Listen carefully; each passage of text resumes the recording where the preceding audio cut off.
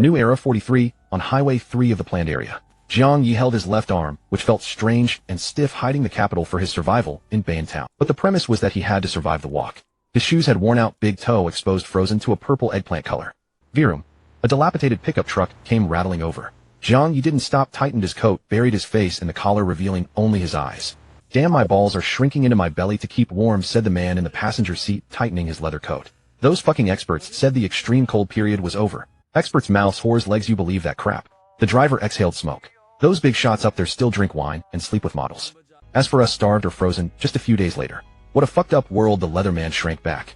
I heard they just designated the 10th district ahead. I'd say warlords carve up syndicates, bleed politicians bicker. That's why they call it Sin City, lives up to its name. Hey, someone up ahead wanna hit him. The leatherman squinted, making a throat-slitting gesture. The driver glanced over, didn't even break. Forget it, look at his closed coat, so torn the cotton's showing. Killing this loser would waste a bullet, not worth it. Right, the leatherman deflated, slumping back. Let's go, hurry to Bayantown, find some woman to warm me up. The pickup roared away, spraying dust on the passerby. Jiang Ye spat out the dirt, glanced at the departing tail, and continued walking. Passing a half-collapsed gas station, sounds came from inside. Jiang Ye paused, clutching the folding knife in his pocket. He crept along the wall to a gap and peered in. First rule of the wasteland: curiosity kills the cat. But if the cat is ruthless, sometimes it can score big. Inside was a scrap car. Beside the engine hood, a man and a woman were arguing. The man grumbled, all skin and bones, feels like hitting steel bars. The man about 40 grumbled, you screamed some, didn't you eat? Brother, I really haven't eaten. Hurry. I'm cold. The woman about 20 crouched beside the car, her face pressed against the metal, shivering. Shut up, don't ruin it. In about 10 seconds the man finished. Did you feel good? The woman mustered a grim smile to please him. Give the rations. You promised. Bah, this deal was a loss for me. The man pulled up his pants, took out a pack of compressed biscuits, and tossed it on the hood. Take it and get lost. The woman, without even tidying her clothes, lunged frantically at the biscuit. She tore the package with dirty hands and stuffed it into her mouth, choking, but not stopping. She was skeletal, ribs clearly visible through her tattered clothes. Mommy, I'm hungry. From the shadow of the wheel a child emerged, big head, small body, about 4 or 5. The woman froze, then spat the chewed biscuit paste into her hand and brought it to the child's mouth. Eat quickly. The child lunged like a puppy, licking her palm. Slow down, don't choke. If you choke, it's wasted. The woman holding the child stared blankly with tears welling up. Suddenly she noticed Jiang Ye in the corner. She stepped in front of the child, facing Jiang Ye. Little brother, wanna play? 1 biscuit. No, half will do. Jiang Ye leaned against the wall, looking her over without any lust. Look at me. Do I look like someone with biscuits? I'm stubborn in mouth, but soft everywhere else. The woman paused, the light in her eyes died. She silently dressed, picked up the child, and walked away through the mud. Jiang Ye watched the mother and child go, without pity or mockery. Before the era this was called surviving, after the era this is called living. That woman sold her body just to keep her child alive tonight. Here dignity cannot fill the stomach, loosening the belt can trade for a meal, an enviable bargain. Life's really damn exhausting. Jiang Ye cursed, tightening his belt to restrain his protesting stomach. He glanced at his ruined shoes with toes exposed, but didn't rush off. He was waiting. Second rule of the wasteland: never flash wealth unless you can kill everyone who sees it. This man had flashed his wealth, but lacked caution. The man, having just finished the deal, hummed a tune while urinating with his back to Jiang Ye. People are least alert when peeing. Jiang Ye moved. 3 meters. The man shuddered. 1 meter. Jiang Ye lunged, covering the man's mouth with his left hand while stabbing his abdomen with the knife. A muffled sound. The man's eyes bulged, guttural noises. Shoo. Jiang Ye whispered softly in his ear, don't move. The more you move, the faster you die. Even a god can't fix you. Money. They'll give you money. Don't. The man convulsed. Sorry, I don't charge for killing. Jiang Ye twisted the blade inside. The man collapsed, staring with unseeing eyes. In the planned area, human life was the cheapest commodity. No law, no morality. The only truth was the weapon in hand. Jiang Ye wiped the blood off the blade on the corpse's clothes, folded it, and crouched to frisk the body. His moves were practiced, clearly not his first time. On the man, besides the biscuit, there were only wrinkled banknotes and half a pouch of tobacco. So poor, and still flaunting your wealth. Deserve to die. He unceremoniously stripped the man's shoes and put them on. Thanks, brother. He'll wear your shoes and take the rest of the road for you. Jiang Ye stood, stomped his feet, and clasped his hands to the body. If things are rough down there, send me a dream. They'll burn some college entrance exam papers for you. I heard they can change fate. The wind picked up. Jiang Ye tightened his tattered coat, stepped over the body, and walked toward Bayantown without looking back. There's someone he needed to find was waiting. Bayantown. Though called a town, its area is larger than several districts of the pre-era combined. Rows of simple sheet metal huts and concrete fortresses interlock, like after walking for a day and a night. Jiang Ye's stomach was completely empty, his life sustained only by a breath of cold air. He crouched in the shadow of the outer wall of the Tang family estate and stayed there for 3 hours. The wound on his left arm began to throb again, as if insects were gnawing at the bone. If I don't get that thing out, I'll have to cut off this hand and feed it to the dogs. Jiang Ye blew a white puff of breath into his palms, rubbed his frozen cheeks, but his eyes never left that iron gate. Da-da-da. The roar of a diesel engine echoed from the street corner. Two pickup trucks welded with armored steel plates splattered with mud charged toward the Tang family estate. In the truck beds stood 7 or 8 men carrying automatic rifles, all of them bearing wounds. They're back. The Tang family convoy is back. Give us some food. Dozens of refugees instantly emerged from the surrounding ruins, their eyes glowing green with hunger. Every time the Tang family convoy returned, they would throw out some food. Even half a steamed bun could keep someone alive through the day. But today, get lost. All of you get the hell. The lead pickup's passenger leaned out holding a submachine gun and fired a burst at the refugees who had come too close. Bang, bang, bang. The bullets struck the frozen ground, kicking up mud. The terrified refugees scrambled back into the ruins. Jiang Ye didn't move. He remained against the wall. He was waiting for an opportunity to get through that door. The pickup stopped in front of the iron gate and honked its horn. The large iron gate, dragged by a winch, let out a teeth-grinding creak and slowly opened a crack. Just as the gate was about to close again, Jiang Ye moved. Like a coiled leopard, he darted close to the wall, slipping through the gap, just as the gate was about to shut. Who's there? The two guards inside reacted instantly, clack, as they racked their bolts, muzzles raised. Jiang Ye didn't retreat, he advanced. He lunged forward, his right hand grabbing the left guard's rifle handguard, pushing it down, while his left shoulder slammed into the man's chest. Close quarters combat, seeking a single fatal strike, not stylish form. Thump. With a dull thud, the guard, weighing nearly 180 Jin, was knocked back 3 or 4 steps by Jiang Ye's charge, landing on his back on the muddy ground. Fuck. Don't move. Move again, and he'll blow your head off. The other guard's dark muzzle pressed directly against Jiang Ye's forehead. Easy, brother, I don't want trouble. Jiang Ye slowly raised his hands. Who the hell are you calling brother? Looks like you've had enough of life. The young guard pressed the muzzle against Jiang Ye's forehead. The fallen guard got up, swung his rifle, but aiming for Jiang Ye's face. Son of a bitch, they'll kill you, you beggar. I have a deal to discuss with Master Tang. Jiang Ye spoke rapidly. A big deal. He'll deal you your mothers. The fat guard didn't listen to the rifle, but whistled down. Stop. A middle-aged man in a leather jacket stood on the steps, frowning. The guards immediately dropped their aggressive expressions, bowing and scraping. Brother Kai, this kid is crazy. He barged through our gate, says he wants to see the old man. The middle-aged man called Kai looked Jiang Ye up and down. Though the young man was ragged and reeking with a sour smell, his frame stood straight, especially his eyes. Not a weakling of the slums, but a desperado who has seen blood. You want to see my older brother? Kai stepped down, asked flatly. Yes. Jiang Ye nodded. Reason. Brother Kai's words were brief. Give him a chance to get rich. Jiang Ye's words were startling. The surrounding guards paused, then burst into laughter. Shit, you must be starving crazy. Do you know how many guns the Tang family has? Kai also smiled, shaking his head. That kid, if you want to scam a meal, find another excuse. Get out before I lose my temper. Jiang Ye didn't argue. He slowly lowered his raised right hand, reached inside his coat, and pulled out a folding knife. Don't move. All the muzzles raised. Kai narrowed his eyes, his hand already on his holster. I don't know your rules, but I know the rules of the waiting zone. Jiang Ye looked at Kai. To enter the gate, you need a tribute. I have something on me that Master Tang will surely be interested in. With that, he rolled up his left sleeve.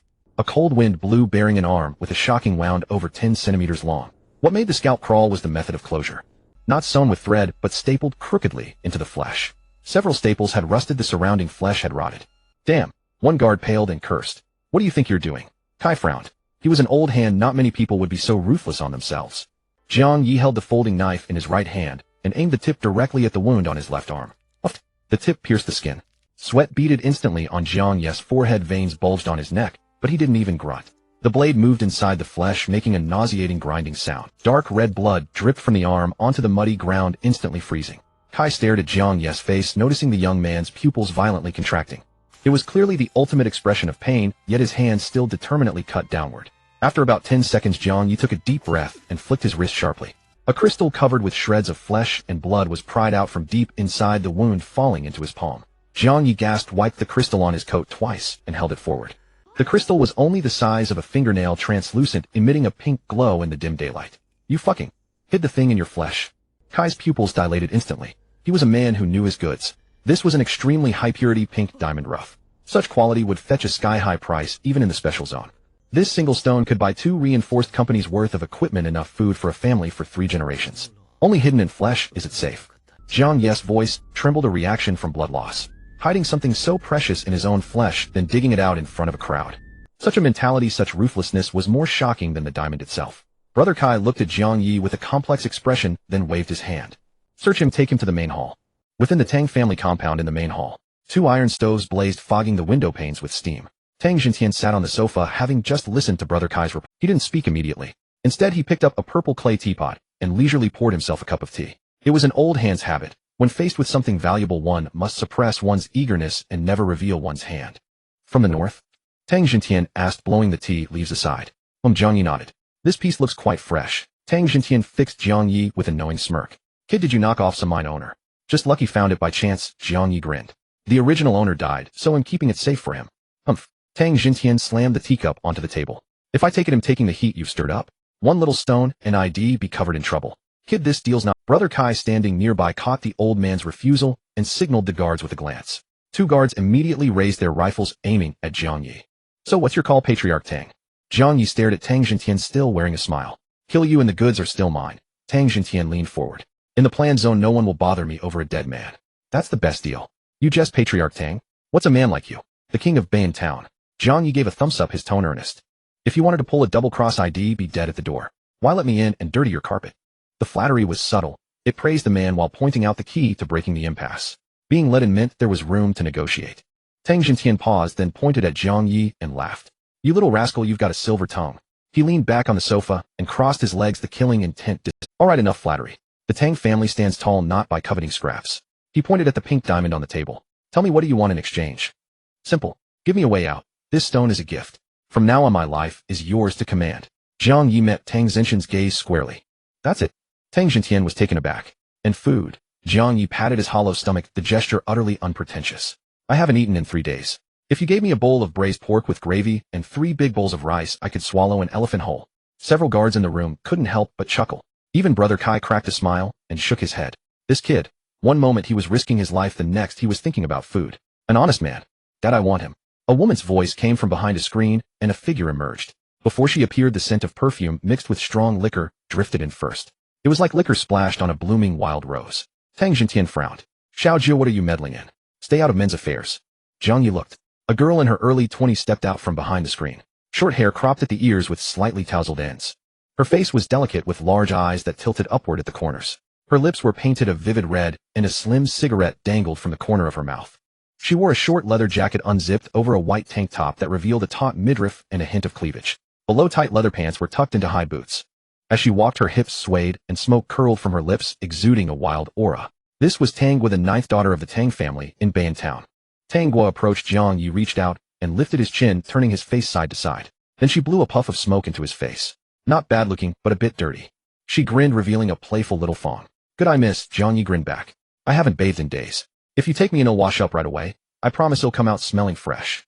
Tang Guo paused, then burst out laughing. Oh, you sure know how to seize an opportunity. She turned to Tang Jintian. Dad, my suicide squad needs a leader. I think he fits, ruthless enough and with skin thick enough to stop bullets. Nonsense. Tang Jintian slammed the armrest of the sofa. What suicide squad? Didn't I tell you to drop it? Your 4th brother lost 3 men today, 7 severely wounded. Haven't we lost enough Tang family blood?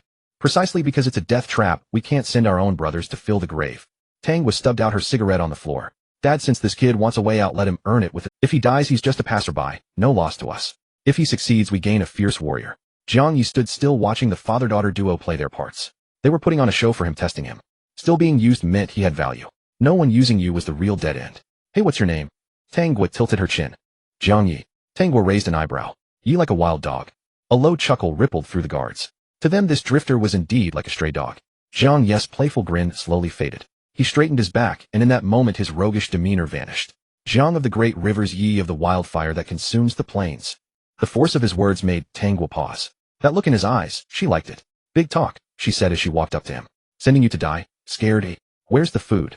Jiang Ye looked up at her, his eyes returning to their earlier cunning. You? Are your brains frozen? Tang Guo blinked her pretty eyes. Or did I not make it clear? I'm talking about going to die. I heard you. Killing people, 9 chances of death, 1 of life. Jiang Ye nodded seriously. That's why I'm asking where the food is. Then why do you still? Miss, Jiang Ye interrupted her. Only an idiot isn't scared of machine gun fire. But I'm more afraid of starving to death on the streets and ending up as bones gnawed by wild. He spread his hands. So can I have a meal first? Whether it's a last supper or whatever, just let me eat my fill. Even if the king of hell comes, he'll pull his beard off and knit you a sweater. Several henchmen nearby couldn't hold back their laughter. Even the stern Brother Kai's lips twitched. Tang Guo laughed so hard, she doubled over her chest. Take him to see a doctor. Tell the kitchen to heat up that braised pork knuckle and bring a bottle of liquor. Let him eat and drink his fill. Xiaojia. Tang Jintian frowned. Oh, Dad. Tang Guo ran over and hugged his arm, shaking it. Just let me have this one thing. Tang Jintian looked at his daughter, sighed helplessly, and waved his hand. Fine, fine, do as you please. Akai, take him down. At the door, Jiang Ye glanced back.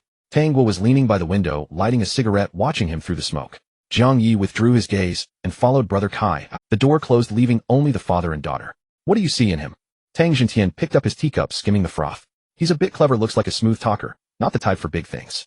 Tang Guo stood up, walked to the window, and watched Jiang Ye's figure recede in the cold wind as he followed Brother Kai. Dad, didn't you see? This kid is a wolf. He's wounded, starved for who knows how many days, but he didn't beg us, didn't kneel. That means he knows his own worth. A starving wolf will always be far more useful than a pack of watchdogs who only tally gains and losses. In the back courtyard of the Tang residence, a side room. The air was thick with the scent of alcohol and roasted meat. Jiang Ye sat on the wooden bed bare-chested. An old man in a white coat was struggling with a piece of gangrenous flesh on Jiang Ye's left arm, using tweezers and scissors. Young man, this flesh is rotten, it must be removed. Anesthesia is expensive, how about I give you a towel to bite on? No need. Jiang Ye's mouth was stuffed with meat as he mumbled back, it's better to feel the pain. Pain reminds me, I'm still alive. The scissors snipped away the rotten flesh. The veins on Jiang Ye's forehead bulged like earthworms, but he didn't stop chewing. He was eating ravenously. During his days wandering the unplanned zone, hunger had been more terrifying than death. That sensation, a hand clawing inside his stomach, every cell in his body screaming for food, he never wanted to experience again. The door creaked open. Tang Guo had changed her attire. Clad in a tight camouflage uniform, tactical boots, and a small silver revolver at her waist, she strode in. She looked at Jiang Ye, his mouth greasy, a flicker of admiration in her eyes. Impressive. Eating while being carved up. Are you the reincarnation of Lord Guan or the avatar of Tao Dai? Tang Guo pulled over a chair, sat on it backwards, and rested her chin on the backrest, watching him with interest. Jiang Ye swallowed a mouthful of meat and took a large gulp of liquor. The fiery liquid burned down his throat into his stomach, warming his entire body. A full stomach makes for good work, Jiang Ye said with a burp, turning to Tang Guo. Miss, how many brave souls are in our suicide squad? 10, including you. Tang Guo spread her 10 fingers and wiggled them before him. The pork hock in Jiang Ye's hand froze midair. Only 10. Yes, only 10, Tang Guo nodded. They're all degenerates.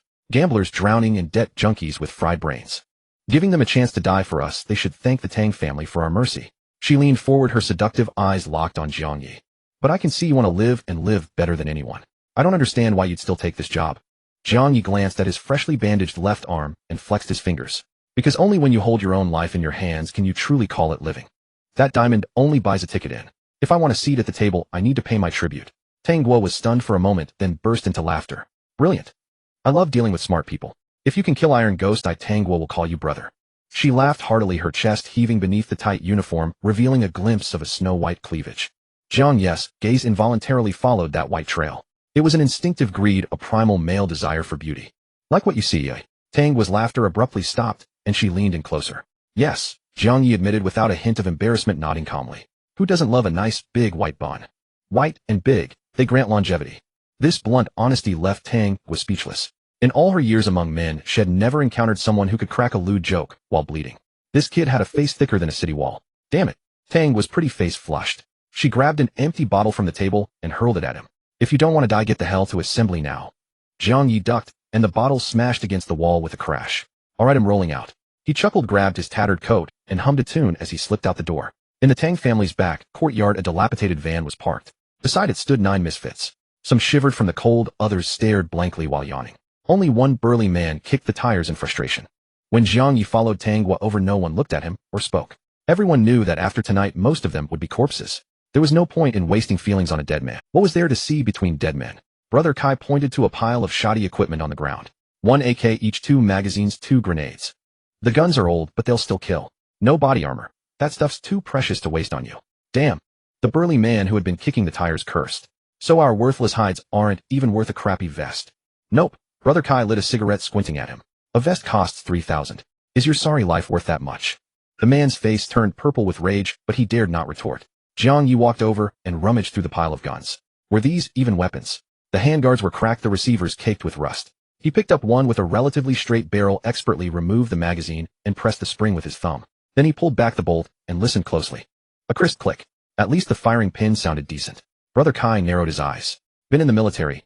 Jiang Ye paused, pushed the magazine back in, and replied flatly, no self-taught. He then selected a serrated military knife and strapped it to his calf. Catched. A sharp cry rang out. A black Kevlar vest flew through the air with a whoosh. Jiang Ye caught it. Heavy, a high-grade police model with steel plates inside. Tang was stood on the steps, arms crossed. Miss, this breaks the rules, doesn't it? A skinny man protested. Why does he get one? Aren't our lives worth anything? Tang Guo raised her booted foot and delivered a vicious kick to the back of the man's knee. Because I damn well feel like it. Tang Guo looked down at him, then slowly raised her head to sweep her gaze across everyone present. I am the rule here.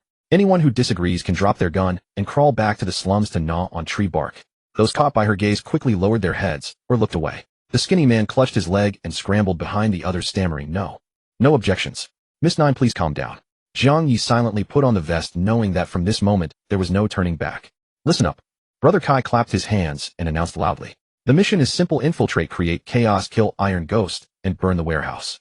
Kill Iron Ghost, and the bounty is 100,000. A chorus of gulps echoed among the crowd. For these people, 100,000 was enough to sell their lives 10 times. "Move out." At Brother Kai's command, the group piled into the van. Tang was stood by the vehicle, watching Jiang Ye, who sat in a corner with his eyes closed. She suddenly tapped on the window. Jiang Ye opened his eyes. "Come back alive," Tang was said seriously. She pulled a pack from her pocket and tossed it inside. Jiang Ye caught it. An unopened pack of cigarettes, a scarce commodity from the special zone.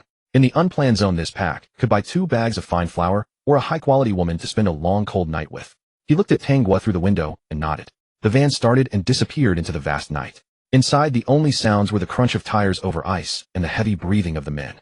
Jiang Ye tore open the pack, lit a cigarette, and took a deep drag. The acrid smoke filled his lungs, calming his chaotic thoughts. Beside him, a scar-faced man sniffed the air greedily, inhaling the secondhand smoke. He rubbed his hands together and edged closer, eyeing the pack in Jiang Ye's hand. "Brother, can I borrow a light? And a cigarette?" The carriage was thick with smoke. Jiang Ye pinched a half-smoked cigarette, swept his gaze over the people inside, and tossed it directly into the center of the carriage. Everyone froze. Scarface asked in disbelief, All for us? Jiang Ye slowly exhaled a plume of smoke, and within the haze his eyes gradually turned icy cold. "On the road to the Yellow Springs, don't be a pauper." The carriage fell into an instant silence. Then came the frantic sounds of grabbing. "Give me one." "Fuck, don't fight, there's enough for everyone." Scarface trembled as he pulled out a cigarette, greedily sniffing it at the tip of his nose. Jiang Ye watched coldly. He didn't want to die. He had crawled out of a pile of corpses not to end up as cannon fodder here. In the pending zone, there was no such thing as team spirit. These 9 people were his bullet shields. This pack of cigarettes was the price for his life. Half an hour later, a screeching brake sound pierced the air. "We're here." The driver didn't kill the engine. The vehicle still trembled. "Ahead is the southern depot. Get out. Good luck, everyone." Jiang Ye was the first to push open the door and jump down. The cold wind mixed with snowflakes blasted against his face. He tightened his grip on the gun, crouched low, and slipped into the darkness. The 9 Suicide Squad members shivered as they followed, clutching their AKs tightly, safety catches already off. The periphery of the southern depot was a deserted industrial zone with ruins forming natural cover. Jiang Ye and the 9 makeshift Suicide Squad members lay behind a half-collapsed wall. What's the plan?" "Rush in directly."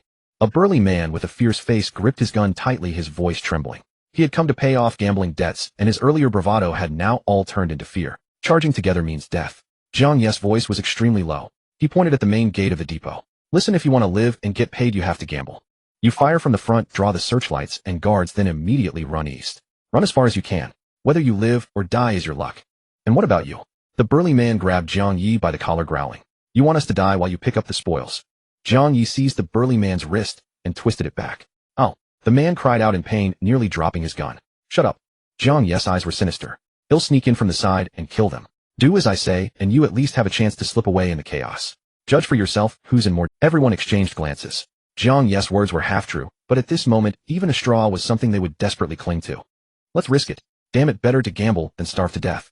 Scarface gritted his teeth. "Do it. Move out." Jiang Ye barked in a low voice, then vanished into the... 2 minutes later. Bang. Bang bang bang. Gunfire erupted. The searchlights inside the depot swept toward the main gate, and heavy machine gun bullets tore into the ruins, kicking up rubble and dust. "Ow. My leg. Save me." A Suicide Squad member had barely leaned out when his thigh was blown off by a large caliber bullet, leaving only shreds of flesh, and he collapsed into a pool of blood. "Fuck. That bastard tricked us. I quit. I want to go home. I want to go home."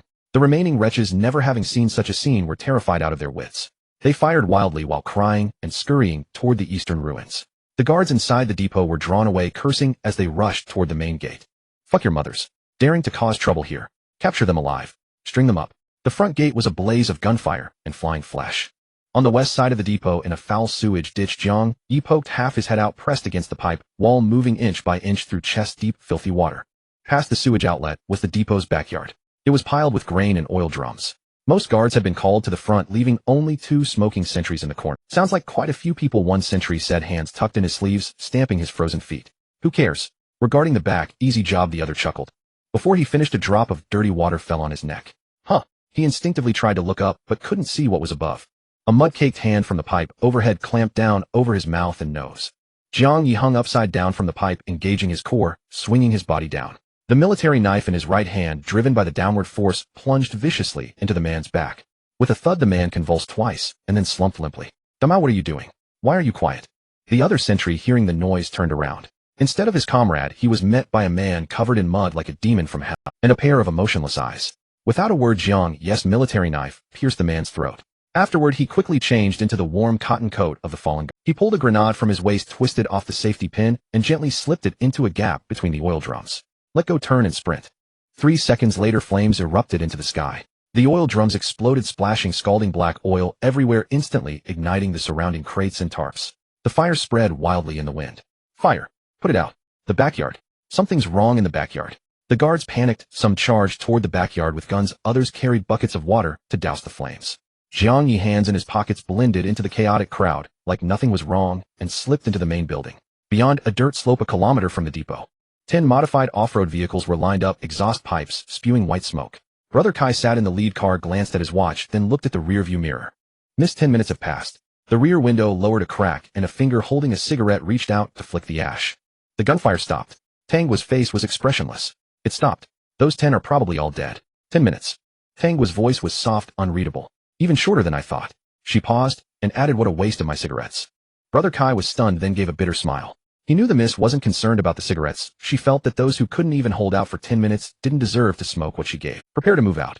Tangwa stepped out, carrying a sawed-off, double-barreled shotgun. She pulled 2 red slugs from her pocket, loaded them, and snapped the gun shut with a flick. The shotgun clicked shut with a crisp metallic sound. Everyone out. Time to work. A rustling noise followed. From the 10 vehicles behind, over 40 men jumped out in unison. Red armbands tied around their arms, they held standard-issue submachine guns. This was the true strength of the Tang family, the fangs of Bayan Town. Uncle Kai, take a squad to block the back door. Don't let any rats slip through. Tangwa held the shotgun with one hand, jerking her chin toward the back of the depot. The rest of you follow me through the front. I'm in a foul mood, and I'm going to personally send Iron Ghost to hell. The second floor of the warehouse main building was brightly lit. Iron Ghost slammed the sawed-off 5-shot shotgun onto the table, gripping a walkie-talkie in his hand, spittle flying as he cursed. Where the hell is Lao Air's team?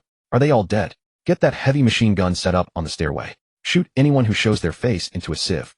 Iron Ghost cursed through the walkie-talkie to the ground, picked up a large mug, and gulped down some strong tea. Before he could swallow it, the door crashed open. The office door was kicked open with a bang. Iron Ghost had survived in the plan zone for years, thanks to his sharp instincts. The moment the door burst open, he flung his arm without looking, raised the shotgun, and pulled the trigger. Bang! Steel pellets sent with splinters flying from the doorframe. But there was no one at the door. Iron Ghost's scalp tingled, and he instinctively tried to pull the bolt to chamber another round. The next second, a dark figure slid in from below the side of the doorframe. It was a completely unconventional angle of attack. Fuck! Iron Ghost hadn't expected this move, and swung his weapon like a club, aiming for the Shadow's head. Jiang Ye slid across the floor. Seeing the stock coming down, he twisted his waist and forced a roll. The stock grazed his scalp and smashed into the floor. Using the momentum of the roll, Jiang Ye's right leg snapped up, kicking Iron Ghost's knee with all his strength. But the big man stood like an iron post, swaying, but not falling. You little bastard, trying to get close. Iron Ghost dropped the shotgun and reached for Jiang Ye's collar. Jiang Ye leaned back, using the pull to slash his military spike at Iron Ghost's wrist. Rip! The sleeve tore open, leaving a bloody gash on the wrist, blood seeping. Damn it! Iron Ghost winced in pain and swung a backhand slap. The slap landed solidly on Jiang Ye's face. Jiang Ye felt a buzzing in his head as half his face went numb instantly. He was sent flying sideways, crashing into a filing cabinet, denting the metal surface. Gritting his teeth, he spat out a mouthful of blood, charged forward, and slammed his shoulder into Iron Ghost's chest. Thud! They both tumbled to the ground. Iron Ghost used his weight advantage, rolling over and pinning Jiang Ye down, one hand gripping his throat. Suffocation surged, and Jiang Ye's vision began to darken. With a body like yours, you dare come to kill me? Iron Ghost grinned, revealing yellowed teeth. He clenched his other fist and punched at Jiang Ye's face. Jiang Ye instinctively raised his left arm to protect his head. Crack! The fist slammed into his arm, reopening the freshly, but the searing pain ignited his ferocity. Oh! Jiang Ye roared, thrusting the military spike with his right hand toward Iron Ghost's ribs. Iron Ghost pinned his hand down, increasing the pressure with his other hand, determined to snap Jiang Ye's neck. As they struggled, Jiang Ye's consciousness began to fade. Chaotic footsteps sounded at the door. Ghost! What's happening? Damn! Someone's broken in. Hurry! 2 loyal underlings rushed in, stunned by the scene. The two were tangled together, blood everywhere, indistinguishable. They aimed their guns, but dared not fire. Don't shoot. You'll hit Ghost. Quick, pull them apart. One underling panicked, slung his gun over his back, and lunged to drag Jiang Ye away. The moment he pulled Jiang Ye's arm, Jiang Ye released the spike lightning fast and drew a grenade from his waist. Click. He flicked the safety pin with his thumb and shoved it down the man's collar. Hey, race a bang for you. Jiang Ye rasped, grinning with bloodstained teeth. Iron Ghost forgot about strangling Jiang Ye, shrieking as he scrambled backward, flailing. Shit. The underling felt a chill at his neck, looked down, and his soul nearly. Jiang Ye didn't give him a chance to beg for help. He kicked the underling in the gut, using the recoil to roll himself away, diving behind a solid wooden desk. A dull explosion engulfed the doorway in orange flames. The unfortunate underling didn't even have time to scream before being blown apart.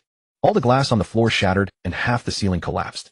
Though Iron Ghost rolled fast, the blast wave hurled him against the wall, his body riddled with shrapnel, bleeding profusely. The other underling was even worse, killed instantly, blood oozing from his orifices. The office fell silent, broken only by the crackling of burning curtains and Iron Ghost's labored breathing. A few seconds later, the blasted desk shifted. A bloodied hand gripped the edge. Jiang Ye staggered to his feet, a metallic taste in his throat as he spat blood onto the floor. He wiped his face and picked up the fallen shotgun. He chambered around. Dragging his bleeding left leg, he walked step by step toward the corner. Their Iron Ghost, face covered in blood, tried to get up, groping for a gun. A worn-out shoe stomped on his hand, grinding it with slight pressure. Opt! Iron Ghost screamed. He looked up into eyes devoid of any emotion. Brother. Iron Ghost was terrified, truly terrified. This kid was a madman. Don't kill me. How much did they pay you? They'll give double. The whole warehouse is full of goods. It's all yours. Jiang Ye stared at him coldly. Save it for your coffin. He pressed the muzzle against Iron Ghost's neck. A gunshot rang out. Jiang Ye lowered the barrel and slid down against the wall. He fished a flattened pack of cigarettes from Iron Ghost's pocket, pulled out a badly bent one, and put it between his lips. He patted his pockets. No lighter. Glancing at the burning curtain nearby, he bent over and stuck the cigarette into the flame. He exhaled a puff of smoke, alive to savor it. In the warehouse yard, the Blackwater gang's resistance crumbled under the Tang family's elite assault. Where's the boss? Anyone seen the boss? Second floor. There was an explosion. The walkie-talkie's dead. Shut up. The Tang family's men are inside. We can't hold. Run. Two beams of light pierced the darkness as an off-road vehicle with a reinforced bumper crashed through the broken gate, charging into the yard. Tangua led over 20 men advancing on foot behind the vehicles. Bang! A Blackwater thug peeked out from behind an oil drum, and Tangua fired without aiming. No aiming, just instinct. The shotgun spread was wide, shredding the man's shoulder and sending him flying from the impact. Tangua walked on, flicking the gun to eject the shell with one hand. Push forward, leave no one alive. She pulled 2 more shells from her belt and loaded them. The Tang elites behind her were equally efficient, moving in teams of 3, covering each other. The submachine gun fire was relentless, keeping the Blackwater thugs pinned down.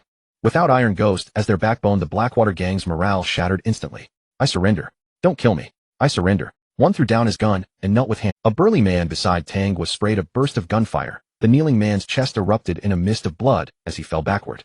Young Master Gio said, no prisoners tonight, only corpses. In just 3 minutes, the outer resistance was completely neutralized. Tangwa walked across the floor littered with shell casings and glass shards, heading toward the main building's. How's Uncle Kai? Did you spot Iron Devil? Tangwa reloaded 2 rounds and pointed the gun downward. The back door's blocked. 7 or 8 rats trying to slip away, but no sign of Iron Devil. The captain of the Tang family guard, replied. Upstairs. Tangwa nodded toward the staircase. If Iron Devil doesn't die, tonight's a bust. Miss, it's pitch black in here. Let me go first. Ahu stepped in front of Tangwa, but before he could finish. Tap. A faint sound. Footsteps. 1 step, another very slow. Movement. Ahu growled. A dozen guns snapped up, tactical flashlights illuminating the. Who goes there? Show yourself. Ahu barked, his finger tightening on the trigger. From the shadows of the stairwell, a human silhouette slowly emerged. A bloodied hand gripped the railing. The figure staggered, carrying something round in his left hand. His face was covered in blood, features unrecognizable. Holy shit. Someone stumbled back, nearly pulling the trigger. Turn off the safety, damn it. Tangwa pushed down the gun of the man beside her, recognizing the tattered bulletproof. The figure reached the stairway landing and stopped. He seemed unsteady, leaning his shoulder against the railing, lifting his hand with effort to toss something forward. The round object hit the floor, rolled a few times, and stopped at Tangwa's feet. Ahu, gathering his courage, used his gun barrel to flip it over. Under the light, a familiar face appeared. A thick, bushy beard was half-caked in blood, mouth agape, eyes wide and staring. Young Master 9. It's Iron Devil. The onlookers gasped. Damn, he actually made it out alive. 10 went, and if only 1 returned. To charge alone into the enemy's stronghold and take their leader's head, it was like a ghost story. Well done. Tangwa kicked the head aside and stepped forward. Jiang Ye, leaning against the railing, slowly slid down. The ferocity that had sustained him ebbed away the moment he saw Tang. The dizziness from blood loss overwhelmed his mind. His vision blurred, and his ears filled with a constant ringing. He wiped the blood from his face, revealing a grin through teeth stained crimson. Miss, the job's done. Now, am I worthy of being your brother? Tang was stared at his strikingly bright eyes, stunned for a moment. Then she burst into crisp laughter. Huh, hell yes, more than enough. She strode up the stairs, unconcerned by the smell of blood and scorched flesh, grabbed his collar, and yanked him toward her. Their faces were inches apart. The contrast between her exquisite smoky eye makeup and his bloody, battered face was stark. Listen up, Jiang Ye. Tang locked eyes with him, speaking each word deliberately. From this day on, if anyone dares lay a finger on you, I'll make sure their entire family ends up in a grave neat. Hearing those words, Jiang Ye's taut nerves finally relaxed. His vision went black, and he pitched forward. Brother, let me borrow your chest for a bit. Soft and fragrant. With that, the guy's head lolled, face buried in softness, and he completely passed out. The surrounding henchman's eyes nearly popped out. Was this kid out of his mind? Taking a liberty with young Master 9, even on the brink of death? Tang Guo was stunned by the sudden face wash, a flicker of shock crossing her face before it flushed crimson to her ears. You bastard. Even dying, you can't resist taking advantage. She gritted her teeth, yet still shifted to support him with her shoulder. Damn, he's heavy. Lucky bastard. She whipped around and barked at the dumbfounded men below. What are you all gawking at? Waiting to chip in for my wedding gift. Get the car. Load him up. In his coma, Jiang Ye had a dream. It was a battlefield with endless artillery fire and corpses strewn across the ground. He wore a standard military uniform, rifle in hand, moving through the ruins. Comrades fell one by one, blood seeping into the soil, staining the earth red. The corpses stared at him with open eyes. He wanted to scream, but no sound came. Jiang Ye's eyes snapped open, veins bulging on his neck, cold sweat, so bad dream. Old Sun sat by the bed, holding hemostatic forceps and suture thread. Why are you crying then? Jiang Ye's pupils were unfocused, taking several seconds to sharpen. It hurts. He wiped his face slick with cold sweat. Old Sun gave him a glance, but didn't press further. In the plan zone, who didn't have their own demons? Don't move. If I stitch wrong, you'll be wiping your ass with your foot for life. Old Sun clamped a blood vessel with the forceps and yelled up at him. Thanks, Dr. Sun. Jiang Ye looked at his left arm being stitched up like a rag doll. Thanks, my ass.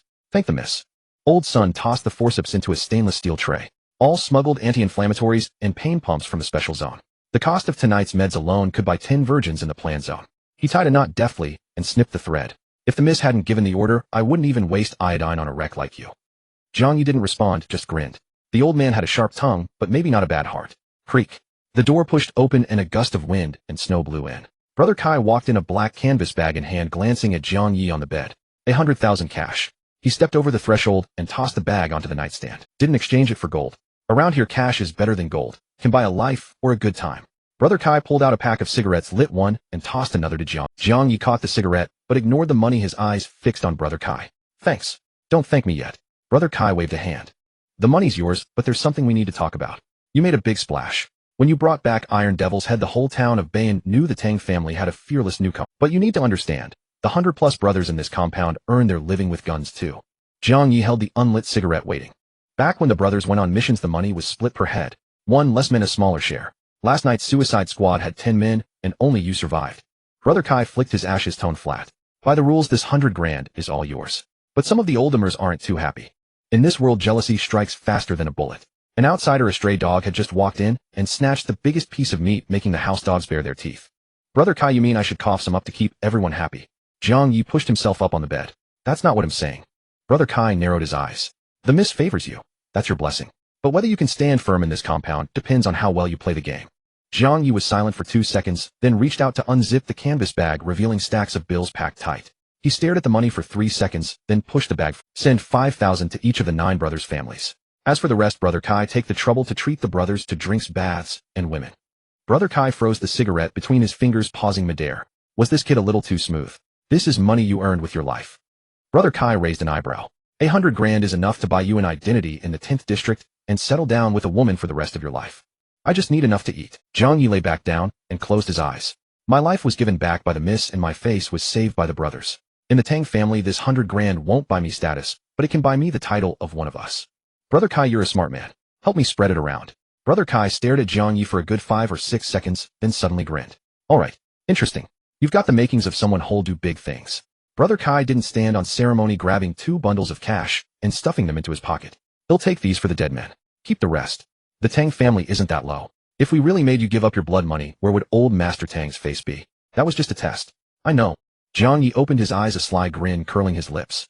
If ID actually pocketed at ID, probably be getting expired meds by now, right? Exactly. Maybe with a little laxative thrown in. Brother Kai laughed heartily and turned to leave. At the door he paused and looked back at Jiang Ye. Heal up. The day after tomorrow old Master Tang is hosting a family banquet, and you've been named to the table. Don't embarrass your young Master 9. Also, Brother Kai pointed at his own chest, teasing. Next time you faint, pick a different spot. Taking liberties with the miss. You'd better hope old Master Tang doesn't chop. The door closed. Old Sun packed up the bloodstained gauze, eyeing Jiang Ye sidelong. Kid, you've got more tricks up your sleeve than wounds on your body. Jiang Ye touched the money in the canvas bag and muttered under his breath. In the plan zone the rule is simple, whoever tries to hog the feast ends up as the feast himself. Jiang Ye slept in a haze, utterly oblivious to the world. This slumber was perhaps the most peaceful he had ever known. There was no biting wind, no rats gnawing at his ears, and no constant tension of fearing a blade at his throat. Only the image of Tang was pale, plump steamed buns lingered in his mind. Bang! The wooden door slammed against the wall with a thunderous crash. Jiang Ye shot up from the bed by reflex, his hand instinctively reaching for the folding knife hidden beneath his pillow. Oh, pretty quick reflexes, huh? At the doorway, Tangwa leaned against the frame, a gray cloth bundle in her hand, and an unlit cigarette dangling from her lips, looking at him with a... Jiang Ye recognized her, and let out a sigh of relief, putting the knife away. Missy, could you be a bit gentler when entering next time? He rubbed his throbbing temples, his voice hoarse. If someone had a weak heart, that slam just now would have sent them straight to the grave. I do as I please. Tangwa tossed the cloth bundle onto the bed. I brought you some clean clothes and some food. Jiang Ye opened the bundle to find a set of olive green work clothes along with half a roasted chicken, 2 meat buns, and a bottle of liquor. Without ceremony, he grabbed the chicken and tore into it, grease dripping down his chin. How long was I out? A day. Tangwa sat on the edge of the bed, crossing her legs. The sun's almost set. I came by 3 times. I thought you might not wake up. Jiang Ye bit off a large chunk of chicken, mumbling, guess he'll live. Tangwa shot him a sidelong glance. Your boat is damn tough. Old Sun said, with injuries like yours, anyone else would be 6 feet under. A cheap life. Jiang Ye chewed the meat. A cheap life lasts long. Even the heavens can't take it. Tangwa chuckled, flicking a cigarette from the pack and lighting it. They sat there on the bed, one gnawing on chicken, the other smoking. After a moment, Jiang Ye spoke up. By the way, Jior, the hell did you just call me? Tangwa blew out a stream of smoke, her movement freezing. Jior, Jiang Ye said with an air of nonchalance. It sounds intimate, and it doesn't make you seem old. Call me Sister Jior. Jiang Ye looked up at her, grinning. You don't look old. Tangwa raised an eyebrow. I'm 22. Well, that's still younger than me. I'm 23, Jiang Ye said without a hint of shame, the age freshly fabricated in his mind. Tangwa was stunned for a moment, staring at Jiang Ye for a few seconds before turning away and muttering, suit yourself. Jiang Ye laughed inwardly. This little wildcat looked fierce, but once you smoothed her fur, she was easy to handle. He twisted open the liquor bottle, took a big gulp, and winced at the burn. I hear you have 8 brothers. Old Master Tang must not be that old. Isn't the production rate a bit high? Tangwa rolled her eyes. I also have 5 mothers. Cough, cough, cough.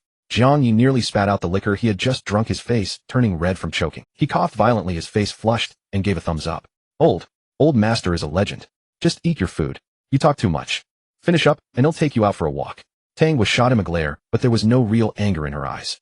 Jiang Ye wolfed down the remaining food and started pulling off his pants right in front of her. Tangwa had been staring at the stove fire, but when she heard the noise and turned around, she saw him kicking off his ragged trousers, revealing 2 hairy legs and a pair of faded. What was more striking was his body, covered in scars of varying depths from his chest to his thighs. Damn it, Jiang Ye. Have you no shame? Tangwa spat, turning around, her ears burning slightly. Couldn't you wait for me to leave before stripping? We're brothers in arms, comrades who've been through life and death. What's there to fear? Jiang Ye quickly pulled on the new clothes. He tightened the laces of his combat boots and stomped his feet. As the saying goes, fine clothes make the man. After shaving, washing his face, and putting on this outfit, Jiang Ye looked like a completely different person. With sharp eyebrows and starry eyes, a tall and straight figure, if he toned down the roguishness, he could pass for a young master from a high-walled estate. Tangwa squinted, giving him a thorough once-over, and let out a flirtatious whistle. While cleaned up, you almost look human. At least you won't embarrass me out there. Of course I'm one of little Ninth Master's people. Jiang Ye flipped up his collar. Let's go. Show me around. The layout of Bayan Town was like an inverted pin character. The top stroke was the slums, a place teeming with dilapidated houses, worthless people, and cheap lives. Below on the left was the wealthy district, home to the big families with guns. On the right was the commercial street, filled with gambling dens, taverns, pharmacies, and brothels. Everything you could want as long as you had money in your pocket. Tangwa led Jiang Ye through the alleys of the wealthy district, turning into the commercial street. As dusk fell, the neon signs on the commercial street began to flicker to life. Due to unstable voltage, the red and green lights would jump and sputter. The street was bustling with people, vendors, scavengers, and pimps, all creating a chaotic din. Good evening, little Ninth Master. Out for a stroll, little Ninth Master. A few thugs, squatting and smoking, immediately dropped their cigarettes and stood at attention. Even the streetwalkers soliciting on the corners put on flattering smiles when they saw Tangwa. Tang Wa couldn't be bothered to respond, merely nodding casually, cigarette dangling from her lips, hands in her pockets, as she swaggered forward. Jiang Ye followed behind her, watching the people give them a wide berth, and asked in a low voice, "You've got quite a reputation around here." Tang Wa curled her lip. "They're afraid of my dad. All the business here, big or small, is tied to my family." Jiang Ye grinned. "So you're the princess on an incognito tour." Tang Wa kicked a piece of rubble out of her path and snorted coldly. "I'm a wild card who carved out my own empire. Princesses are sipping red wine in the special zone. Why would they come to a hellhole like this to breathe exhaust fumes?" They turned into a narrow alley, and Tang was stopped in front of a rusty iron door. A crooked neon sign hung on the door reading "Night Rose" with half of its tubes dead. "This is my turf." Tang Wa pushed open the door, and the sound of raucous music spilled out. Jiang Ye followed her in and looked around. The bar wasn't big, but it definitely had style. The tables were overturned oil drums, and the stools were stacked ammunition boxes. The most eye-catching feature was the paintings on the walls.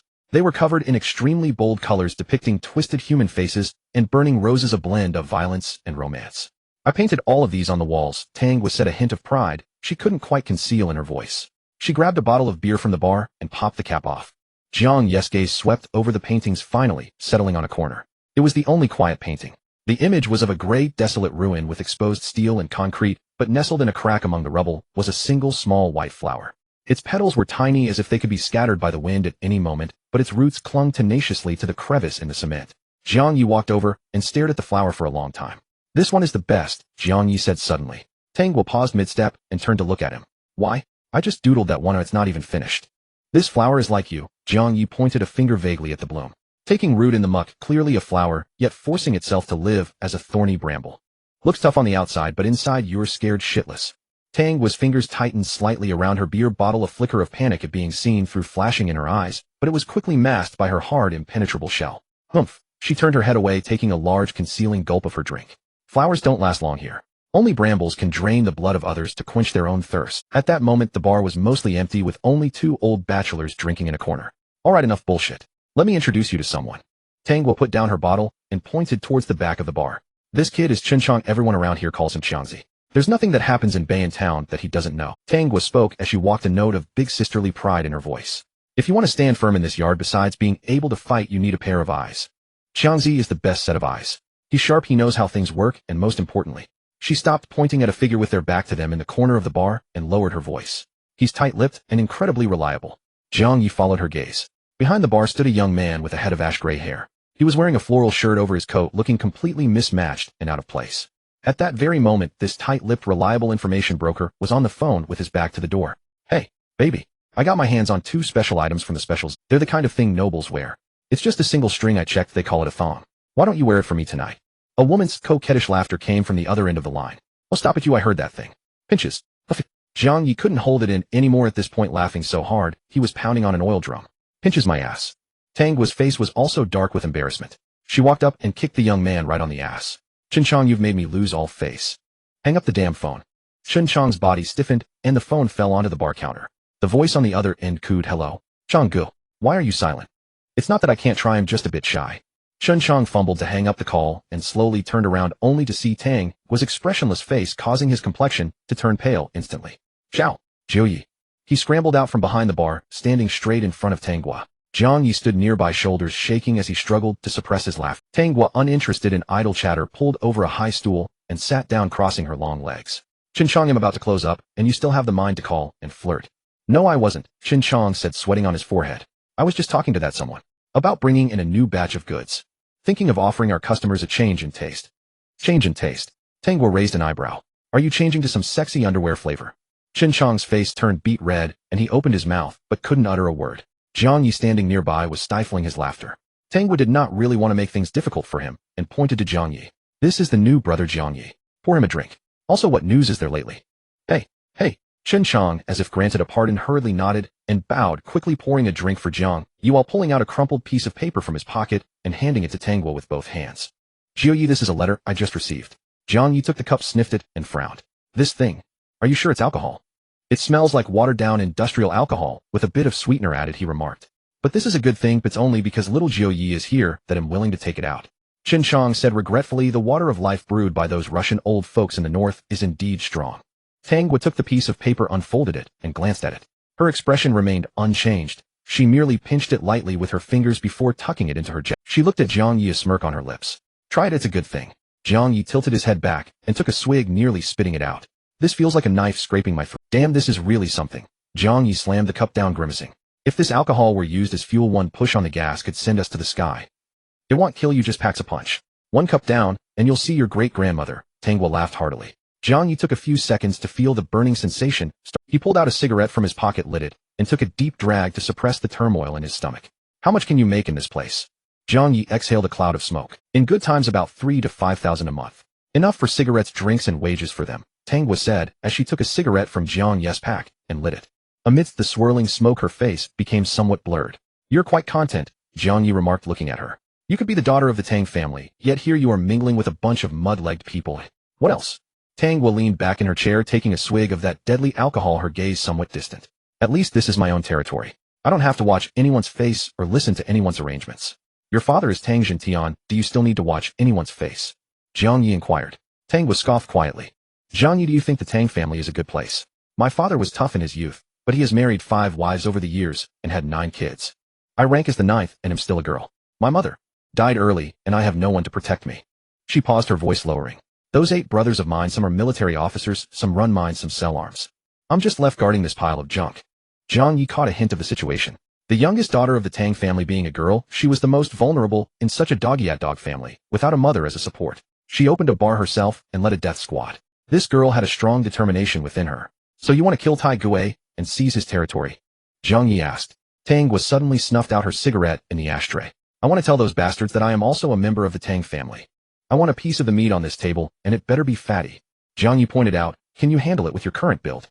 Jiang Ye pointed outside the door. The Heishui gang has fallen. Tai Gui's enemies will come after you. Your brothers will probably also eye this piece of fat meat. Then let them come. Tanghua's eyes flashed with a fierce light. Jiang Ye was quite familiar with such a gaze. Jiao, we are of the same kind. Tanghua was taken aback. We are all people who want to climb up from the mud. You want to be the one cutting the cake, but you lack a knife that is fast and fierce enough. Jiang Ye pointed at himself. From now on I will be that knife for you. I will chew on the hard bones for you. But there is one condition, I want a seat at the table. Tanghua stared at Jiang Ye for a full 5 seconds before suddenly bursting into a brilliant smile. Deal. Tanghua grabbed her glass and clinked it with Jiang Ye's cup. Clink. The crisp sound of impact echoed in the empty bar. Just as she was about to say something more, a deep rumbling sound approached from outside the bar, shaking the window. Not just one car, but a convoy. Tanghua's smile instantly faded as she walked to the door. One of the SUVs noticeably slowed down as it passed by Night Rose. The rear window slowly rolled down. Behind the glass was a refined face wearing gold-rimmed glasses, his hair neatly combed, looking out of place in this wasteland. He looked at Tanghua, who was standing at the door, his gaze lingering on her for 2 seconds before finally landing on Jiang Ye behind her. Then the window rose and the convoy accelerated away, kicking up dust. Tanghua squinted her eyes, watching the taillights of the convoy fade into the distance. My third brother has returned. The Tang family courtyard was packed full. At the front were several pitch-black off-road vehicles with bulletproof bodies, followed by a line of modified pickup trucks. Dozens of armed men were scattered across the yard. Some squatted by the wheels sharpening knives, while others leaned against heavy machine guns puffing clouds of smoke. This scene is livelier than the new year, Jiang Ye muttered under his breath. Tanghua didn't turn around. She reached up to straighten the collar of her leather jacket. Once we're inside, ignore those people. Jiao, or why not introduce me to your dear brothers? Jiang Ye stepped forward. Otherwise, if I get tipsy and accidentally crack one of my future brothers-in-law's skulls, that'd be quite rude. No need for introductions. Look, here they come. Who the hell is your future brother-in-law? Don't flatter yourself. Tanghua snapped back, reaching over to pinch Jiang Ye's waist hard, making him wince in pain. As they spoke, 2 groups descended the main building's steps. The one on the left wore a black trench coat, a cigarette pinched between his fingers. The one on the right, sporting gold-rimmed glasses and holding a string of prayer beads, chatted with a smile to someone beside him. Tanghua leaned close to Jiang Ye. The one on the left is 4th brother Tang Feng. He handles the arms business. His temper's like a powder keg ready to blow. That busted AK you guys used the other day, that was his friendly sponsorship. Oh, so he's the dear brother who supplies the gear. Jiang Ye raised an eyebrow. The one on the right. Tanghua's voice dropped. That's 3rd brother Tangwan. Big brother's own younger brother. He chants Buddhist scriptures and commits arson and murder. Neither interferes with the other. As they spoke, the 2 men approached. Hey, little sister's back. Tang Feng spotted Tanghua and strode over. 4th brother. 3rd brother. Tanghua stopped, her voice flat, but her body subtly shifted to shield Jiang Ye. Tang Feng reached them, blowing a thick cloud of smoke into Tanghua's face. I heard your suicide squad was wiped out before you took down Iron Ghost. Impressive, little 9. Filling pits with lives, your methods are darker than mine. Just lucky picked up the scraps. Tanghua waved away the smoke. Not like fourth brother who led over 30 men to deliver warmth and couldn't even get through the door with his machine gun red hot. Tang Feng's face darkened. 2 days ago his men had been beaten like dogs on the southern outskirts, returning with 3 corpses in the truck bed and the rest wounded. The convoy Jiang Ye had seen outside the Tang estate that day belonged to fourth brother's men. Tang Feng's eyes shifted, locking onto Jiang Ye. So this is the leader of that suicide squad. Jiang Ye. Jiang Ye showed no fear, grinning with a flash of white teeth. I heard you brought back Iron Ghost's head. Tang Feng snorted, turning to shout at his henchman behind him. See that? That's what they call luck. Our brothers fought tooth and nail, and a stray dog from outside scoops up the prey. Fourth brother, watch your mouth. Tang was gaze turned cold. He's my man. Your man, oi. Tang Feng stepped closer. Little sister, you're into this scrawny monkey. Besides that face, where's the meat on him? If you need a man, fourth brother can find you some real tough ones. Way better than this waste. The surrounding crowd burst into laughter. Jiang Ye's face remained expressionless as he stared at Tang Feng. In the pending development zone, being cursed at was nothing. But if you didn't respond, that meant backing down. And those who backed down didn't last long here. Fourth brother jokes. Jiang Ye suddenly spoke. I may be skinny, but I brought back Iron Ghost's head. Your men may be burly, but it seems only a few corpses returned. Everyone stared at this outsider. Slapping Tang Laosi in the face right in the Tang family courtyard. Does this kid have a death wish? Fuck your mother. You're asking for it. Tang Feng roared, reaching for his gun. Clatter. Tang Feng's men cocked their rifles in unison. The instant Tang Feng's hand touched the grip, Jiang Ye slightly crouched, lowering his center of gravity. His right hand slid toward his cuff almost imperceptibly. The folding knife had already released its catch. If Tang Feng's muzzle rose an inch, the blade would be at his carotid artery first. At that critical moment, a slender hand gently rested on Tang Feng's wrist as he drew his gun. Lao Si put the gun away. Tang Wen walked over with a smile, pressing down on Tang Feng's hand. Tang Feng's face flushed, red veins bulging on his wrist, yet he couldn't budge the gun an inch. Third brother. This little bastard's shitting on my neck.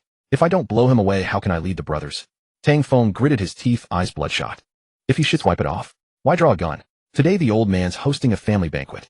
Are you trying to liven it up with the smell of blood? Tang Wen's voice was soft, but carried an undeniable authority. Put the gun away. Don't embarrass yourself. Tang Feng shot Jiang Ye a vicious glare, shook off Tang Wen's hand, and turned to leave. Fine. Little nine, you found yourself a good dog.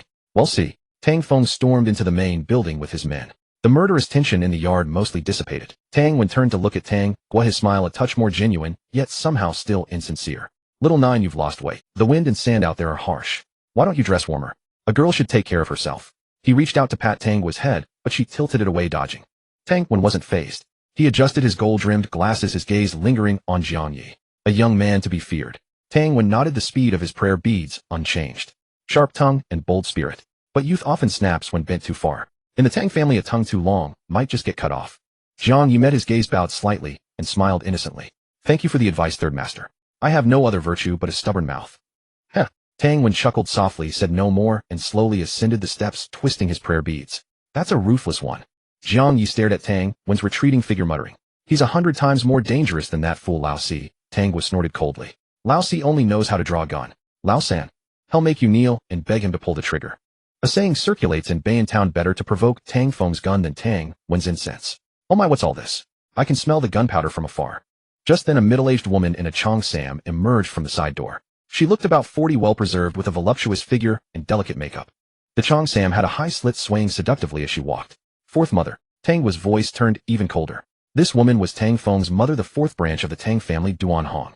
Duan Hong approached Tang Gua, looked her up and down, and smiled sweetly. Little nine, I heard you've done a great deed. Fourth mother is truly happy for you. Among the Tangs, you're the most accomplished. Thank you, fourth mother, for the praise, Tang Gua said expressionlessly. If there's nothing else, I'll head in. Oh, don't rush. Duan Hong reached out to stop her, shifting the topic. But still, fourth mother must say a few words. A girl should mind her image. Look at you, always hanging around these stinky men reeking of smoke and liquor. Is that any way for a proper lady to behave? As she spoke, her gaze fell on Jiang Ye. So this is the new young man. Quite handsome, a fine face. She covered her mouth with a light laugh. Little nine, you're not getting any younger. Stop running around all the time. Let fourth mother introduce you to some young masters from the special zone. Those are proper gentlemen. Tang Gua tilted her head, looking at Duan Hong, then suddenly smiled. Keep those special zone young masters for yourself. I'm not interested. Tang Gua grabbed Jiang Ye's arm, pressing her body against him. Her soft chest pressed into Jiang Ye's arm, and she deliberately rubbed against it. Jiang Ye froze, feeling the astonishing touch and elasticity on his arm. His Adam's apple bobbed. This. Was she taking it a bit far? I just love this stinky man. Tang Gua patted Jiang Ye's firm chest. Strong, durable, and skilled. As for you, fourth mother, you are getting on in years. Worry less. That foundation can't even hide the crow's feet around your eyes. Careful, or one day your face will be all wrinkles and Dad won't want to step into your room. You. Duan Hong's fake smile instantly froze. She trembled with rage, pointing at Tang was speechless. Let's go. Time to eat. I'm starving. Tang didn't even glance at Duan Hong's colorful expression. She dragged Jiang Ye toward the main building. Jiang Ye turned his head looking at the wild and spirited girl beside him and asked seriously, Hey Joa, how do you know I'm skilled? We've never tried it. If you're going to advertise for me like this, I'm under a lot of pressure. Tangwa halted, her ears reddening. She turned to glare at him. Get lost. I was just trying to piss off that old witch. Jiang Ye looked dead serious. No, really, I'm good at it. Back in the day. Get lost. Tangwa kicked him square in the butt. In the shadows behind them, Duan Hong glared at their retreating figures, pulling out her phone to send a message. Little bastard. Well, see. At the center of the main hall, a large redwood round table capable of seating 20 people was laden with hearty dishes. A glossy braised pork hock steamed base, and at the very center 2 plates of stir-fried greens, so vibrantly green, they seemed to glow, luxuries that could cost a life. Tang Jintian sat at the head of the table, flanked by Tang Wen and Tang Feng, with several core members of the Tang family seated in order. Third son, have the gambling dens of the Blackwater gang been cleaned up? Tang Jintian poured himself a cup of tea. Father, we've taken 2 of the 3 warehouses left by Iron Ghost, Tang Wen said, twisting his prayer beads with a gentle smile. As for the one on North Street is mine. Tang Feng took a drag from his cigarette. I've scouted the place. There's plenty of high-quality goods inside. Give me 3 days, and I'll feed them all to the fish in the river. Fourth brother, don't be too bloodthirsty, Tang Wen said slowly, picking up a napkin to wipe his gold-rimmed glasses. In this day and age, can you keep order without being bloodthirsty? Tang Feng shot him a sideways glance. Or should I chant a requiem before killing someone like you do, third brother? I also advise against touching North Street, said Cripple Chun, who sat beside Tang when his bad leg stretched out stiffly. That warehouse has ties to the Yuanshan Chamber of Commerce. Moreover, Iron Ghost's most valuable assets aren't the goods. It's the private salt trade and the underground gambling dens. Fourth brother, if you want them, they're yours. Cripple Chun was a brother who had followed Tang Jintian since their barefoot days, handling half of the Tang family's dirty work. He could calculate accounts to the second decimal and scheme so well that he could sell someone out and have them count the money for him. His deadliest skill was knowing his limits, who could be exploited and who was off limits. That gambling den is right on the edge of my turf anyway, taking it is only natural, Tang Feng snorted coldly. As for the Yuanshan Chamber of Commerce, if it comes to war, we'll see who has the bigger guns. In District 10, aside from human lives, we can't even produce a single screw. Everything has to be brought in from outside, Cripple Chun said with a sneer. There are hundreds of kilometers of no man's land in between, and we have to cross 2 warlord blockades. Other caravans have to shed 3 layers of skin to get through. But the vehicles flying the Yuanshan flag don't even need to open their trunks. Cripple Chun looked at Tang Feng, tapping his fingers on the table. Think about what that means. Tang Feng's face turned ashen as he viciously stubbed out his cigarette in the bone dish, grinding it down. The only sound in the hall was the crackling of burning charcoal. What about little sister? Amid the silence, Tang Wen suddenly shifted the topic, looking toward Tang Jintian at the head of the table. After all, she was the one who made the move this time. If we don't even give her a sip of the soup, word might get out that we're bullying a motherless child. Tang Feng slammed the table. A little girl who only knows how to run a rundown bar and hang out with thugs. What does she know about management? If we give her territory, can she even hold it? Tang Wen sighed, feigning helplessness. You're right. How about this? The cash in Iron Ghost safe, about 1500, and I'll add 500 of my own as a dowry for little 9. A girl's real business is to marry well. With a few words, the entire table had carved up the cake that hadn't even been served yet, licking the plate clean. As for the one who had snatched that cake back in their eyes, she was nothing more than a tool to be dismissed at will. Just then the door was pushed open. Tangwa and Jiang Ye strode across the threshold. Both had changed their clothes. Tang still looked like a delinquent girl, but her leather jacket was shinier, and her lips were as Jiang Ye wore a half-worn work uniform, his hair casually swept back to reveal a sharply defined face. Standing there, they looked less like dinner guests, and more like a pair of bank robbers fresh off a heist. Well, if it isn't our little 9, Tang Feng said with a sarcastic grin. Come on, sit down. We were just pooling together your dowry. Tangwa didn't even glance at him. She walked straight to the table, pulled out a chair, and sat down casually, pulling Jiang Ye into the seat beside her. This seating arrangement created a subtle tension. Everyone's gaze focused on Jiang Ye. Tang Wen nodded at him, while Tang Feng looked down his nose with a sneer. Jiang Ye, Tang Jintian said, raising a hand. Help yourself to the food. We're all family here. No need to be formal. Thank you, Master Tang. Jiang Ye didn't stand on ceremony. His chopsticks were already reaching out before his backside hit the chair. He picked up a large piece of tendon-laden braised pork and stuffed it into his mouth. The meat was perfectly stewed, tender and flavorful, 1,000 times better than the rat meat had gnawed on in the ruins. Brother Jiang is truly remarkable, Cripple Chun said with a hearty laugh. Charging into the Blackwater gang's lair alone and bringing back Iron Ghost's head. Such courage, TSK. Just lucky, Jiang Ye mumbled through his mouthful of meat. It wasn't just luck, Tang Wen interjected. Your skills are even fiercer than some of our old Tang veterans. Jiang Ye swallowed the meat and looked up at Tang Wen. The words sounded like praise, but they were actually a trap, setting Jiang Ye up to be roasted over the fire while stepping on the others, especially Tang Feng, whose face was now dark with anger. Tang Jintian also smiled, turning to Jiang Ye. Jiang Ye, fourth brother, was just upset about the Iron Ghost business. Since we're all family, why don't you offer him a toast? Everyone's eyes fell on Jiang Ye. A toast? This was meant to make Jiang Ye bow his head. Iron Ghost was killed by Jiang Ye, fourth brother couldn't claim the prize, but now Jiang Ye had to toast and apologize. This was a message to everyone: you may have earned merit, but in the Tang family you're still a dog who must obey its master. Jiang Ye stared at the full glass of strong liquor before him, then at Tang Feng's defiant face. Under the table a small hand grabbed his wrist. Tang's voice was low and urgent. Don't act rashly. Endure it. Once we divide the territory, we'll settle the score. Jiang Ye gently patted the back of Tang, whose hand stood up, and raised his glass. Tang Feng's grin widened. He leaned back in his chair, crossed his legs, and waited for Jiang Ye to come over and offer the toast. Jiang Ye walked up to Tang Feng and raised his glass. Fourth master, this toast I raise it to. Tang Feng grunted and lifted his own glass. You know what's good for. Before he could finish, Jiang Ye flipped his wrist and poured the liquor directly onto the charcoal brazier. Sizzle. Flames shot up half a meter, filling the air with the smell of alcohol. What the hell? You're asking for death. Tang Feng drew his pistol, clicked off the safety, and aimed the dark muzzle directly at Jiang Ye's forehead. Toasting the dead is tradition, out-toasting the living is favor, Jiang Ye said without flinching. He even stepped forward, pressing his forehead against the gun barrel. This favor I earned with my life, and you have to earn it with your skill. I dare not offer this toast now. I'm afraid you can't bear it. Everyone at the table was stunned. Tang Feng stood frozen for a full 3 seconds before realizing the kid was publicly mocking him as if he were dead. Damn it. Tang Feng roared in fury, his finger tightening on the trigger. You little bastard, I've been too nice to you. In Bayan Town there's no toast I Tang Lao Si can't accept. He'll blow your brains out right now. Don't move. Tang was shot to her feet, a silver revolver appearing in her hand, its barrel aimed directly at Tang Feng's brow. Fourth brother, if you dare touch him, he'll blow your head off. Now it's getting lively. Tang Feng pointed at Jiang Ye, Tang Gua pointed at Tang Feng, and the surrounding henchmen all raised their guns in a clamor. Lao Si Xiaojiu, sit down. What kind of scene is this, drawing weapons against family? Father, this brat. Tang Feng was unconvinced. I told you sit down. Tang Jintian's tone grew heavier.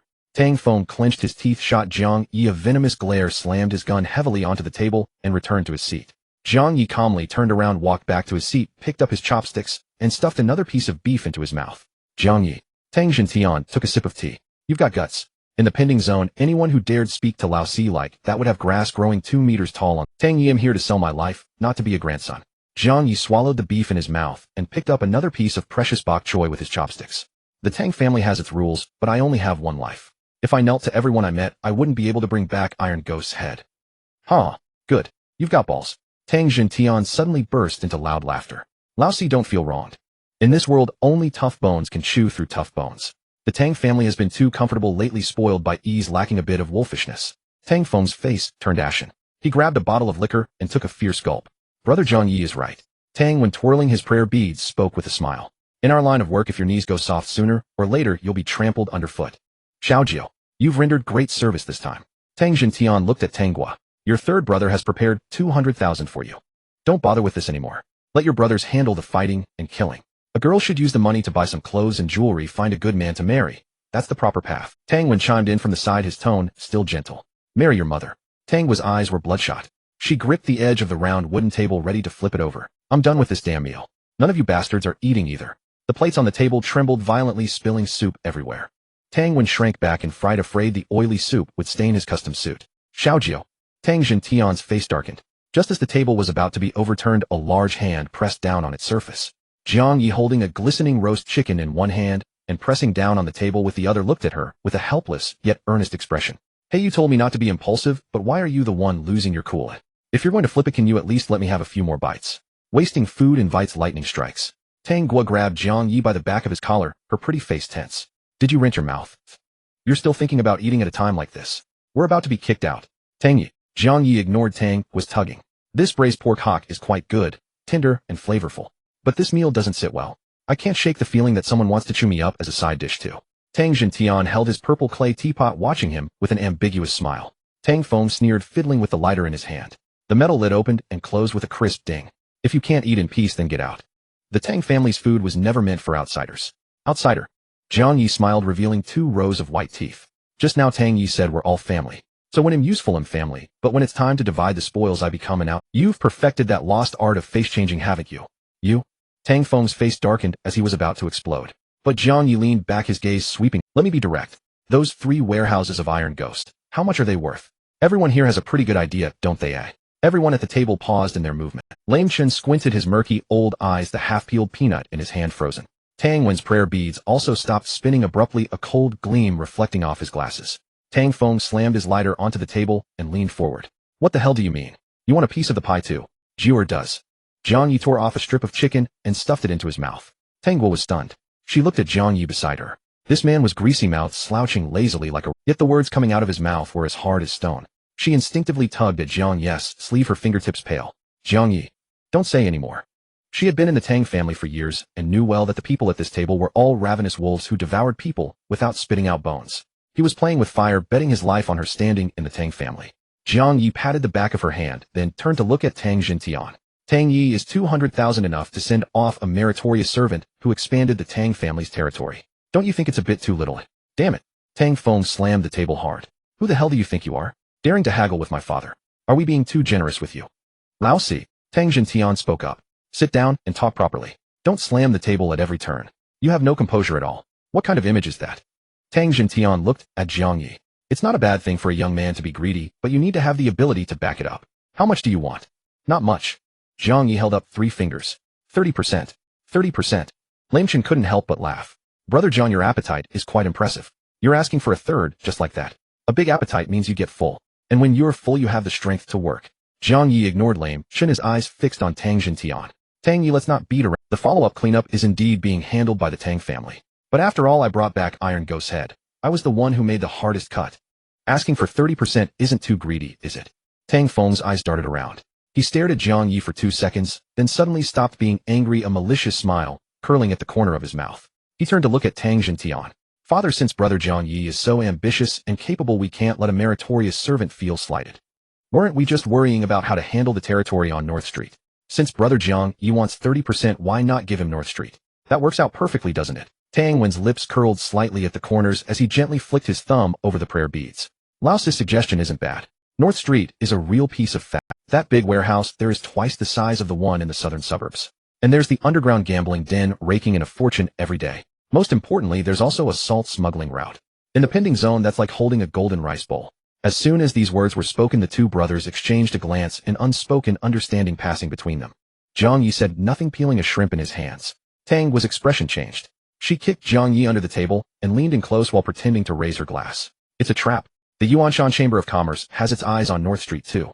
Iron Ghost only held it by being their lapdog. Jiang Ye's hands didn't stop peeling the shrimp, but his gaze grew darker. The situation was clear now. Whoever took over would have to face the Yuanshan Chamber of Commerce Heathen. They were using him as a pawn to probe the chamber's limits. If he succeeded, the Tang family would reap the benefits. If he failed, Jiang Ye would die, and the Tang family would lose nothing. Those damn Tang brothers. Their abacus beads were practically bouncing off his face. You were so cocky just now, talking about having a big appetite. What now, you don't dare to take a bite? Tang Feng lit a cigarette and took a deep. Tang Jintian remained silent. This was tacit approval. He allowed his children's open and covert struggles. It was the Tang family's survival rule. A wolf pack doesn't raise the weak even among its own blood. North Street. Jiang Ye repeated softly, placing the peeled shrimp into Tang Guo's bowl. A warehouse, a gambling den, and a salt smuggling route. Sounds good. Jiang Ye turned to look at Tang, was suddenly breaking into a grin. He'll take this job. Low laughter rippled through the hall. Mocking glances, eyes that already saw a dead man. Lame Chen shook his head, as if lamenting the fall of a young man. Tang Guo looked at him, her lips moving, a complex gleam flashing in her eyes. Both worry and an indescribable tremor. Good. Tang Feng laughed heartily. You've got guts. I admire a fearless man like you. Lame Chen shook his head with a smile and took a sip of wine. Xiao Jiu, you found yourself a tough nut. The table erupted in laughter, the atmosphere turning somewhat ambiguous and coarse. Jiang Ye grinned, not refuting, but simply clasped his fists toward Tang Jintian. Then ill-thanked Tang Ye in advance. Brother Jiang Ye, eat up. Tang Wen said with a smile. Once you're on North Street, you won't have such leisurely days.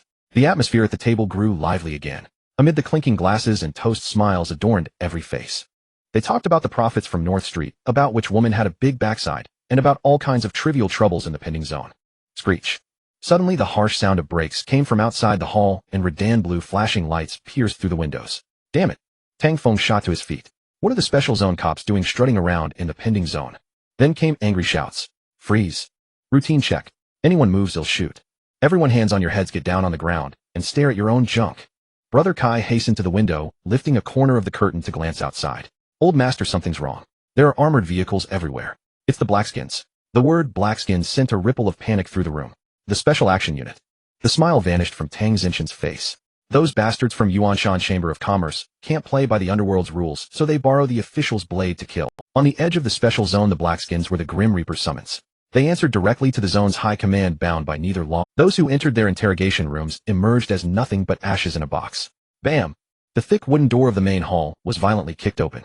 A dozen armed men in black combat suits and full tactical helmets filed in, wielding police submachine guns. Before anyone could react, red laser dots had already locked onto their foreheads. Rat-a-tat-tat. The leading officer raised his muzzle and fired a burst into the ceiling. The crystal chandelier shattered over the table, glass shards raining into the feast. Click, click, click. The measured sound of leather shoes echoed. A man in a long trench coat strode in, a piece of paper in hand. His gaze swept the hall before settling on Tang Xintian. Old Master Tang, disaster looms, and you still have an appetite. The man smirked. Tang Xintian remained seated, clutching his purple clay teapot, without spilling a drop. The older the ginger, the spicier it is, though his heart raced, his composure held. Director Liu, bringing so many brothers to crash my Tang residence late at night. What is the special unit short on funds, and turning to burglary? No, I'm here to enforce the law. Director Liu sneered, slapping an arrest warrant onto the table. Someone reported the Tang family for murder and illegal arms possession. Who killed Iron Ghost? Step forward willingly and come with me and save everyone the embarrassment. This is the pending development zone, a lawless land. Tang Feng shot to his feet, his chair screeching across the floor. Aren't you special zone folks overreaching? Where were you when refugees froze or starved to death? And now you come talking about law. Tang Feng wanted Jiang Ye dead. That was family business, an internal feud. But the special unit's arrest was a slap to the Tang family. In this courtyard, infighting was allowed, but against an external enemy, they must draw swords. This was the foundation of the Tang family's survival. Fourth, Tang Xintian called calmly. Dad, they're practically spitting in our faces. Tang Feng gritted his teeth, his hand already on the holster at his waist. Times have changed, fourth young master. Director Liu's tone was gentle, like scolding a wayward schoolboy. We didn't oversee this area before, because higher-ups hadn't found the time. Now this land is slated for development, a whole new set of rules. What is the Tang family ready to openly defy the law? As his words fell, 4 officers behind him cocked their rifles, the crisp metallic clicks echoing through the hall. Lame Chun, wearing a humble smile, hobbled forward, pulling a gold card from his chest. Using his body as cover, he tried to slip it into Director Liu's pocket. Director Liu, calm down, calm down. Lame Chun grinned like a withered chrysanthemum. The fourth young master has a hot temper. We all know the rules around here, just a little misunderstanding. Take this tea money to warm up the brothers. Director Liu raised an eyebrow at the gold card, but didn't take it. He reached out and lightly patted Lame Chen's cheek. Slap, slap, utterly degrading. Cripple. Director Liu pulled a white handkerchief from his pocket, wiped the hand that had touched Lame Chun, and tossed it to the ground. Your gold card can't buy the special unit's respect. Lame Chun froze, his prized, worldly wisdom, rendered a joke before the absolute machinery of violence. Director Liu shows some mercy, paths crossing. Tang Xintian took a deep breath, pulled out a satellite phone, and dialed a number. Do me a favor, let me call my eldest. The Tang family's eldest son, Tang Zhan, colonel of the 1st War Zone's 3rd Regiment, commanding 2,000 armed regulars. If the call went through, even a single word could break tonight's deadlock. Silence fell over the hall. Everyone's eyes were on the satellite phone. Director Liu stood still, hands in his pockets, a mocking smile on his lips. Buzz. Buzz. 10 seconds. 20. 30. No answer. Tang Xinshan's face changed to a bead of cold sweat trickled down his temple. He dialed again. Still no answer. Tang Xinshan's complexion visibly drained, the hand gripping the phone trembling slightly. This was an extremely dangerous signal. Either the eldest was already under control, or the Tang family had been cast aside by the higher-ups. Third brother Tang, when adjusted his glasses, his eyes behind the lenses turning cold and calculating. Tang Feng looked at him, but only saw a slight shake of his head. The message was clear: sacrifice the pawn to save the king. Save it, old Master Tang. Director Liu stepped forward with a sneer. This operation is a direct order from the special zone government. Even if your son were a division commander tonight, he'd be deaf and blind. He leaned in, staring at Tang Xinshan's aged face. If I don't take someone tonight, the armored vehicles outside will flatten this courtyard. How many shells do you think your little fortune can withstand? At the table, the Tang family core members, who had been red-faced over territory, now hung their heads, counting glass shards in their bowls. Staking the Tang family's decades of legacy on a newcomer like Jiang Ye. The math didn't need calculating. At the second floor railing, a pair of hands with bright red nail polish rested lightly. Duan Hong, wrapped in a thick robe, stood in the shadows, watching below. She looked at the round table under the officers' guns and slowly curled her lips. As long as Jiang Ye was taken away dead or crippled, that variable was gone. As for the Tang family's face, that was Min's business, as she only cared about her son's position. I killed him. Tang was shot up from her chair, her beautiful eyes bloodshot. 2 black rifle muzzles instantly swung to lock. Shut up. A greasy hand grabbed her wrist. 9, don't steal my spotlight. I'm not dead yet. No woman takes the fall for me. I'm Jiang Ye. That head was chopped off by me. Jiang Ye stepped in front of Tang, was shielding her from the officer's guns. He knew that if he didn't step up, Tang Jintian would throw him out regardless. The difference was between acting and being acted upon. A voluntary confession at least earned a clean end. Being pushed out meant being used like a rag tossed in the trash and trampled on. At his words, the Tang family members at the table were stunned. They hadn't expected this kid to jump forward and take the blame. Director Liu sized up Jiang Ye. Work clothes crew cut a ruffian air, looked like a street punk. You killed him. Director Liu laughed disdainfully. With that malnourished frame of yours. Don't tell me you're a scapegoat. You can try me. Jiang Ye leaned forward slightly. The surrounding officers immediately raised their guns at him. Kid, a few days in the pending development zone, and you think you're tough. Director Liu walked up to Jiang Ye, less than half a meter between them. His eyes turned cold, and without warning he struck. A vicious grappling move aimed at Jiang Ye's throat. If that move landed, his larynx would shatter on the spot. Jiang Ye, instead of retreating, advanced. His intact right hand shot out like lightning, seizing Director Liu's wrist. Two forces collided in midair with a loud bang. A smile still lingered on Jiang Ye's face, but the veins on his temples bulged. Not only was he not pushed down, but he had also withstood Director Liu's force. Sir, not much strength in your grip, kidney deficiency. Jiang Ye lowered his voice, so only the two could hear. If you're weak, eat more kidneys. Stop messing around all day. Director Liu felt a piercing pain in his wrist. He jerked his hand away and stepped back half a pace, leaving a ring of bruises on his wrist. Behave yourself. The captain in black beside him immediately swung his rifle, but smashing it hard against Jiang Ye's forehead. The heavy blow landed solidly. Jiang Ye grunted, his body swaying. Blood instantly burst from his forehead, streaming down his brow and blurring one eye. But he gritted his teeth and didn't fall, not even bending his knees. Tough bones, Director Liu said, adjusting his sleeve to hide his earlier embarrassment. Since you voluntarily confessed, that makes things easier. Take this kid away. The rest. Seal off the Tang family compound. Without my orders, not even a fly gets out. Tang Feng couldn't hold back and was about to rise. Old Fourth. Sit down. Tang Jintian slammed the table hard. Though the Tang family were lords in Bayan Town in the eyes of the big shots from the special zone, they were merely slightly more robust ants. Facing official power at this level, a direct confrontation meant certain death. Several officers rushed over and clamped electronic shackles onto Jiang Ye. The electronic shackles clicked onto Jiang Ye's wrists and ankles. Wearing these, any attempt to flee would instantly release a high-voltage electric shock. Jiang Ye. Tang Guo was frantic, struggling desperately to rush over, but Brother Kai held her arm tightly. Miss, bear with it, I beg you. Brother Kai was sweating profusely, his voice urgent. If we act now, the entire Tang family will be buried with us. Uncle Kai, let me go. I have to save him. Let me. Tang Guo cried out, tears streaming down her face, ruining her delicate smoky eye makeup. Black tears trickled down her cheeks. She had lived in the Tang family compound for 22 years, enduring countless schemes and cold-bloodedness. No one except her deceased mother had ever protected her like this. No one had ever stood before her willing to go to jail or die for her words. Now a man who dared to shield her from bullets had just appeared and was about to be taken away. Jiang Ye dragged the heavy shackles, creating a clanking sound. At the main gate, he paused and looked back. The officers nearby were about to shove him, but when they met his bloodshot glare, they instinctively shrank back. He gazed at the untouched feast on the table and the crowd of scheming. Jiang Ye suddenly smiled. Raising his shackled hand, he pointed at his left arm toward Tang Jintian. Master Tang, keep that stone you dug out of my flesh safe. Tang Xinshan's eyelid twitched violently. Jiang Ye's word struck him like a slap. Taking a man's blood money, then betraying him. This deal was utterly despicable. Finally, Jiang Ye's gaze fell on Tang Guo, her eyes red. The arrogant punk girl cried like a child who had lost her beloved toy. He suddenly smiled brilliantly with the carefree spirit of an old rogue from the planning zone. Jiwer, don't cry. Your makeup's ruined and you won't be pretty. He raised his shackled hands and gestured in the air toward Tang Guo's face, as if wiping away her tears. Master Tang, this meal was my treat. Remember to pay Jiwer back. Don't let her go hungry. Jiang Ye dragged his heavy shackles out the gate and into the swirling snow. At that moment, his battered silhouette seemed more manly than all the impeccably dressed people inside. Brother Kai, watching the figure, felt a lump in his throat and cursed under his breath, damn, that kid's got guts. Upstairs, Duan Hong turned back to her room and gently closed the door. She walked to the vanity, picked up an eyebrow pencil, and hummed a snatch of opera while carefully shaping. This is life's unpredictability, never expected reunion tonight. The lyrics were plaintive, contrasting sharply with the chaos. Jiang Ye was shoved out the gate with his hands pinned behind him. Outside, the henchmen of the Tang family's core members were squatting in rows like quails. Dozens of infrared dots danced over their heads. No one dared look up or make a sound. Get in. A rifle but struck his back, and Jiang Ye stumbled as he was shoved into a special heavy-duty transport vehicle. The iron door slammed shut, sealing out the wind and snow. The compartment had no windows, only a dim yellow explosion-proof light above flickering with the vehicle's jolts. Jiang Ye sat on the cold iron bench, his hands and feet locked in electronic shackles. Two fully armed officers sat opposite him, their eyes cold behind their masks, their gun safeties off. The convoy slowly pulled out of the Tang family compound. Director Lu, sitting in the lead vehicle's backseat, lit a cigarette and dialed a satellite phone. A middle-aged man's voice answered. Chiefly, we've got the man, Director Lu said, exhaling smoke. Someone's taken the fall for the Iron Ghost. A kid named Jiang Ye, a new thug for the Tangs. Tang Jintian didn't even dare to fart.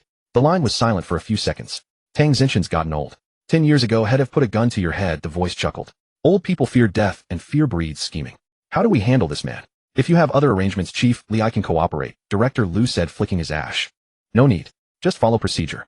We're all about rule of law now. Chief Li laughed, then shifted tone. Oh, your wife had good luck today. She found 5 gold bars on the street. Director Lu paused, then smiled. Is that so? Well, that's a blessing from heaven. Keep up the good work. There'll be more to find, Chief Li said, and hung up. Director Lu leaned back in his seat, watching the dilapidated street scenes flash by, and hummed a tune. At the Tang family compound's main hall, a satellite phone suddenly rang. Tang Jintian grabbed it, glanced at the caller ID, and his aged hand trembled visibly. Xiaozhan. He took a deep breath, pressed the answer button, and his voice instantly became steady and powerful. Dad, came Tang Zhan's voice. Have those mad dogs from Special Division 1 left? They just left. Tang Jintian surveyed the messy dining table. Who did they take? Third brother. Or fourth brother? Tang Zhan's voice rose. If they took one of our own, it'll mobilize a battalion right now. Neither. Tang Jintian glanced at the empty chair where Jiang Ye had sat. A new outsider. He volunteered to take the fall. A new one. The line paused for 2 seconds, then came a relaxed laugh. Huh. That's fine then. An outsider's loss is nothing. As long as our Tang family is safe. Tang Zinchen's tense shoulders relaxed as he leaned back. Will this affect you? I'm fine. Special Division 1 is just going through the motions, giving the Yuanshan Chamber of Commerce a way out. As long as it's not a Tang, this matter's closed. I can maneuver with the higher-ups. Oh, Dad, one more thing. Prepare money and grain. As much as possible. Tang Zhan's voice dropped. What are you planning? Tang Jintian frowned. The 10th district is about to change, Tang Zhan said excitedly. The big shot behind me is about to make a major move. The documents are already in process. Bayan Town will be incorporated into the 10th district's planning zone, establishing the new Bayan district. A new district? Tang Zinchen's pupils contracted slightly. Exactly. From now on, Bayan Town won't be a lawless mud pit anymore. Tang Zhan said, the refugees have a new identity called electors. That big shot needs legitimate votes to ascend. He needs public opinion. What our Tang family must do is help him collect the votes from the people. Once this step is steady, there will surely be a seat for our Tang family in the District 10 Council. Then we'll no longer be local landlords or warlords, but a family of... This is the real chance to wash our hands clean. Good. Tang Zinchen's fingers gripping the phone turned white, with strain, his voice low. He'll make the arrangements. I have to go now. I still have a task. Drive the refugees from the north into town. More people mean more votes. The call ended. Tang Jintian put down the phone, his face regaining that calm demeanor of one in control. He picked up his teacup, blew on the floating leaves, and took a sip. Did you all hear that? Tang Jintian looked around at everyone. The matter is settled. Tang Feng let out a long breath, grabbed a bottle, and took a big gulp. Damn, that scared the hell out of me.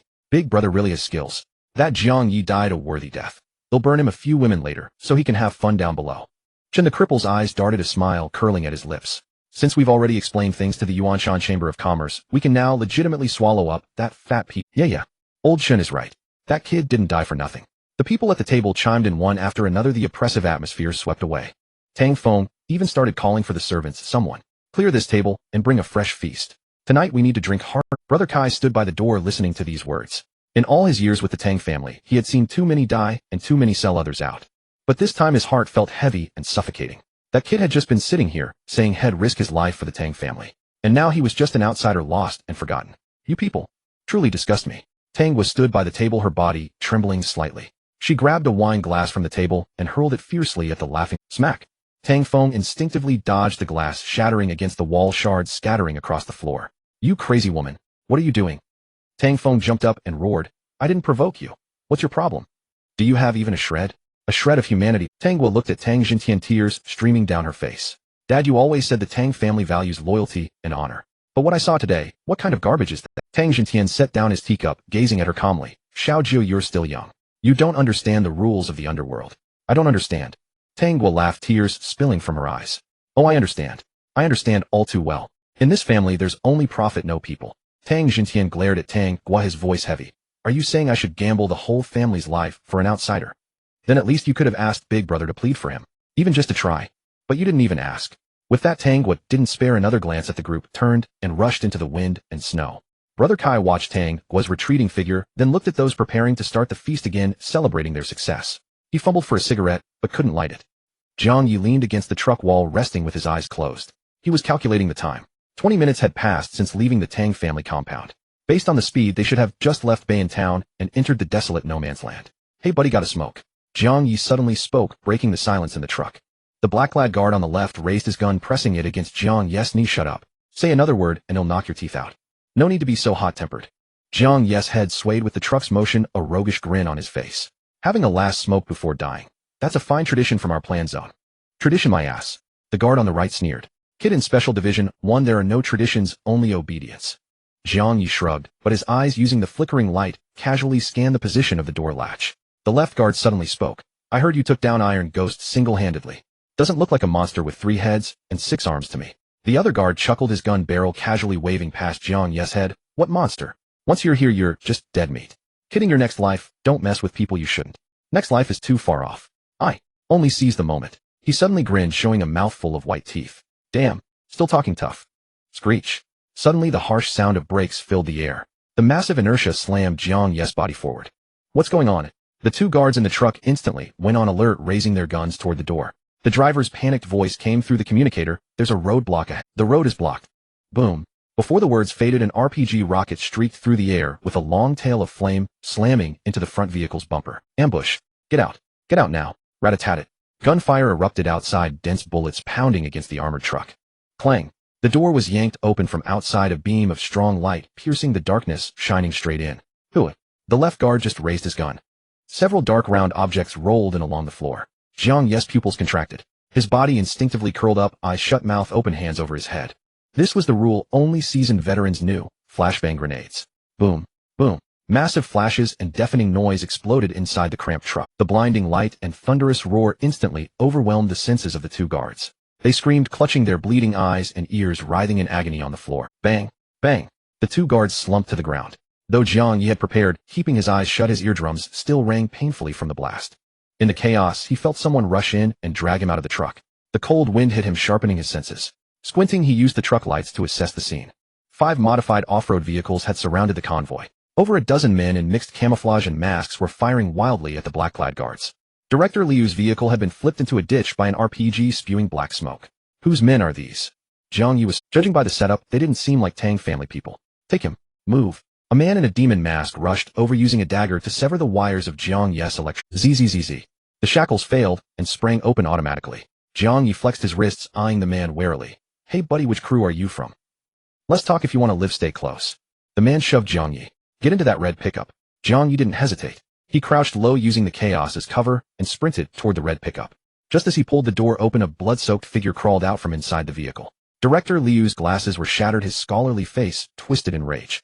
He raised a large-caliber pistol, aiming at Jiang Ye's back. You little bastard, die. Bang! Gunfire bloomed in the dark of night. The gunshot rang out, but it wasn't Jiang Ye who fell. In the split second before Director Liu pulled the trigger, a screech of tires tore through the wind and snow. With a thunderous crash, the vehicle smashed through the barricade, executing a violent drift that brought it to a halt between Jiang Ye and the gun's muzzle. Before the car had even fully stopped, the driver's door was kicked open with brutal force. As a tactical boot pressed down on the running board, the first thing that caught Jiang Ye's eye was a ghastly, sinister mask of the demonic deity, pale and twisted. Immediately after, a double-barreled shotgun, fitted with a full choke, was thrust out. This modification was crude, yet effective. The full choke ensured the scattering buckshot maintained high density upon leaving the barrel. At close range, it wasn't a gunshot, it was a cannon blast. Go check IDs in hell, you idiot. A cold sneer came from behind the mask. The gun barrel aimed at Director Liu. The fingers squeezed the trigger. Boom. This shot was a point-blank full-power discharge. Dozens of scorching lead pellets struck Director Liu's upper body squarely the instant they left the barrel. That elite officer from the special zone, once so arrogant, didn't even manage a scream. His upper body exploded like a rotten watermelon. Red and white splattered everywhere. The corpse flew backward 3 or 4 meters, nerves still twitching reflexively, but the head was gone. Jiang Ye squinted at the figure in the driver's seat wearing the demonic mask. Get in. What are you gawking at? Waiting for me to collect your corpse. A slightly husky female voice came from beneath the mask. Jiang Ye grinned, pulled open the door, and jumped in. This woman was so stunningly cool, it made one's legs weak. I thought Master Tang had sold me out. Was just figuring out how to curse him in my dreams from down below. Jiang Ye shut the door and let out a rough breath. The old man might be losing his wits, but his daughter isn't blind yet. Tangor ripped off the mask, revealing a face smudged with smoky eye makeup. The black eyeliner had smeared like 2 trails of tears, yet it made her gaze even more ferocious. This beauty-loving girl hadn't even had time to wipe her face clean, charging over just as she was. In the unzoned territory, if I Tangwa set my sights on a man, even the king of hell himself must first ask for my gun's permission. She casually tossed the mask into the back seat, shifted gears, and floored the accelerator. The pickup truck kicked up a storm of snow and burst through the encirclement. Rat-a-tat-tat. Jiang Ye saw through the window that the dozen or so men wearing the same masks weren't lingering to fight. They moved in teams of 3 covering each other. Their automatic rifles were fired with precision, all short bursts, specifically suppressing the black-clad agents trying to crawl out of the armored vehicles. Retreat. Covering fire. The leading man gestured. The rest leaped into off-road vehicles and tossed several smoke grenades onto the road. White smoke billowed, obscuring vision. The entire process from the crash to the withdrawal took less than 3 minutes. Clean, sharp, professional. The standard caliber of old-timers from the no man's land. These brothers are also from the Tang family. They seem way better than those useless guys under Fourth Master. Jiang Ye pointed at the convoy still providing cover in the rear. Those are my own people. Tang was steered with one hand, executing a beautiful drift on the road, while the other fished a crushed cigarette pack from her pocket. In the Tang family, if you don't have your own trump cards, you'll be eaten alive sooner or later. Jiang Ye turned to look at this woman, feeling an indescribable sensation. The window was half open, and the gale rushed in, tousling her dip-dyed long hair. At this moment, she was no longer the pampered young lady who masked her fragility with foul language, but a true desperado. This woman was wilder, tougher, and more intriguing than he had imagined. What are you staring at? Never seen a beautiful woman kill someone. Tangwa felt flustered under his unabashed gaze. She placed a cigarette between her lips and leaned over to reach the lighter on the dashboard, but the bumpy road caused her to miss. A large scar-covered hand picked up the lighter and extended it. A flame flickered in Jiang Ye's palm, held steadily to her lips. Sizzle. The flame ignited. Tangwa paused, then lowered her head and took a deep drag from his hand. Illuminated by the firelight, their faces were so close that Jiang Ye could see her long, upturned eyelashes and the faint, still damp tear stain at the corner of her eye. Tangwa inhaled deeply. The smoke was carried away by the wind, carrying a faint minty scent, her signature fragrance. Kid, you're pretty warm. You saved my life. We'll owe you a lifetime. Jiang Ye withdrew his hand. From now on, even if you need my heart to warm your hands, I won't hesitate. Smooth talker. Tangwa's face flushed slightly, but her fingers unconsciously tightened on the steering wheel. If you really feel indebted, then live well. Don't die before. Where are we going now? Somewhere exciting. Tangwa jerked the steering wheel, and the car veered off the highway onto an even more. The Yuanshan Chamber of Commerce wants to play, huh? Then let's give them a good game. She pulled out the note Chen Chong had given her. Yuanshan abandoned chemical plant transaction. Jiang Ye held the note, watching the barren wilderness recede rapidly outside the window. The wind and snow grew fiercer, the road ahead pitch black. But from this moment on, he had transformed from a homeless stray dog into a wolf with a pack. Got another smoke. Jiang Ye's throat felt dry as he crushed the empty pack. Tangwa took the cigarette, still bearing her lipstick print, and shoved it between Jiang Ye's lips. Her fingertips brushed against his lips, carrying a slight chill. Just this one. Make it last. Take 2 puffs and give it back. Jiang Ye unceremoniously bit down on the cigarette, right where her lips had been moist and warm. He took a deep drag. The harsh smoke filled his lungs, and the residual warmth from the filter and the sweetness of her lip balm were surprisingly intoxicating. Does this count as an indirect kiss? Jiang Ye blew out a smoke ring, licking his lips with relish. If this is the treatment, every time I go poke a hole in the sky, screw your benefits. Tangwa cursed, but couldn't help the upward twitch of her lips, revealing a sharp little canine tooth. I'm warning you, if you lick that mark, so your mouth. The pickup truck stopped beneath an abandoned wind turbine. This was the windward side of the 10th District's outskirts, where it blew a gale for 300 days out of 300. Jiang Ye pushed open the door and jumped out. The moment he steadied himself, a fierce gust pushed him back half a step. He stomped his feet and looked at Tangwa leaning against the hook. How did you get out? Jiang Ye suddenly asked. What? You think a delicate thing like me should be locked in my boudoir, crying? Tangwa chuckled softly, toying with her cigarette. I told those black suits that I got my period, a hemorrhage, blood running down my thighs. If they didn't let me go deal with it, I'd drop my pants for them to check. Jiang Ye froze, then burst into booming laughter, laughing so hard his reopened wounds shook. Huh. Damn. That excuse. Only you could come up with that. When his laughter subsided, he wiped the corner of his eye, and suddenly his expression turned serious. The Tang family compound should be locked down tighter than a drum right now, right? Did someone let you out? Tangwa stared at Jiang Ye for a few seconds, then also smiled, a bitter tint to it. Kid, if your brain spins too fast, you'll go bald. Actually, I was let out. She smoothed back the stray hairs at her temple, her voice dropping low. It was fourth brother. Tang Feng. Jiang Ye was somewhat surprised. Yes, Tangwa smoothed her wind-tousled hair. He's shrewd. The old man can endure for the sake of the bigger picture. But if we stay still, soon anyone will think they can trample all over the Tang family. Aren't you afraid? Jiang Ye asked. Tangwa lifted her head, gazing at the pitch-black night sky. Anyway, I'm just a tool for a marriage alliance. Someday my father will hand me over to some tycoon or a warlord's idiot son. She took a deep breath, then turned to Jiang Ye, her gaze chilling. Rather than wait to be sold off, rather carve out my own path to survival. I'll seize my own way out. Jiang Ye looked at Tang, a complex feeling stirring within him. This woman had risked her own life to save him. That unyielding spirit in her was just like the wild rose in her painting growing from the cracks of rubble. Thorny, bloodied, yet breathtakingly beautiful. Jiang Ye said in a low voice. The people from Special Division 1 are dead. They won't let this go. I know, Tang flicked her cigarette ash. But if I hadn't saved— Why, oi? Jiang Ye stared at her, his gaze intense. I'm just an outsider. Was risking your life for me worth it? Tang averted her eyes, looking into the distant darkness. All these years in the Tang mansion, I've been alone, she said softly. No one protected me. No one helped me. She turned back, meeting Jiang Ye's eyes again. You're the first person willing to take a bullet for me. Jiang Ye's heart jolted. He suddenly reached out, pulled her shoulder, and drew her close. From now on, just say the word, and it'll tear down even the Golden Throne Hall with you. Tang's body stiffened for a moment, but she didn't push him away. She could feel his heavy breath and that long mist reassuring warmth. She closed her eyes, greedily absorbing this warmth, more precious than diamonds in this wasteland. A few seconds later, that cigarette, but was really sweet. Jiang Ye whispered near her ear, his warm breath brushing her earlobe. Next time, how about a strawberry flavor? Get lost. You sicko actually licked it. Tang jabbed her elbow into Jiang Ye's ribs, making him wince in pain. In the darkness, her cheeks burned hot. In the wind and snow, two lone wolves stood side by side. In the distance, car headlights tore through the darkness, the roar of engines growing closer.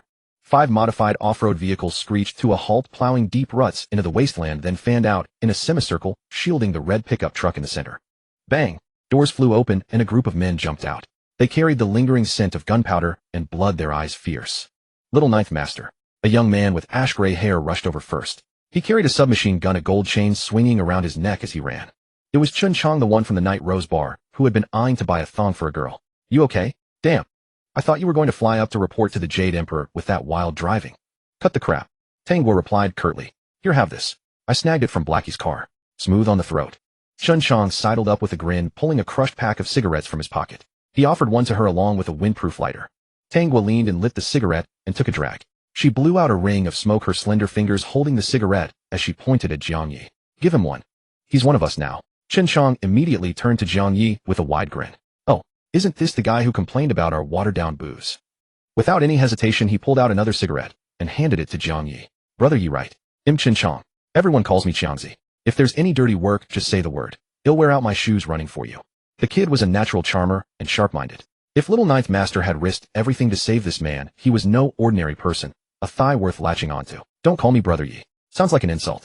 Just call me Brother Jiang. Jiang Ye took the cigarette and tapped it against the car door. Sure. Whatever you say, Brother Jiang. Chun Chong quickly corrected himself and lit Jiang Ye's cigarette. Brother Jiang, you're a legend, taking down Iron Ghost all by yourself. From now on, you're my real brother. All right, save your energy. Jiang Ye patted his shoulder, smirking. By the way, did you buy that thong yet? Take my advice. Those ones with beads chafe when you run. Most girls can't handle them.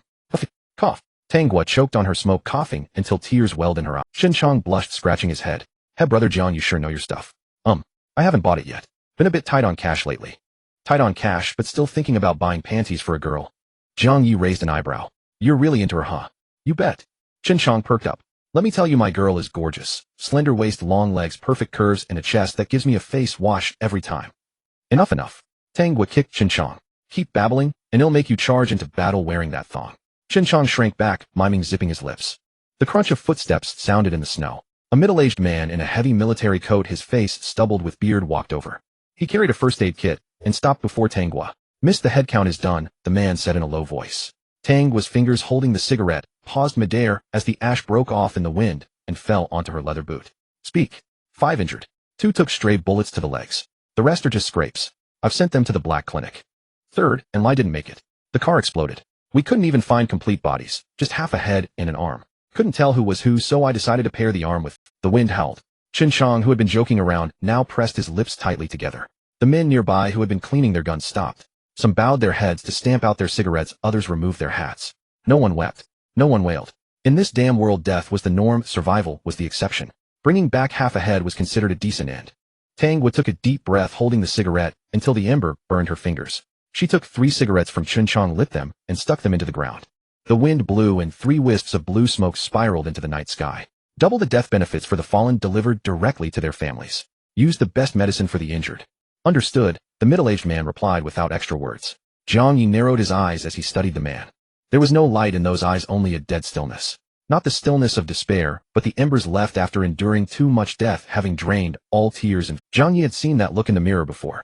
And this is a? Jiang Ye asked. Zhao Shan, Tang Gui gestured. Call him. He leads this team. Former reconnaissance from the 10th district. He's a man of few words, but gets things done reliably. Jiang Ye recalled Tang Gui's earlier description of Chen Chong at the Night Rose Bar, tight-lipped and reliable. He leaned toward Tang Gui and lowered his voice. Another reliable one. Tang Gui, who had been heavy-hearted, flushed at his teasing. Believe me, you'll jump off a building right now. Zhao Shan turned his head, his gaze landing on Jiang Ye as he gave a slight, not a gesture of greeting. Your wound has split open, blood has soaked through the bandages. If left untreated, the scent of blood will attract things that shouldn't come. Jiang Ye glanced down at his left arm. Indeed, blood was already dripping from his fingertips. Then ill trouble, Brother Shan. Jiang Ye clamped a cigarette between his lips, leaned back against the car seat, and extended his left arm. Zhao Shan opened the first aid kit and deftly cut away the gauze. No anesthetic, only this. Zhao Shan picked up a bottle of high-proof spirits, and without a word of warning poured it directly over the wound. Splash. Hiss. Damn it. The veins on Jiang Ye's neck bulged instantly, as his entire body tensed up, cold sweat bursting forth from his forehead. It felt like someone was pouring molten iron over his flesh. Can you bear it? Zhao Shan looked up at him, but his hands never stopped swiftly stitching through the skin with, Still okay. Jiang Ye gritted his teeth, forcing out two words, hurts. A bit more than. A woman's bite. Chen Chong, watching from the side, winced and clicked his tongue. Holy crap. Brother Jiang, are you made of iron? If it were me, I'd be howling by now. Brother Shan's skill. Last time he treated someone, that guy was in so much agony, he bit his own tongue bloody and finally passed out just to end it. Zhao Shan twisted his wrist, pulling the thread taut into the flesh. Talk any more nonsense, and next time use salt directly. Chen Chong immediately stepped back. Tang Gui shot Jiang Ye a worried glance, then kicked Chen Chong. Go siphon the oil from the vehicles and distribute it to the ones that can still run. Those two trucks with destroyed radiators, just abandon them. Don't be dead weight. Got it. Chen Chong rubbed his backside and slipped into the convoy like an eel, shouting order. Tang Gui turned around, her gaze falling on Jiang Ye's trembling arm, her voice softening. If it hurts, just yell. Everyone here has their life on the line. No one will. If I yelled, would Jior think I'm not tough enough? Jiang Ye forced a pained smile, sweat dripping from the tip of his nose. Even at a time like this, you're still joking. Tang Gui's eyes reddened as she glared at him. She reached out, brushing aside the strands of hair plastered to his forehead by cold sweat, and placed her own half-smoked cigarette into Jiang Ye's mouth, replacing the mangled. Take a drag. Ease the pain. It has your taste. Works better than anesthetic. Jiang Ye inhaled deeply, the nicotine numbing his nerves slightly, bringing a wave of relief. How about you wet the filter a bit more? Or give me mouth to mouth. I feel like I'd heal instantly and could take on 10. Get lost. Do you believe he'll spit right into your mouth? Tang Gui's face flushed crimson, the redness spreading to her ears. She cursed harshly, yet her hand, which had been smoothing his hair, remained by his ear, gently brushing his cheek. Jiang Ye laughed, a roguish laugh, but with tenderness deep. He looked at the busy Chen Chong in the distance, then at Zhao Shan, who was stitching him up. One was slick and clever, able to navigate through all walks of life. The other was steady and seasoned, whose hands could both save and take lives. Add to that this group of well-coordinated thunderers. This was Tang Gui's ace in the hole. This team, does the Tang family know? Jiang Ye asked as Zhao Shan tied the final knot. Tang Gui leaned against the car door, arms crossed, staring into the distant darkness. If they knew, the old man would have taken them over long ago, or my brothers would have dismantled them. I raised this team bit by bit with my dowry money. She laughed bitterly, a laugh tinged with desolation. Other heiresses save up for jewelry and handbags. Me, I save bullets and lives. In the plan zone, for a woman to have a seat at the table, you either rely on sleeping your way up or on being ruthless. I don't like being slept with, so I have to be tougher than them. Zhao Shan finished the last stitch, tied a knot, and bit off the suture thread. All right. Don't get it wet for a few days, and don't exert yourself. Of course, if you're going to risk your life, then pretend I never said that. Zhao Shan packed up the first aid kit, stood up, and wiped the bloodstains on his calloused hands against his clothes. You're someone the young mistress risked her life to save, so from now on you're a brother. He paused, then added, but to survive here, remember one rule, don't be dead weight. Those who are dead weight, they'll deal with first. Jiang Ye moved his left arm, it still ached to the bone, but at least it had stopped bleeding. Don't worry, I'm tough to kill, I don't bring down my teammates. He nodded at Zhao Shan.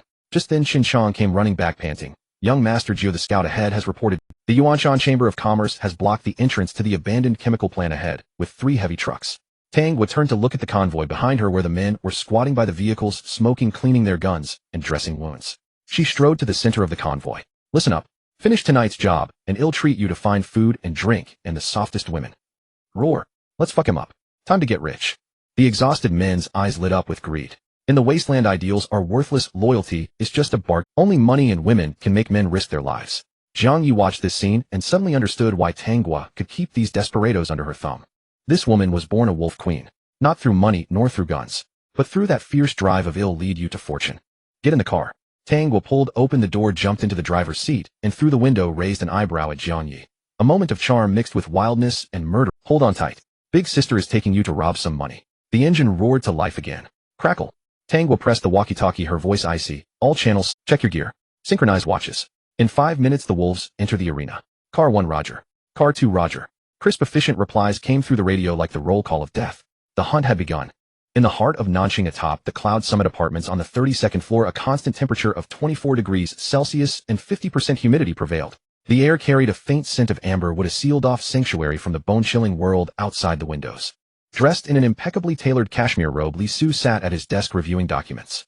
The files were stacked in perfect order, each pile separated by labeled clips, their edges aligned in a flawless straight line. His obsessive-compulsive disorder could not tolerate any form of disorder. Mr. Li. A woman dressed in a French maid's outfit entered through the doorway. The term maid's outfit was generous. The fabric was scant, her long legs encased in black stockings, striding boldly. As she bent over, her ample bosom nearly thrust into Li Su's face. You've been working too long. Would you like to unwind? Her hand rested on the edge of the desk. Did you wash your hands? Li Su looked up, his gaze icy. The woman froze, her smile stiffening. I washed them. With what soap? How many seconds? Did you scrub under your nails? Li Su pulled a white handkerchief from his drawer and vigorously wiped the edge of the desk. The maid bit her lip and took another step forward. I cleaned them very well. If you don't believe me, take a sniff. Get out. Li Su tossed the handkerchief into the wastebasket. Your cheap seduction makes me feel like a junk dealer. The woman paled in fright, covering her face as she turned and fled. Li Su frowned deeply, retrieving a bottle of disinfectant spray from the drawer. He sprayed the air several times until the scent of perfume was replaced by the smell of disinfectant. Only then did his brow relax. The room fell silent once more. Li Su picked up his phone and dialed a number. The phone rang 3 times before being answered. Little Su. A deep, resonant male voice came through, tinged with fatigue. Still awake at this hour? Dad, Director Liu is dead. Li Su cut straight to the point. There was a 2-second silence on the other end. When did this happen? An hour ago. The transport vehicle was ambushed in the uninhabited zone. The Tang family's doing. Not yet confirmed. The Tang family compound has been sealed off by Special Division 1. Those capable of organizing an attack of this scale might be Tang's sons outside. Li Su paused, his eyes turning malevolent. The higher-ups are being very ambiguous. The case has been suppressed, labeled as an encounter with roving bandits, and they won't allow a thorough investigation. It's clearly a cover-up. After a long moment, Li Yuanshan, the helmsman of the Yuanshan Consortium, finally spoke slowly. It's the Tang family's eldest son. He's helping the higher-ups push the new district voter plan. Li Su narrowed his eyes. Who's his patron? He's been getting close to the son of the 9th Division's commander lately. Nanjing's pie is only so big. If the Tang family wants a slice, they have to take it from others' plates. So it's a political gamble. Li Su tapped his fingers lightly on the armrest. Whoever controls more territory and more people gets a seat at the table. Exactly. Xiao Mu is handling the northern freight line right now. Remind him to be careful. Li Yuanshan's tone grew stern. Tonight's shipment is crucial. It's meant to win over the hearts of the nearby residential towns. I understand. Li Su set down his teacup. He'll tell Li Mu to ensure the cargo's safety. The call ended. The Tang family. Li Su reached out and drew a cross on the fogged-up glass. Filth like that belongs in the trash. Li Su picked up his phone and called Li Mu. No one answered. Outside the abandoned chemical plant in northern Bayan town, a red pickup truck was hidden behind a cluster of rusted massive gas tanks. Jiang Ye sat in the passenger seat, studying a crude hand-drawn map. Knock knock. The window was tapped. Zhao Shan and Chen Chong, bundled in coats, climbed inside. Young Master 9, Brother Jiang, we've done the reconnaissance. Chen Chong, his nose running from the cold, sniffled and tossed an old infrared night vision device onto the dash. There are over 40 guards on the perimeter alone, armed with heavy machine guns and drones. People flying drones in the planning zone. Jiang Ye frowned. Antiques, modified civilian models, Chen Shan explained. They can carry homemade bombs or cameras. In this terrain, they're like an all-seeing eye. Would be spotted the moment we show ourselves. A frontal assault won't work. Tangwa tapped her fingers lightly on the steering wheel. Our few vehicles wouldn't survive a single burst from their guns. So what do we do? Chen Chong ventured cautiously. Everyone's gaze fell on Tangwa. Though this crew were desperados, they still— Jiang Ye, you speak. Tangwa suddenly called on him. Jiang Ye's brow furrowed as his mind raced. This was his and Tangwa's ticket to standing within the Tang family and all of Bayan town. They had to succeed without revealing their identities. A failure would invite the Yuanshan Consortium's vengeance, tearing them apart. We can't play by the rules. Jiang Ye looked up. If the door's blocked, we dig a tunnel. He pointed to a dashed line on the map's edge. What's this? Chen Chong leaned and scratched his head and said that's a drainage ditch. The old plant used it to discharge wastewater. The stench. Phew. How wide? About 2 meters. Chen Chong gestured. There's a lot of sludge in there. Might be waist deep. That's our way in. Jiang Ye's tone was final and brooked no argument. Damn, Brother Jiang, that's a sewer pit. Chen Chong's face turned green. Want to get rich, but afraid of a little stink. Jiang Ye sneered. That cargo's worth enough to buy you a truckload of thongs and have girls keeping you company every night. Chen Chong's Adam's apple bobbed violently as he gritted his teeth. I'm in. Even if it's a lava pit, I'd swim through it for that kind of money. Jiang Ye nodded, his gaze sweeping over everyone in the car. Brother Sean, take 2 good shots and get to the base of the West Tower. Wait for my signal. Chong arranged a few men to drive the vehicles a kilometer from the main gate. Put on a damn good show. A show. Chen Chong was baffled. Yes, Siege. Jiang Ye's eyes were cold. After the orders were given, the cabin fell silent for a moment. Tang was suddenly reached out and grabbed Jiang Ye's wrist. Her palm was warm and slightly damp. If this works, the warehouse on North Street. Half for you, half for me. She stared into Jiang Ye's eyes with utmost seriousness. Jiang Ye held her hand and grinned. I want something else too. What? Tangwa asked instinctively. I want you. Jiang Ye laughed lecherously. Be my boss lady in charge of the books. Dream on. My suitors line up from District 10 to District 1. Who do you think you are? Tangwa blushed, but didn't pull her hand away. Oh, stop flirting. It's sickening. Shin Chong rubbed the goosebumps on his arms. If we don't move now, it'll be dawn. Jiang Ye took a deep breath, pushed open the car door, and stepped out into the blizzard. He turned back to look at the abandoned chemical plant, which loomed like a monster in the night. 9, give me command. Tangwa didn't hesitate, not even asking why. She handed the walkie-talkie to Jiang Ye and stood half a step behind him. It was an exquisitely subtle gesture. From that moment on, this proud she-wolf had willingly become the fangs of the new pack leader. 9. Jiang Ye suddenly spoke. What? When the fighting starts, stay behind me. Screw that. I'm a better shot than you. Meanwhile, on the desolate highway, another fully sealed heavy prison van raced through the snowstorm. In the corner of the van sat a man. Heavy-duty alloy shackles bound his hands and feet, and a rubber ball was stuffed in his mouth to prevent him from biting off his tongue. Suddenly, the vehicle lurched. The man slowly raised his head, his long hair obscuring his face, revealing only a ghastly scar that ran from his forehead to his chin. Through the small bulletproof glass window, he gazed at the distant abandoned chemical plant. In his murky eyes, a faint, barely perceptible flicker of excitement gleamed. At the center of an abandoned chemical plant, a modified luxury RV was parked. Outside, the biting wind was bitter cold, but inside the vehicle, it was as warm as spring. Li Mu was stripped to the waist, his back covered in tattoos, a coiled dragon engulfing clouds and spitting mist. His eyes were glazed, pupils dilated, the after effects of the white powder still rampaging through his mind. Slap. A slender hand slapped against the frost-covered bulletproof glass, followed by a distorted face. It was a woman. Her clothes had been torn into strips, barely hanging on her body, revealing large patches of purple and blue bruises. Her face was pressed tightly against the icy glass, features twisted with fear, her warm breath fogging up the pain. Please. Stop. Her voice was faint, squeezed from the depths of her throat. Li Mu ignored her instead, grinning wildly, a crazed smile, with glistening drool at the corner of his mouth. He reached out and grabbed her neck, his nails digging into her flesh. Scream, keep screaming. His voice was hoarse, filled with morbid excitement. Buzz.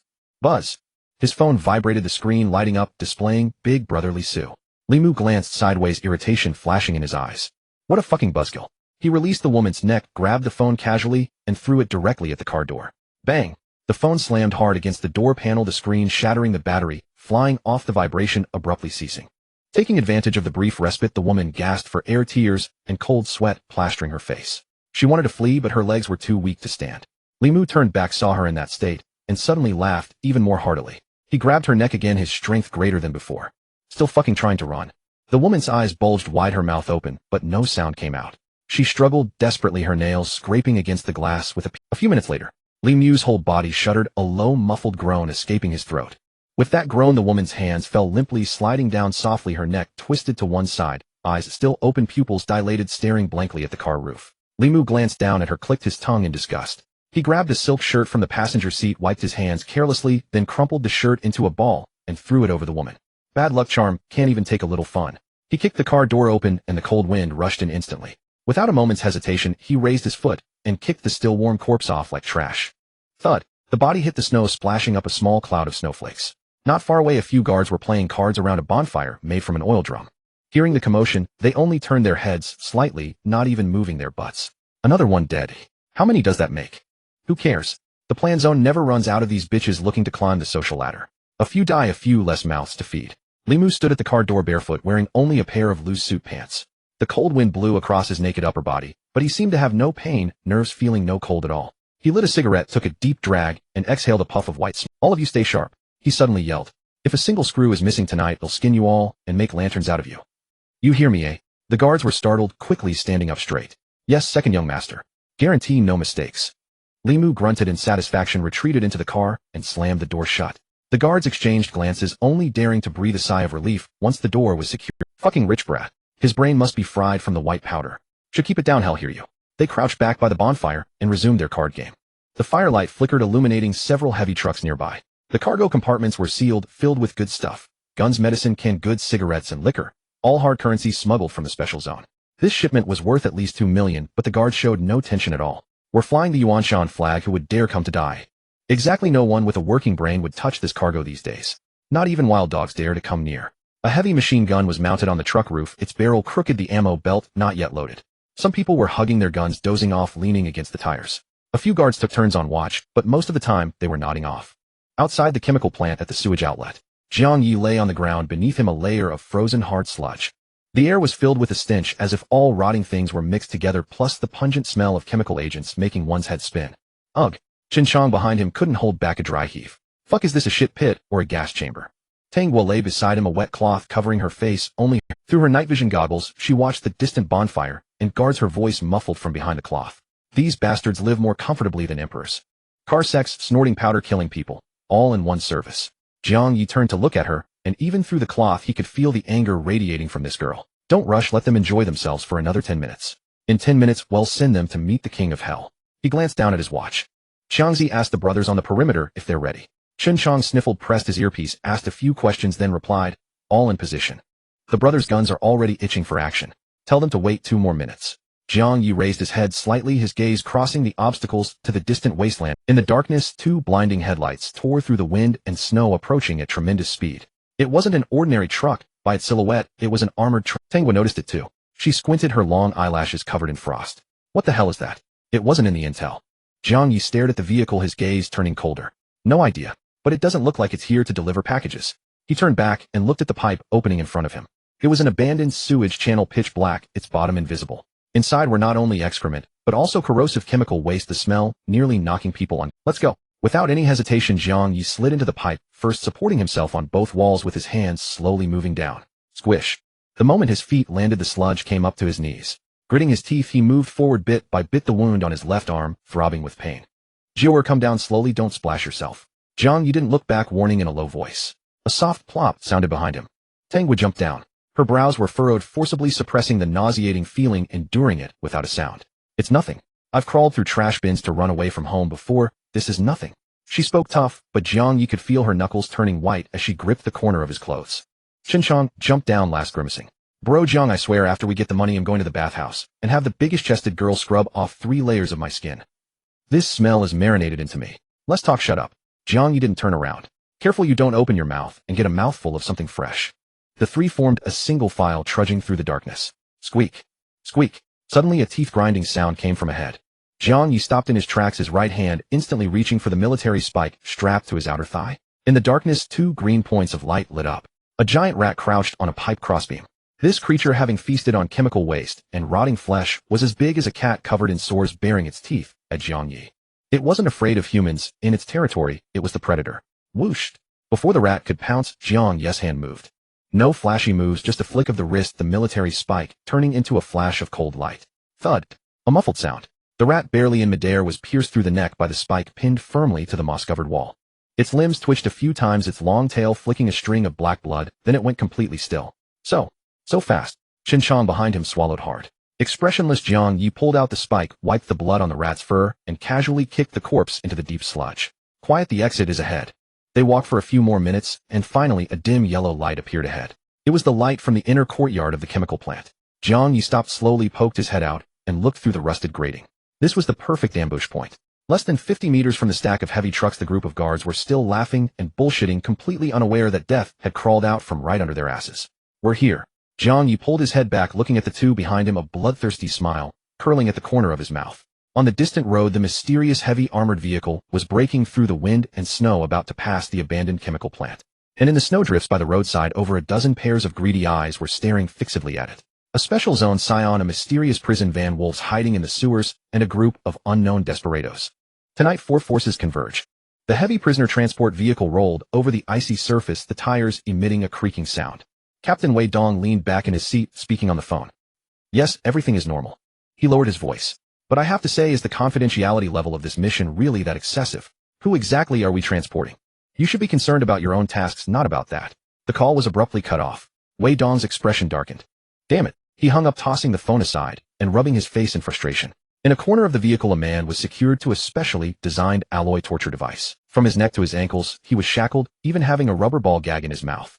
Since boarding, he had not moved or spoken, resembling a statue. Wei Dong glanced up. Although the vehicle was heating, he felt an inexplicable chill creeping into his bones. Captain, stop overthinking it. The young driver smiled as he turned back. Once we finish this job, we'll earn 3 months' salary. Oh, it's worth it. Wei Dong remained silent, merely lighting a cigarette and taking a deep drag. The convoy entered a winding-shaped road flanked by snow piles that were half a person high, leaving only enough space for one vehicle to pass. Suddenly, Wei Dong's heart skipped a beat. His battlefield instinct sent chills down his spine. Slow down, he straightened up, shouting into the intercom, watch the flanks. Everyone stay alert.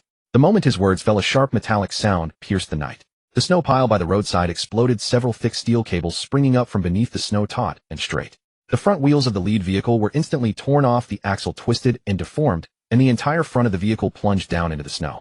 The following prisoner transport vehicle slammed to a stop, its tires leaving 2 black marks on the ice, the body spinning sideways for several meters before coming to a halt. Enemy. Wei Dong's words were cut off as his head collided with the window, darkness engulfing him. Boom. An RPG rocket trailed smoke, striking the rear guard vehicle of the convoy. An orange fireball engulfed the light armored vehicle, debris flying through the air, sparks raining down onto the snow. In the snow, several figures clad in white camo. They moved in unison, forming combat formations in groups of 3.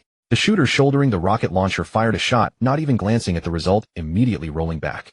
The machine gunner quickly took the high ground, bullets raining down on the remaining guard vehicle. Wei Dong's pupils suddenly contracted. This was not a band of rogues, but well-trained mercenaries. The team members in the vehicle hurriedly grabbed their weapons, pushing open the doors to prepare to disembark. However, before they could jump out, a barrage of bullets riddled the door, sending sparks flying. Damn! The young team member pulled his head back. Where did these madmen come from? Their firepower is insane. Wei Dong pressed down on his earpiece, shouting into the intercom, Group B cover. Group A disembark alternately. The doors of the lead vehicle opened simultaneously.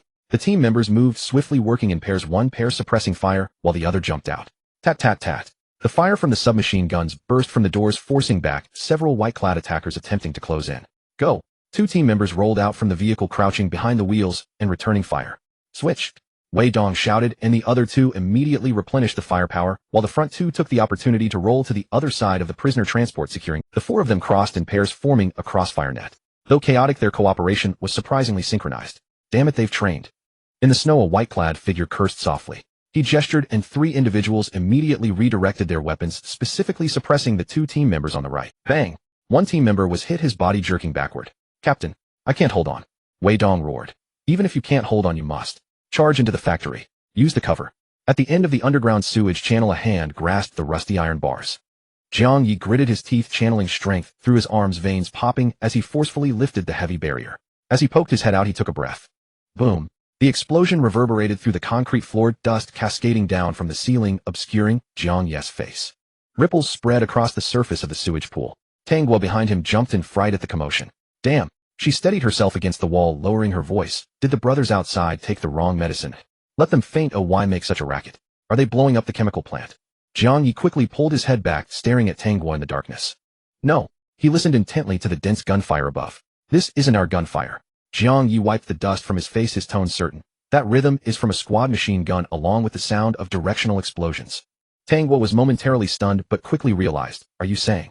At least another wave is coming. Jiang Ye's gaze turned cold. This is the tactic of regular troops, even harsher than regular troops. Chen Chong sniffed behind them, his voice trembling slightly. Brother Jiang, are we still going? We must go. Jiang Ye turned back. This is a rare opportunity. Oh, like the mantis stalking the cicada, we shall be the Oriole. Tang Guo bit her lip and nodded. I'll follow your lead. Jiang Ye took a deep breath and was the first to crawl out. Outside was the interior yard of the chemical plant, less than 50 meters away from the pile of heavy trucks. Jiang Ye crouched low, creeping forward along the wall. Tang Guo followed closely behind him, her gun pointed downward, her finger outside the trigger guard.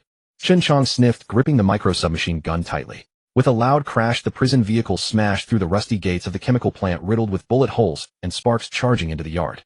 Immediately after, the group of gunmen in white camouflage rushed in as well. Tat tat tat. Bullets flew everywhere, striking barrels with a clattering sound. Ling Yu's henchmen were initially playing cards and sleeping, but now chaos erupted. Enemy attack. Someone stealing our goods. Grab your weapons. Kill them. The 2 groups quickly exchanged fire, unable to distinguish friend from foe. As long as it wasn't their own, they shot to kill. Don't move. Let them bite. Jiang Ye whispered, his gaze fixed on that RV. Our target is those 3 heavy trucks loaded with goods. Ignore the rest. Tang Guo looked at the incoming white-clad figures, her complexion changing. Another wave. Whose game is this? Jiang Ye whispered. Do you think we can still profit? Tangwa bit her lip, her gaze turning cold. Even if we can't profit, we have to. I've already jumped into the shit pit. I can't go back empty-handed. Jiang Ye grinned. Then let's do it. Just as he finished speaking, boom. A grenade exploded among Li Mu's henchmen, flesh and blood flying. The violent explosion jolted the entire RV. Li Mu abruptly looked up, his gaze vacant. Hearing that deafening explosion, a normal person would feel fear. But he laughed a laugh, filled with exhilaration and madness. Damn, here comes the action. Li Mu dragged a modified 6-barreled machine gun from under the bed. The door of the RV was kicked open. Li Mu stood bare-chested, revealing a grotesque Koei dragon tattoo, standing in the cold wind. The cold wind blew against him, yet he felt no chill, only the burning blood coursing through his veins. Everyone get the hell up. He roared at the group of guards still dazed outside. Someone's wrecking the place. Get the guns ready. Aim outside and spray. Everyone get the hell out of the way. Li Mu laughed maniacally, pulling the trigger. Vroom. The whirring of the motors sent chills down people's spines. In the next second, 6 barrels unleashed flames half a meter long. Tat tat tat tat tat tat tat tat. The bullets showed no mercy, distinguishing neither friend nor foe. Whether it was the incoming white-clad gunmen or Wei Dong and others hiding behind the prisoner transport, even Li Mu's own unfortunate subordinates, they were all instantly engulfed by this terrifying firepower. At that moment, human bodies were as fragile as tofu shredded by large-caliber bullets, blood mist exploding in the air, staining the white snow red. Refreshing. So damn refreshing. Li Mu shouted as he sprayed bullets, twisting his neck as if dancing to the rhythm of gunfire. Give me an accompaniment. Anyone who stops will take them down. Bang. A dull thud echoed as the cab's window shattered into a spray of glass. A stray bullet pierced the driver's temple, smearing red and white across the driver's head slumped sideways, but his foot remained clamped on the accelerator. Vroom. The prison van crashed through the rusted, dilapidated wire fence of the chemical plant. The front of the van plowed through piles of trash, charging straight into the factory grounds.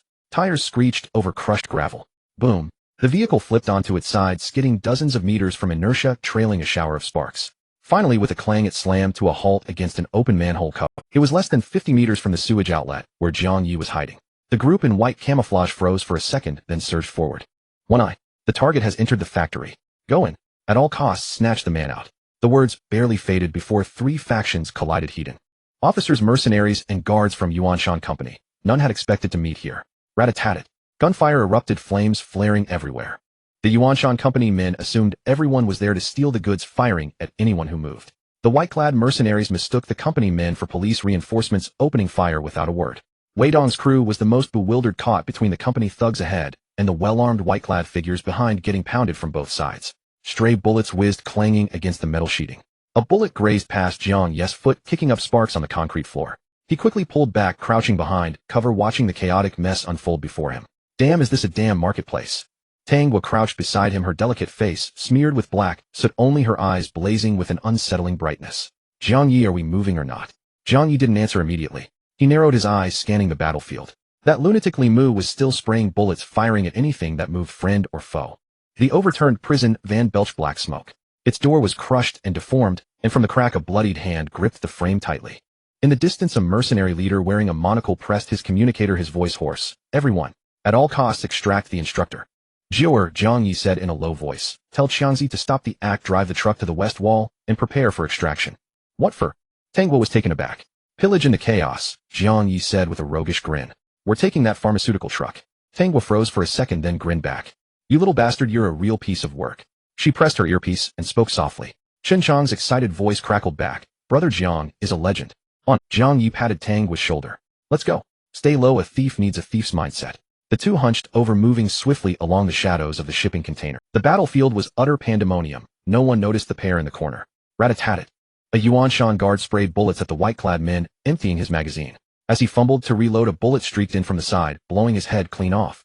A wisp of smoke curled from the muzzle of Jiang Ye's gun. He blew on it. Nice shot, Tangwa said, crouching behind him, rifle raised, scanning the perimeter. You've got half my— Save the chatter, conserve ammo, let's move. They skirted around several containers, drawing closer to their target truck. Suddenly 2 men in uniforms burst around a corner. Wei Dong's men fleeing blindly, nearly crashing into Jiang Ye. Both sides froze for a second, staring wide-eyed. Bang! Bang! Jiang Ye and Tangwa fired almost simultaneously. The 2 officers never even raised their weapons. Their heads snapped back, a bullet hole in each forehead, and they crumpled to the ground. Jiang Ye walked over, glanced at the bodies, and fished out 2 magazines, stuffing them into his pocket. His movements were so practiced, it was almost heartbreaking. Let's go. A dozen meters ahead lay the truck loaded with medicine. Just as Jiang Ye was about to sprint over, a deafening roar exploded in his ears. Boom. The overturned prison van suffered a secondary explosion. The rear door blew off, hurtling like a sheet of metal and crashing down in front of Jiang Ye. Jiang Ye rolled aside, dodging the door panel, and tumbled behind the truck. Tang Guo followed suit, rolling up beside him. They leaned against the tires, gasping for breath. Creak. A metallic scraping sound came from the prison van. A figure crawled out from inside. The man was drenched in blood, his shackles were broken, leaving only metal cuffs around his wrists and ankles. He straightened up, long hair obscuring his face, revealing only a gruesome scar running from his forehead down to his chin. Two white-clad mercenaries spotted him, their eyes lighting up as they charged recklessly to retrieve him. Instructor, come with us. The man raised his head, his eyes cold as blades. He moved. His speed was terrifying. A blur of motion, and he snatched one of their rifles, spun it around, and pulled the trigger. A fluid, seamless motion without a single wasted movement. Bang, bang. 2 shots less than 0.1 seconds apart. The Mozambique drill. The two white-clad men fell, their eyes wide with disbelief, as if unable to fathom why the one they had risked everything to save had become the specter sending them to their graves. The man suddenly raised his hand and fired a shot toward Jiang Ye. Jiang Ye's pupils shrank, and he instinctively dove to the side. Bang! The bullet grazed his scalp, striking and exploding the head of a Yuanshan guard who was aiming behind him. 40 meters, moving target, 1 shot to the head. Jiang Ye lay on the ground, twisting his neck to look at the corpse, then back at the man. The man stared back at him. They locked eyes for 3 seconds. The man's voice was hoarse, as if he hadn't spoken in ages. The truck. Give it to me. He meant the pharmaceutical truck Jiang Ye had just reached. Jiang Ye didn't move. Tang Guo poked her head out from under Jiang Ye, raising her gun barrel aimed at the man. And why should we? Got your name on it. The man ignored her, his gaze fixed on Jiang Ye. If you don't, you die? Jiang Ye grinned. Bro, is this a group buy robbery now? He was about to speak when a roar from that lunatic Li Mu rang out in the distance. There are 2 rats over there. Turn them into slag for me. The words barely left his mouth before the machine gun swiveled, its 6 barrels beginning to spin. Shit. Jiang Ye grabbed Tang Guo and rolled on the ground, diving under an abandoned reactor vessel. The man rolled in right behind them. Rat-a-tat-tat-tat. A hail of bullets blanketed the area they had just vacated, sending sparks flying across the ground. The reactor vessel clanged and rang as rounds punched through the metal skin, whizzing over their heads. Jiang Ye held Tang Guo tightly, both pressed flat against the ground, not daring to move. The man crouched on the other side, his left hand clamped over his abdomen, blood seeping through his fingers. He was hit. The 3 of them huddled in that cramped space, none speaking. Outside, the gunfire continued, explosions echoing one after another. This was a corner of hell. Jiang Ye slowly raised his head, his gun barrel inching up, aiming at the man. At almost the same instant, the scarred man's gun came up too, the dark muzzle steady as a rock pointed at Jiang Ye's forehead. Even with blood streaming from his abdomen, his hand was terrifyingly steady. Rat-a-tat-tat. The storm of bullets above raged on. Amid the suffocating metallic roar, 2 guns, 2 men faced off in that narrow space. The scarred man looked at Jiang Ye, a sneer curling at the corner of his mouth, his eyes brimming with killing intent. You're not one of them, he rasped. Get me out. The truck is yours, and I'll owe you my life. Jiang Ye stared back, unyielding. Bro, that's a pretty big promise. You just killed the guys trying to save you. Your word's worth less to me than toilet paper. The scarred man tilted his head, listening to the white-clad men shouting in the distance. He let out a cold laugh, the scar twisting with his smile, making it even more grotesque. They were trying to capture me. He turned back to Jiang Ye, pushing the muzzle forward an inch. If you don't take me out, we die here together. My life's cheap anyway. No loss taking someone with me. Li Mu's machine gun finally fell silent. Not because he chose to stop, but because he had run out of ammunition. Useless. Haven't any of you eaten? Li Mu kicked aside the empty ammunition crate and roared at his trembling subordinates cowering nearby. Get the cannon over here. Second young master, that thing has no discretion. It will blow up the goods too. I told you to bring it here. Li Mu's eyes were bloodshot as he grabbed the man by the collar. Say one more useless word, and he'll blow you to the skies first. The subordinate, terrified out of his wits, scrambled to retrieve the 82mm mortar hidden behind the truck. Beneath the reaction kettle, Jiang Ye, Tang Guo, and the scarred man held their breath, not daring to make a sound. This idiot, the scarred man muttered under his breath, clutching the wound on his abdomen. He and Jiang Ye now had their guns trained on each other, neither daring to make the first move. Jiang Ye glanced at Tang Guo, who shook her head, signaling him not to act rashly. Outside, Li Mu's men had clumsily set up the mortar. What angle? Aim at that pile of junk, maximum elevation fire. Li Mu kicked the gunner. Trembling, the gunner loaded a shell into the mortar. Whoosh! A piercing whistle grew closer. Jiang Ye abruptly pressed Tang Guo's head down, shielding her with his own body as he arched his back, becoming a human shield. Boom! A violent explosion erupted just tens of meters away. Half of the rusted reaction kettle was blasted into the air, twisted metal fragments raining down. Cough! Damn! A pungent yellow-green smoke instantly spread. Chlorine gas. One breath of this stuff could burn your lungs to a crisp. Jiang Ye felt a sharp sting in his eyes, tears streaming uncontrollably, his throat burning as if on fire. Every breath felt like swallowing a knife. Tang Guo coughed violently beneath him, her face turning red. Crackle. Brother Jiang. Poison gas. It's chlorine. Chen Chang's roar came through the earpiece mixed with static. The walls blown open. Don't get tangled up. Retreat now. There was no more time to wait. Jiang Ye lifted his head abruptly and looked at the scarred man.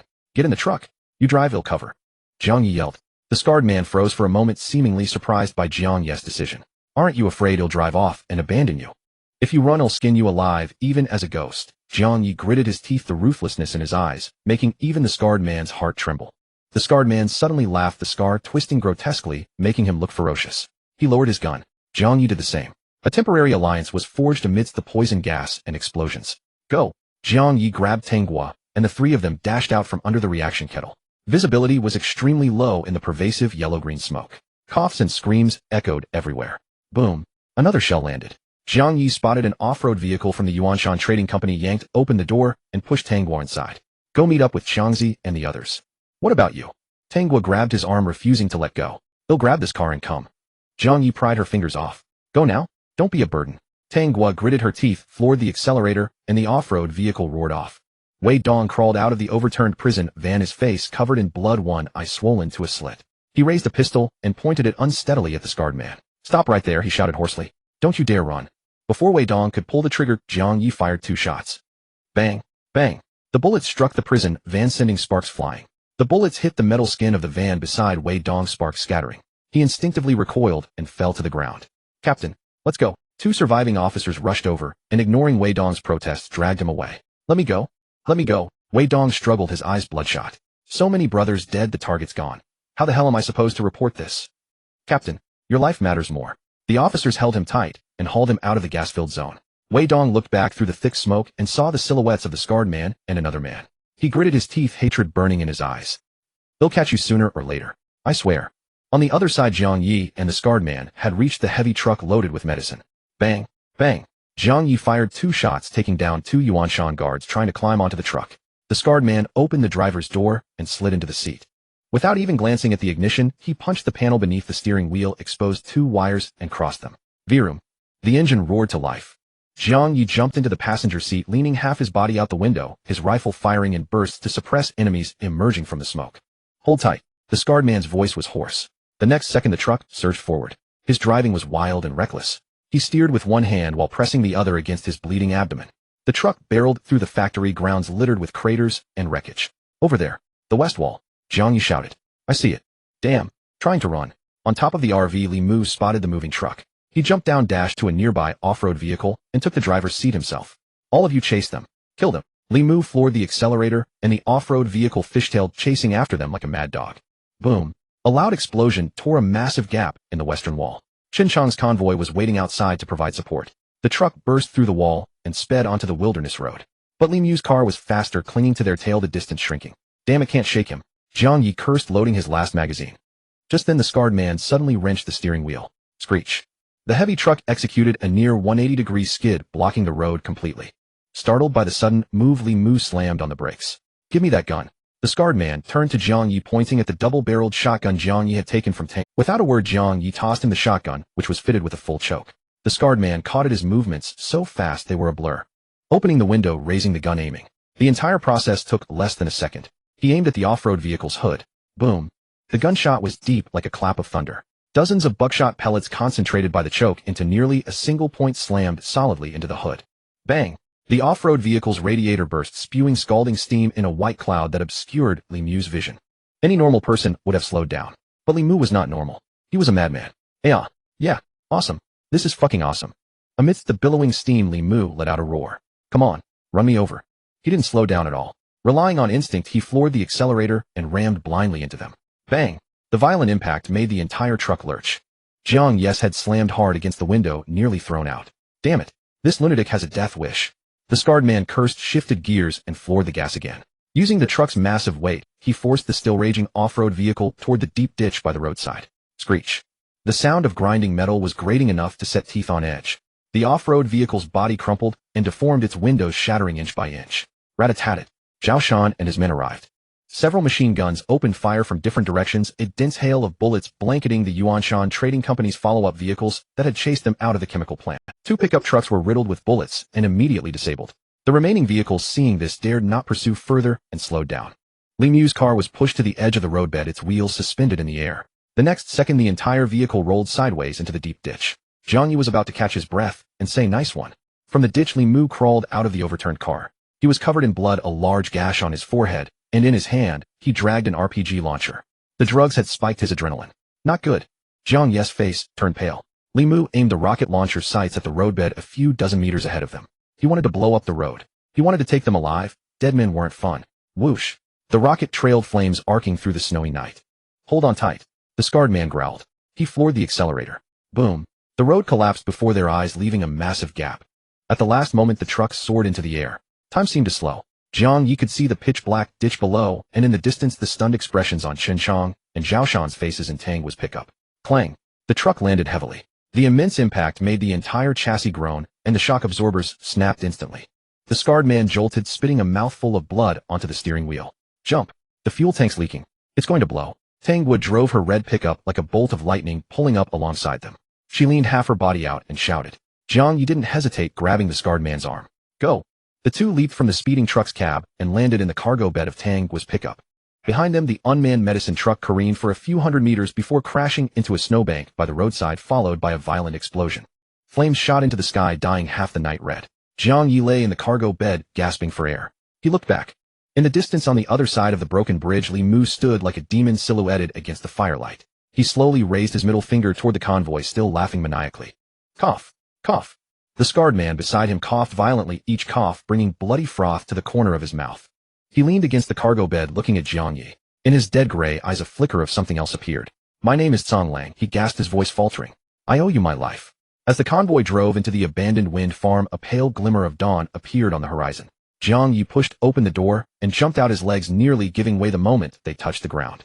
Damn, my bones are about to fall apart. He straightened up, patting the snow and black ash off his pants. Tang Gua also leaped out from the driver's seat and tossed the double-barreled shotgun back onto the seat.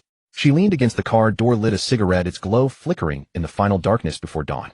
Not far away, a few wounded men were biting down on wooden sticks, while Zhao Shan extracted bullets from them, their muffled groans unsettling the heart.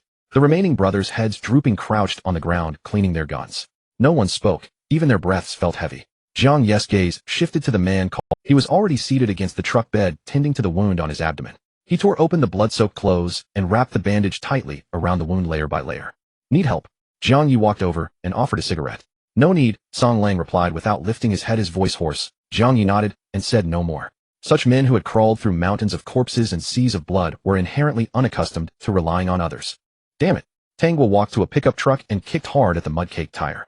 We toiled all night and got nothing. This time we're in the red, big time. She took a deep drag of her cigarette, as if trying to inhale all her grievances into her lungs before forcefully exhaling them. With that kick, the surrounding atmosphere plummeted from the relief of survival to rock bottom. Those brothers who had just crawled out from among the dead, who had been grinning with the joy of being alive, felt their expressions freeze at her words. Several men, tending to their wounds, also paused their actions. Jiang Ye leaned against the car, a heavy weight in his heart. It felt like finding a girl booking a room, taking the pill, undressing, only for the cops to bust in. Chen Chong, wrapped in a tattered coat, his granny gray hair a mess like a bird's nest with unknown straws clinging to it, shuffled over with his hands in his pockets, neck tucked and swaying with each step. Hey, why's everyone looking so glum? Chen Chong grinned cheekily as he approached Tang Gua. Ninth Master Brother Jiang, giving up already? Tang Gua, full of pent-up fury with nowhere to vent, was irritated by his slacker demeanor. Get lost. She glared at him, her eyes bloodshot. Am itching to kill someone right now? Don't get in my way. Don't be like that. The medicine truck is gone, I saw it too. That giant mushroom cloud was spectacular. Instead of leaving, Chen Chong leaned and mysteriously lowering his voice, his small eyes gleaming with mischief. Are you here to laugh at us? Jiang Ye frowned, reaching out to grab Chen Chong by the collar and lifting him. Despite his feet dangling, Chen Chong wasn't panicked. Instead, he grinned even more annoyingly. Brother Jiang, let go quick. I'm guilty, so guilty. I just had a wandering hand. What do you mean? Jiang Ye paused. Chen Chong broke free, straightened his collar, and snapped his finger. When you were racing that dumb rich brat earlier, I saw 2 other cars parked nearby. No one was watching and the keys were still dangling in the ignition. I figured. A thief never returns empty-handed.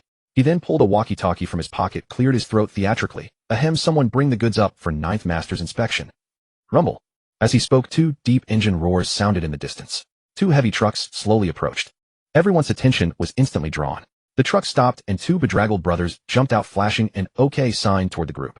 Chen Chong freed himself from Jiang Ye's grip, scurried to the back of one truck, grabbed the handle, and pulled with all his might. Whoosh! Everyone was stunned. The truck bed was packed to the brim with white sacks labeled Special Zone Strategic Reserve Grain. Besides the sacks, dozens of dark green wooden crates were neatly stacked, printed with firearm patterns.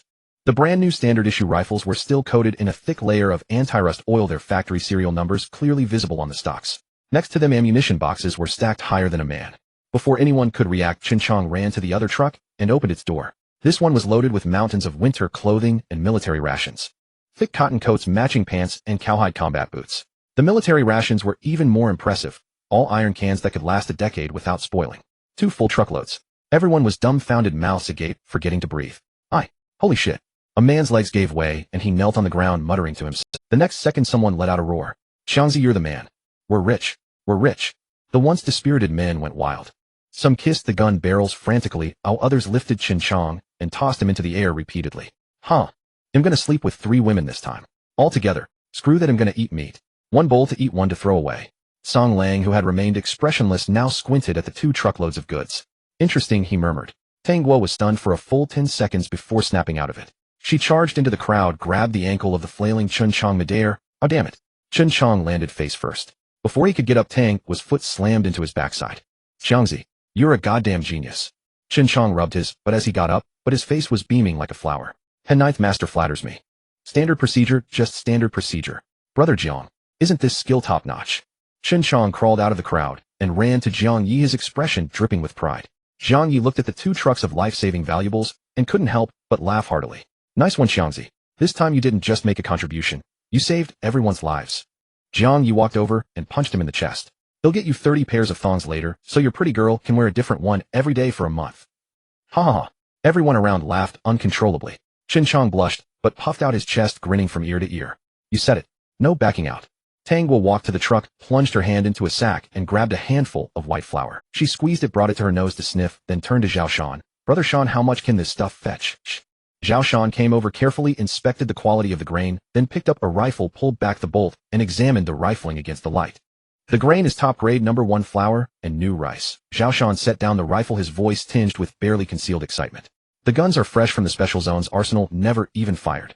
The ammunition is standard issue 2, not black market junk. He paused, looked up at Tang Guo. At black market prices, these 2 loads are worth at least this much. He held up 3 million. Tang was breath quickened. More than that. Zhao Shan shook his head. In the unplanned zones, this stuff is harder than money. With grain you can feed thousands, and they'll call you their father. With these guns and this food, our crew won't be just some common thugs anymore. Zhao Shan spoke each word deliberately. In Bayan Town, we can raise our banner. Jiang Ye turned his head to look at Ching, who was standing on the hood of a pickup truck, completely surrounded by a crowd of brothers. Spittle flew from his mouth as he gestured wildly. Let me tell you. At that moment, it was a hair's breadth away. Brother Jiang was locked in a bayonet fight. I thought to myself, this is the chance. I saw those 2 vehicles' unmanned keys still dangling, and my mind just went buzz. It lit up. That's what you call a stroke of genius, tactical infiltration. Strong, brother, you're awesome. From now on, we'll follow you. Brother, you've got to treat us to a hot spring later. Find the most tender masseuses. Ching was completely carried away, waving his hand as spittle flew. A hot spring. Absolutely. They'll book the whole place. The most expensive bathhouse, the prettiest line of masseuses, let the brothers pick one by one. Tang Guo smiled and shook her head, then turned and walked over to Jiang Ye. The wind tousled her disheveled hair. This time we owe it all to you, she said softly. We owe it all to Jiang Ye corrected, flicking away his cigarette. But I went to risk my life. He went to make a fortune. That kid really knows what's what. Tang Guo let out a chuckle. Just as she was about to speak, she caught a glimpse of a figure approaching out of the corner of her eye. It was Song Lang. He had already treated his wounds. His face was still pale, but the bleeding had stopped. He walked over step by step, threading through the celebrating crowd, and stopped in front of Jiang Ye. His dead gray eyes stared straight at him. Jiang Ye met his gaze without a word, simply pulling out another cigarette and offering it. I have to go, Song Lang said, not taking it. Jiang Ye lit a cigarette and took a deep drag. Remember, you still owe me a life. The muscles around Song Lang's mouth twitched. I remember. When will you repay it? Jiang Ye asked. Once I find out who put me in that prison van, I'll come find you. Song Lang turned and walked toward a relatively intact off-road vehicle not far away. When that time comes, if you want my life, you can take it any time. Don't, Jiang Ye said with a laugh, exhaling a thick plume of smoke. What would I do with your life? A worthless life isn't worth a cent. Song Lang paused in his movements. What I want is you, the person. Jiang Ye set his eyes sharp as an eagle's. A life can only be repaid once, but a person can repay many times. Song Lang stared at him for a full 3 seconds, then suddenly laughed a laugh that made the wound on his chest ache. In all my life, I've never owed anyone. He got into the car, and before closing the door, he said one last thing. You're the first. Then I'm honored, Jiang Ye said, flicking the ash from his cigarette. Song Lang started the engine. The off-road vehicle charged into the vast snowy wilderness, quickly disappearing at the edge of the wasteland. Tang Guo walked up beside Jiang Ye, looking in the direction the car had gone. Will he come back? Yes, Jiang Ye said with certainty. How do you know? Because we're the same kind of people, Jiang Ye said, looking at the cigarette in his hand. If you owe someone, you have to repay it, even with your life. You sly dog, your heart is so black your abacus beads are bouncing off my face. Tang was scolded with a laugh, revealing her sharp little canine tooth. Right back at you, learned it from you, Jiang Ye laughed too. Just then that show-off Chen Shang came running over. Master Xiao Jiu, brother Jiang, should we pull out? The brothers are so hungry their eyes are turning green. If we don't head back soon, they'll start gnawing on the spare tires. Back to Night Rose. Tang Guo threw away her cigarette, and ground it out with the tip of her toe. Hide the goods well, then tell the brothers tonight the drinks are on the house, and the meat is bottomless. No one leaves sober. You got it. Chen Shang turned and bellowed, brothers, pack it up. We're going home for a drink. Who? A chorus of voices answered, shaking the wilderness. The convoy restarted, carrying the spoils that could change the balance of power in Bayan Town, heading home. Jiang Ye sat in the passenger seat, watching the wasteland recede rapidly outside the window. The sky was fully bright now. Golden sunlight pierced through the thick clouds, casting dappled shadows on the pristine white snow like scattered gold. Jiang Ye suddenly spoke. Moi. Tang was steered with one hand, while fiddling with the old car radio with the other. Amidst the crackling static, a burst of aggressive heavy metal rock blared out. This matter isn't going to end easily. The Yuanshan Chamber of Commerce lost their goods, they won't let it go, Jiang Ye said, his voice calm as he watched the wasteland fly by outside. Tang Guo finally tuned in the station, shaking her head to the rhythm of the roaring music, a wild look in her eyes. Meet force with force, counter a flood with earth. I've got food and guns now. If they dare to come ill, make sure they walk in standing and get carried out horizontal. Jiang Ye looked at her. Her face, though covered in dust, was still strikingly radiant, shining especially bright in the sunlight. Oh right. Tang was suddenly remembered something, raising an eyebrow at him. When we get back, you have to teach me how to drive that big truck. Watching that guy drive it just now was so damn cool. You want to learn, eh? No kidding, that thing is awesome. Tang's eyes were sparkling. From now on, if anyone dares to mess with me, I'll just drive that truck right through their house. All right, I'll teach you later, Jiang Ye said with a smile. But first you've got to let me check your legs. Check my legs for what? If you want to get fresh, just say so, don't beat around the bush. Tang was shot him a glare, her ears a little warm. How is this getting fresh? It's science, Jiang Ye said, gesturing the outline of the truck's cab. That thing has a deep clutch and needs half-clutch control. If your legs are too short, you can't reach, and you'll stall it easily. I need to measure you up. Oh, if it's a bit off, I'll have to weld you a raise. He paused, then added, of course if I happen to see something else along the way, I wouldn't mind. Like what color are you wearing today? Get the hell out of here. Tang Guo grabbed an empty shell casing from the dashboard and threw it at him. My legs are 1.80 meters long. I can kick you right back into your mother's womb for a dover, believe it. Jiang Ye ducked his head to avoid it, and the casing hit the window with a sharp clang. He grinned, looking at the girl beside him. Her face was still smudged with black soot, her hair a wild mess from the wind, but the corners of her mouth were turned up, and that little canine tooth sparkled in the morning light. The convoy kicked up a long trail of dust across the wasteland, heading towards Bayan Town in a triumphant whirlwind. Tang Guo picked up the walkie-talkie, her voice clear and cutting through every channel. Attention, all vehicles. Full speed ahead. Tonight at Night Rose, we're having a victory feast. Anyone who doesn't want to get drunk, get your ass to the kids' table. Night Rose Bar. The security door was bolted from the inside. The stereo inside was cranked to maximum volume, the cheap speakers emitting a hoarse hum, while the subwoofer made the bottles on the wall bounce and rattle. Someone had pushed tables together, laid out looted military rations, pried them open with a bayonet, and poured the contents directly into their mouths. Come on. Drink up. Don't you dare leave a drop. Fuck. I've never fought a battle this rich in my whole life. Several blood-stained men clutched bottles of alcohol, while beside them someone raised an arm wrapped in bandages like a mummy. A toast to us not dying. A toast to us getting rich. A toast to making it back alive for this drink. In the warehouse behind the bar, 2 truckloads of supplies had already been. The gleaming white sacks of flour were stacked taller than a man, and the crates of firearms and ammunition were neatly lined up against the wall, casting a cold gleam under the dim yellow light bulbs. Chen Shang was hoisted onto a table, surrounded by a crowd forcing him to drink. His ash-blonde hair was tousled like a bird's nest, his face flushed crimson, and his mouth was covered in foam from the liquor. His eyes were rolling back from the forced drinking, yet he still wore a foolish grin. Stop. No more. I can't. You have to, even if you can't. Brother Chong has to drink until he pukes tonight. A man tilted a half-full bottle of Erguo, pouring it directly into Chen Chang's mouth. Chen Chang gulped it down, the liquor spilling from the corners of his lips, soaking his clothes. Zhao Shan sat alone in a corner, a bottle of liquor placed before him untouched. The ashtray was overflowing with cigarette butts. He leaned against the wall, his eyes fixed on his brothers, celebrating like Madman, his face devoid of expression. A young man staggered over, clutching a bottle, and raised it towards him. Brother Shan, a drink.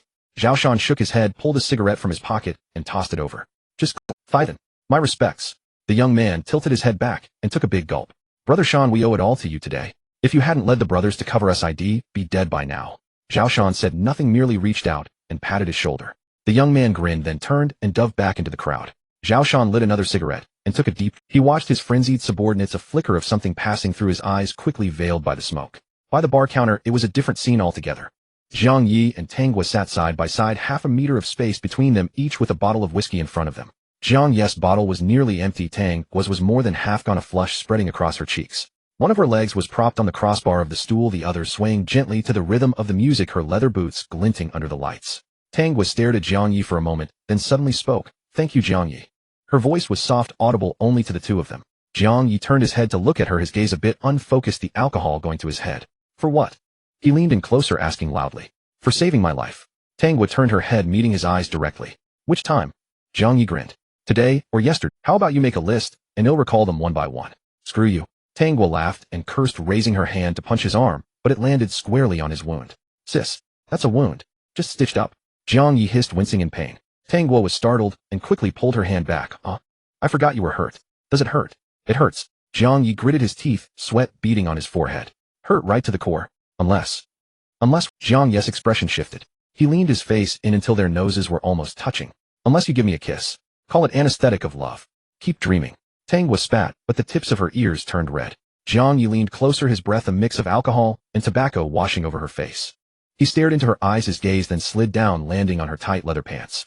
"Forget about thank yous." He lowered his voice, a mischievous grin curling at the corner of his mouth. "We're all children of the Jianghu. You should learn to repay with your body." Before he finished speaking, his gaze dropped again, appraising Tang Gua's long legs. "Jiwa, let me take your measurements." Tang Gua felt her whole body flush under his gaze, as if scorched by fire. She sat up straight abruptly and kicked Jiang Ye in the shin. "Get lost. Your big sister just got her period. It's a bloodbath. My pants are full of blood. Want to see?" The smile instantly vanished from Jiang Ye's face. He took half a step back, putting on an expression of extreme seriousness, and hurt his brows, furrowed, his eyes full of shock and disappointment. "What kind of person do you take me for?" He raised his hand to cover his chest. "You think him only after that one thing. You're insulting my character." Tang Gua was stunned. "I just wanted to appreciate a work of art." Jiang Ye's voice was firm and forceful. "I may be poor and uneducated, but I also have the right to pursue beauty. Thinking of me like that is the greatest slander against me." Tang Gua was dumbfounded, completely thrown off by his righteous performance. She opened her mouth about to explain. Jiang Ye let out a long sigh and turned around, his back desolate. "Forget it." His voice was low, as if he had suffered a great injustice. "Since that's what you think, pretend I never said anything. Give me some time to cool off." He paused, then turned his head, slightly glancing at Tang Gua from the corner of his eye. "So, how about next week, when the bleeding stops, I take a look then?" Tang Gua was taken aback for a moment, then it clicked. "Jiang Ye, go fuck your grandpa." Tang Gua grabbed an empty bottle from the bar.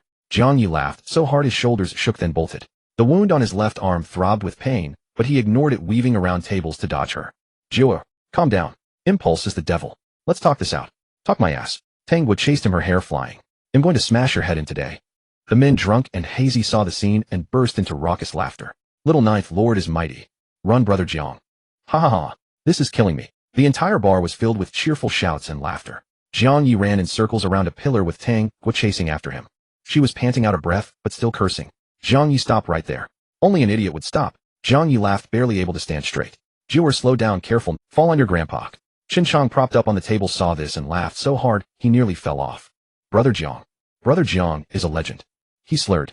Only Brother Jiang can make Little Ninth Lord this mad." Tang Gua chased him for 2 laps, then leaned against the pillar, panting from exhaustion.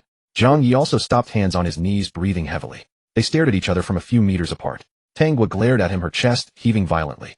Jiang Ye grinned, showing a row of white teeth. "Jiwa," he said between breaths. "What I said earlier, I meant it." Tang Gua was stunned. Jiang Ye straightened up and walked over. He stood before her, reached out, and gently touched her hair, his movement very light. "I haven't known many women in my life," Jiang Ye said in a low voice. "You are the only one I'd risk my life to protect." Tang Gua looked up, meeting Jiang Ye's eyes. There was no mirth in those eyes, only so. Jiang Ye paused, then a mischievous grin crept back onto his lips. "Next week, sure you won't let me have a look?" "Get lost." Tang Gua kicked him in the shin. Jiang Ye laughed heartily and jumped away, returning to the bar counter, picking up his bottle and taking a big swig. Tang Gua stood there watching his back. Her face was still burning, her heart pounding chaotically. "Damn it, this bastard." She cursed under her breath, then turned and walked back to the counter, sitting down again. They sat side by side, neither speaking, each drinking in silence. The music from the speakers changed to an old worn-out rock song, a hoarse voice tearing through the speakers. Jiang Ye suddenly spoke. "Jiwa, what do you think will happen to us?" Jiang Ye stared at the bottle in his hand. Will we always live like this? Looting, killing, dodging bullets. Tang Guo was silent for a moment. I don't know, she said. Just live one day at a time. Jiang Ye laughed. True. Why overthink it? Who knows if we'll even see the sun tomorrow? Tang Guo turned her head to look at him, then suddenly reached out and poked his arm. Jiang Ye. Moi. If you die, I'll erect a tombstone for you. Tang Guo said seriously. It'll be engraved the grave of Jiang Ye. In life, he was lecherous and greedy. In death, please do not disturb. Jiang Ye snorted with laughter. Then I'll erect one for you too. It'll be engraved the grave of Tang Guo. In life, she had a violent temper. In death, please bring your own helmet. They looked at each other and laughed at the same time. Just then, bang! The bar door was shoved open violently. A gust of cold wind rushed in, instantly knocking over the bottles on the table nearest the door. The music screeched to a halt. Everyone's laughter ceased. Click! A dozen rifles were cocked simultaneously, their muzzles locked onto the door. The door opened. The wind rushed in, carrying snowflakes that swept across Kai Ge's face. Kai Ge was followed by over a dozen men in black trench coats, all with crew cuts, their hands tucked inside their coats. He pushed the door open, and upon first seeing Jiang Ye showed no change in expression. But after scanning the room and noticing the fierce eyes and bruised bodies of the brothers, he furrowed his brow, his hand instinctively pressing against the pistol at his waist. Miss, Kai Ge said, walking up to Tang Guo. The old man wants you home. Tang Guo's fingers holding a cigarette paused, and a bit of ash fell to the floor.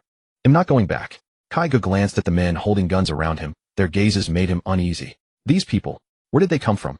Hired, Tang Guo said, flicking the ash from her cigarette. Paid for the job, it's only fair. Kai Ge stared at Tang Guo for a few seconds, then asked no more. The old man said, if you're not back by midnight tonight, he'll come to get you himself. Kai Ge paused. When that happens, not only will you go back, but this bar will be shut down too. Jiang Ye leaned against the bar, taking a swig from a bottle. Brother Kai, he said, wiping the drink from his lips, is Master Tang worried about Jiao or about me? Brother Jiang, you're a man who understands. Kai Ge sighed. Don't make things hard for the young lady. Jiang Ye grinned and reached for his cigarette pack. Kai Ge said no more, turned and walked out. At the door he paused. Miss, the car is outside. I won't rush you, but you know the old man's temper. As his words fell, the door closed, sealing out the cold wind. Tang Guo took a final deep drag and threw the cigarette butt to the floor. Everyone disperse, Tang Guo said, turning to the brothers. You've had enough to drink and eat. Go find a woman or sleep it off. Little Ninth Master. Qin Chong scrambled down from the table, staggering over. You're going home. Then, we'll go with you. He beat his chest. If the Tang family tries anything rough, well, you'll what? Zhao Shan stood up from a corner, walked over to Qin Chong, and pressed a hand on his shoulder. Go up against the Tang family with guns. That's Little Ninth's family matter. Qin Chong was stunned. Zhao Shan glanced at him, then turned to Tang Guo. Little Ninth, that man was right. Zhao Shan's voice was deep. If you truly don't go back, they won't just shut down the bar. Tang Guo said nothing. She knew that well enough. Tang Jintian hated nothing more in his life than losing control, especially when it came to his own people. By causing such a commotion outside tonight with so many men, she had already touched his reverse scale. Jiang Ye set down the bottle and walked over to Tang Guo. Jiao, go back, he said quietly. A heating clash isn't worth it. We need to live long to see the end. She stared at him for a long while, then took a deep breath and turned toward the door. Brother Shan watched the bar. She didn't look back. This shipment needs to be moved quickly. Tell the brothers no one is to sell it privately. All right. Tang Guo pulled open the door. The cold wind rushed in, making the light bulbs in the room sway. Standing at the threshold, she turned back to look at Jiang Ye. Take care of yourself. Jiang Ye raised the bottle and shook it at her. Don't worry, I'm still waiting to see the doctor about my leg next week. Tang Guo spat, then turned and disappeared into the wind and snow. The door closed. The atmosphere in the room instantly turned cold. Zhao Shan lit a cigarette and looked at Jiang Ye. She did this for you, Zhao Shan said, then turned and walked toward the warehouse. You better not disappoint her. Qin Chong staggered over to Jiang Ye and leaned against the bar. Brother Jiang. He hiccuped. What do we do now? Jiang Ye set down the bottle and wiped his mouth. Sleep. We'll figure it out after we wake up. District 10, Li Family Villa. Slap. The rawhide whip struck flesh with a solid thud. Li Mu knelt on the floor, shirtless, his back a mess of wounds. The finger-thick rawhide whip whistled through the air, leaving an afterimage as it fell again. Slap. Dad. Stop. I was wrong. Oh. Li Mu screamed, rolling on the floor, his face a mess of tears and snot. Li Yuanshan, dressed in a Tang suit, stood expressionless. You piece of shit, now that it's over you know you were wrong. Breathing heavily, he flicked his wrist, winding the whip's tip around Li Mu's neck and yanking it tight. Li Mu's face instantly turned purple. He clawed desperately at the floor, a gurgling sound of pleas for mercy coming from his throat. Several million in goods gone. Li Yuanshan released the whip and kicked Li Mu in the chest. I lost dozens of men, and you were out getting high. Did you flush your brains down the toilet? The kick sent Li Mu sliding 2 meters across the floor until he hit the corner of the mahogany desk, whimpering in pain, but too afraid to get up. The study door burst open. A well-maintained woman rushed in. Seeing her son writhing on the floor, she screamed and threw herself over him to protect him. Old Li, are you trying to kill him? Yuan Hui cried out, looking at Li Yuanshan. How old is he? He's been through so much outside, and you come home and beat him. If you're so capable, go catch the real culprit. Don't take your anger out on your son. Li Yuanshan stared at her coldly. Spoiling a child only ruins them. If you keep protecting him, the next thing they bring back will be his ashes in a box. Yuan Hui was about to throw a tantrum. Get out. Li Yuanshan's voice was low, his words slow. Yuan Hui, she had lived half her life in the Li family and understood the weight of those 3 words. She glanced at her son on the floor, her lips trembling, but she dared not make another sound. Covering her mouth, she hurried out. The study fell into a terrifying silence, broken only by Li Mu's ragged breathing. A man stood with his back to everyone, looking out the window. Dad, that's enough. Li Su turned around, wearing a meticulously tailored dark gray suit, his leather shoes spotless. He glanced at Li Mu on the floor, his eyes showing neither sympathy nor disgust. Big brother. Li Mu struggled to lift his head, trying to grab Li Zu's pant. Li Su took a half step back, looking down at him. You get your goods robbed, and instead of cutting your losses, you chase after them in a car. Do you think your life is too long, or that the Li family's money grows on trees? I was trying to get the goods back. Li Mu's teeth chattered. Shut up, Li Su cut him off. A loss is a loss. Explaining is the privilege of the weak. He turned to Li Yuanshan. Dad, beating him to death won't help. The real issue now is the crisis of trust. Li Yuanshan threw the whip onto the table, slumped into a chair, and took a hot towel from a servant, vigorously wiping his palms. News of the lost goods has spread everywhere, Li Su said, walking to the desk. The 3 towns we were planning to win over are now being very non-committal. They're worried the syndicate can't even protect its own goods, let alone keep its promises. A bunch of weathercocks, Li Yuanshan snarled, throwing the towel into a basin. They were groveling like grandchildren when they begged me for the goods. It's normal. Seeking advantage and avoiding harm is human nature. Li Yuanshan lit a cigar, taking a deep drag. Amidst the swirling smoke, his old face looked dark and unreadable. So what do you suggest? Use new leverage to rebuild trust. We need to piece back our lost face and standing bit by. Li Su said. Who will do it? Li Yuanshan flicked his ash. Let third sister go, Li Su said. The Northern Transport Line has been needing someone to manage the accounts. Li Yuanshan frowned. She's only 20. She hasn't been involved in these dirty matters. Neither had I, Li Su smiled. But I've killed more people than second brother. Li Yuanshan puffed on his cigar, his brow furrowed. Li Mu was still whimpering on the floor. After a full 2 minutes, Li Yuanshan picked up the phone on the desk and dialed a number. Ring. The call connected. A crisp, clean female voice answered with the sound of pages turning in the background. Dad, why are you calling so late? Li Yuanshan's voice instantly turned gentle. Girl, not asleep yet. Not yet, just reading. Good. Li Yuanshan took a deep breath. Stop studying for now. Pack your things. Come home. There was a 3-second silence on the other end. Okay. The female voice showed no surprise, nor did she ask a single question. Li Yuanshan hung up and tossed the phone on. Little Su, Li Yuanshan said to his eldest son. When your sister comes back, you take her under your wing. Li Su adjusted his cuff and smiled. Don't worry, Li Su said, turning to leave. The Li family learns fast. Especially how to kill. He stopped at the door, and without turning back gave an order to the servant. Pull up this floorboard and replace it. Also drag the second young master out, and get him cleaned up. On a snowy night, a black off-road vehicle came to a steady halt at the entrance of the Tang family estate. Tang Ye pushed open the car door, and the moment her feet touched the ground, a gust of cold wind rushed down her collar. Let's go, miss, said Brother Kai, standing on the steps with his hands in his pockets. The two crossed the front courtyard and skirted the winding corridor. In the empty yard, only a few dim streetlights still glowed. The study door was ajar. Brother Kai stood at the entrance, making a pleased gesture, then retreated into the shadows. Tang Ye took a deep breath and pushed the door open. The study was spacious, carpeted with thick wool. Tang Jintian sat behind a broad rosewood desk, holding a magnifying glass as he examined a large map spread out. Crippled Chun stood hunched nearby, clutching a purple clay teapot ready to refill at any moment. Hearing the commotion, Tang Jintian didn't look up. He merely shifted the hand, holding the magnifying glass northward across the map. Had your fill of killing. The old man's voice was flat, revealing neither anger nor pleasure. Tang Ye stood 3 meters from the desk, not daring to step closer. I have, Tang Ye replied. Tang Jintian set down the magnifying glass and lifted his head. His murky, yet still piercing eyes fixed on Tang Ye. Director Liu of Special Division 1 was sent by the Special Zone. Even when beating a dog, you must consider its owner. You killed him. Where does that leave the Special Zone's face? He deserved to die, Tang Ye said, meeting her father's gaze. He pointed a gun at you. If I hadn't acted, it would be the Tang family's face on the line. Humph. Tang Jintian let out a short, cold laugh and tossed his glasses onto the desk. Not a bad excuse. He stood up, clasped his hands behind his back, and walked to the floor-to-ceiling window, gazing at the swirling snow outside. Xiao Jiu, do you think I called you back to punish you? Tang Ye remained silent.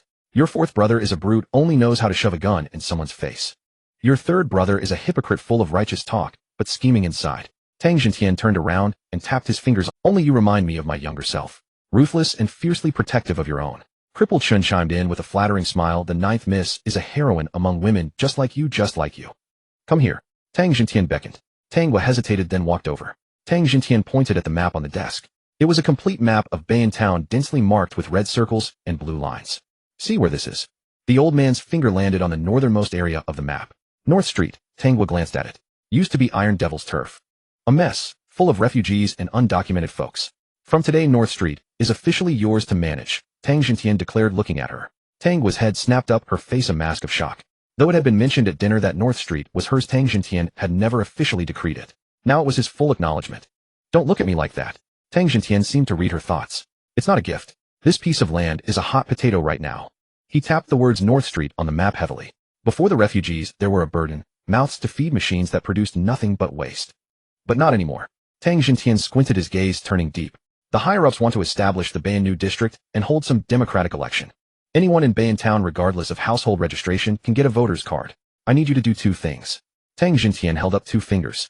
First, take over North Street completely. Whether it's Iron Devil's illicit businesses or those ragtag gangs. Crush those who want to obey and enlist those who will. Second, make sure every resident of North Street, whether out of gratitude or sheer terror, ends up voting for the Tang family. Tang Jintian stared at Tang Ye's eyes piercing. I don't just want you to control them. I want the people of North Street to know only the Tang family's ninth miss, and to know nothing of this. Can you do it? This wasn't just a task, it was a pledge of allegiance. Succeed and Tang Ye would carve out a place in the Tang family, even rivaling her brothers. Fail, and it would be her grave. Tang Ye's palms were slick with sweat, her heart pounding violently in her chest. The Yuanshan Chamber of Commerce, the Special Zone Government, and the predatory local gangs would all have their eyes on North Street. But did she have a choice? Refuse and shed, remain a pawn to be traded off in a marriage alliance. Accept, and perhaps she could fight her way to a bloody path forward. I can't. Tang Ye gritted her teeth, forcing out the word. Tang Jintian smiled, the wrinkles around his eyes relaxing. Good. Need people. They'll find a way to pull them from the periphery. Need money. They'll allocate $500,000 from the accounts. Tang Ye shook her head. I have my own people, and I can earn the money. I'm ambitious. Tang Jintian sat back down, picking up the magnifying glass. Go. Don't disappoint me. Tang Ye turned, her steps heavy. She reached the door, her hand on the handle. Oh, by the way, Tang Xinshan's voice came from behind, casual. The 2 trucks of grain and arms you brought back tonight. Good quality. Tang Ye's hand froze, a chill running down her spine. She didn't turn around, but she could feel his gaze on her back. So he knew. From the carjacking to the looting to the entire convoy of men and supplies. She thought she had been flawless, that she had pulled the wool over everyone's eyes. But in this old man's eyes, it was nothing more than a child's game. He had been watching all along. Watching her lead her people into battle, watching her haul the stolen goods back to the night. He said nothing, didn't intervene, didn't even react when Director Liu was killed. Only now did he mention it so lightly. Perfect timing. Tang Jintian flipped a page of a document. That was the Yuanshan Chamber of Commerce's cargo. Use the Li family's grain to feed our people and trade it for their votes. A fine deal, well executed. Tang Ye didn't remember how she left the study. The cold wind hit her, and her back was icy cold. Cold sweat had soaked through her undergarments. This was Tang Jintian. Unerring in his calculations, ruthless to the core. In his eyes, family bonds were merely chips to be. He had calculated everything long ago, including his daughter's life, including the blood of those brothers. Phew. Tang Ye stood at the bottom of the steps, exhaling deeply, her trembling hands fumbling for a pack of cigarettes. She had just put a cigarette between her lips, not yet lit. Click. A lighter sounded beside her. A flame flickered in the wind, brought close to her face. Tang Ye turned her head. Tang Feng, in a black leather jacket, leaned against an off-road vehicle, a cigar in his other hand. His expression was somber, his eyes complex as he looked at this usually overlooked sister. Tang Ye leaned in and lit her cigarette. 4th brother. Tang Feng pocketed the lighter, fiddling with it. The old man gave you North Street. He did. Tang Ye blew out a smoke ring, her roguish demeanor returning. What 4th brother? Jealous? Tang Feng snorted, sticking the cigar back in his mouth.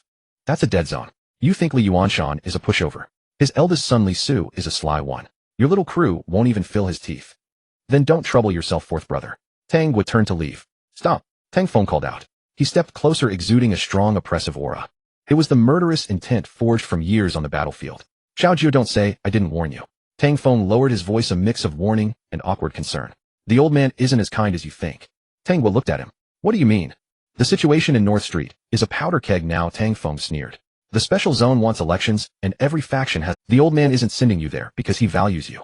He reached out and poked Tang Ye's shoulder. It's because if you fail, Big Brother can legitimately step into North Street and take over everything you've fought for. Tang Ye's gaze turned cold as she slapped his hand away. 4th brother, you've had too much to drink. Maybe I have. Tang Feng grinned. That pretty boy of yours, Jiang Ye, is interesting, but you'd better keep an eye on him. Don't let him sell you out while you're counting the money. Men who crawl out of piles of corpses all have black hearts. With that, Tang Feng pulled open the car door and climbed into the off-road vehicle. Virum, the engine roared. Tang Feng stuck his head out and gestured at Tang Ye. Stay alive. Don't disgrace the Tang family. If you can't handle it, call me. I may not like you, but I won't let outsiders bully a Tang.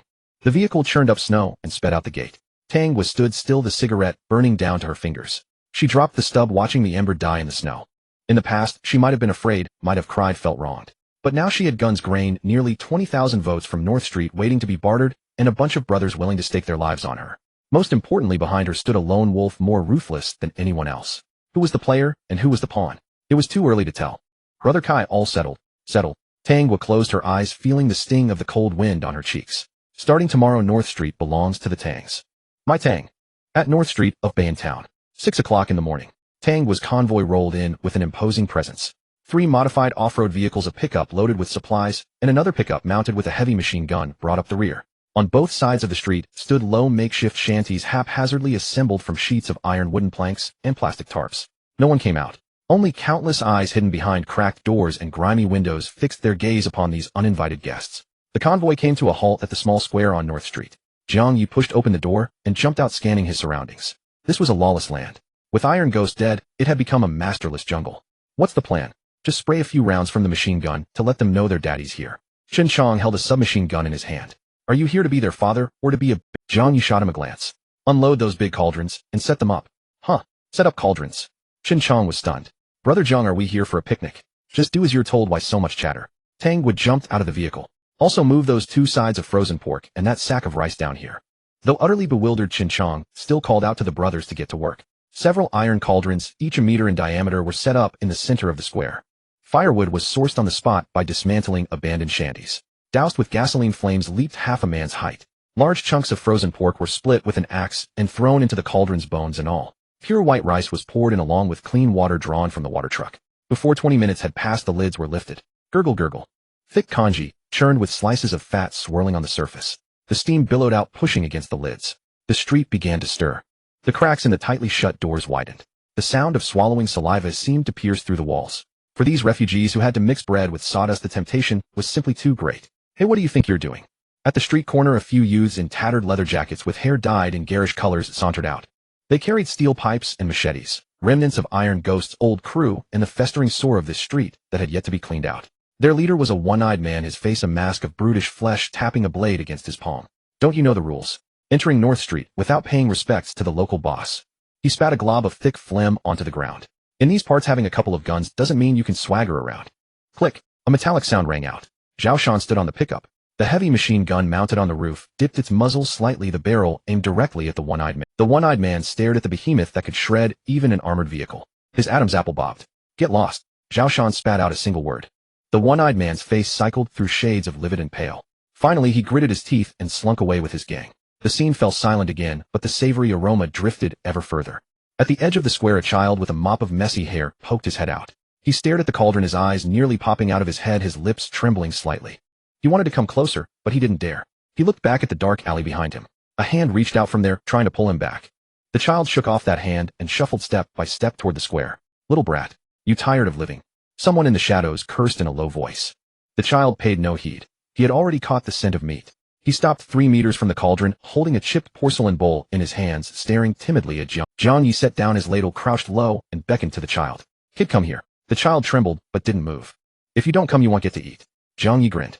The child lunged forward and thrust the bowl out to Jiang Ye. Jiang Ye took the bowl and filled a generous ladle. Plenty of meat, thick, rice-rich broth. It's hot. Blow on it before you eat. Jiang Ye handed the bowl back and ruffled the child's hair. When you're done, go home and tell your mom to come too. The child clutched the scalding hot meat congee. Ignoring the burn, he slurped it down noisily. This scene was like a signal. Hunger overwhelmed fear. The instinct to survive conquered the dread of gun muzzles. They're really giving out food. Come on, let's go try our luck. From the shanties, a few old folks emerged first, followed by women holding children, and finally wary men. The crowd surged from all directions, clutching containers of every shape and size. Broken bowls, tin cans, even a steel helmet. A dark throng of people, several hundred strong. Line up. Chun Chong's submachine gun in hand jumped onto a large rock and bellowed at the top of his lungs. Stop shoving, damn it. Anyone who pushes won't get any. Old weak women and children to the left, men to the right. Anyone who cuts in line, I'll chop off your hand and throw it in the soup. The crowd stirred restlessly, but under the intimidation of the guns they obediently formed 2 long queues. Jiang Ye, Zhao Shan, and a few other brothers each manned a cauldron, their ladles flying up and down. As the hot soup went down their gullets, stiff faces began to thaw and numb eyes gained a spark of life. Jiang, the timing is about right. Jiang Ye wiped the grease from his hands and called out to Tang Gua. Tang was stubbed out her cigarette and picked up a megaphone. She wore a tight leather jacket, her long hair whipping wildly in the wind, 1 foot propped on a wooden crate. Testing, testing. Static crackled, and everyone looked up at this young, beautiful woman. Listen up, all of you. Tang Gua's voice was crisp. My name is Tang Gua, the 9th child of the Tang family in Bayan Town. You can call me 9th Miss or Little 9th Master. From today onward, this piece of North Street, I'm in charge. How Iron Ghost used to collect his dues and squeeze you dry. That's all ancient history. Tang Gua pointed at the cauldrons. Here, I only have 2 rules. First, as long as you obey and are willing to work, whether you're a refugee or an unregistered resident, everyone gets to eat. Second, Tang Gua's tone shifted sharply. If any bastard dares to smash my pot, stop others from eating, or bite the hand that feeds you and play the lapdog for someone else, they'll make sure you never need to eat again in this lifetime. Bang! She raised her hand and fired a shot. The double-barreled shotgun roared. Dozens of steel pellets slammed into a wall, and with a thunderous crash, half the crowd flinched in terror. This masterful blend of carrot and stick was executed with remarkable finesse. The distribution continued. Chin Chong, that sly fox, was as clever as they came. He carried a bowl of meat weaving through the crowd. Old uncle, how's the soup? Is the saltiness just right? Big sister, is the well over there still under old blind man's? A bowl of meat, a few warm words combined with Chin Chong's ability to talk like a saint to saints and a devil to devils. In less than half a day, he had ferreted out nearly everything about the going-sun in North Street. The several cauldrons of meat soup were scraped clean, even the slick of oil at the bottom wiped spotless with steamed buns. The crowd gradually dispersed. But the way they looked at the convoy was no longer fearful. It was tinged with awe and expectation. Pack it up. In the warehouse of the Night Rose Bar, Jiang Ye and Tang Gua studied a hand-drawn map of North Street, listening to Chin Chong's report. That's about the gist of it. Chin Chong slapped his notebook onto the table. The water source is in the hands of old blind man at the east end. That old bastard has over 20 guns, a tough nut. The west side holds the warehouse where Iron Ghost used to stockpile goods, now occupied by One Eye. As for manpower, there are about 300 able-bodied young men available, but we must take the water source. Jiang Ye tapped his finger on the map. Tomorrow we'll go meet this old blind man. Either he dies or I live. With business concluded, everyone dispersed to rest. Chin Chong dawdled, lingering at the back. He glanced around to make sure no one was watching, then sneaked furtively to the corner where supplies were stacked. There's several cases of specially supplied military can luncheon meat were piled up. This kind of goods was a hot commodity even in the special zone, and in the pending planning area, it was nearly impossible to come by. Chin Chong swallowed hard, his hands trembling slightly. Xiaoli had been with him for 2 years, never enjoying any comfort, only enduring fear and hardship. Just 2 cans. No 3. Chin Chong muttered to himself. There's so much here, no one will notice a few missing. Besides, I've done my share of meritorious service, consider this a service fee. He quickly grabbed 3 cans of luncheon meat and wrapped them tightly in his coat. Hee hee Lili, tonight we feast. Chin Chong chuckled to himself, waddling like a duck as he slipped out of the warehouse. Under the dim yellow light on the box he had rumpled, a line of red spray-painted code was revealed. Strategic Reserve of the 1st Theater Command Special Zone, supervised by Yuanshan Trading Company. Chin Chong raised his coat collar, thrust his hands into his pockets, and walked with great haste. Encountering a few drunkards on the road, he did not pause to boast as usual, but instead lowered his brim and sidled into a narrower alley. His current demeanor was more furtive than a thief's, yet prouder than a father's. Skirting several still foul garbage heaps, Chin Chong halted before a crooked shack. 2 large stones were piled on the roof to prevent the wind from tearing it off in the night. Behind the wooden door hung a heavy tattered cotton quilt. Chin Chong glanced left and right, ensuring he was not followed, then lifted the quilt and slipped inside. The room was unheated, dank, and cold, with only a small lamp converted to burn diesel on the table casting a dim flickering halo. A woman sat on the bed, needle and thread in hand, mending a worn cotton jacket with frayed cuffs. She startled at the sound, lifting her head sharply, and her sallow face instantly brightened. Xiaoli was not beautiful, nor did she possess the voluptuous figure Chin Chong bragged about to his buddies. Chronic malnutrition had left her gaunt, but that did not stop her from being the warmest haven in his heart. You're back. Xiaoli set down her sewing and got up to help brush the snow off him. Why so late? There's hot water in the pot. Let me get you some. Don't move. Chin Chong let out a smug chuckle. He pressed her shoulder, guiding her back to sit on the edge of the bed. Close your eyes. What for? All mysterious-like. Found some more junk. Xiaoli chided playfully, but her eyes obediently shut, and she fought a smile tugging at her lips. Chin Chong reached into his coat. The 3 cans of luncheon meat were warm against his body. He pulled them out and thumped them onto the table. Open your eyes. Tada, look what this is. Xiaoli opened her eyes, her gaze falling on the 3 olive green tin cans, and her breath caught. They were special zone goods. Strategic reserves of the special zone's 1st war zone. Under the supervision of the Yuanshan Chamber of Commerce. Under the dim light, the red labels were glaring, stirring the heart. Meat cans. Xiaoli's voice trembled. Her hand reached out, then withdrew, afraid to touch. You? Where did you get these? Did you rob someone from the special zone? Are you crazy? That's a death sentence. We can't do anything stupid. What are you thinking? Chen Chong tossed his coat aside, rubbing his frozen hands. This is a reward from young Master Jiao. We've done a great deed. He didn't say had taken them on the sly. A man must stand tall before his woman. Really? Xiaoli still dared not believe it, her eyes full of worry. Of course. From now on in these parts we call the shots. Chen Chong picked up a can and hooked the ring with force. Zzz pop. The crisp sound of air being displaced rang out. The lid flipped open and a rich meaty aroma instantly wafted out. Xiaoli's throat bobbed violently. Chen Chong watched her craving expression, his heart aching yet melting with tenderness. He reached in with 2 fingers, scooped out a large chunk of pink meat laced with white fat, and brought it to her lips. Open up. Xiaoli, a bit flustered, blushed. Carefully she parted her lips and took his fingers into her mouth. The fat melted on her tongue, a savory saltiness flooding her palate. She chewed slowly, reluctant to swallow. Is it good, eh? Chen Chong asked. Xiaoli nodded frantically, her eyes reddening.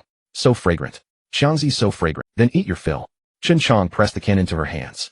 All 3 are yours. No one's taking them. Aren't you eating? I've had my fill, meat and wine. The very sight of meat turns my stomach. Chen Chong lied without a second thought, sprawling onto the bed with a flirt. Go on, eat. We've got more after this.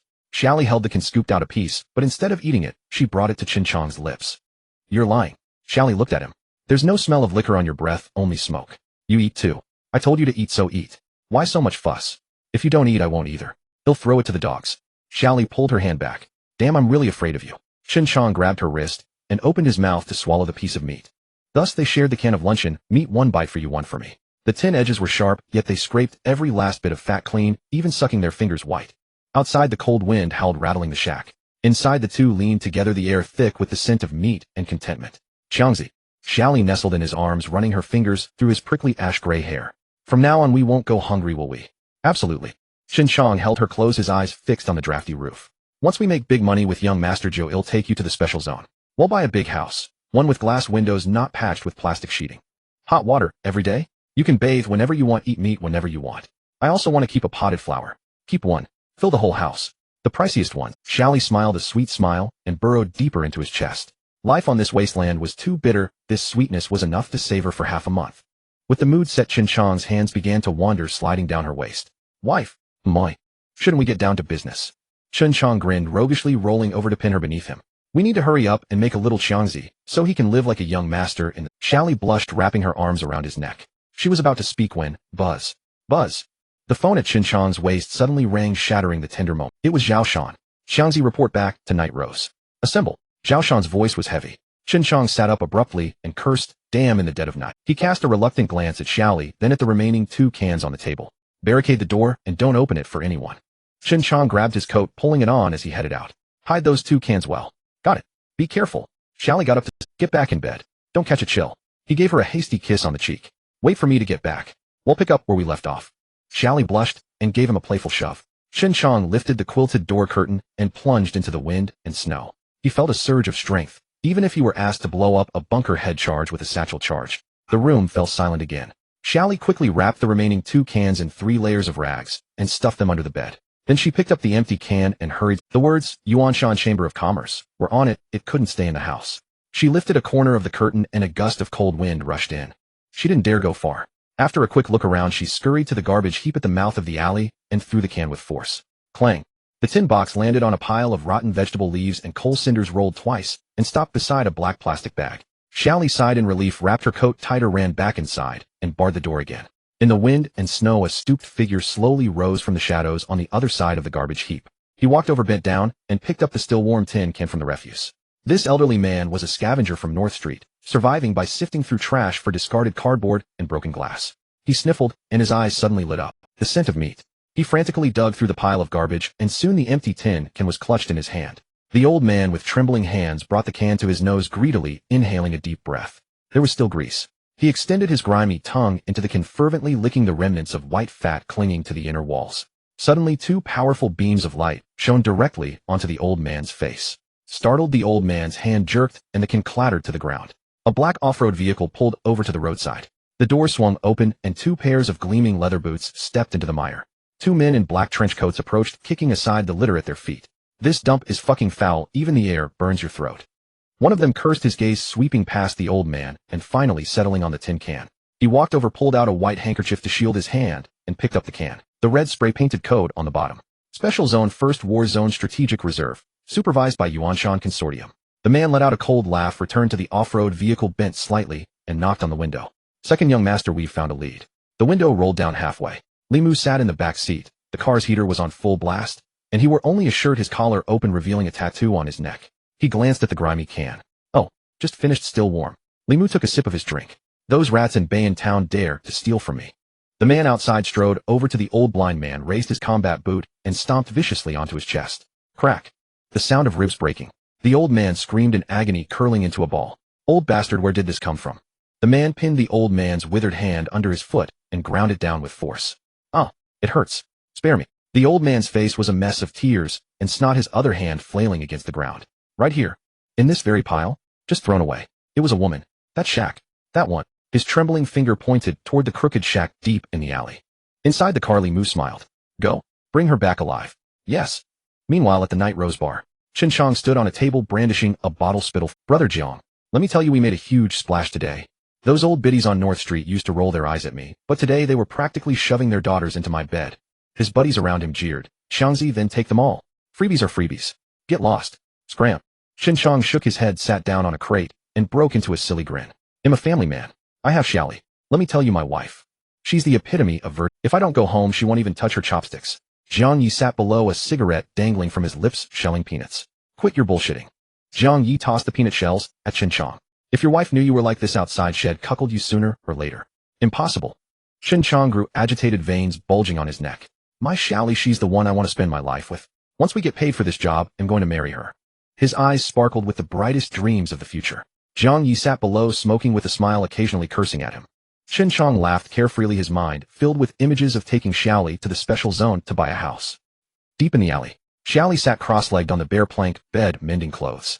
She wasn't skilled at needlework. The stitches were crooked, but she sewed earnestly. It was Chen Chong's cotton-padded jacket, worn through at the elbow, revealing dirty black wadding. She recalled what Chen Chong had said before he left, and an involuntary blush crept across her cheeks. A house in the special zone with glass windows and running hot water. A life like that she dared not even dream of. If that day ever came. She wanted to bear Xiangzi a child, preferably a son as clever as him, but not as ugly. Hiss. Lost in thought, the needle pricked her fingertip. A bead of crimson blood welled up, dripped onto the gray old jacket, and blossomed into a glaring little red flower. Xiaoli quickly put her finger in her mouth, a nameless panic clutching her heart. Tap, tap, tap. Suddenly footsteps echoed in the alley. The sound of boots on snow, heavy and urgent. Growing closer, they finally stopped at the door. Xiangzi, she called out tentatively. No answer.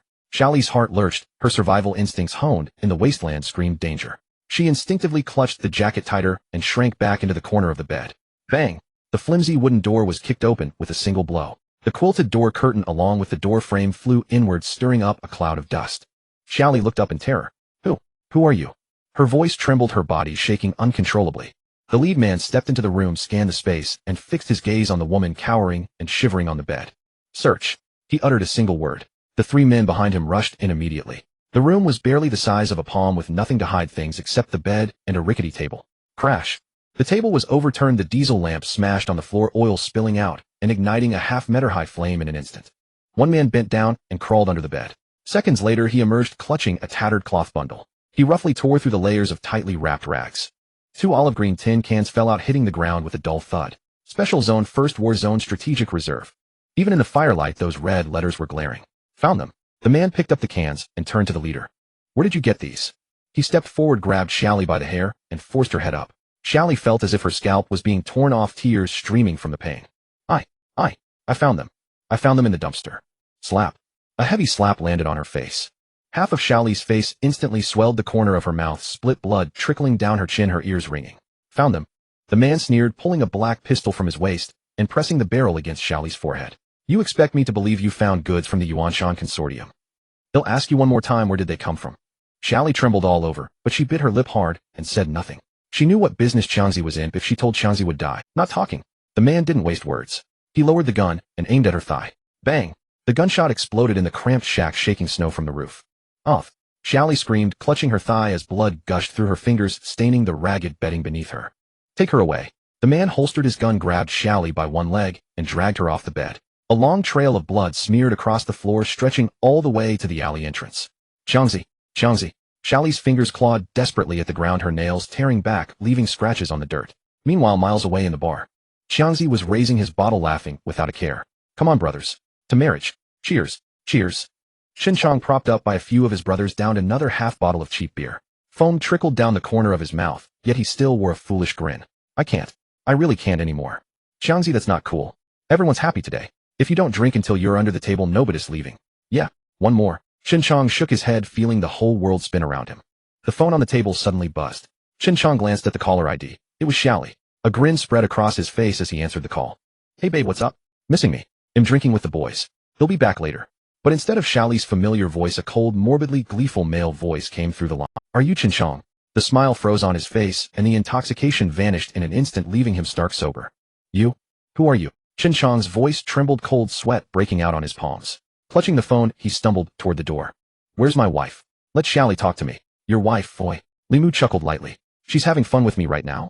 Nice feel, but she can't take much. What the hell did you do to her? Shin Chong burst out of the bar, cold wind rushing down his neck. His eyes blazing with fury, don't be so loud.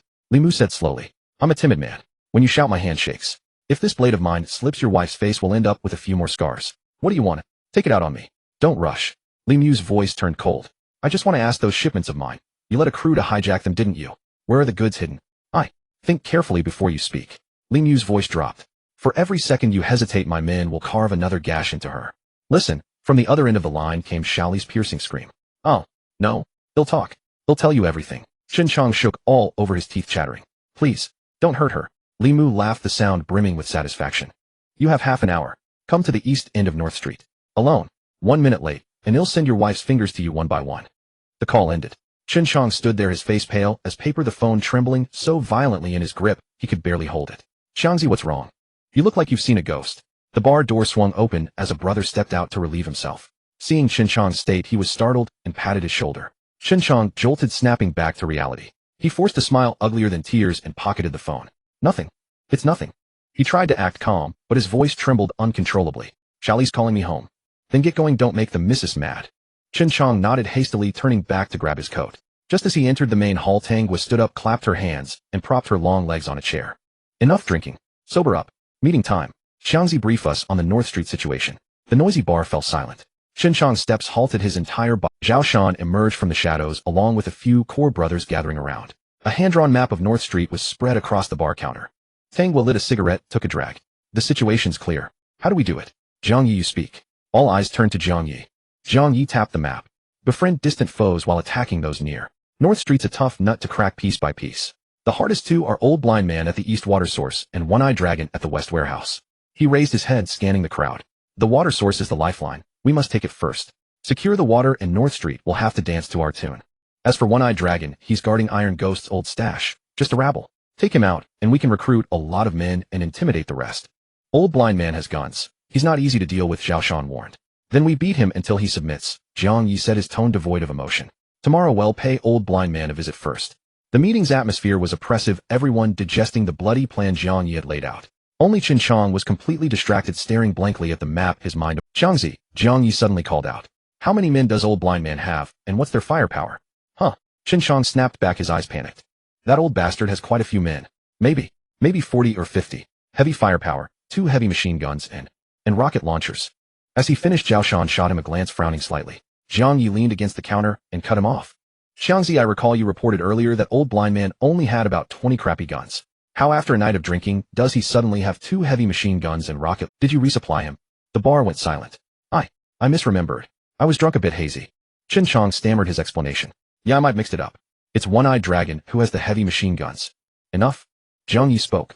If you're drunk, go sober up. Stop spouting nonsense here. Shin Chong quickly nodded. Yes. Brother Jiang's right. 10 minutes later the meeting ended, and everyone began preparing weapons and ammunition. Shin Chong lingered until the end, approaching Jiang Ye with a face ashen with terror. Brother Jiang, Ninth Master. I want to go scout Old Blind Man's place first, check their night watch layout. I'm a bit drunk and afraid I got it wrong. No need. We'll attack directly tomorrow, Jiang Ye refused. No, it's safer if I go check, Shin Chong insisted. I promise I'll just scope things out and come back. Jiang Ye stared at him for a few seconds. Shin Chong's heart raced under his gaze, and he instinctively looked away. Go ahead, Jiang Ye finally relented. Stay safe. Yes, sure. Shin Chong, as if pardoned, turned and rushed out. Jiang Ye stood there watching him disappear through the door, narrowed his eyes, and pulled out a cigarette. East end of North Street. Shin Chong ran up, panting. I'm here, he shouted into the empty lot. Let my wife go. Hey, right on time. Two men in black coats stepped out of the shadows. "Where's my wife?" Chen Chong's eyes reddened as he tried to charge in. Bang! Before he could get close, one of the men kicked him hard in the stomach. Chen Chong screamed, flying back 2 or 3 meters, clutching his gut in agony. "Fucking coward, and you dared to steal our goods." The man walked over, stomped on Chen Chong's face, and grounded in. Chen Chong gritted his teeth, his mind filled with Shaoli's scream. "Boss, please let my wife go. She has nothing to do with this. She's innocent." His voice was hoarse, choked with tears. "Just let me see her. If she's okay, they'll take you to where the goods are hidden. Don't touch her, please. You think you can bargain with me?" The man sneered. "Take him away." The sky had just begun to lighten. Several modified off-road vehicles were parked at the entrance, their exhaust pipes spewing white smoke. Tang was stood on the steps, her feet in a pair of high-top tactical boots, her long legs tightly wrapped in black combat pants, exuding strength and power. She had changed into a tactical vest, its chest pockets stuffed with magazines, and her hair tied up in a high ponytail. Click. She pulled the bolt, checked the pistol, and holstered it at her thigh. Jiang Ye strolled down with his hands in his pockets, glancing at the brothers loading ammunition boxes into the vehicle, then sweeping his gaze around. He didn't see the figure with the ash-gray hair darting about. Jiang Ye pulled open the passenger door and climbed in. Zhao Shan sat in the driver's seat, hands on the wheel, eyes fixed on the rear view. In the mirror, a few brothers were mounting a machine gun on the pickup truck's bed. "Shan, let's roll." Jiang Ye took the cigarette from his lips and tapped it against the dashboard. Zhao Shan didn't move. "Xiangzi hasn't come back." His voice was heavy. His phone was off, and he was nowhere to be seen. "That kid's probably still tangled up in some woman's arms." Jiang Ye struck a match. Zhao Shan turned his head, staring at Jiang Ye. "You know that's not how it is." Silence fell over the cabin. Shin Chong might talk nonsense all the time, but he never dropped the ball when it mattered. Especially today, when they were going to take on the tough nut of North Street. A gamble for their futures. He wouldn't miss it just because he overslept. Besides, at last night's meeting, Shin Chong's report on Old Blind Man's firepower had been incoherent. "Drive." Jiang Ye exhaled a plume of smoke. "Whatever happened to him, let's secure the water source first. As long as we have guns, supplies, and territory, we'll have the leverage to negotiate with whoever touched him." Zhao Shan glanced at Jiang Ye and said nothing more. He released the clutch and the engine roared.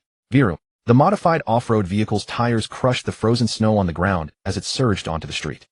At the eastern end of North Street, this was the lifeline of the entire slum. Despite the freezing cold, the line for water stretched for over a mile. People shrank their necks, their faces blue with cold, moving with numb, sluggish steps. There was no tap water in this zone. This well was their life. By the well, a few men in tattered leather jackets carrying steel pipes and homemade shotguns huddled around a fire barrel. The barrel burned with door planks scavenged from somewhere, billowing black smoke. "Damn it, hurry up. What's the holdup?" A thuggish guard kicked a frail old man on the backside. The old man's bucket clattered to the ground, spilling half its water. My water. My water." The old man whimpered, kneeling and trying to scoop it up with his hands. "Get lost. If you spilled it, that's your problem. You'll have to pay another $1." The guard cursed, raising his steel pipe to strike. Boom. The roar of engines echoed from afar, the ground trembling slightly. The guard's pipe froze mid-swing. Everyone instinctively looked up. At the end of the street, 3 off-road vehicles charged forward in a wedge formation. "Who's that? Looking for trouble?" The guard spat. "Racing on the east end." Before the words left his mouth, the lead vehicle showed no sign of slowing down. 100 meters. 50 meters. "Shit. Stop them." The guard panicked, shouting at the top of his lungs. A few of his men scrambled to push the sand-filled oil drums in the middle of the road, intending to use them as barricades. Bam! A deafening crash. The heavy-duty bumper on the off-road vehicle slammed into the oil drum. The several hundred-pound sand drum was sent flying, tumbling through the air, smashing into a roadside shack. Wood splinters flew and snow dust filled the air. The water queues scattered in screams, desperate to avoid being hit. The convoy screeched to a halt, tires carving deep black marks into the ground, stopping right in front of the well. The door swung open. Jiang Ye jumped out. "Who's in charge?" The guards exchanged glances, their earlier arrogance completely gone. These vehicles, this organized gear, it was clear they weren't to be trifled with. Brother, which gang are you from?" The thuggish guard stepped forward reluctantly, his steel pipe slick with sweat. "This is Old Blind Man's turf. Let's keep the peace." Slap. Jiang Ye raised his hand and delivered a vicious slap. The blow was too fast, too brutal. The thuggish guard didn't even grunt. He crumpled into a snowdrift, a few bloody molars flying out. Jiang Ye shook his hand. "Tell Old Blind Man to get his ass out here. Tell him the rent collectors arrived." The crowd gasped. On North Street, no one had ever dared to call him out by name like that. "You're fucking dead." The remaining guards snapped to action, raising their homemade shotguns to aim. Rat-a-tat-a-tat. The tarp covering the heavy machine gun on Tang's pickup truck was pulled back. Zhao Shan stood in the truck bed, one hand pressing down on the stock, firing a burst into the ground before the guard's feet. Ice chips exploded and mud flew. The guards trembled in terror. This was a genuine military heavy machine gun. How a single round could cut them in half. "What are you all standing around for?" A sinister voice suddenly came from behind the well house. The crowd parted. An old man in a tattered military coat, leaning on a cane made from a threaded steel rod, shuffled out slowly. His left eye was a black socket, the lid drooping. His right eye gleamed with greed and malice. Old blind man. Behind him, over 30 men surged out. These were the ones Chin Chong had reported on last night. But it wasn't just homemade shotguns. On the rooftops, behind windows, and behind sandbag fortifications by the well house, dark muzzles emerged. A few were even standard-issue AKs, and 2 light machine guns were set up at high points, their crossfire trapping Jiang Ye and his team completely. Young man, don't be so hot-headed. Old blind man stopped 5 meters from Jiang Ye, poking the frozen ground with his cane. The waters of North Street run deep. Slipping can drown you. Jiang Ye lit a cigarette and took a deep drag. Deep waters, plenty of turtles.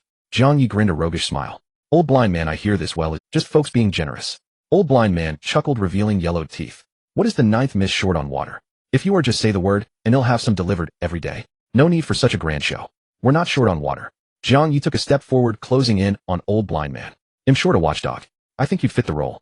Old blind man's smile froze. The sound of bolts being pulled echoed. You little brat, is your mouth tougher than a gun? Old blind man's single eye narrowed into a slit, murderous intent radiating.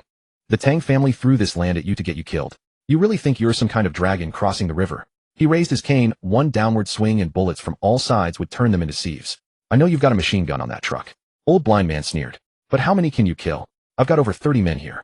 Tang Wa leaned against the door, her hand resting on the pistol at her waist. Jiang Ye didn't back off. Instead, he took another step forward, right up to old blind man. He reached out and straightened the grimy, unidentifiable collar of the old man's coat. Old bastard, do you think I brought this few people today to fight you to the death? Jiang Ye lowered his voice, his tone soft. Old blind man frowned. What are you up to? Those 2 machine guns of yours could indeed kill me. Jiang Ye flicked his ash. But believe me, the moment those guns fire, you're finished. Trying to scare me. Old blind man scoffed. Not far away. A black sedan had silently stopped in the shadows of the street corner, its windows dark, obscuring the interior. The window rolled down a crack, revealing a pair of clear, bright eyes. Jiang Ye merely glanced out of the corner of his eye without turning around. The old blind man across from him had also noticed the car. The vehicle was far too pristine, gleaming pitch black against the grimy backdrop of North Street, where even the snow was gray. Its presence there was an eyesore. Seems like plenty of people have their eyes on this shabby well of yours, Jiang Ye remarked, fiddling with the lighter in his hand. The old blind man fixed his one eye on him, growling. Don't try to pull any tricks with me. This well is my life. If you want it, you'll have to take it with my life. Around them, over 30 gunmen kept their weapons trained. Jiang Ye leaned and lowering his voice. Old man, do you really think I'm here to snatch this rundown well from you? The old blind man frowned, saying nothing. If that one eye of yours weren't completely blind, you'd see what North Street has become. Jiang Ye turned, pointing at the distant refugees huddled by their shanties, their eyes vacant yet greedy. Look at them. How many people are in North Street now? 1,000. 2,000. He didn't wait for an answer, raising 2 fingers. Half a month. At most. Once the special zones voter plan rolls out, how many will flood into North Street for a ballot that gets them relief grain, for a document that gives them an identity in this world? 10,000.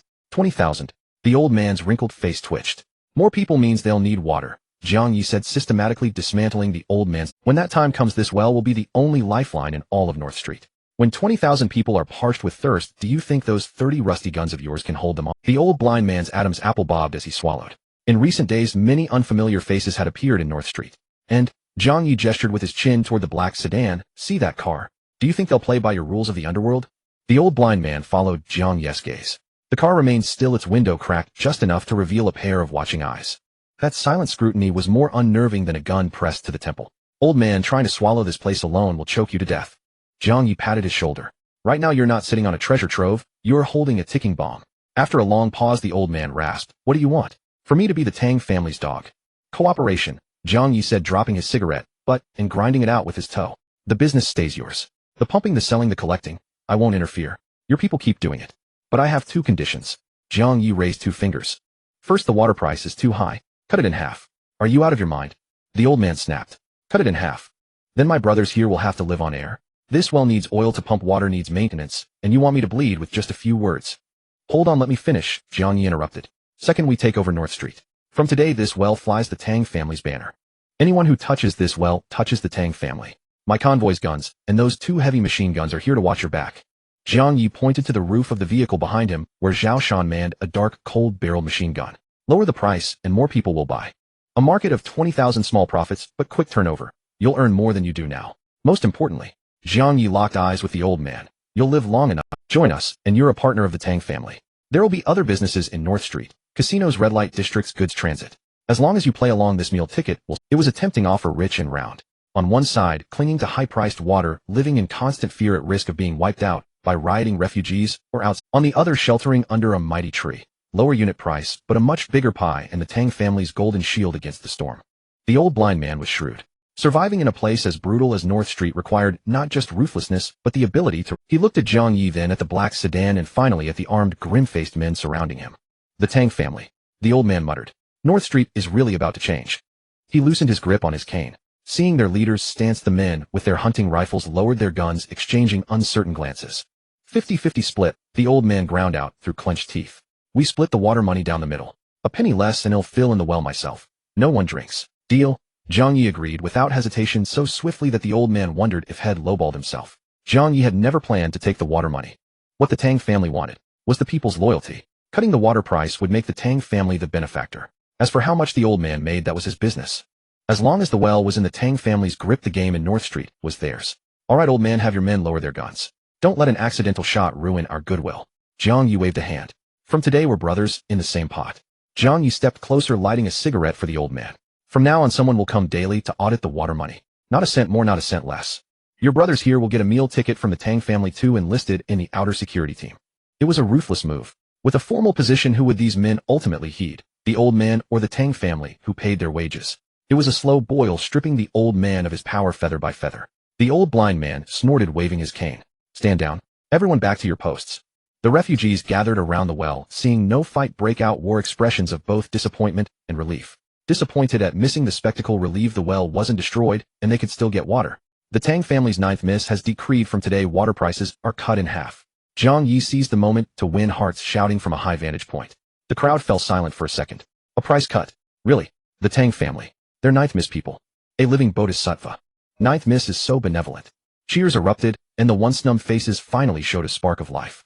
The old blind man watched, smacking his lips with a bitter taste in his mouth. They made money together, but the Tang family got all the good reputation. This deal was damned frustrating. Jiang Ye walked straight toward the black sedan, lurking in the shadow of the street corner. The engine rumbled, low tires crunching over snow as the black sedan turned and drove away. Jiang Ye watched its taillights vanish into the wind and snow his eye. Jiang Ye. Tang Guo approached, standing behind him. Xiangzi is in trouble. Jiang Ye spun around, the cigarette between his fingers snapping.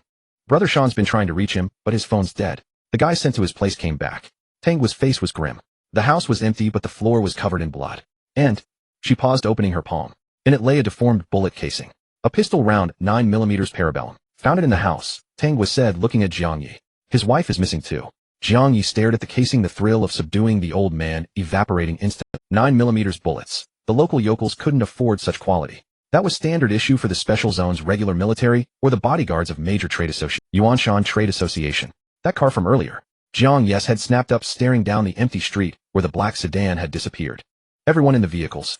Damn it, Xiangzi must have taken the goods from the warehouse. Jiang Ye's sudden roar startled even the old blind man nearby. He strode toward the off-road vehicle, yanking open the door. Chase that black car. Intercept them. Notify the brothers at night rows to secure the base and lock everything down. Hold tight. Jiang Ye yanked the steering wheel, the off-road vehicle's rear, and skidding in a semicircle. Zhao Shan, seated in the passenger seat, clutched the handle with one hand while slamming a magazine against the dashboard to chamber a round with the other. Tang Guo in the back seat had already thrust her double-barreled shotgun out the window. They're heading out of town, she shouted, her eyes stinging from the cold wind. Shoot out their tires. The black sedan drove with extreme steadiness, neither fast nor slow, maintaining a constant distance of 200 meters. After leaving North Street, the streetlights grew sparse, surrounded by abandoned factories and stretches of desolate wilderness. Something's off, Zhao Shan suddenly said.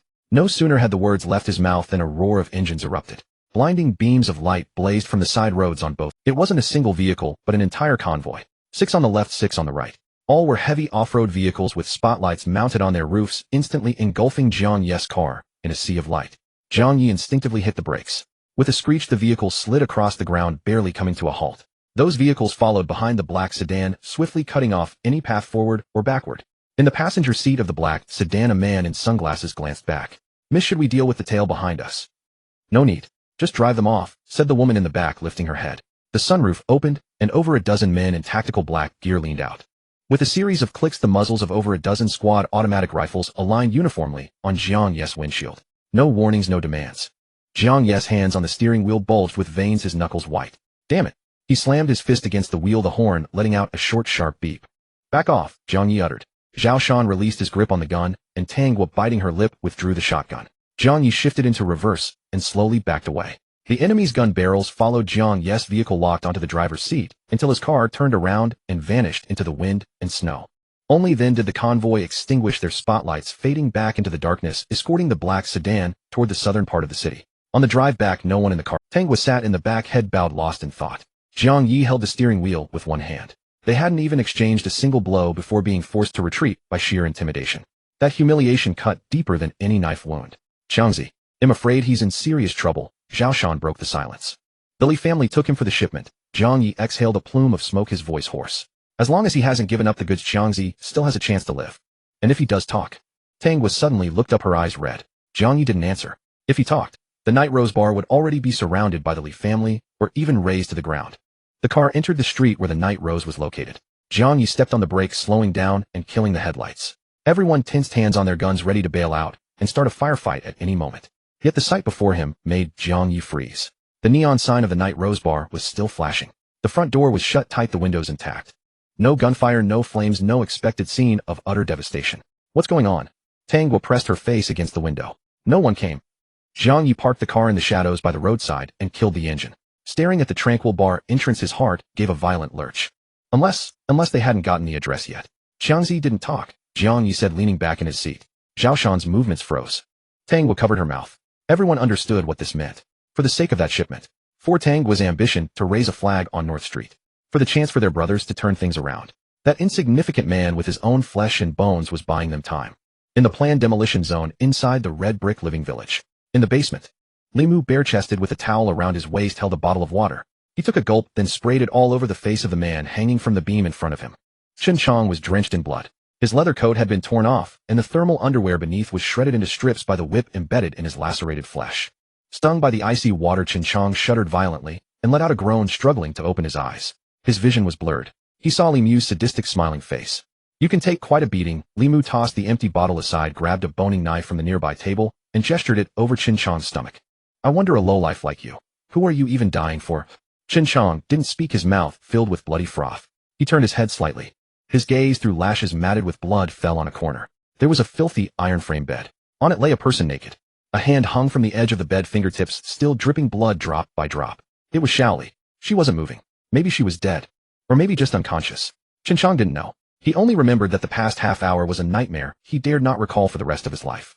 That woman who would nag him for half a day over saving a few dollars on coal, who would warm his feet under the covers, who said she wanted to bear his child right before his eyes. Defiled by these beasts. A sob escaped Chen Chong's throat, tears mixing with blood flowing into his mouth, salty and bitter. Limu walked over and kicked the iron bed frame with a deafening clang. I wanted to keep her alive so you could hear her scream, but this bitch was too fragile. Gave out before I could have any real fun. Chen Chong stared fixedly at Limu. If looks could kill, Limu would have been sliced into 1,000 pieces. Don't look at me like that, Limu said. He walked back, the knife's tip pressing against Chen Chong's chin, lifting it slowly. Now it's your turn. I don't have all day. Either you tell me where the goods are, and he'll give you a quick death. Or, Limu grinned, revealing his stark white teeth. He'll slice off every piece of your fat bit by bit, and feed you to the stray dogs outside. Ever heard of death by 1,000 cuts? Let's have a live show today. The knife tip pierced the skin. A searing pain shot through him. Chen Chong's body convulsed. He wanted to be tough. He wanted to be a hero. He wanted to be like Jiang Ye, standing even in death. But it hurt too much.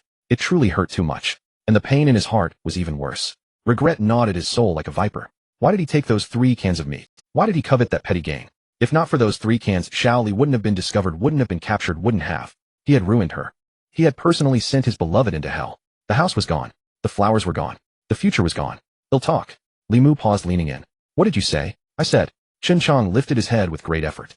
The goods are in the scrapyard at the west end of North Street, in the basement. Limu's eyes lit up. The scrapyard. He straightened up, a satisfied smile spreading across his face. Why didn't you say so sooner? Had to suffer for nothing. Limu tossed the knife to a nearby henchman and picked up his phone to dial a number. Get the car ready. Call 30 brothers, bring heavy weapons. The scrapyard at the west end of North Street. Level it. Hanging up, Limu grabbed a shirt from a nearby rack and put it on as he walked out. Cut him down. Don't kill him yet. At the door, Limu paused and glanced back at Chen Chong, who hung like a dead pig.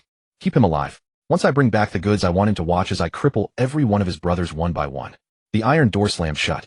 Chen Chong closed his eyes, 2 streaks of bloody tears tracing down his cheeks. Brother Jiang, young Master Jiao, I didn't sell you out. I didn't bring shame to the night, but he regretted it. He truly regretted it. If he could turn back time, he would rather starve than ever touch those damned cans. Lily, Chen Chong called out softly toward that corner. There was no answer. Only the steady drip of blood beating against the floor. Drip, drip. Honey, in the next life, they'll definitely buy you a house with big glass windows. The door of the Night Rose bar was kicked open with a bang. Zhao Shan dragged a man in by his collar and flung him onto the floor. Ouch. Easy, easy, these old bones of mine. The man was an elderly tramp. His clothes tattered, his face smeared with black mud and snot. It was the old scavenger from North Street. Jiang Ye sat by the bar with Tang Guo leaning beside him, her arms crossed over her chest. Talk, Zhao Shan said, closing the door and kicking the old man's calf. The old man let out a howl, snot and tears streaming down his face as he cowed out on the ground. Ninth miss. I'm innocent. I really didn't do anything wrong. I'm just a trash picker. I was just passing by and saw that girl being taken away. Which girl, eh? Jiang Ye spoke. It's Brother Chang's sweetheart, the one called Shaoli, the old man stammered, his eyes darting nervously. I was digging through the trash can back then when I heard smashing and screaming from inside that room. I'm a coward, so I just hid behind the garbage pile and didn't dare move. He swallowed hard and wiped the mud off his face with his sleeve. Then I saw a few men in black dragging that girl out. They really dragged her. There was blood all over the ground. It hurt just to watch. That girl screamed until her voice went hoarse, but no one dared to stop them. What did they say? Tengwa asked. I didn't hear clearly. The old man's eyes rolled as if he suddenly recalled some crucial detail. All right. I saw an iron box on the ground. It was green with red characters printed on it. Those people were after that box, cursing and yelling, saying that girl had stolen it. Bullshit. Tang was suddenly grabbed her shotgun, the dark muzzle pointing straight at the old man's forehead. If you keep spouting nonsense, I'll blow your head off. Don't kill me. Don't kill me. The old man cowered back in terror, a wet patch instantly spreading across his crotch. Ninth miss, have mercy. I'm telling the truth. I just saw a tin can. How would I dare lie? Jiang Ye raised his hand and pressed down on Tang Guo's gun barrel. Jiuer, don't be rash. He pushed Tang Guo's hand down, then slowly crouched in front of the old man. His eyes met the old man's gaze at the same level. The old man trembled all over. What he feared most was not the blustering woman with the gun, but the young man before him. Old sir. Jiang Ye reached out and straightened the old man's collar. It's freezing out. Sorry for startling you. That respectful address made the old man's scalp crawl. He squeezed out a smile more hideous than a sob. Master Jiang. You're too kind. It's my duty, my duty. You've provided us with a lead. That's a great help. Jiang Ye pulled a pack of cigarettes from his pocket, slid one into the old man's mouth, and lit it for him himself.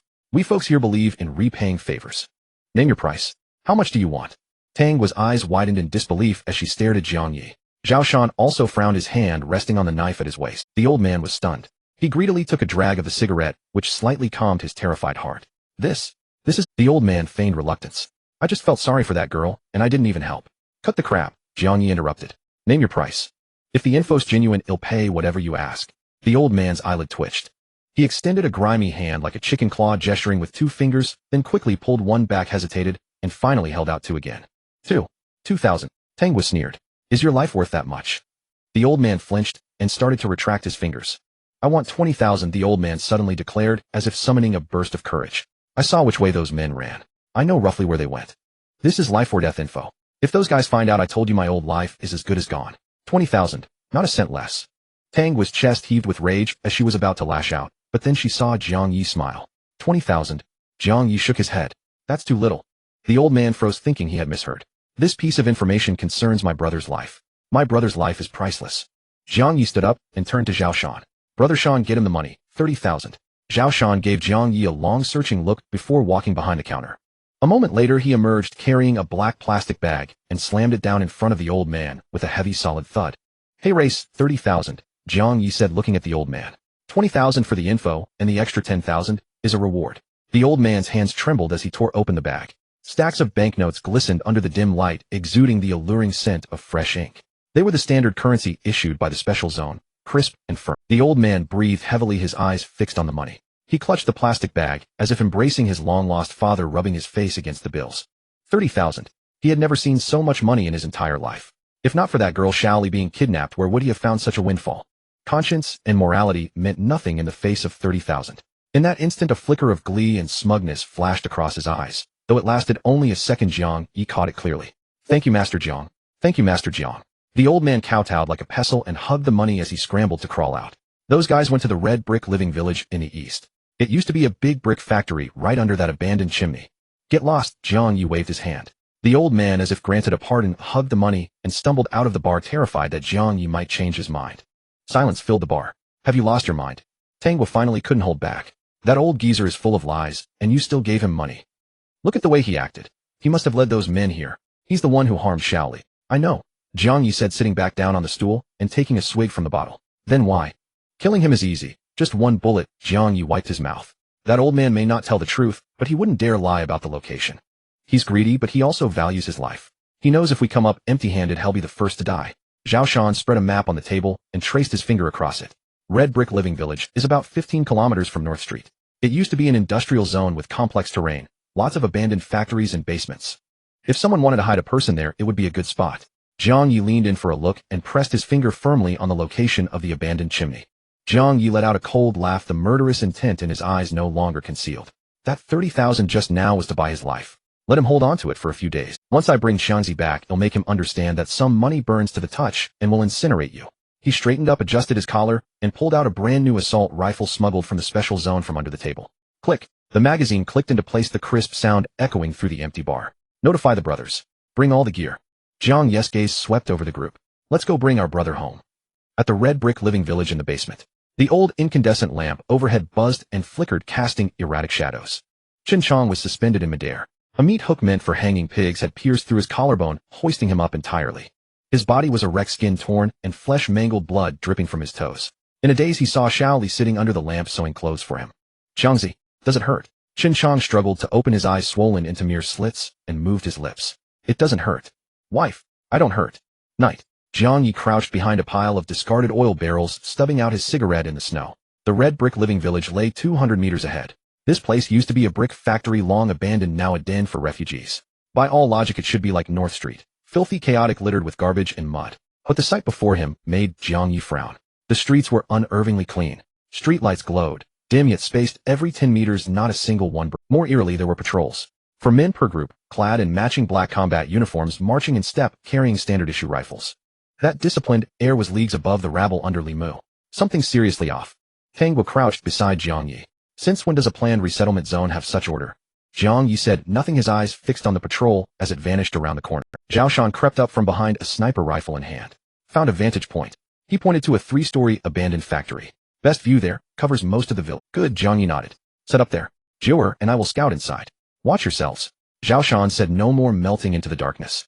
Jiang Ye pulled 2 moldy-smelling cotton coats from a tattered sack, tossing one to Tang Guo.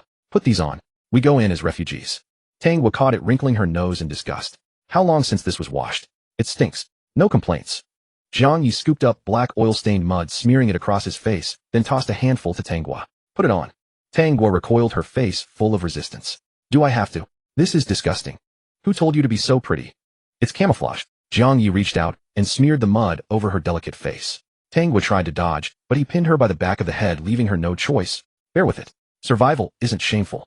Tang Guo, her face caked in mud, was furious enough to bite, yet couldn't help but laugh. Even your mom wouldn't recognize you, so when will mom give her son a sip? Jiang Ye's gaze roamed teasingly over her chest. When you kick the bucket, it'll burn a wet nurse for you. Tang Guo kicked him in the shin. The two hunched low, slipping into the village along the shadows. The deeper they went, the stronger Jiang Ye's unease grew. This place was too clean. Posters plastered the walls. Jiang Ye stepped closer to read one. Red Brick Village Public Security Regulations. Article 1, no urinating or defecating anywhere. Violators fined 50 or 10 lashes. Article 2, no littering. Violators fined 100 or 1 finger cut off. Article 3, no gathering to brawl. Violators detained for 3 days without food. Article 4, no concealing weapons. Violators shall be. Jiang Ye didn't read further. He turned and kept walking. Tang Guo followed, muttering under her breath. Who made these rules? Treating this like a special zone. Being able to enforce rules means someone's in control, Jiang Ye said in a low voice. And that person's no ordinary. Ahead was a roadside stall. An old man huddled in a tattered quilt, a few packs of cigarettes and some odds and ends laid out before him. Jiang Ye walked over, pulling out a few crumpled bills. Sir, a pack of smokes. Cold night. Why no fire? The old man looked up, saw Jiang Ye's refugee disguise, relaxed, and lowered his voice. You trying to get me killed? New rule, no open flames at roadside stalls. Afraid the smoke will blacken the walls. Jiang Ye caught the cigarettes, lit one, and leaned against it. They're running a tight ship now? Last time I was here, this place was covered in crap. The old man said nothing, only glanced at the poster on the wall. Jiang Ye followed his gaze and smiled. Who made these rules? Pretty impressive. The old man finally spoke, his voice hoarse. The new manager from the Li family. Wasn't that brat Li Mu in charge here? Did he turn over a new leaf? Jiang Ye raised an eyebrow, feigning curiosity. The old man spat. He got sacked long ago. Heard he went back and got a beating. The one in charge now is a ruthless one. Jiang Ye's heart stirred, but his face remained calm. Ruthless. How ruthless. The old man shrank his neck. He cleaned up this mess in 3 days. Anyone who causes trouble gets dragged out and shot. Tang Ye, listening nearby, curled her lip. So what if he made a few rules? Big deal. Jiang Ye didn't reply, just took a deep drag of his cigarette. He knew that transforming a refugee den in 3 days wasn't something you could do with just a few rules. The person behind this was no simple figure. Jiang Ye stubbed out his cigarette and turned to leave. The old man suddenly called out to him. Young fella, you look new. Take my advice. Don't stir up trouble here. And don't go near the central area. Jiang Ye looked back and gave him a smile. Don't worry. I'm just passing through. They continued deeper in. The streets grew quieter. Occasionally a few refugees huddled in doorways, their eyes vacant as they watched the pair. Jiang Ye. Tang was suddenly tugged his sleeve. Jiang Ye followed her gaze. A patrol unit emerged from around the corner. All in tactical vests, helmets, and night vision goggles. The patrol passed before them, their footsteps perfectly synchronized. Jiang Ye and Tang were pressed against the wall until the unit disappeared from sight, then let out a breath. This is seriously wrong. Tang Ye cursed under her breath. This new manager isn't someone to mess with. Jiang Ye narrowed his eyes. Tang Ye snorted dismissively. Jiang Ye glanced at her, but said nothing. It's not the thug's brutality that scares you. It's a thug with brains. Come on. Finding Xiangzi is what matters. Jiang Ye suppressed his unease and pressed forward. The abandoned chimney stood at the village center, once the core of the... Jiang Ye and Tang Ye weaved through several alleys until they finally saw the towering chimney. Below it lay a stretch of derelict factory buildings, pitch black, without... This is it. Jiang Ye crouched down and pulled out his walkie-talkie. Change, we're here. Zhao Shan's voice came through. Copy that. Clear view from here. No anomalies detected yet. Good. Jiang Ye put away the walkie-talkie and turned to Tang Ye. Jiu, are we split up? Tang Ye frowned. Howie, you create a distraction, lure the patrols away. Jiang Ye pointed into the distance. They'll slip in during the chaos. Tang Ye stared at him for a few seconds, then finally nodded. Fine. Be careful. Relax. I'm hard to kill. Jiang Ye grinned. Tang Ye turned and vanished into the darkness. Jiang Ye took a deep breath, then crept toward the factory, crouching low. He had just reached the edge of the building when a thunderous roar erupted in the distance. Boom. An explosion. Flames shot into the sky, illuminating half the village. Fire. Put it out. Enemy attack. First and second squads with me. Whistles blew from the patrols, and the sound of heavy footsteps surged toward the blast. Seizing the moment, Jiang Ye took a running start, planted his foot on a bulge in the wall, grabbed the top with both hands, and vaulted silently over the fence. The moment he landed, he rolled and tucked himself into the shadow of a loading dock. The courtyard was eerily quiet, untouched by the chaos outside. This only sharpened Jiang Ye's vigilance. He hugged the wall, inching toward the 3-story red brick building. A light was on in the first-floor lobby, and the faint sound of people moving things could be heard. Jiang Ye didn't dare use the front door. He circled to the back, climbed a drain pipe, and reached the second floor. A window on the second floor was half open, the curtain fluttering gently. Holding his breath, Jiang Ye carefully poked half his head out, peering through the gap in the curtain. The room was spacious. Behind a large desk sat a woman. She wore a tailored white blouse, her hair casually tied back, a few stray strands brushing her ears. In her hand was a fountain pen marking up a thick ledger. Another explosion echoed outside, rattling the window panes. The woman's pen paused. As if startled, her shoulders gave a slight flinch. Jiang Ye gripped the windowsill with both hands and vaulted into the room. The moment his toes touched the ground, he used the momentum of his forward lunge to close the distance in a few quick strides, instantly approaching the office desk. The woman was about to turn her head. The muzzle of the gun was already pressed against the back of her skull. Don't move. Move an inch, and your head will be blown open. The woman Turn around. Slowly. Jiang Ye commanded in a low voice. The woman slowly raised her hands, palms facing outward, signaling that she was unarmed. Turn around. Jiang Ye moved the gun barrel back half an inch. The woman slowly turned around. Under the dim light of the desk lamp, Jiang Ye could see her face clearly. She was very young with fair skin. Her features were delicate, especially her eyes, which had slightly upturned outer corners and carried a hint of scholarly grace. She wore a white blouse with the top 2 buttons undone, revealing a slender, elegant neck and collarbone. What's your name? Jiang Ye asked coldly. Yi Qing. Her voice trembled slightly, but her enunciation was clear. I'm the accountant here. This place is full of thugs and ruffians. Why would they hire an accountant as beautiful as you? Jiang Ye stepped forward, pressing the gun barrel slowly down her neck to her collarbone. Do you take me for a fool? Yi Qing's breath quickened as she tilted her head back. The boss likes women, especially literate ones. I'm just trying to make a living. Whether he wants me to keep the books or do something else, that's his business. The excuse was flimsy, but it fit the survival rules of this place. Jiang Ye neither believed nor disbelieved her completely. His free left hand quickly moved to her waist, sorry for the intrusion. Women could sometimes be more dangerous than men. It was common for them to hide a small pistol or a blade in their clothes. The moment his palm touched the thin fabric of her blouse at her side, Yi Qing's body tensed up noticeably, and her breathing became ragged. Jiang Ye showed no intention of being gentle.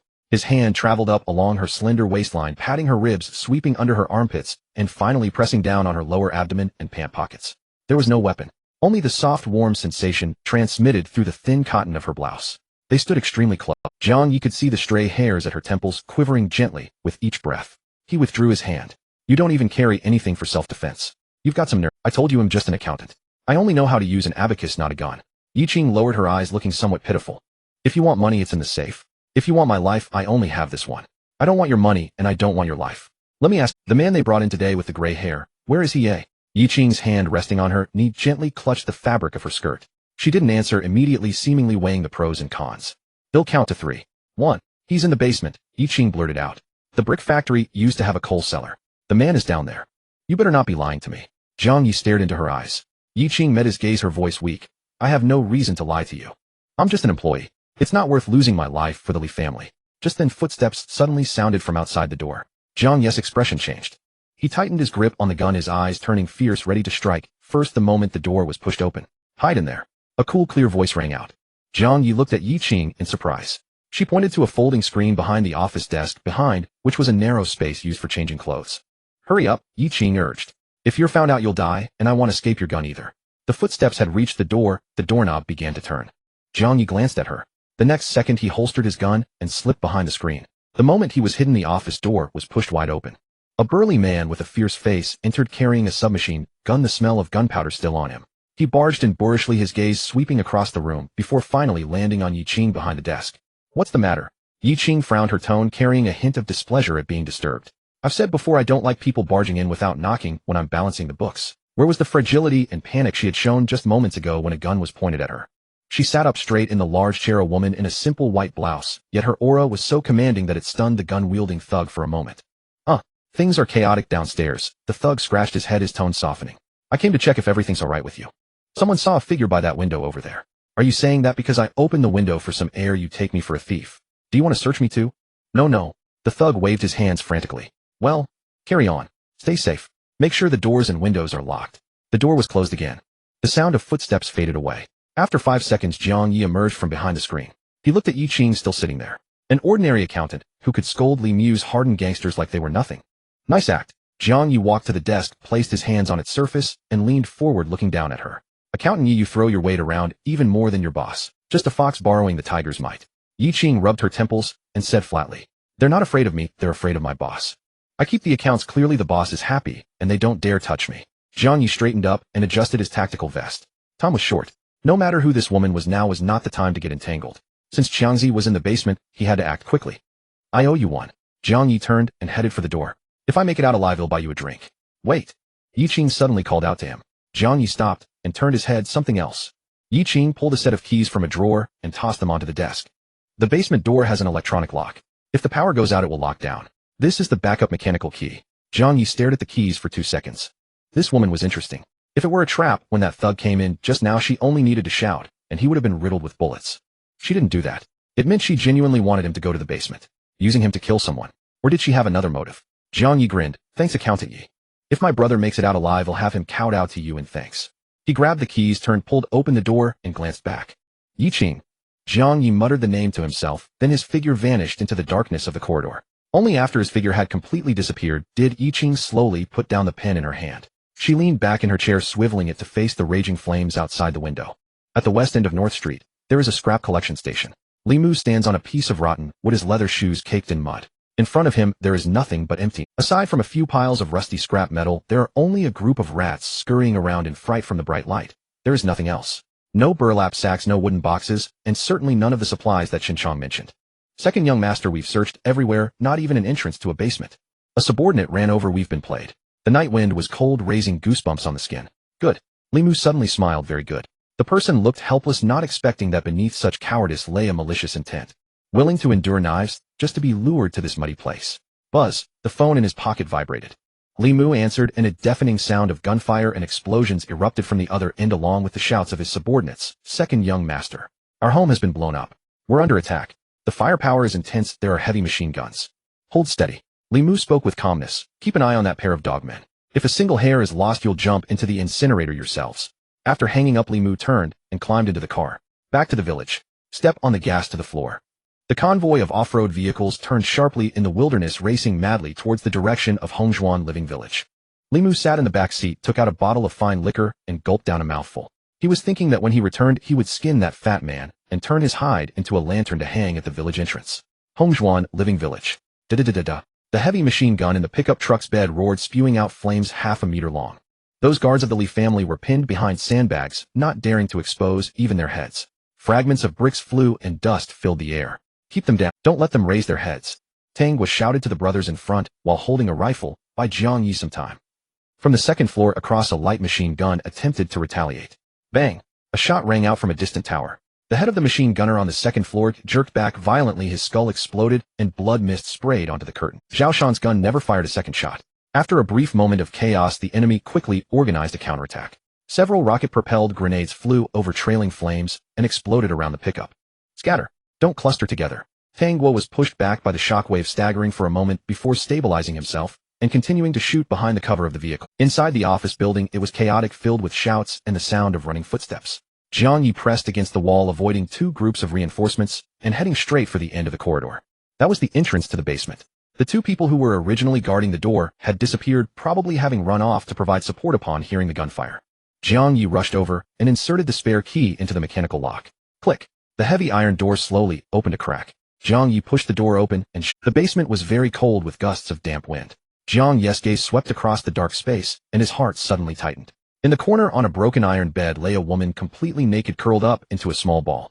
Her skin was bruised in places with bullet holes on her thighs already turning black, and the torn bedsheet beneath her soaked in blood. She lay motionless, uncertain if she was dead or alive.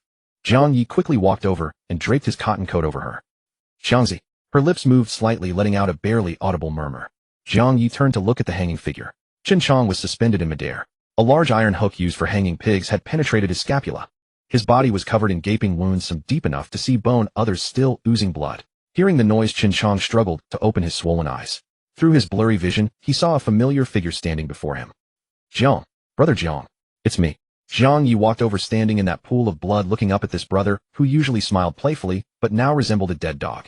Am I dead? Chen Chong managed to twitch the corner of his mouth, but the movement pulled at his wounds, causing his entire face to twitch in pain. Shut up. Jiang Ye's voice trembled slightly. You're not dead. I haven't even given you your payment, yet why would you die? He reached out, supporting Chen Chong's legs, trying to relieve the pull of the iron hook on his body. Xiangzi, hang in there. I'll get you down. Wife. My wife. She's still alive. Jiang Ye interrupted him.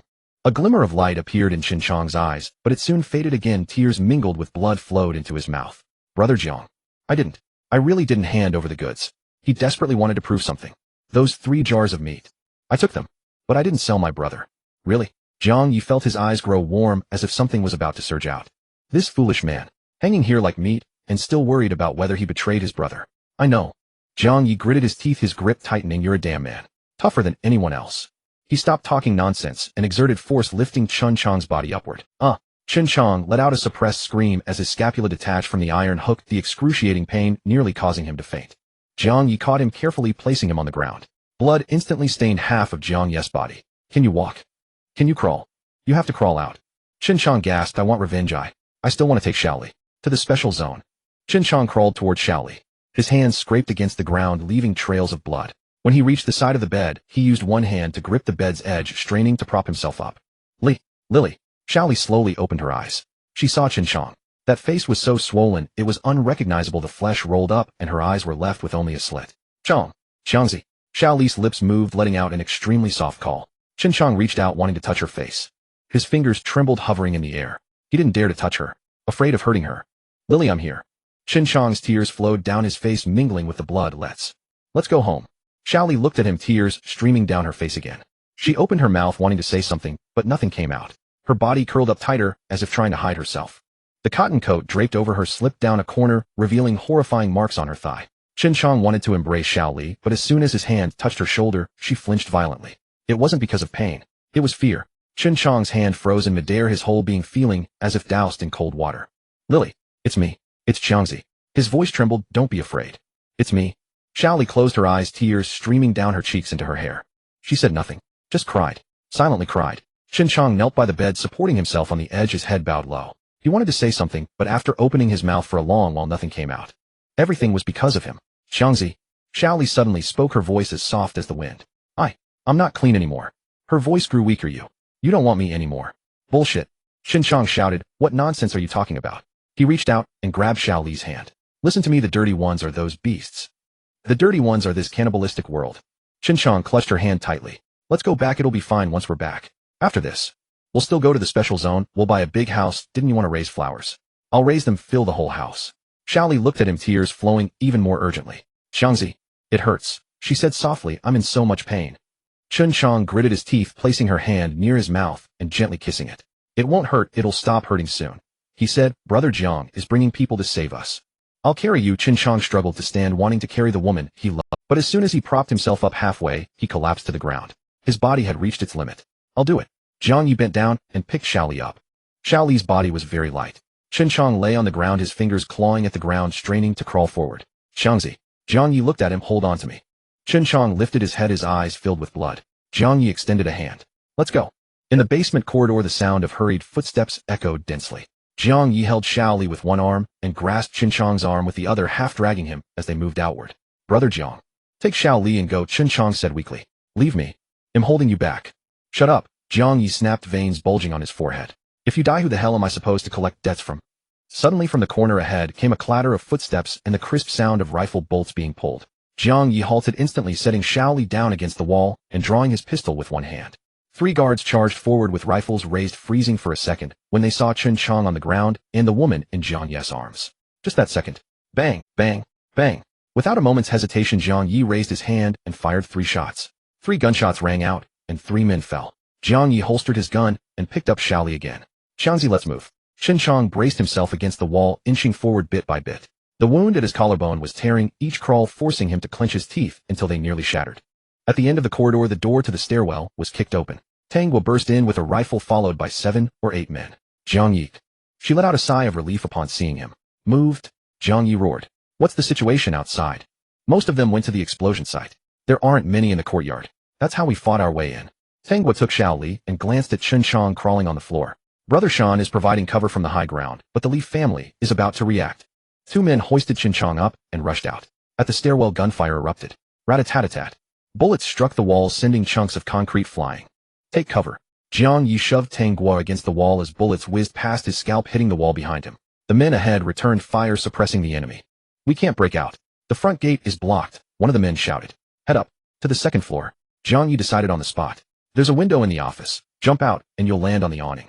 Well, retreat over the roof. The group fought and fell back, storming up to the 2nd floor. The office window was still open. Yi Qing was already gone. Tang Guo was the first to climb out, landing on the awning outside. Quick, get him out. One by one, the men were lowered down. Chin-Chong was pushed out through the window, caught by Tang Guo and another man, and placed on the awning. Brother Jiang. Chin-Chong grabbed Jiang Ye's hand. Aye. Jiang Ye glanced at him, said nothing, and turned back into the room. 3 men were still holding the door inside. Go. Jiang Ye shouted. Brother Jiang, you go first. Take Xiangzi and leave. Don't let the brothers die in vain. The man guarding the front turned back, grinning. Stop with the damn nonsense. When have I ever abandoned my brothers? Jiang Ye raised his gun, ready to charge back. The door was forced open a crack from outside. Jiang Ye fired a burst, sealing the gate. Go. Jiang Ye kicked the nearest man. What the hell are you all standing around for? The man gritted his teeth, turned, and Jiang Ye and the other 2 fought as they retreated. Boom. The door was blown open. The shockwave threw Jiang Ye to the ground, his ears ringing.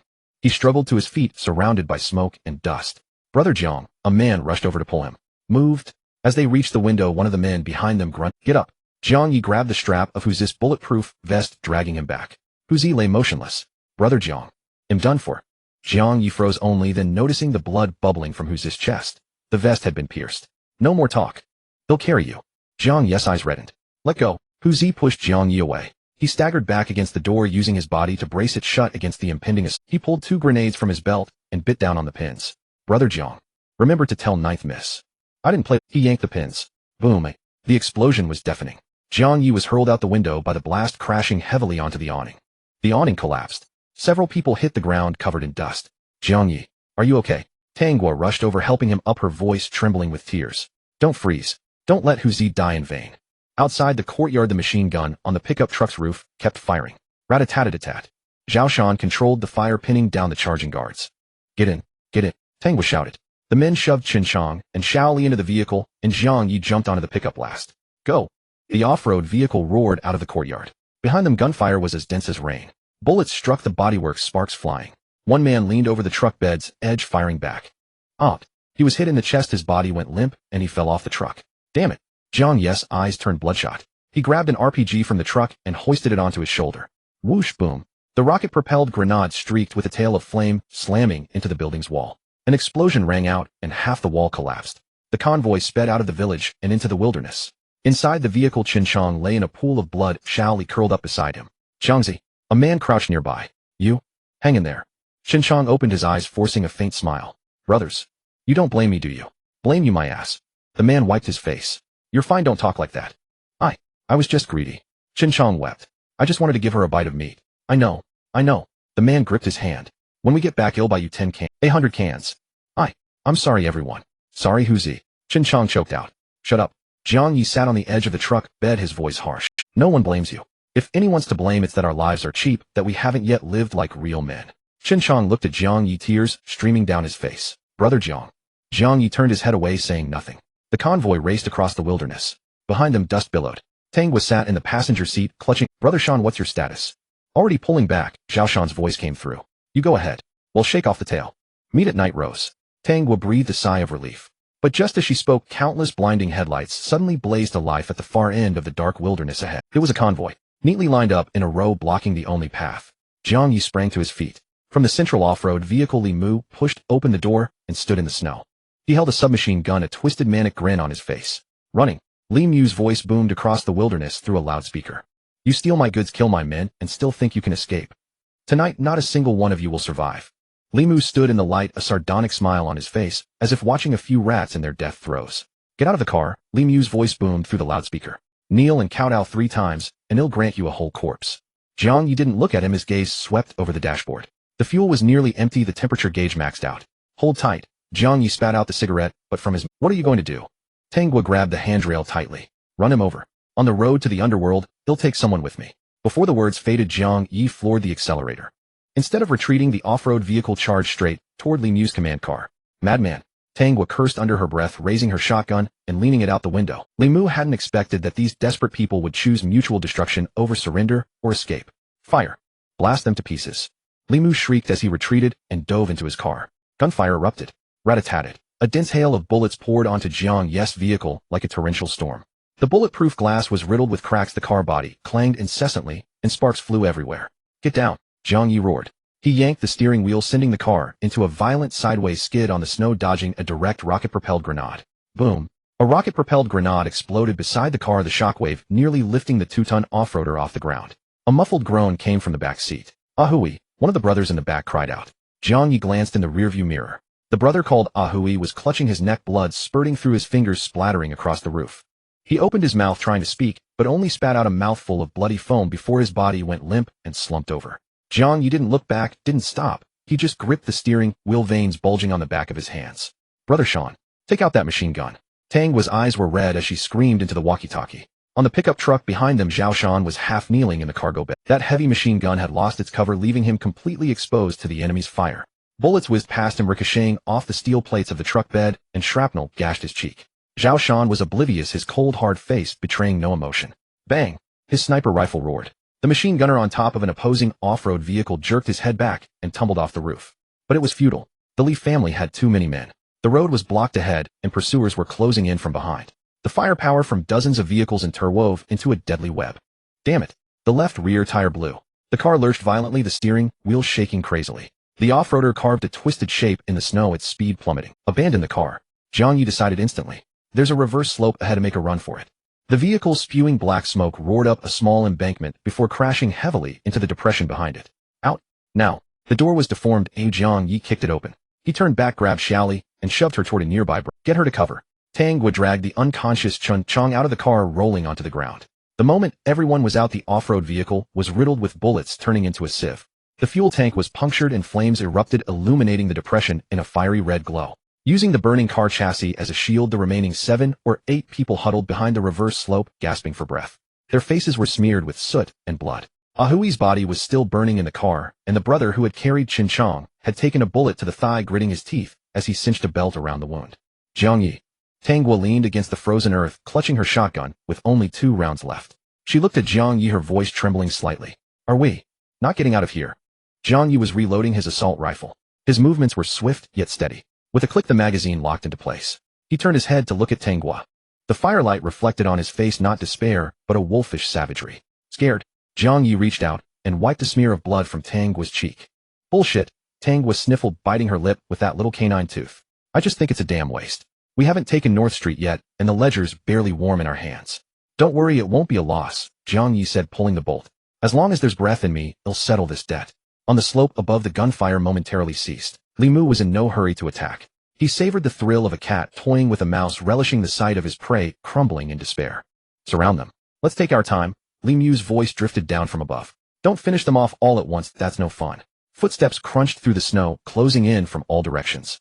Get ready. Jiang Ye crouched, coiling like a leopard about to strike. Kill one, and we break even. Kill two, and we profit. 50 meters. 30 meters. Jiang Ye's muscles were taut to the breaking point, ready for a final charge. Just then, Virum. The roar of an engine suddenly exploded from the darkness in the distance. The approaching Li family men faltered, instinctively stopping and turning to look back. Li Mu stood by his command car, frowning. What's that noise? At the edge of the dark wilderness, two blinding yellow beams of light tore through the night. Those beams were massive, piercing straight through the blockade of the Li family convoy. Then came a piercing long blast from an air horn. Whoa! That's... Tang Guo jerked her head up, disbelief flashing in her eyes. A colossal, heavily modified black heavy truck emerged from the darkness. The front was fitted with a pusher blade welded with spikes. Thick armor plates hung from the sides, and a row of highway-edge searchlights were mounted on the roof, illuminating everything ahead with crystal clarity. It didn't slow down. Facing the line of off-road vehicles parked by the Li family, the heavy truck was like a Tyrannosaurus Rex charging into a flock of sheep. Boom! The first off-road vehicle blocking the way was sent flying, tumbling twice in the air before crashing to the ground in a heap of scrap metal. Boom! Boom! The heavy truck plowed through, smashing the Li family's blockade into pieces. Those modified vehicles were as fragile as paper toys before this behemoth. Li Mu's face changed instantly. Stop it! Fire! Gunfire erupted again, but the bullets only sparked harmlessly off the truck's armor. The heavy truck charged into the center of the battlefield, executing a perfect drift. Its massive body swung sideways, forcefully wedging itself between the depression and the Li family's gunners. The enormous tires kicked up a blinding cloud of snow, spraying the gunners in the face. The door pushed open. A boot clad in a riveted combat boot stepped onto the... Then a man in a black leather jacket with a crew cut and a silver cross hanging from his neck jumped down. A lit cigar was clenched between his teeth. He grinned, revealing a row of stark white teeth. Yo, quite a party here. Second son of the Li family, making such a big fuss to bully my little sister. Do you think the Tang family has no one left? In the depression, Tang was stared at that back, sniffled, and called out. Tang Feng, what the hell are you doing here? Tang Feng, with his back to her, raised his hand and flipped her the middle finger. If I hadn't come, you'd have disgraced the Tang family name completely. Behind him, the heavy truck's cargo door opened. 30 fully armed elites clad in the Tang family's special black combat uniforms and wielding standard-issue automatic rifles jumped down from the truck. In an instant, the tide had turned. Li Mu raised his submachine gun high, the muzzle aimed directly at Tang Feng. Tang Feng, how dare you meddle in the Li family's affairs? Tang Feng exhaled a plume of smoke, leaning against the hood of a heavy truck, a smug grin plastered on his face. My own sister was being ganged up on, and you call this meddling? Lier, have you lost your mind from popping too many pills? She hijacked my cargo. Li Mu roared. If you don't give me an explanation for this, none of you are leaving this wasteland alive. Cargo. Tang Feng clicked his tongue. You couldn't guard it yourself, someone stole it, and now you blame my sister. What does everything from the Li family come with an anti-theft code? Li Mu's face shifted through several shades of anger before he finally ground out a sentence between clenched teeth. So are you saying your Tang family ordered the hijacking? Tang Feng shrugged, the cigar in his hand swaying. What if it was? What if it wasn't? In the unregulated zone, does the Tang family need to explain itself to you? As his words fell, the gunmen on the Li side instinctively tightened their grips, while the 30 elites behind Tang Feng simultaneously pulled back their bolts. A crisp, unified click echoed across the wasteland. Li Mu took a deep breath, his finger resting on the trigger. Tang Feng, I think you've lived long enough. Open your damn eyes and look around. I have more men. Then let's give it a try, Tang Feng grinned. Let's see if the Li family's guns are faster or the Tang family's blades are sharper. The tension between the two sides was on the verge of exploding. Just then, from the edge of the distant wasteland, a cacophony of engine noises suddenly arose. More vehicles were coming, and not just one or two. It was a continuous string of lights approaching from the darkness like a long dragon. Li Mu frowned deeply, turning to look. The lead vehicle was a battered pickup truck, its bed crammed with people, each one holding a gun. Fourth Master Tang. We're here. Old blind man from North Street, bringing the brothers to back up the ninth miss. One after another, a ragtag fleet of vehicles charged in from all directions, coming to a halt at the edge of the battlefield. Doors swung open and countless people jumped out. There were refugees in tattered cotton coats and thugs carrying homemade shotguns. Their weapons were a motley collection: rifles, shotguns, and even a rusted guandao blade.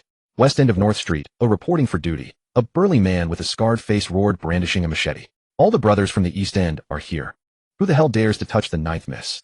Old blind man using a cane made from a threaded steel rod jumped down from the vehicle. His one eye fixed on Tang Feng at the center of the battlefield, and he grinned. Ninth miss, don't say old blind man isn't loyal, he said, patting his homemade shotgun. We've come out in full force. Behind him, over 30 burly men raised their guns in unison. Further away, a few more vehicles pulled up. Li Mu's expression shifted. He stared at the incoming vehicles, his eyes filled with disbelief. How can this be? Li Mu's voice trembled. You bunch of mongrels, don't you even know whose bread you eat? Old blind man spat on the ground. We eat the ninth miss bread now. He planted his cane on the ground. Before we ate the Li family's grain because we had no choice. Now that someone's given us a choice, don't blame us for not recognizing your Li family's banner. Bullshit. Li Mu exploded with rage. You ungrateful bastards, the Li family has fed you for years. And now you just say you don't recognize us. The number of men on Tang Feng's side instantly swelled from 30 to over 100. Li Mu's face alternated between pale, second young master, we need to retreat. The bodyguard captain set his face ashen, gripping Li Mu's arm tightly. A wise man knows when to yield. If we don't leave now, all the brothers will be lost here. Get off me. Li Mu smashed the rifle, but into the bodyguard captain's face. I pay you useless bastards to follow orders, not to tell me what to do. Li Air, Tang Feng stubbed out his cigar. Go back and tell your father that Bayan Town is not a place he can touch. Consider this a return gift for sending the dogs from Special Division 1 to run wild on Tang family turf. Li Mu gritted his teeth, his eyes bloodshot. He glanced at the overwhelming crowd and let out a roar through clenched teeth. Tang Feng, just you wait. He turned and dove into the car, slamming the door shut with a bang. Let's go. The Li family convoy turned around and retreated southward into Tang Feng turned and looked toward Tanghua and Jiang Ye in the depression. He walked over, crouched at the edge, and looked at Tanghua. All right, stop playing dead. Tang Feng reached out and pulled her up. Get the hell home now and stop making a spectacle of yourself outside. Tanghua helped to her feet, wiped the blood from her face. I didn't ask you to come, she glared at Tang Feng. Who told you to stick your nose in? Tang Feng was about to flare up. I did. Jiang Ye walked over from the side. I asked him to come. Tanghua was stunned. She looked at Jiang Ye, then at Tang Feng. What do you mean? Jiang Ye pulled out his phone and waved it. I called him before we set out. He smiled. We're winning hearts on North Street, but to truly hold this ground, we need someone who can command respect. Tang Feng spat. Cut the flattery. He stood up, brushing the mud off his clothes. I didn't come here for nothing. Jiang Ye smiled. I know. The west end of North Street is yours. Tang Feng raised an eyebrow. And oi. The profits from the well we split, it's 70-30. Jiang Ye held up 3 fingers. You get 30%, we get 70. Tang Feng snorted. You sure know how to bargain. Mutual benefit. Jiang Ye shrugged. You back us up, we make you money. Everyone wins. Tang Feng looked at him and finally laughed. All right, you've got promise. He turned and walked back. Make sure the accounts are clear. Short me a single cent, and he'll make sure you can't stand on North Street. Don't worry, not a cent short. Tang Feng waved his hand, and the 30 elites behind him followed him onto the heavy truck. The engine roared, and the truck turned and left. The battlefield was left with only the refugees and thugs who had come of their own accord. They stood there looking at Jiang Ye and Tanghua. No one spoke. The atmosphere was a bit awkward. Jiang Ye walked up to them and lit a cigarette. Thanks. He exhaled a puff of smoke, looking around at the crowd. Tonight, everyone who came, Jiang Ye will remember this. Old blind man hobbled over on his cane. Master Jiang, don't be so formal. He grinned. We're all family now. Jiang Ye turned and walked back to the depression. Chen Chong and Xiaoli had already been carried onto a pickup by a few brothers. Can you still move? Jiang Ye crouched beside Chen Chong. Chen Chong struggled to open his eyes, a pained smile twisting his lips. Brother Jiang. I am sorry. Don't say sorry. Jiang Ye stood up. You staked your life on this, oh, what's there to be sorry about? He turned to look at Tanghua. Come on, let's go home. Tanghua nodded. She glanced at the refugees and thugs gathered around and suddenly spoke. Tonight at the night, rose drinks are on the house. Another cheer erupted from the crowd. The convoy restarted. The massive fleet rumbled toward North Street. Jiang Ye sat in the passenger seat, watching the wasteland recede outside the window. Tanghua leaned against him, her eyes closed. Jiang Ye. My. Giving away the profits from North Street. Doesn't it sting? Tanghua opened her eyes and looked at him. What's the use of stinging? Jiang Ye shrugged. We've got guns and goods now, but no people. If your fourth brother hadn't come to help, North Street would have been taken by someone else sooner or later. He paused. Better to share a piece ourselves than to let others take it all. Tanghua was silent for a moment. You really are. Am what? A sly dog. Jiang Ye burst into laughter. Right back at you. In the other convoy, Li Mu sat in the back seat. He took a small bottle from the armrest, shook out a few pills, and washed them down with alcohol. Investigate. He gritted his teeth. Find out who exactly stabbed me in the back. The subordinate beside him nodded. Yes. Li Mu stared into the darkness outside the window, his eyes filled with murderous intent. The Tang family. And those rabble. You all must die. The convoy pulled up at the entrance of the Night Rose bar. Jiang Chun jumped out of the car and glanced back at the trunk. Chen Chong lay there, his chest heaving weakly. Xiaoli was curled up beside him, wrapped in an army greatcoat, barely clinging to life. Quick. Get him inside. Zhao Shan yanked open the car door, and a few of the brothers scrambled to carry the man out. Qin Chang's eyes fluttered open, his lips moving soundlessly. Don't talk, Zhao Shan said, pressing a hand on his shoulder. Wait until I get the bullet out. Tang Wu jumped out of the car, stumbling as her feet hit the ground. She leaned against the door, gasping for air. Jiao Jiangchun said, walking over and reaching out to I'm fine. Tang Wu straightened herself up, holding onto the car. I'm fine. Her face was covered in dust, her hair disheveled. She stared unblinkingly at Qin Chang as he was carried into the bar. A space had already been cleared inside the bar. Tables were pushed together to form a makeshift operating table covered with clean sheets. Zhao Shan laid Qin Chang down and tore off the tattered cloth strips on him. There were 2 holes in his collarbone, and his chest and back were covered with whip lashes, some so deep the bone was visible. Water alcohol knife. Zhao Shan spoke, grabbing a freshly opened bottle of vodka. He took a swig, then with a puff, sprayed it over his hands. The brothers nearby scrambled to hand him things. Hold him down. 4 burly men rushed over and pinned Qin Chang's limbs firmly. Zhao Shan picked up the knife, heated it over a flame for a few seconds, then plunged it directly into the bullet wound on Qin Chang's left shoulder. Blood and foam oozed out along the blade.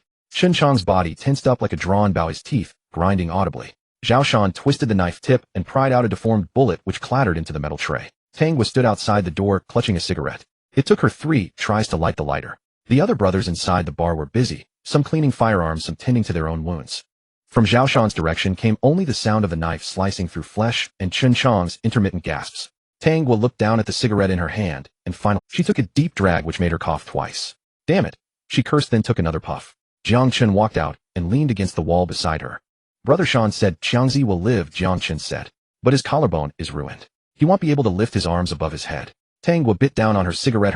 It's all my fault, she said, her voice trembling. If I had just had someone keep a closer eye on the warehouse. Xiangzi chose his own path, Jiang Chen said, exhaling smoke. He took the goods. He should have known something would happen. Now that something has happened, you can't blame anyone, least of all yourself. Tang Wu was silent. Jiang Chen turned to go back inside. Come in. The wind outside is cold, but chills the heart. Inside the bar, the lights were dim, and the air was thick with the smell of blood and alcohol. Zhao Shan had finished with Qin Chang and was now stitching up the wound on Xiao Li's leg. The woman had already passed out, her face deathly pale. Tang Wu walked over and took a look at the leg. There were 2 holes in her thigh, 1 entry, 1 exit, and the bone was exposed. Brother Shan, can the leg be saved? Tang Wu asked. Yes, Zhao Shan replied without looking up. But she'll need a cane from now on. She won't be able to walk. Tang Wu asked no more. She turned and walked over to the bar counter where Jiang Chen was sitting with a bottle in front of him. Finished it? No, Jiang Chen said, shaking the bottle. Half left. Tang Wu reached for it and took a big gulp. How many shots did you fire tonight? Jiang Chen suddenly asked. Are you crazy? Who counts that? Tang Wu frowned. Why do you ask? I'm counting, Jiang Chen said, turning to stare at her. We won too easily tonight. Li Mu brought so many men, so many cars, such heavy firepower, Jiang Chen said softly. But we only lost 2 brothers. That's because Tang Feng showed up, Tang Wu said. Right, your 4th brother came, Jiang Chen nodded. But what about before he arrived? Tang Wu followed his gaze. What are you getting at? Jiang Chen didn't answer, just stared into the darkness outside the window. His mind was replaying every detail of the night. That female accountant, Yi Qing. Her appearance had been too coincidental. She had driven away the gun-wielding thug. She had given him the keys. She had even known that Xiangzi was in the basement. A chill ran down Jiang Chen's spine. She did it on purpose, he said, suddenly, his voice icy. Who? That female accountant, Jiang Chen sneered.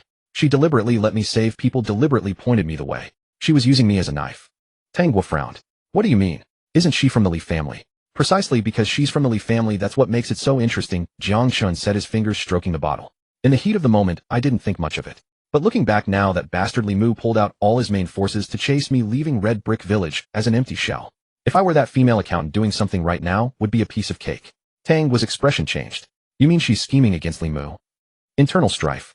More than that, Jiang Chen shook his head. She's scheming against us too. She knew that Mad Dog Li Mu would give chase, but she didn't care whether we lived. What she wanted was for that fool Li Mu to blow things up, lose the goods, lose his men, and defend the Tang family. Tang Wu was silent for a moment. Then who the hell is she? I don't know, Jiang Chen said, putting down the bottle. But when I get the chance, I'll have to buy this female zhuge a drink. Bang! The door to the operating room was pushed open. Zhao Shan walked out, his hands covered in blood. Jiang Chen went over and patted him on the shoulder. Thanks for the hard work, Brother Shan. Zhao Shan nodded, then turned to wash his hands. Jiang Chen walked into the operating room. Qin Chang lay on the makeshift table, his chest wrapped in layers of bandages. His eyes were open, staring at the ceiling. Jiang, Brother Jiang. I'm here, Jiang Chen said, leaning down and gently placing a hand on his uninjured forearm. Don't move around. The stitches are fresh, don't let them tear open. Qin Chang's eyes reddened. Is Xiao Li still alive? She's alive, Jiang Chen nodded.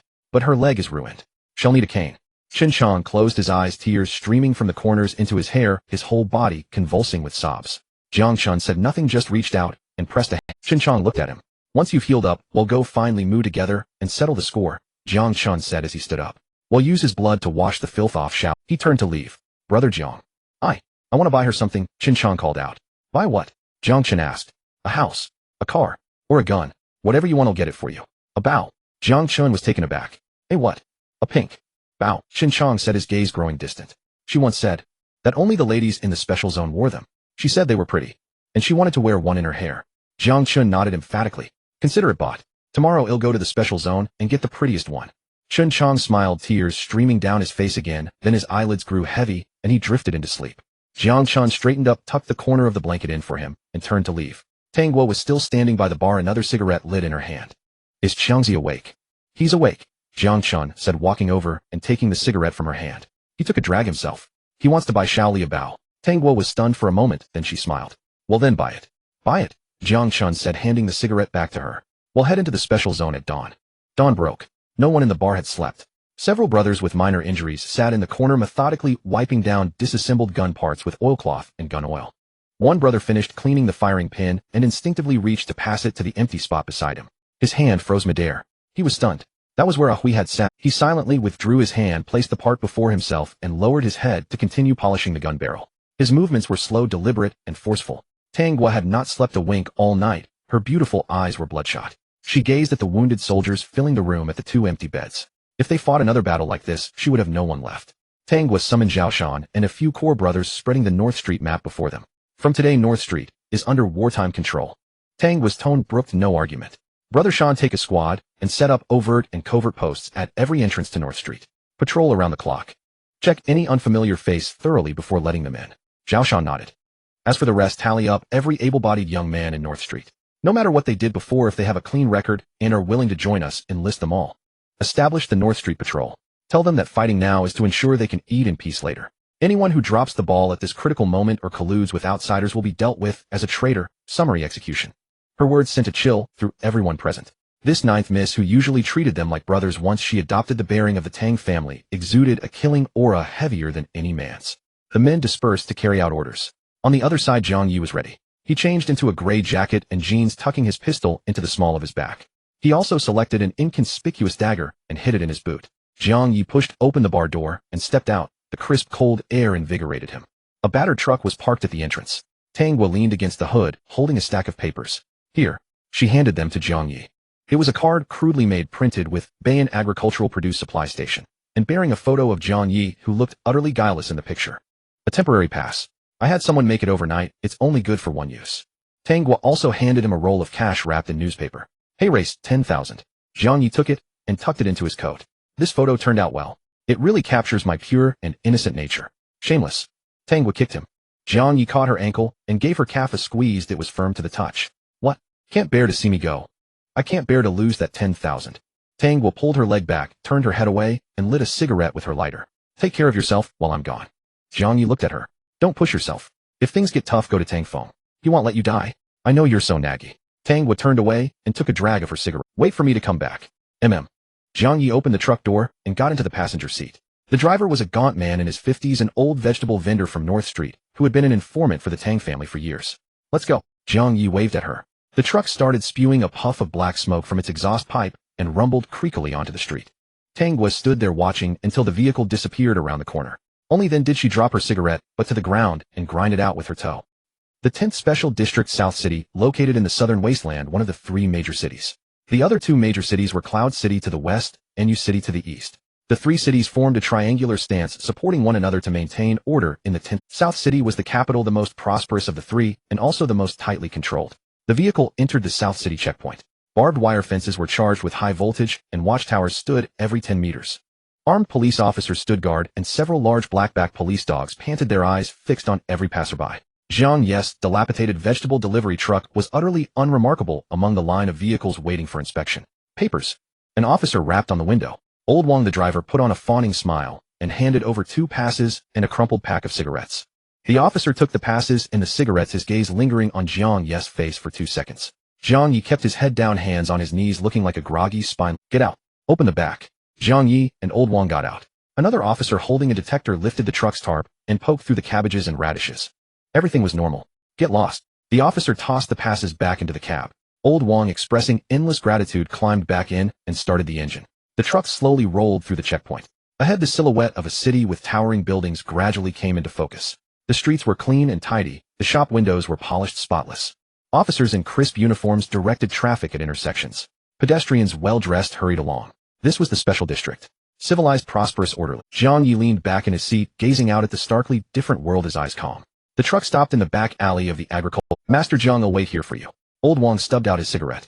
3 days from now in the afternoon, same time. Got it, Uncle Wong. Jiang Ye jumped out of the truck. Find a place to rest, and don't cause any trouble. He ventured alone into the crisscrossing streets. Things in the special district were shockingly expensive. The price of the most ordinary bowl of beef noodles could buy a North Street family half a month's worth of black bread. Jiang Ye walked along the main road, his gaze sweeping over the dazzling shop windows. Stop right there. A sharp shout came from behind him. Jiang Ye paused mid-step and slowly turned around. 3 Joint Defense Team members of the Security Bureau clad in black uniforms and white helmets blocked his way. ID card pass. The team member spoke, his voice booming. Jiang Ye pulled out the temporary agricultural produce supply station pass from his pocket and handed it over with both hands. The man took it, examined it front and back, then looked up at Jiang Ye. From Bay in town. The team member pointed at Jiang Ye's cuff. Folks from your area usually have a scar on their wrists, don't they, eh? Beneath Jiang Ye's sleeve was an old scar. You jest, sir. Jiang Ye put on a simple, honest smile. We country folk do rough work. Bumps and scrapes are unavoidable. His speech carried a hint of the Bay in town dialect, which he had deliberately mimicked from Old Wong. The team member returned the pass to him. Bay in town is unstable right now. What are you doing coming to the special district at a time like this? Well, it's almost the festival. Jiang Ye rubbed his hands together, looking ill at ease. The restaurants need fresh produce. After I finished the delivery, I thought I'd look around and buy a few little things for my wife and kids back home. The team member gave a cold laugh. Let me tell you, the special district has its own rules. You'd better drop the attitude you have in the pending planning area. Don't cause trouble, and don't even think about stirring any. If I catch you doing anything suspicious. He didn't finish the sentence, just pointed at the surveillance camera on the street corner. Yes, sir, your advice is well taken. Jiang Ye bowed and scraped. I'm just a vegetable delivery man who will definitely abide by the law. The team member stared at him for a few more seconds before waving his hand. Move along. Jiang Ye uttered his thanks and turned to leave. He could feel those 3 pairs of eyes boring into his back until he rounded the street corner. Jiang Ye didn't look back. He slipped into a narrow alley, twisted, and turned a few times, and only relaxed when he was sure no one was following him. He continued walking. He needed to find a place to buy what Chin Chong wanted. As he passed a shop entrance, he paused. A man in a wrinkled police uniform was dozing against the wall, clutching an empty liquor bottle. The stench of alcohol was overpowering from several meters away. 2 passers-by covered their noses, their faces twisted with disgust, as they gave him a wide berth. Look, it's that lunatic way again. Drinking like this in broad daylight. Doesn't he care about the city's image? Should keep your voice down. He's an officer, we can't afford to mess with him. Jiang Ye stood under the streetlight, lighting a cigarette. This man was Wei Dong. The prisoner he had escorted. Song Lang was ambushed while in the planned area, and half of his subordinates had been killed or injured. He was stripped of his position as the captain of the Security Bureau and became a special zone patrol officer. Every day was filled with drinking and sleeping. Wei Dong seemed to sense Jiang Ye's gaze and struggled to lift his eyelids slightly. The two exchanged glances for a second. Wei Dong did not recognize him, or rather everyone he looked at now appeared as nothing more than a vague shadow. Wei Dong turned over, burying his face in the crook of his arm, and continued to sleep. Jiang Ye flicked off the ash and blended into the crowd. He crossed 3 streets and stopped in front of a jewelry store called Golden Peak. The automatic sliding doors opened and cold air rushed towards him. The salesgirl, dressed in a well-tailored uniform with elegant makeup, froze for half a second when she saw Jiang Ye, her professional smile momentarily stiffening before quickly adjusting. Sir, is it a delivery or takeout? Please leave it on the left shelf at the door, thank you. Jiang Ye ignored her and walked straight to the counter. Do I look like a delivery person? The salesgirl was taken aback and looked him up and down. His outfit cost less than 100 yuan and was cheaper than any hairpin in the store. I'm sorry, sir, but we operate on a membership basis. I'm looking for a Bonot hairpin. Jiang Ye interrupted, pulling out a roll of cash from his pocket. A pink one, the most beautiful one you have. The thick roll of cash hit the counter with a loud sound. The salesgirl's waist instantly bent down 15 degrees, her smile becoming genuine. Please come this way, we just received a few new models designed by the designer. No need for an introduction. Jiang Ye's gaze swept across the dazzling shelves and finally settled in a corner. A pink Bonot hairpin, made of silk adorned with a round pearl in the center. This is the one. You have a great eye, sir, this is. Wrap it up. Jiang Ye waited for her to retrieve the item, casually scanning the counter. His gaze landed on a pair of earrings. Crafted from platinum in the shape of thorny roses entwining a small piece of obsidian, the design was sharp. Jiang Ye's mind flashed with the face of Tang Gua. She was always loud and boisterous, but sometimes she would quietly sit in a corner staring blankly into the distance. The salesgirl was just about to hand over the packaged gift box. That one, wrap it up too. Jiang Ye gestured towards the earrings. The salesgirl looked over and smiled even sweeter. Okay, sir. 2 boxes, pack them separately. Tie a pretty bow. Jiang Ye pulled out a few more bills and slapped them on the table. As he walked out of the store with the 2 gift boxes, night had already fallen and the neon lights on the street lit up. Jiang Ye found a small hotel that did not require identity registration, paid the deposit, and took the key upstairs. The room was cramped with only a bed and a window. Jiang Ye stood by the window watching the incessant flow of cars below and the well-dressed men and women. He thought, this is the place that Chun Chang has longed for in his dream. Under the same night sky, the heavens above North Street were illuminated by flames. Boom! A loud explosion shook the dilapidated buildings. At the west end of North Street, the abandoned warehouse area belonging to the Iron Ghost's old faction had its iron gate blown open by a directed explosion, sending it flying several meters away. Charge in. Kill the rebels. Tang Gua held an automatic rifle. The collar of her leather jacket raised, concealing half of her face, revealing only her eyes. Tat-a-tat-a-tat.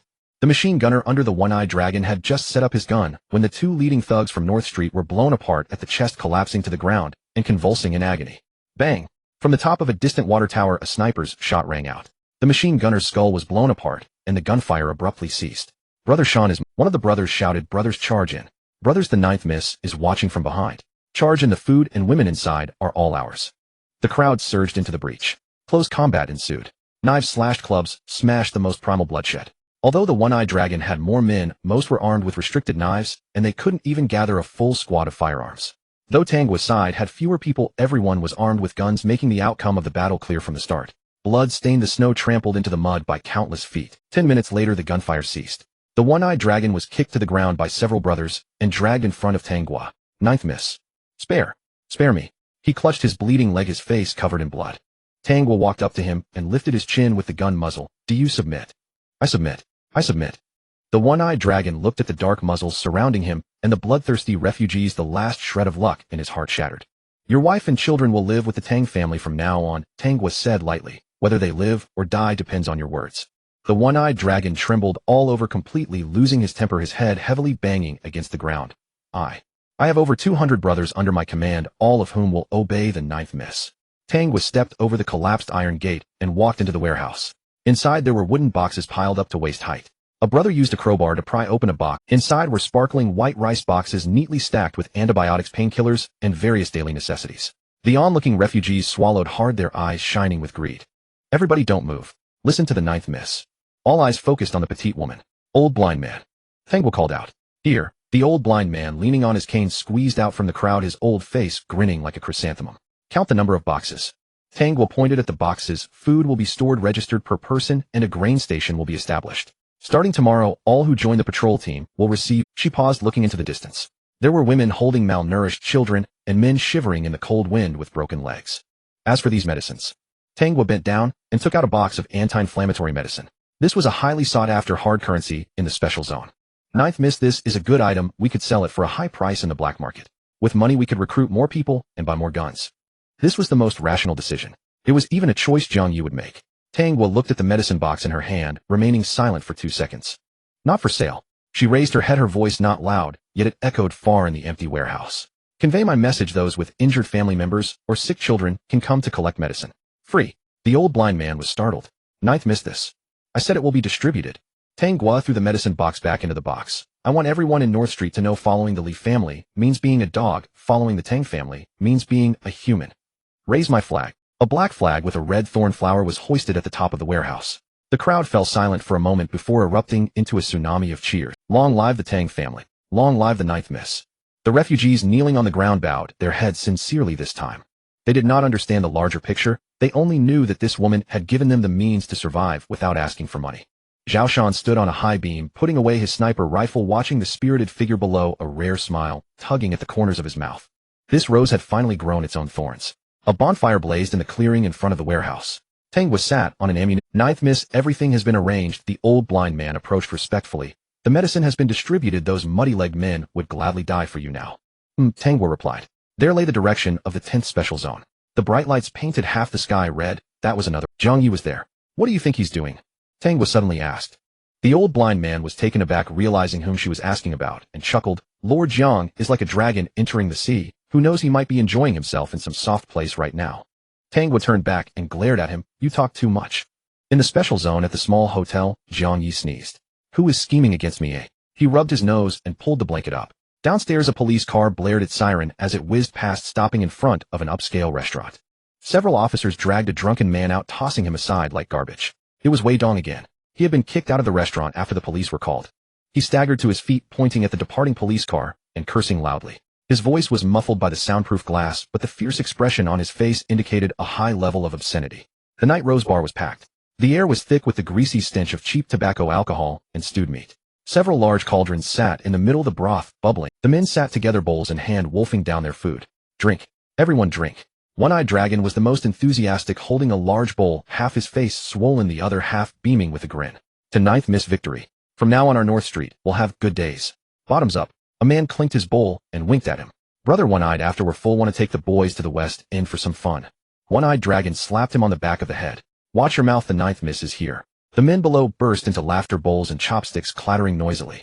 Tangwa sat at the bar, a bottle of beer in her hand, listening to the crude talk with a slight curl of her lips. One-Eyed Dragon sidled over. His wife and child were in the room. The woman was holding the child, looking at him timidly. One-Eyed Dragon turned to Tangwa and said, Ninth Miss, rest assured. From now on my life is yours. Tell me to go east, and I won't go west. Tangwa glanced at him. Keep your life for yourself. I brought your wife and child into the Tang estate, not so you'd die for me, but so you'd have no worries behind you. One-Eyed Dragon said nothing more, turning to attend to his brothers again. Old Blind Man, leaning on his cane, squeezed over to her and pulled out an account book. Ninth Miss, I've finished the tally as you instructed. North Street now has 1,834 able-bodied adults, over 700 of whom can handle a rifle. The rest, the disabled and the elderly, I've also registered. Tangwa took the ledger and flipped through a few pages. The handwriting was crooked, but the numbers were clear. How goes the grain station? It's done. Old Blind Man beamed. We have over 8,000 caddies of rice in storage. I found 3 literate men to handle the registration and records. We open at 8 every morning. The patrol team collects rations with their vouchers, half a caddy of rice and half a caddy of vegetables per person per day. Tangwa nodded and tossed the book back. Old Blind Man put away the ledger and leaned in closer. Ninth Miss, there's something I'm not sure I should say. Speak. That One-Eyed Dragon. He's not that devoted to his wife and child. I hear he keeps several mistresses outside and beats his wife. You treat them like treasures, but he might not appreciate it. That kind of man can never be tamed. Tangwa took a swig of her beer. I understand. She said no more. The celebration had barely lasted an hour when the noise outside suddenly died down. The men who had been playing finger-guessing games at the door. Tangwa turned her head and saw several men instinctively stepping aside. A man in a navy blue long gown and cloth-soled shoes walked in slowly. It seems I've come at a bad time, disturbing everyone's merriment. He twirled a string of sandalwood prayer beads, moving unhurriedly, a gentle smile on his face. Tangwan. The lively atmosphere in the bar was crushed by his entrance. The men holding bowls set down their chopsticks, unsure whether to continue eating. Tangwa stared at him, raising an eyebrow. Oh, third brother is so free at night. Instead of chanting sutras at home, you come here for watered-down liquor. Tangwan smiled and walked over to sit at the bar. I heard little Nine won a splendid victory. How could I, as your brother, not come to see? He glanced around the room, gently twirling his beads. These brothers have braved life and death for you. They deserve a reward. With that, he pulled a check from his pocket and placed it lightly on the counter. 100,000, Tangwan said mildly. Consider it a treat from me, their brother, for the men to have some tea. Tangwa didn't respond, just stared at him. Zhao Shan stood up from the corner and walked slowly to stand behind Tangwa. Tangwa set down her bottle and rose. Since third brother has graced us with his presence, how about we find a quiet place to talk? Tangwa nodded and made a gesture for her to lead. The two walked into a small room at the back of the bar. The room held only a battered table and 2 chairs. Tangwan sat down, took out an exquisite silver cigarette case, and offered it to Tangwa. A smoke. Tangwa didn't take it. Instead, she pulled a crumpled pack of slim cigarettes from her pocket, lit one, took a deep drag, and blew the smoke directly into Tangwan's refined face. Third brother, there are no outsiders here now. Tangwa sneered. Drop the hypocritical act. If you have something to say, say it. If you need to vent, vent. Tangwan laughed unruffled. He put the case away and twirled his beads. Little Nine, the Buddha, says anger is a fire within that can burn down the forest of merit. Your temper is too fierce. Your recent stir in North Street has pleased Father greatly, but inevitably it will make some people think too much. Tangwa frowned. Am I not building authority in North Street for the family's good? Now that the voter plan is rolling out, how can we canvass without a foundation? Tangwa nodded. You're right. But the problem is you've built this foundation too quickly. Have you considered the consequences? He set down his beads, his voice dropping. Tangwa said nothing. The Li family has built 3 living communities in the planned area specifically to house refugees. On the surface, it's charity. In reality, they're cultivating a vote bank. He looked up at Tangwa. With this voter plan, the refugees under the Li family's control can secure at least 50,000 votes. Tang was cigarette stopped midair. 50,000. She had exhausted every scheme and risked her life to gather less than 2,000 people, and she didn't know how many votes she could convert from them. 50,000. A mountain so vast she felt daunted even looking up at it. Yes, 50,000. Tang Wen paused, his bead twirling. And our Tang family, even with your 1,000+ people from North Street, can at most command fewer than 5,000 votes. Tang Gua fell silent, taking a harsh drag on her cigarette. Tang Wen was pleased with her reaction and leaned in closer. And one more thing, your fourth brother didn't help you this time for Tang was eye sharpened. So, is third brother here to warn me not to be used as a pawn? Tang Wen shook his head. I'm here to tell you not to see things too simply, nor to view this game too narrowly. He stood up, brushing the dust off his clothes. There are several council members in the special zone and military figures whom Big Brother and I are courting. The Li family won't find it so easy to monopolize the voter plan. He looked at Tang Gua. You've done well with North Street. If you're willing to cooperate with me, we can build this territory together as brother and sister. Tang Gua stared at him, saying nothing. Tang Wen smiled. Think it over. No need to answer right away. He turned to leave, but stopped at the door. A little 9, one more thing I must remind you. He looked back, his smile fading slightly. Your fourth brother believes in power. His mind is filled with nothing but power. A beast that harms others doesn't distinguish between friend and foe. He's helping you now because you bring him benefits. The day you become a stumbling block on his path. Tang Wen made a throat-slitting gesture, pushed open the door, and strode out. Zhao Shan watched him leave, then entered the room. 9th miss. Tang Gua leaned back in her chair, eyes closed. Shanga, how much of what he said do you think is true? Zhao Shan was silent for a few seconds. 3 parts out of 10. Tang Gua opened her eyes. 3 true, 7 false. 3 false, 7 true, Zhao Shan corrected. The Li family is indeed positioning themselves, but his claim that Tang Feng is using you isn't entirely accurate. Tang Gua sat up straight. How so? Zhao Shan walked to the window, gazing into the darkness outside. Tang Feng is a madman, but he wouldn't devour his own. What he wants is face, not substance. He paused. But Tang Wen is different. He wants everything. Tang Gua said nothing. She stood up and walked to the door. The men outside had already dispersed, and the bar had returned to its usual quiet. Tang Gua stood at the entrance, watching the flickering street lamp at the end of the road. She recalled the smile on Tang Wen's face as he left, gentle, harmless, watertight. Zhao Shan came up behind her. 9th, what's the next move? Tang Gua didn't turn around, her gaze fixed on the lamp. Everyone wants to be a player, but the board is only so big. She turned a cold glint in her eyes. Then let's see who can play this game to the very end. The next morning, Jiang Ye sat at a street-side breakfast eatery, a steaming bowl of beef noodles before him. The meat slices were cut thin, and the broth shimmered with droplets of. Across the street, a woman in a white dress alighted from a sedan. Jiang Ye's chopsticks holding a strand of noodles froze midair. It was Yiqing. Her long hair cascaded, her face bore light makeup, and as she stood there she blended seamlessly into the bustling street scene of the special zone, leaving no trace of her former self from Red Brick Village. A young man in a bespoke suit followed, closely clutching a large bouquet of roses, and hurried after her. Ching, don't walk so fast. A fawning smile adorned the man's face.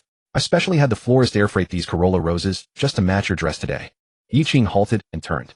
A polite smile graced her lips, but detachment lurked in her eyes. Master Song, I've told you many times we are merely ordinary friends. Can't friends give flowers? The man called Song Xiang persisted, trying to press the bouquet into her arms.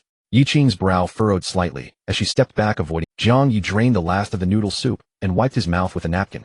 He placed money on the table, rose, and walked briskly out of the eatery, heading across the street. Jiang Ye crossed the road and shouted, Cousin, so you're here.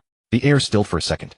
Yiqing looked at this suddenly appearing cousin, a gray jacket, jeans, and a face tinged with a hint of foolishness. It was Jiang Ye. Song Xiang's gaze swept over Jiang Ye, his brow furrowing. This is your cousin.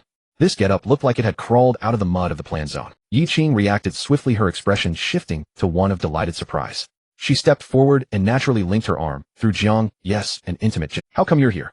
You should have called ahead so I could pick you up. Jiang Ye grinned, a simple look on his face, and scratched his head. Was afraid you'd be busy. The family sent me to see you. I hitched a ride on the earliest truck, and I've been searching everywhere for you since I got off. My legs are about to fall off. Song Xiang's expression soured. The bouquet he held seemed particularly awkward in this atmosphere of sibling affection. So you're Qing's cousin. Song Xiang quickly adjusted his expression, putting on a warm smile. Since you're here, you're our guest. Come, I'll treat you to lunch, a welcome feast for the cousin. Jiang Ye quickly waved his hands, feigning flattery. No need, no need. They'll just eat at my cousin's place. I can't have you. But Yiqing then broke into a radiant smile, so bright it dazzled Song Xiang. She spoke. Master Song is so sincere, we won't stand on ceremony then. She paused, tilting her head as if in deep thought. I heard from a friend that a new place, glazed pavilion, has opened in the special zone. The food is legendary, and the ambient, I've always wanted to see it. I wonder if I can bask in Master Song's glory today. Glazed pavilion. The moment those words left her mouth, a flicker of stiffness crossed Song's. Glazed pavilion was Shun Luan's territory. It was the most exclusive private club in the special zone, a den of luxury and a nexus of power. Only the rich and influential could enter, and even then they needed connections. Most importantly, Glazed Pavilion had strict rules. The owner behind it, Shun Wan, had a mysterious background, and even his father had advised him not to provoke her lightly. Though Song Xiang was the son of a councilman, he was hardly a significant figure at Glazed Pavilion. Of course, no problem. Song Xiang braced himself, thumping his chest in agreement. It's just Glazed Pavilion, isn't it? If Qingqing wants to go, he'll arrange it right now. He pulled out his phone, stepped aside, and made a call in a hushed tone. From his fawning and pleading demeanor, it was clear it wasn't it. Yi Qing turned to Jiang Ye and said in a voice only the two of them could hear, "Good act, country cousin." Jiang Ye maintained his simple look. "Cousin, what did you say?" "I didn't catch that." The corner of Yi Qing's mouth curved slightly, but she said no more. Inside Glazed Pavilion, every step revealed a new scene. Beneath their feet lay hand-woven carpets, above them hung dazzling crystal chandeliers. Jiang Ye's eyes were wide, amazed by everything, unsure where to put his hands or feet. Song Xiang had booked a private room by the lake. Opening the window revealed a stretch of blue waves. Dishes arrived in a steady stream. Song Xiang spent the entire time flaunting his knowledge and connections from the origins of the ingredients to gossip about the Glazed Pavilion's owner, speaking with authority, deliberately trying to impress Yi Qing. Jiang Ye simply nodded along, eyes wide, occasionally letting out an unsophisticated gasp of wonder. "Master Song, you know so much. This can be eaten. It looks like a painting." Song Xiang was buoyed by the flattery. After several rounds of drinks, Song Xiang raised his glass to Yi Qing. "Qingqing, this toast is for you. It's been so long, and finally I can sit down and have a proper meal with you." Yi Qing picked up her juice and clinked glasses politely. Song Xiang downed his drink in one gulp, set down the glass, and was about to say something more. Suddenly Jiang Ye stood up, holding a full glass of baijiu, his face flushed red. "Master Song," he stammered slightly. "I am not good with words. I can't speak well. You're a man of culture, a man of great deeds. I'm just a farmer from the countryside. To sit at the same table and eat with you is a blessing I've earned over several lifetimes." He humbled himself completely. "This first toast is for you. Thank you for looking after my cousin. He'll finish mine, you do as you please." With that, he tilted his head back and poured the high-proof liquor straight down his throat without spilling a drop. After drinking, he coughed violently, his face a deep red. "Good. The cousin is a man of passion." Song Xiang laughed heartily, raised his glass, and emptied it. The fiery liquid burned its way down his throat, but he didn't even flinch. Seeing him finish, Jiang Ye immediately refilled both glasses and stood up again. "Master Song has an immense capacity." Jiang Ye's face was even redder, yet his eyes remained clear. "This second toast I drink to you again. Still on behalf of my sister." He held the glass, looking at Yi Qing with sincere eyes. "My sister, a woman on her own, has it tough making it in the special zone. Now that I see she has a benefactor like you looking after her, I can rest easy." The words sounded like gratitude, but in truth they were a hook. Was it genuine help or harassment with ulterior motives? Song Xiang's smile faltered. He glanced at Yi Qing, who was quietly sipping her juice, seemingly oblivious to the cousin is too kind. Song Xiang raised his glass and downed another. "Qingqing is my friend. Helping each other is only natural." Jiang Ye filled his third glass. "I knew Master Song was a straightforward man." He leaned in, lowering his voice. "Master Song, there's something I need to level with you." Song Xiang, feeling the effects of the alcohol, was intrigued. "Go on. My sister, she seems tough, but she's actually soft-hearted. She likes men with skill and responsibility, just like you." Jiang Ye spoke with utmost sincerity. "If you really want to win her over, just giving flowers won't cut it. You've got to show some real manly spirit." "Oh." Song Xiang raised an eyebrow. "Back in our village we have a saying, alcohol reveals character. If you can drink me under the table, my sister will surely think highly of you." Jiang Ye thumped his chest. "Today I'll risk my life to keep a gentleman company and be a touchstone for my sister. He'll help you." Song Xiang was elated by these words. He snatched the bottle, poured himself a full glass, and then held up one index finger. "Know what this means?" Jiang Ye shook his head. "It means keep drinking. Today I'll show you what a real drinker is." Yi Qing looked up at Jiang Ye. Jiang Ye winked at her. Beneath that simple expression lurked a hint of cunning. What followed was a one-sided massacre. Song Xiang, accustomed to a life of luxury, drank expensive red wine and whiskey. How could he handle this reckless style of drinking? And Jiang Ye? In the planned zone, he drank cheap alcohol that could sear one's throat. Drinking contests were a gamble with life. Song Xiang wanted to prove his status and spirit through his drink, but Jiang Ye used his pitiful self-esteem as the most effective weapon. "Brother Song, you're my real brother. This glass, you have to finish it. Brother, are you looking down on me? Brother for my sister." Each brother sounded closer than a real sibling. Song Xiang, intoxicated by the alcohol and flattery, was slurring his words by the end. "Cousin, you're a real man." He slung an arm over Jiang Ye's shoulder, speaking thickly. "From now on, you're my real brother. If anyone bullies you, just drop my name, Song Xiang." Jiang Ye supported him, his face full of emotion. "Brother, you're truly my brother." As he spoke, he filled 2 more glasses. Song Xiang tried to speak, but only managed a few garbled syllables. You. Finally, with a thud, he collapsed onto the table. The private room fell silent. 2 attendants who had been waiting outside rushed in and hoisted up the dead-drunk Song Xiang. Before leaving, the dazed Master Song waved vaguely at Jiang Ye. "Thanks." Tomorrow, you and me. Let's keep drinking. He was carried away. Inside the private room, only Jiang Ye and Yi Qing remained. Jiang Ye picked up a hot towel to wipe his hands and poured himself a cup of tea. Across from him, Yi Qing, she picked up her glass of juice and swirled it gently. Spill it. After putting on such a show, what do you want from me? I wanted to thank you for your help that day. Jiang Ye looked at Yi Qing and incidentally find a path to fortune. Yi Qing set down her juice glass. I don't consider that help. I merely used your hand to dispose of trash. Since it was mutual exploitation, there's no need for thanks. Between us we're even. Jiang Ye chuckled, not refuting her words. This woman saw through things too clearly. They were both players on the chessboard, and on that night, they had coincidentally needed each other. Since we're even, Jiang Ye leaned back in his chair. Now can we discuss a new business? After all, no one ever complains about having too many bullets, right? I think you've misunderstood. I'm merely an accountant for a remote living village of the Li family. Yi Qing's eyes were calm. What business could I possibly have with a leader of North Street? She wore a simple white dress, her demeanor gentle and refined, yet her words carried a coldness that pushed people away. Jiang Ye poured himself a cup of tea, blowing on the rising steam. Accountant Yi, that's not very interesting. He set down the cup.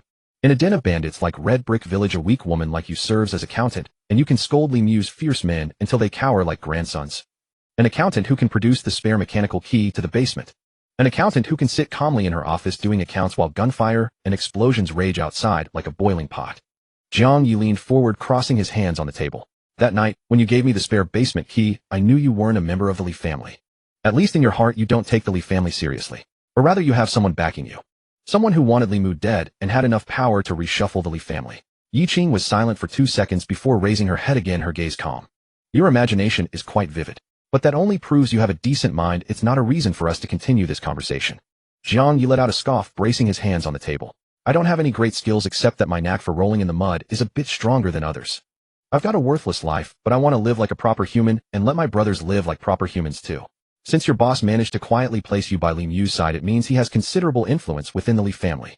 The Far Mountain Merchant Guild is a deeply rooted tree. It won't fall overnight. Your boss still needs a blade. A blade that's fast enough, dirty enough, and ruthless enough. Jiang Ye extended a finger, tapping his own chest, grinning to reveal a row of white teeth. I think would be a good fit. Yi Qing was silent for a long time. So long that Jiang Ye thought she would simply walk away. Finally, she spoke, her voice flat. What do you want? Jiang Ye smiled. I want 3 things. He raised 3 fingers, waving them before Yi Qing. First, a stable supply. Weapons, ammunition, medicine.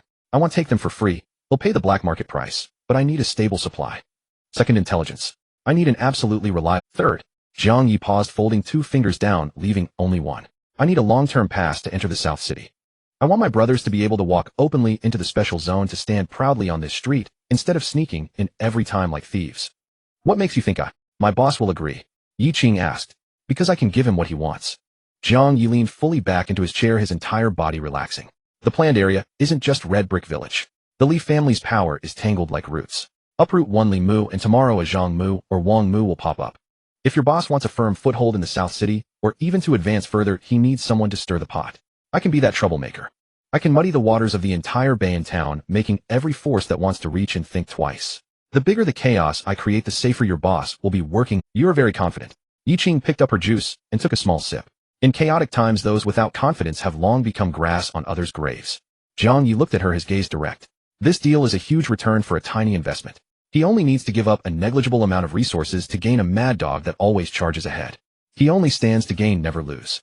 Yi Qing set down her glass. How do I know you're not sent by the Tang family to test me? If I were sent by the Tang family, the person sitting here talking to you wouldn't be me. Jiang Ye picked up his chopsticks and took a piece of pastry. The one sitting here would be an old fox from the Tang family. They'd talk to you about grand schemes, the future, and family honor. What the Tang family wants is the votes of North Street and the reputation that comes from buying people's hearts. He put the pastry into his mouth, chewing slowly. What I want is cold hard cash and the gear to keep my brothers fed and warm. Our goals don't conflict. What's more, Jiang Ye swallowed the pastry. Haven't you already made the choice for me? Yi Qing looked up, meeting his gaze. When you gave me the key, you saw that I was ruthless enough to fight Li Mu to the death. You bet I could slap his face, and you won that bet. Now it's my turn to bet. I bet you'll relay my words to your boss word for word. Because you know I'm the most effective and least expendable blade right now. Yi Qing smiled a faint smile. Jiang Ye, your guts are bigger than your life. They'll pass along your words. But the outcome depends on the boss' mood. They'll wait for your news. Jiang Ye stood up, straightening his jacket. The food here is too refined, it doesn't fill you up. Next time I'll treat you at North Street. Iron pot stewed goose. He turned to leave. But at that moment, the wooden door of the private room was pushed open. At the doorway stood 2 burly bodyguards in black suits. They parted to either side, clearing a path. A foot in a high heel stepped onto the carpet. Then a woman in a dark-colored high-slit Chong Sam walked in slowly. The dress was extremely form-fitting, outlining her sinuous snake-like waist. The slit was very high, almost reaching her thigh, revealing glimpses of her dazzlingly white legs. She held an unusually long jade cigarette holder, her nails painted. She was bewitchingly beautiful, dangerously alluring. She walked straight to the table. Her upturned, peach blossom eyes fell upon Yi Qing. Her red lips parted slightly, her voice languid and husky. "Have I come at a bad time, interrupting little sister's romantic rendezvous?" Yi Qing rose to her feet, naturally hooking her arm around the newcomers with an intimate gesture. "Shen Luanjie, long time no see." Jiang Ye leaned back in his chair, his gaze flickering between the two women. Shen Luan, the master of Liuli Pavilion, turned out to be an old acquaintance of Yi Qing. Song Xiang thought he had some face in the special zone, trying to flaunt the Liuli Pavilion in front of the goddess like a peacock.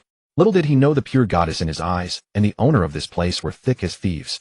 Bringing him here wasn't about the meal, nor was it using Song Xiang as a cover, it was to let him meet this true master. Shen Luan reached out and gently tapped Yi Qing's forehead.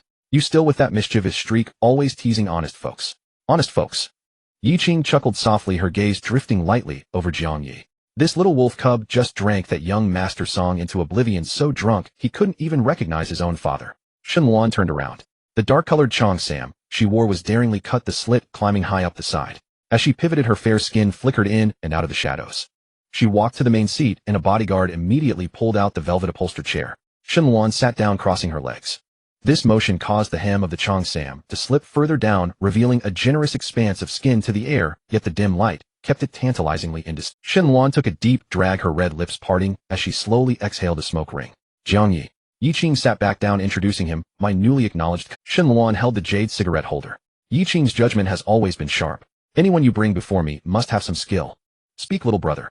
She shifted her posture, sinking into the sofa. "Since you're at Liuli Pavilion, don't hold back. Do you want women or information? As long as you can afford the price, anything available in the special zone I can get for you." Jiang Ye leaned forward, propping his elbows on the table. "Boss Shun is indeed generous."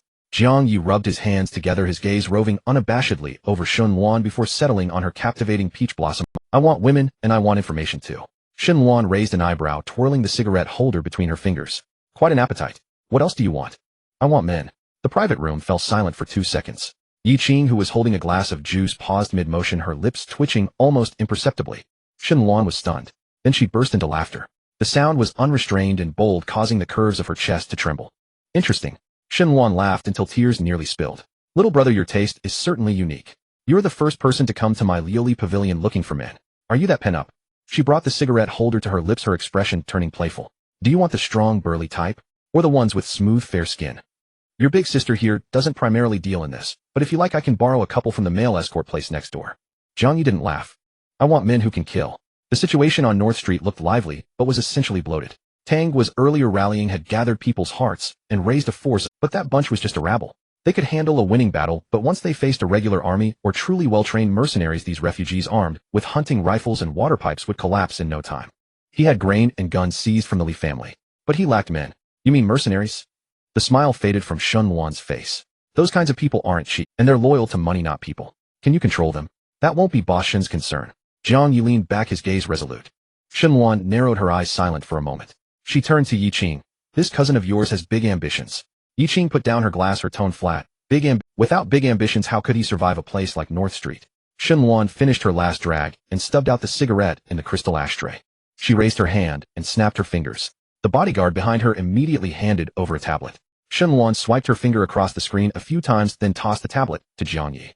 "Take a look at this." Jiang Ye caught the tablet. On the screen was a file. "Black Shield Security Company. This company went bankrupt 3 months ago." Shen Luan's lazy voice drifted over. "The boss absconded with the funds, took his mistress to District 9, and left a complete mess." Jiang Ye frowned, swiping his finger across the screen. "But under this company there's a group of people who haven't dispersed yet." Shen Luan crossed her legs the other way, the skirt slipping to reveal more of her fair skin. "They used to provide private security for big shots in the special zone, mostly veterans from the front lines. They've got the skills, but they're hot-tempered and hard to manage.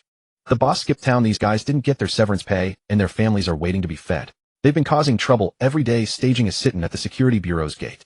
Security Bureau Chief He Jiangwo has been losing sleep over this headache, losing clumps of hair, and is desperate for someone to take over." Jiang Ye's eyes lit up.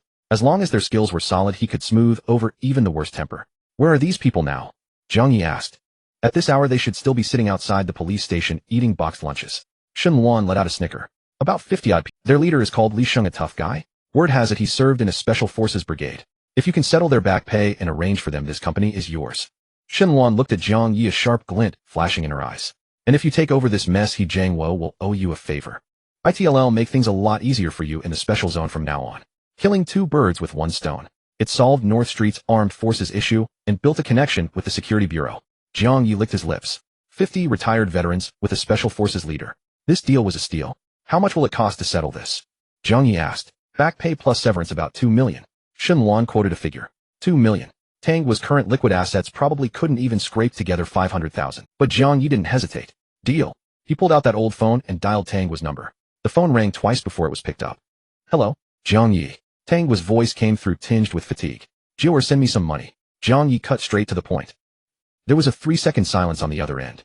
Jiang Ye. You son of a bitch. Did you get arrested for soliciting in the special zone? Tangwa gritted her teeth. You've been gone 1 day, and you've already blown through all the money. How much more do you need? 2 million. The line fell into a deathly silence. Beep. Beep. Beep. The call was dropped. Jiang Ye held the phone listening to the dial tone and scratched his head awkwardly. He looked at Shenluan with a dry chuckle. Bad signal, it cut out. He'll call again. The central square of North Street was packed with the newly formed North Street Patrol, a sea of figures clad in motley attire wielding weapons of varied lengths. Tangwa, clad in a black leather jacket, stood on a hastily erected platform. She had just hung up on Jiang Ye, her pretty face still carrying the remnants of her scolding, her lips murmuring something. She gripped an old megaphone, its static crackling. Listen up. Tangwa's voice was a bit hoarse. From today onward, this turf has a new master. Before might made right. Now I am the law. Ever since witnessing the strict rules of Red Brick Living Village, she knew that to make a group obey mere food wasn't enough, a whip was needed. Tangwa waved her hand. Behind her, Zhao Shan gave a vicious kick, sending 2 men bound and gagged stumbling to their knees before the platform. The 2 were battered and bruised, their trousers soaked the wetness, freezing into ice in the cold wind. Lift your heads. Let everyone see. Tangwa pointed at the man with a birthmark on his left cheek. This one last month strangled a 7-year-old child to death for 2 packs of biscuits. A low murmur rippled through the crowd. A woman in a headscarf suddenly burst out, trying to charge the platform, but the patrolman held her back. That was my child.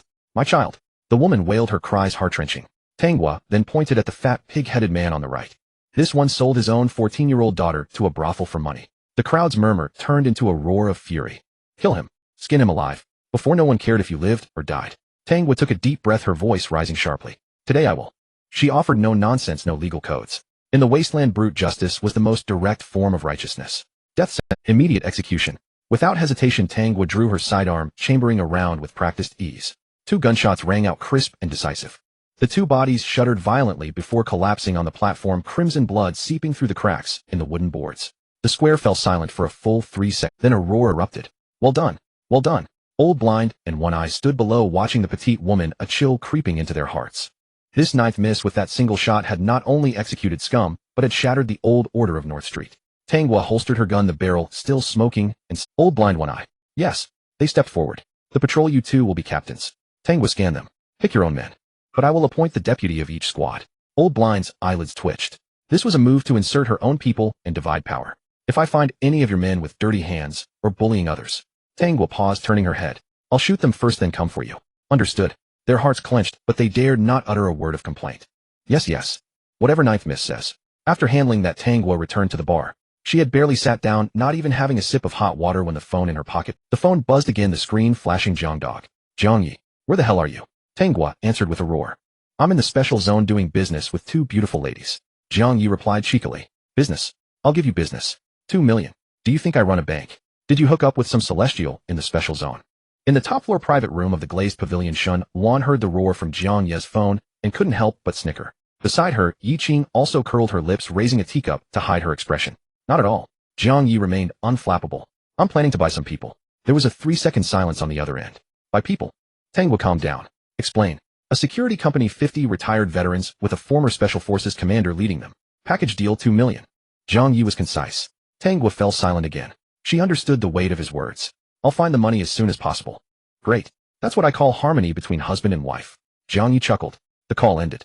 He pocketed his phone and spread his hands to Shun Luan and Yi Qing. Sorry about that. The tigress at home is a bit fierce, but she's reliable in a pinch. Shun Luan stood walking to the window to gaze at the glittering lights of the glazed pavilion below. 2 million for a security company and a favor from the security bureau. Her red lips curled. Jiang Ye, that's a good deal. She raised a hand, and her bodyguard handed her a black card. This is the address of Black Shield Security. Shun Luan tossed the card onto the table. Once the money arrived, Jiang Ye picked up the card, which bore only an address and a phone number. Thanks, boss Shin. Don't thank me yet. Shin Luan sat back down, crossing her long legs. I didn't help you for free. The hardest debt to repay in this world is a favor. Jiang Ye grinned. As long as it's not my life, just name it, boss Shin. Even if it means offering myself, I could reluctantly. Enough, Yi Qing interjected coolly. This debt is noted. We'll call on you when needed, Mr. Jiang. Don't pretend to be dense. At the Night Rose Bar, Tang Guo hung up. Ninth miss, what's wrong? Zhao Shan approached, his voice low. Jiang Ye needs 2 million. Tang Guo ran her hand through her hair in frustration. 2 million. Old Blind's hand trembled at the figure. Is he buying a tank? Sell the truckload of weapons we took from the Li family. Tang Guo stood firm, her eyes cold. Old Blind, you know the black market. Find a buyer. Fast. Old Blind rubbed his hands, hesitating. Ninth miss, that's quality stuff. Selling it will get us a stronger hand. Tang Guo cut him off. Do as I say. Old Blind gritted his teeth. Fine. I'll make the calls. Those goods will be snatched up on the black market. Zhao Shan stood at the door, hesitating. What else? Spit it out. Tang Guo noticed his uncertainty. Ninth miss. Fourth young master's men have pulled out. Tang Guo acknowledged. Before they left, they took 1/10 of the arsenal from the warehouse. Zhao Shan paused. Said it was operational compensation. Tang was stopped in her tracks. She stood there in silence for a long time, finally uttering 2 words. I see. Even brothers settle accounts clearly. Tang Guo grabbed a bottle of liquor from the table and took a gulp. This accounting is clear enough. Good. In this world, no one can be relied upon. Except yourself. In the special zone, there was a tea room bearing a plaque inscribed with the words, Jingxin Zhai. Inside, incense burned, its smoke lingering and gathering upon the beams. Tang Wen sat in the seat of honor, a set of purple clay tea utensils before him. He wore a dark blue robe, its sleeves rolled up an inch, revealing a string of red sandalwood prayer beads on his wrist. Seated opposite him was Qin Yuan, the frontrunner in the upcoming parliamentary election. The water boiled, gurgling noisily. Tang Wen lifted the kettle, pouring the boiling water into the teacup, causing the tea leaves to tumble. Creaming Dynasty Longjing Counselor Qin. This is a rare delicacy. Tang Wen slid the cup over. Qin Yuan looked at the tea, but did not touch it. Third young master Tang, let's not mince words. You didn't invite me here just for tea today, did you? Counselor Qin, your heart is unsettled. You won't be able to taste the tea. Tang Wen smiled, his fingers gently twisting the prayer beads, click, click, click. Indeed. With the election imminent, the Li family is making frequent moves, offering porridge and building houses. Seeing their voter base swelling, it's only natural for Counselor Qin to feel anxious. Qin Yuan's face twitched. The words had struck a nerve. The Li family has fostered 3 living communities in the planned district. The registered refugees alone number over 40,000. Qin Yuan said through gritted teeth. Adding the Li family's original base, 50,000 votes. That's enough to decide life or death. In the special zone, votes were one's very life. Lose his position and the enemies he had made would descend like starving wolves, tearing him to pieces. Life and death sometimes hang by a single thought. Tang Wen set down his teacup, pulling a handkerchief from his sleeve to dab the corner of his mouth. In our little corner of Bayan Town, the Tang family's words still carry some weight. He held up 2 fingers. 30,000 votes. This is my gift to Counselor Qin. Qin Yuan's head snapped up, a sharp glint flashing in his eyes. 30,000 votes would be enough to stabilize his position, even giving him a chance to vie for the top 3 in the council. 30,000 votes. It won't secure a majority. He'll still be at others' mercy. Qin Yuan gave a bitter smile. Third young master Tang, what does the Tang family stand to gain from such a sacrifice? Tang Wen didn't answer. He simply lifted the kettle again and refilled Qin Yuan's cup. When full, the cup overflowed, scalding tea spilling over the rim. Tang Wen gazed at the puddle on the table, his eyes gentle. Votes are fixed numbers, but people are alive. What do you mean? In that planned district, the winters are cold, the storms harsh. Tang Wen's voice was soft. Every year, many freeze to death or go missing. It's a natural disaster beyond anyone's control. Qin Yuan's pupils contracted. If a few tens of thousands of mouths suddenly vanished from the Li family's communities, Counselor Qin, do you think these 30,000 votes would be enough? A deathly silence fell over the tea room. Only the crisp clatter of the prayer beads broke the stillness. Qin Yuan stared at the refined man across from him, a cold sweat seeping from his back. This was asking him to climb to power over a mountain of corpses. Third young master Tang. Qin Yuan's throat was dry, his voice trembling. That's tens of thousands of lives. Tang Wen closed his eyes, pressed his palms together, and recited a verse with profound piety. Living in this world is nothing but suffering. Sending them to paradise, to the pure land, is also a form of merit. He opened his eyes again. There was not a single ripple in those. Counselor Qin, I've paved the road for you. Whether you dare to walk it is up to you. Qin Yuan was silent for a full minute. His hands trembled, but he thought of the consequences of losing the election and the taste of power. He lifted the scalding tea and downed it in one gulp. Pleasure doing business. Tang Wen smiled a benevolent smile. North Street, the Night Rose Bar. In a small room at the back, the curtains were drawn tight. The table was piled high with money. There were stacks of old bills, crumpled change, and a few thick gold bars. Tang Guo sat cross-legged on a chair, a wad of cash in her hands, counting. 12,000, 13,000. She counted quickly, her fingers flying. This was Jiang Ye's capital for buying people in the special zone, the key to whether North Street could stand tall with pride. To scrape this sum together, she had sold the firearms, though she had risked her life to seize and meant to arm her own forces, on the black market for cash. 1,300,000. Tang slapped the last stack of bills onto the table and let out a long breath. She rubbed her aching wrist, her eyes shining. Plus the payment from Jiang at Luanshigang, just now 700,000. That makes exactly 2 million. Tang's lips curled up, revealing a small canine tooth, her eyes brimming with smugness. Jiang Ye, you bastard, you can't say I didn't support you this time, can you? 2 million. Let's see if you can buy me a heavenly army with that. Just then the door slammed open with a bang. A gust of wind carrying snowflakes rushed in. Zhao Shan entered, his expression. Brother Shan. Perfect timing. Did you bring the money back? Tang, oblivious to anything wrong, excitedly patted the pile of cash on the table. Quick, get some people to count and pack this. Let's wire it to that spendthrift Jiang Ye. Did the payment from Jiang come through?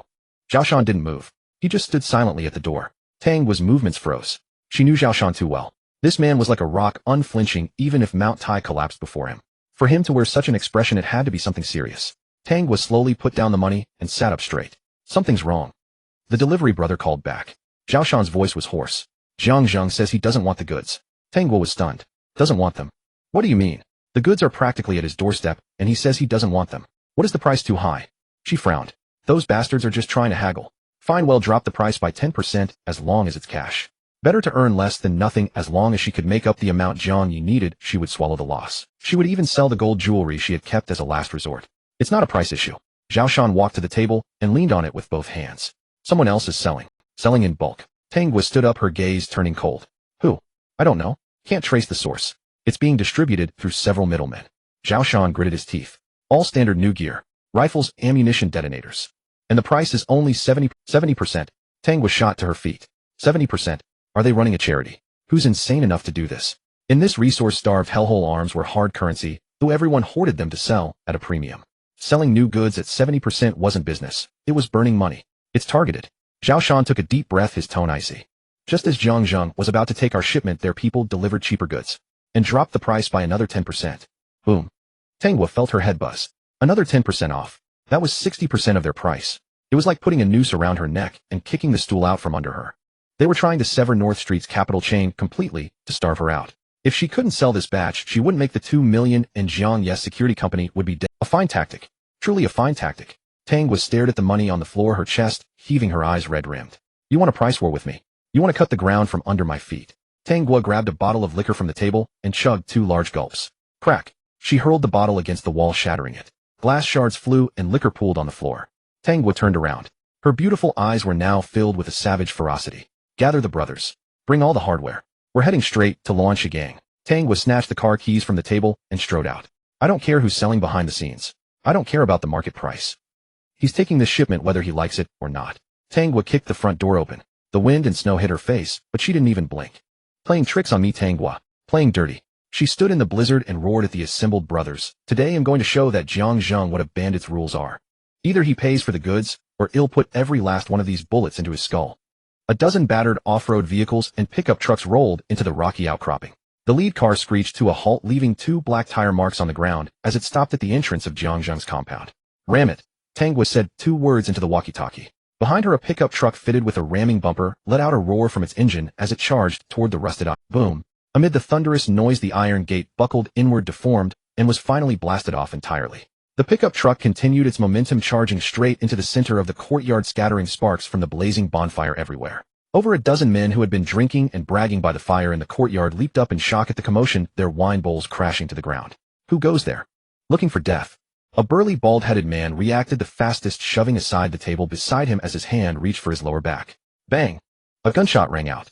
A splash of blood erupted from the wrist of the man gripping his pistol. Oh! The scream had barely begun when the rest of the convoy surged in. Zhao Shan held a smoking pistol in his hand. Tang kicked open the car door and jumped out, clad in a black leather jacket and long marten boots, a short-barreled submachine. The cold wind lifted her long hair, and her delicate face was utterly expressionless. Charge! The brothers from the car, wielding a motley array of weapons, poured in through the breached gap. The courtyard descended into chaos. Some tried to resist, but were immediately pinned down by 3 or 4 thugs pointing guns at them, subjected to a flurry of punches and kicks. Tang stood at the entrance, the muzzle of her submachine gun angled toward the ground. Soon a portly middle-aged man in a mink coat was dragged out of the house by 2 brothers and thrown at Tang's feet. Don't hit me. Lu Fang. This is all a misunderstanding. A misunderstanding. Lu Fang, Jiang Zheng's second-in-command, who usually threw his weight around the rocky outcropping thanks to Jiang Zheng's influence, was now trembling. Ninth miss. Lu Fang shook with terror. What are you doing? It's all a misunderstanding. Let's talk it out. We can talk it out. Tang Guo crouched down and poked his face with the gun barrel. Where is Jiang Zheng? The boss isn't here. I'm asking you, where is he? Tang Guo's voice was soft, but the chill in it was sharper than the wind. The second-in-command shivered, his teeth chattering. He went to negotiate a deal. Negotiate a deal. Tang Guo smiled, a smile full of frost. My goods just arrived at your doorstep, and he canceled the order without a word. What does that mean? Do you think I, Tang Guo, am just a woman who can't wield a blade? No, that's not it. Lu Fang wailed, raising his hands above his head, desperately trying to explain. The other side offered a lower price. Lu Fang closed his eyes. Brand new standard rifles at only 60% of your price. And we can't afford to offend them. Ninth miss. Tang Guo's gaze turned icy. Who? She bent down, pressing the gun barrel against Lu Fang's face. Think carefully before you answer. Say one wrong word, and he'll put a hole in your forehead. Lu Fang trembled like a sieve, his teeth chattering. He didn't want to say it, but he feared death more. It's the garrison. Lu Fang's voice was barely a whisper. Louder, Tang Guo barked. It's the people from the 422nd Regiment of the planned area. Lu Fang shouted with his eyes shut. They came to us, how could we dare refuse? Ninth miss, that's the military, we're just a bunch of thugs, we wouldn't dare compete with the army, even if we had 10 times the nerve. The air seemed to freeze. The 422nd Garrison Regiment. Tang Guo's mind went blank. She had considered the Li family, she had considered rivals in the black market, but she never thought it would be the military. This lawless zone of the planned area had always been kept in order by the Li family, the Tang family, and a few minor clans. The garrison never interfered in local business. That was an unwritten rule. She asked herself, she hadn't offended anyone in the military. Why were they targeting her? Ninth miss, this really isn't our fault. The second-in-command cried out, the military came to us offering guns. If we refused, wouldn't that be suicide? Indeed, who would dare compete with the army for business? But if this batch of goods couldn't be sold, and they couldn't scrape together 2 million, Jiang Ye security company would go under. This wasn't just about money, it was a matter of life, and Tang Guo took a deep breath, forcing herself to calm down. So what if it's the military? Since they're all trying to push me to the brink, don't blame me for flipping the table. Call Jiang Zheng. Tang Guo straightened up. Tell him no matter what price the 422nd offered, he has to take my goods today. And I want full payment. Lu Fang, ninth miss, you're forcing me to my death. You don't have to call. Tang Guo stepped back and waved at Zhao Shan beside her.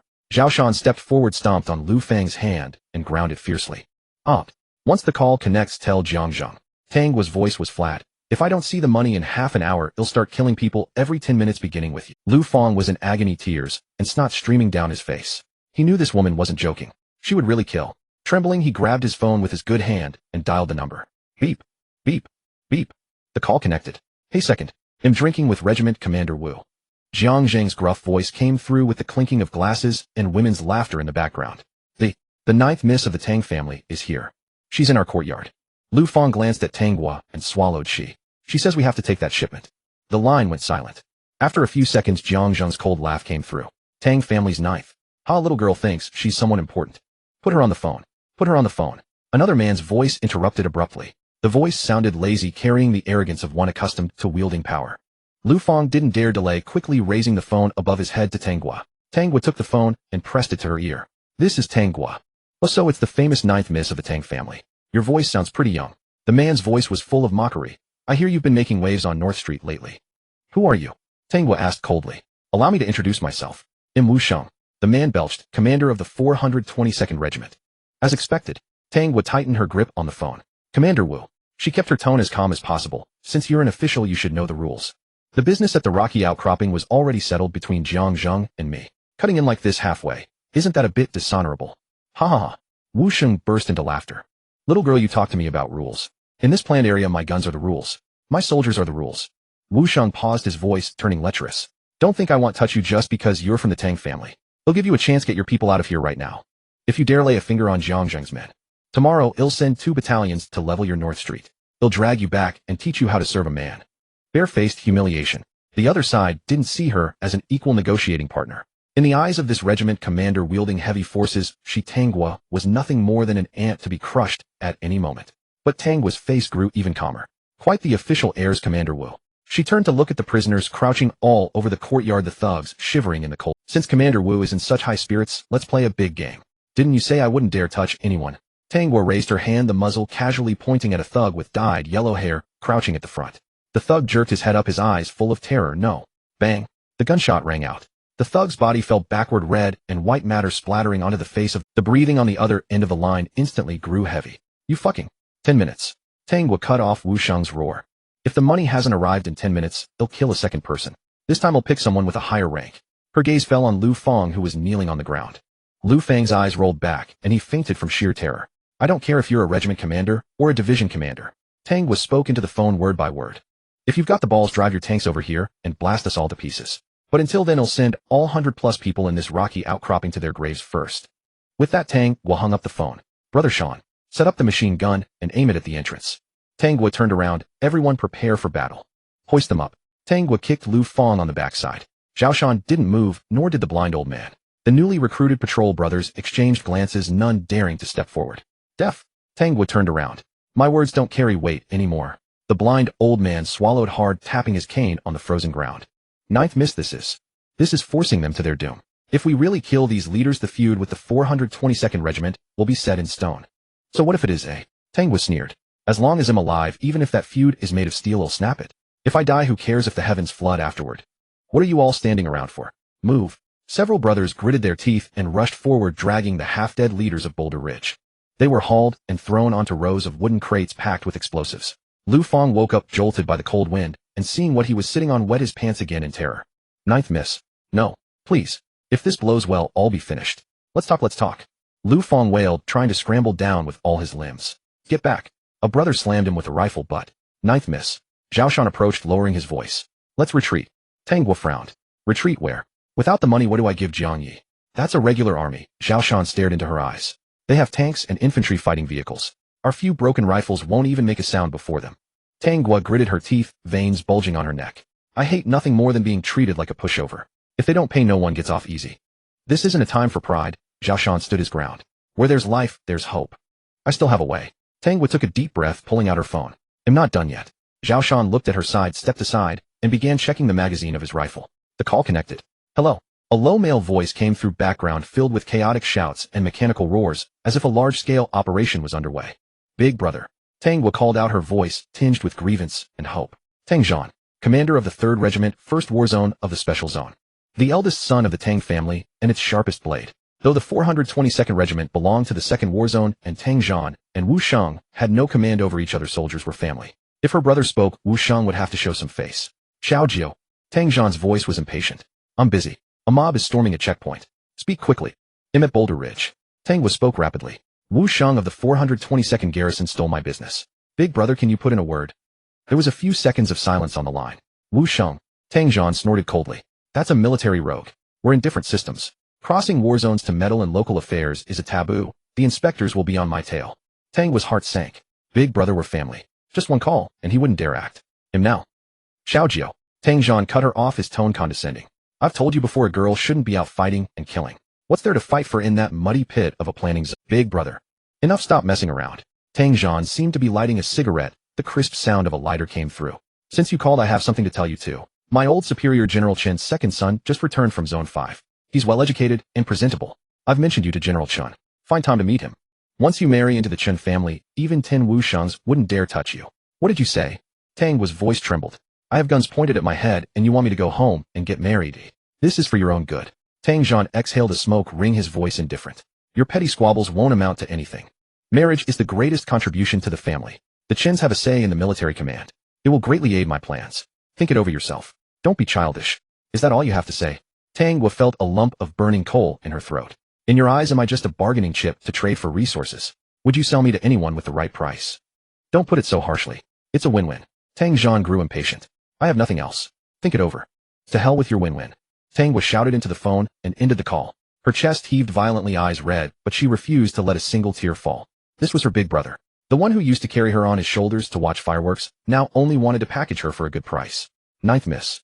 The blind old man called out cautiously. Tang Ye ignored him as her phone vibrated again. The caller ID read father. Tang Ye stared at the two words for a moment, took a deep breath, and answered. Haven't you caused enough trouble? Before she could speak, Tang Zenshin's roar came through the receiver. Dad. Xiao Jiao, how could you disappoint me so quickly? His voice softened, but turned even more chilling. Do you know what time it is? The special zone elections are imminent. The Li family is canvassing everywhere, and we're at a critical juncture. And you choose now to provoke the garrison. Are the Tangs not in enough trouble? Tangwa bit her lip. Dad, I need this money to establish myself on North Street, and I can. Tang Jintian scoffed. For a mere 2 million you want to challenge the regular army. Tangwa froze. The life-saving fortune in her eyes was just mere to her father. In his eyes it was less important than a decimal point on a ballot. Now immediately at once. Tang Xinshan's voice brooked no dissent. Go apologize to Commander Wu. Smooth this over. Then get back to the old mansion. You're not to leave for a year. Apologize. Tangwa's voice was so soft it seemed ready to shatter in the wind. He stole my business and you want me to apologize. That's the bigger picture. Tang Jintian said coldly. As long as we stabilize the situation, what's face worth? Xiao Jiao, if you still want to lead North Street, do as I say. Otherwise what? Otherwise fend for yourself. Tang Jintian hung up. Beep, beep, beep. Tangwa held the phone still in the position of listening. Silence surrounded her. Zhao Shan looked at her, the blind old man looked at her, all the brothers looked at her. They were all waiting for the invincible ninth miss to show them a way out. Tangwa slowly lowered her hand. She looked at the chaos in the yard, at the brothers shivering in the cold wind, yet still choosing to believe in her. So in the eyes of those high above, people like them weren't even worthy of being pawns. Just dust on the chessboard ready to be blown away at any moment. Family. Kinship. Before interest it was all bullshit. Tangwa suddenly let out a heart-wrenching scream. She raised her hand, and with all her strength, smashed the phone to the ground. Crack. The phone shattered into countless fragments. Parts flew, the battery rolled away, and the last link to the Tang family was severed. Ninth miss. Zhao Shan stepped forward. Tangwa gasped for breath, her chest heaving violently. She lifted her head, disheveled hair covering half her face, but unable to hide the fire burning in her eyes. She no longer expected, no longer felt wronged, not even angry. Did you all hear that? Tangwa pointed at the phone wreckage, her voice hoarse. Did you all hear? No one cares about us. No one will save us. The Tang family has abandoned us. She turned around, grabbed the heavy machine gun mounted at the door, and pulled the bolt. They all want me to kneel. Tangwa shouldered the stock, her eyes fierce. But I refuse. I am Tangwa. I am North Street's Tangjiao. Everyone hear my command. Here. Over 100 brothers roared in unison. Prepare for battle. If you see anything alive, fight to the death. Even if we die here today, we'll drag them all to hell. Yes, blind old man. Call all the North Street patrols here. Tangwa's voice was icy. Over 1,000 men. Call them all. The blind old man fumbled for his phone, his fingers trembling so much he couldn't dial. Ninth missed this. This is declaring war on the army. I said make the call. Tangwa turned, her gaze fierce. Anyone who doesn't come can forget about staying. The blind old man gritted his teeth and dialed. Hey, Lao San, bring all your men to Boulder Ridge. Now. Yes, bring the gear. Lao Hey, bring your men to Boulder Ridge. One Eye, wake up. Bring your people and get your asses to Boulder Ridge. One by one the squad leaders made calls. Just then the ground began to tremble. It was the sound of steel tracks crushing frozen earth. At the entrance of Boulder Ridge in the distance, a rolling cloud of yellow dust rose from the dim horizon. Zhao Shan rushed to the door and raised his binoculars. In the lens, armored vehicles gleamed with metallic luster. Wu Sheng's armored company had arrived. The tracks crushed the frozen ground, producing a grating sound that could make one's teeth ache. 2 infantry fighting vehicles loomed like colossal steel beasts, their 30mm cannons drooping as they slowly rotated to lock onto the center of the courtyard. Behind the armored vehicle, 2 military jeeps followed. Jiang Ye jumped out of the car and hurried over to the command vehicle, pulling open the door. A shiny military boot stepped onto the snow. Wu Sheng emerged. He was in his 40s, draped in a military overcoat with the collar of his shirt loosened and a flush on his face as if he had just had a drink. A smoking cigar hung from his mouth, and he held a loudspeaker in his hand.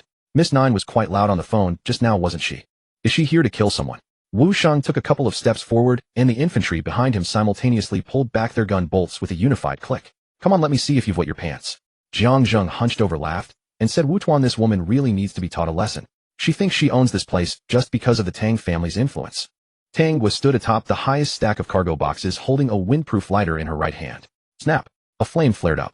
Beneath her feet, bundles of detonators and explosives were tightly packed. The red fuse was exposed. She pressed the lighter down, causing Lu Fong to yelp in fright. Are you trying to scare me? Wu Sheng's smile froze on his face. Do you dare to light it? Why wouldn't I dare? Tangwa brought the lighter closer to the fuse. If I just tremble my hand, we'll all go to heaven together. At that moment you won't need the inspection team to check on Wu Tuan's illicit troop adjustments and arms trafficking. They'll all be blown to bits. Oh, and let's not forget about you, Jiang boss. All the goods in your courtyard will have to accompany me to the grave. Jiang Zheng's face instantly turned pale. All his possessions were stored here. Wu Tuan, this crazy woman really dares to do it. Jiang Zheng tugged at Wu Sheng's sleeve. How about? Shut up. Wu Sheng slapped Jiang Zheng's hand away. He had been bullying others in this area for so many years and had never been threatened by a woman before. Retreat. Where would he put his face? Advance. If this crazy woman really lit it, although he was outside the range, it would still cause a big mess, and he would indeed be in trouble. The situation became tense. Only the idling sound of the armored vehicle buzzed in the air. At this critical moment, buzz, buzz, Xiao Shan's phone suddenly vibrated in his pocket. He paused for a moment and took out his phone with one hand. Two characters flashed on the screen: Jiang Ye. Xiao Shan glanced at Tang was standing on the explosives and tossed the phone up. It's Jiang Ye on the phone. Tang reached out to catch it.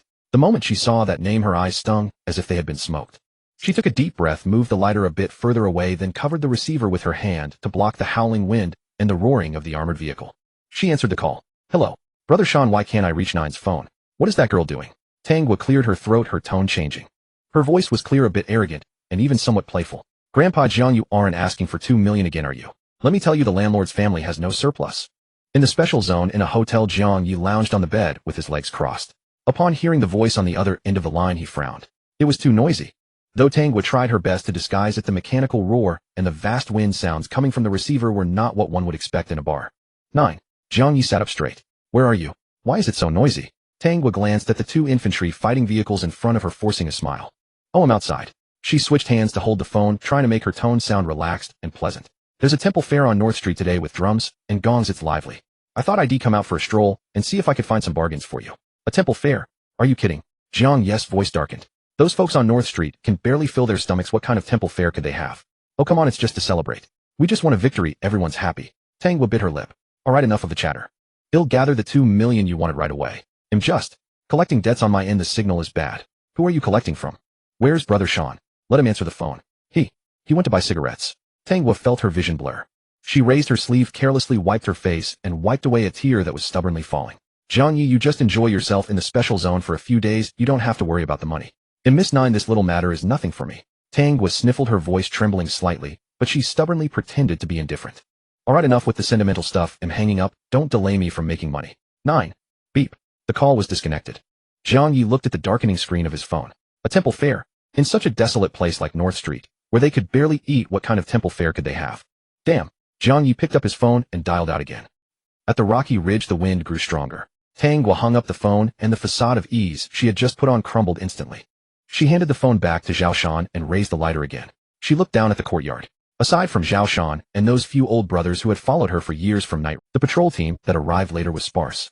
The old blind man shrank behind the cover, guarding the flank with a few men. Tang mentally counted.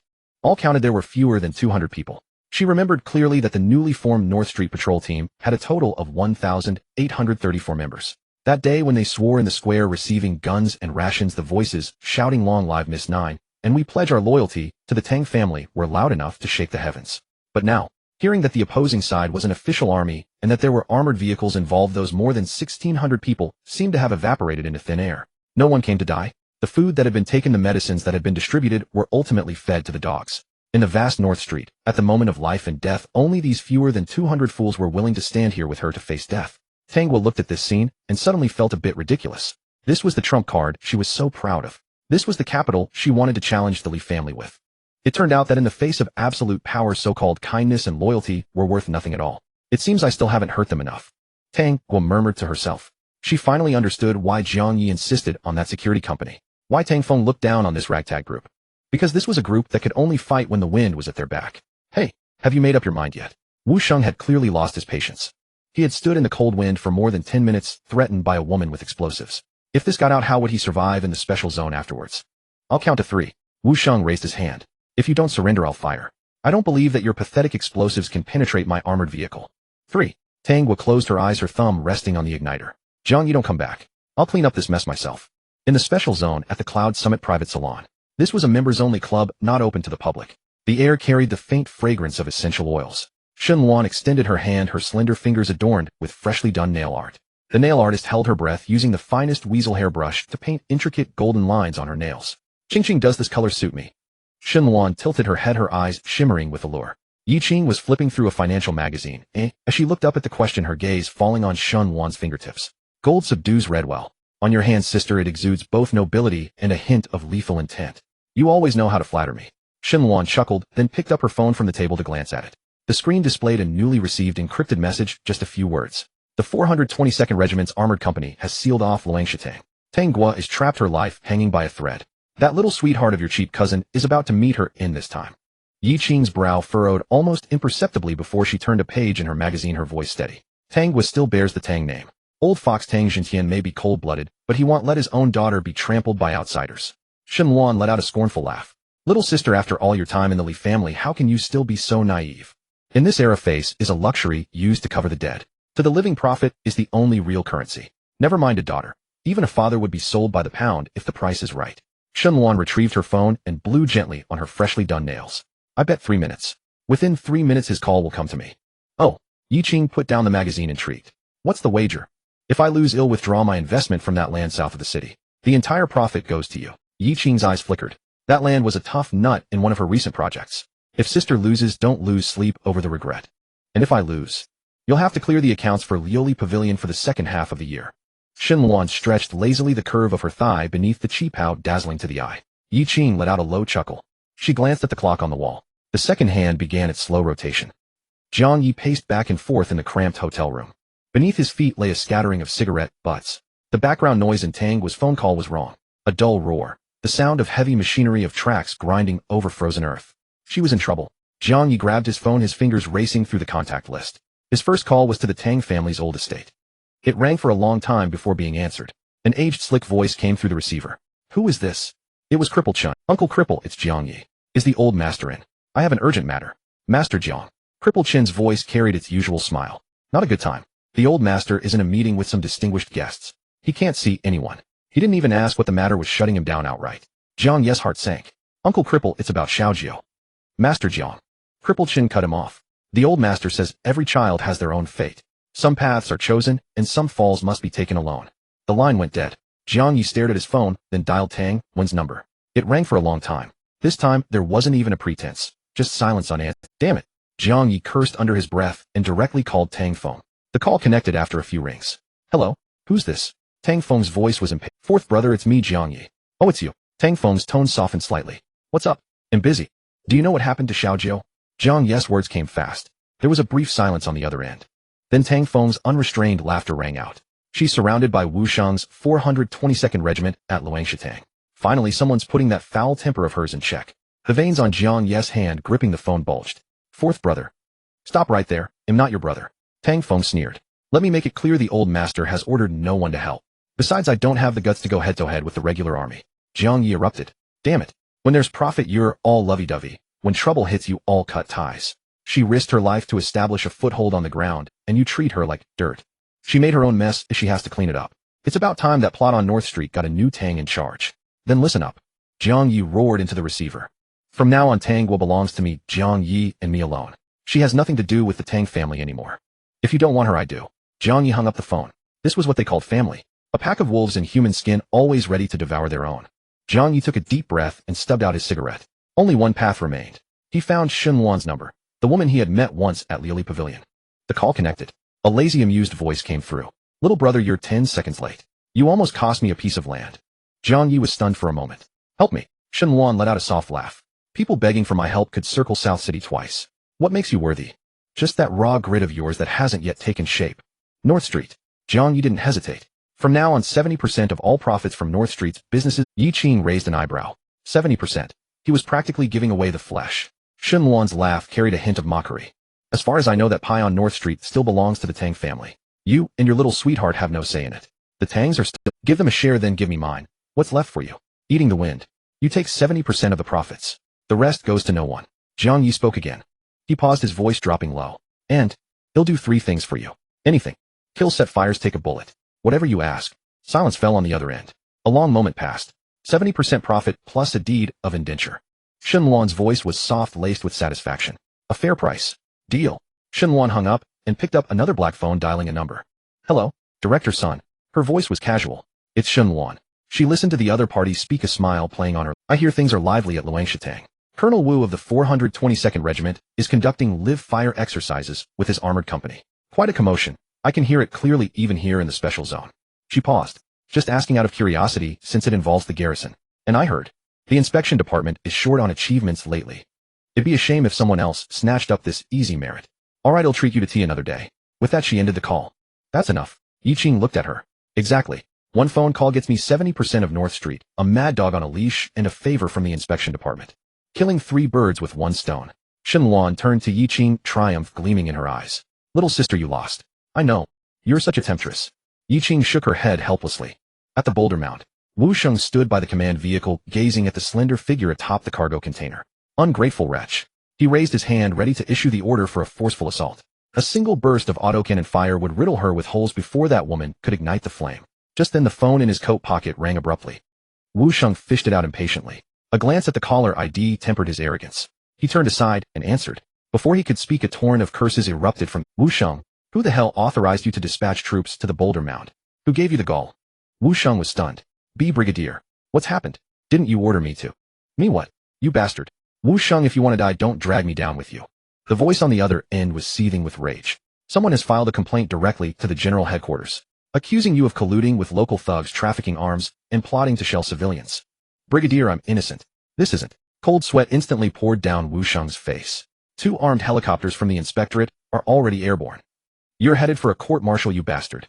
Now, immediately, take your men and get back to the barracks within the hour. Click. The call ended. Wu Sheng stood there, phone in hand. The color drained from his face, leaving it deathly pale. It was the brigadier himself who had given the order to teach that arrogant Tang girl a lesson. Now it had become evidence of him acting without authorization and trafficking arms. This superior turned on a dime faster than a man could drop his pants. Who was backing that Tanghua? Someone capable of reaching the general headquarters directly. Fall back. Retreat. Now. Move. Wu Sheng snapped back to reality as if a fire had been lit under him, wildly waving his troops to withdraw. Outside the compound, infantry fighting vehicles roared to life, their heavy hulls reversing. The armed soldiers receded like a tide toward the convoy. Jiang Ye watched in disbelief. He ran over and grabbed Wu Sheng's sleeve. Wu, Colonel Wu, you're leaving. What about me? Drop dead. Wu Sheng kicked him in the gut and scrambled into the command vehicle. The convoy turned, kicking up a cloud of dust as it vanished beyond the boulder mound. In the compound, everyone stared at the sudden turn of events, struggling to process it. It was over. Zhao Shan dashed up the cargo container in 3 strides and snatched the windproof lighter from Tanghua's hand. They're gone. Tanghua stood there, the wind whipping her disheveled hair. She looked at the empty gate, at the patrol members below whose fear had just turned to relief. It was resolved, but she knew better than anyone that she had lost utterly. Her family's betrayal, her subordinates' treachery, everything she thought she held in her grasp had crumbled, fragile and powerless before absolute force. She had lost it all. Heh! A faint laugh escaped her lips. It was a low sound carrying an indescribable bitterness and self-mockery amidst the howling wind, and Zhao Shan's heart tightened. Tanghua slowly turned her head, glanced at him as if about to speak, but ultimately said nothing. All the light in her beautiful eyes had been extinguished. The world began to spin before her. Every sound seemed to be pulled away, becoming distant and blurred. Her body went limp, and she toppled straight off the cargo container. Ninth miss. Zhao Shan reached out and caught her steadily. Tie up that bastard Jiang Ye. Take him away. Zhao Shan roared at the stunned brothers below, holding Tanghua. Yes. A few brothers snapped out of their daze, rushed out of the compound, pinned down the bewildered Jiang. Zheng knocked him out with a rifle butt and dragged him back like a dead dog. Take everyone here and all the goods from Jiang Zheng's warehouse. Move quickly. Zhao Shan carried Tanghua, carefully placed her in the front passenger seat, and draped his coat. He looked at her pallid face, then silently closed the door. Meanwhile, at One-Eyed Dragon's house on North Street, One-Eyed Dragon was frantically stuffing things into a back, bundles of cash, several heavy gold bars, and a hard-won special zone residence permit. That crazy woman Tanghua had actually dared to challenge the garrison troops, and was now cornered by an armored company at the boulder mound. She was doomed. He had been subjugated by force, so loyalty was never in his nature. With Tanghua fallen, the tides of North Street would change again. He had to grab his loot and flee to District 9 to find his mistresses. Damn, what a jinx, he muttered while stuffing a gold bar into a hidden compartment. Had to set up a patrol team, hand out rations. What a load of fake charity. He kicked an empty bottle. Don't just stand there. Pack it up, or that crazy woman's ghost will catch us. He roared at his trusted men in the room. Just then the door was kicked open. A young man in a black jacket stood at the entrance, backed by a dozen armed men. It was Bai Jie, One-Eyed Dragon's most capable lieutenant. Jie, where the hell have you been? One-Eyed Dragon cursed when he saw him. Get over here and help. We're heading to District 9. Bai Jie didn't move. He just stared at One-Eyed Dragon. He had just returned from the boulder mound. Old Blind Man had called him, and he had gone with a few dozen trusted brothers. He was an orphan raised by the neighborhood. He felt he could trust this woman Tanghua. Following One-Eyed Dragon, they would always be petty thugs, forever scrapping for scraps. But with Tanghua, he saw a glimmer of something else. She was ruthless, but she actually gave the brothers rations and medicine, letting them live like human beings. So he went, and he witnessed firsthand how those 2 infantry fighting vehicles had arrived, and how they had slunk away in disgrace. He returned just in time to catch One-Eyed Dragon preparing to flee with the money. Brother Long, Bai Jie spoke, his voice calm. Where are you off to? What else? I'm getting out. One-Eyed Dragon stuffed the last gold bar into his coat. That woman is dead. If I don't run, will I be buried with her? Have you lost your mind? She's not dead, Bai Jie said. The army has withdrawn. One-eyed dragon froze. What did you say? The moment the ninth miss was in trouble, you were ready to abandon the brothers and save yourself. Who are you being loyal to? Bai Jie stepped forward. Your wife and kid are still at the bar. Don't you care about them? Bullshit. One-eyed dragon spat on the ground. I earned this stash with my own skill. Why should I leave it for that crazy woman? You idiots can die for her if you want. I'm out. He grabbed his backpack and tried to leave. Bai Jie blocked his path, looking at the man he had followed for 7 or 8 years. Brother, you know damn well how much money you've skimmed and how many mistresses you've kept all these years. The brothers following you couldn't even get decent guns. Last time a few dozen of the ninth miss men wiped the floor with us. Aren't you ashamed? Following the ninth miss were the patrol team. When we walk the streets, the people don't look at us with fear. They look with respect. I want to be a man. I want to walk tall from now on. Bai Jie's gaze swept across the room over One-Eyed Dragon's trusted men. What about you? Do you want to keep being dogs, or do you want to be men? The men exchanged glances, then silently set down what they were holding and stepped aside. One-Eyed Dragon panicked. Bai Jie, are you rebelling? He lunged for the gun at his waist, but Bai Jie was faster. Bang! A gunshot rang out.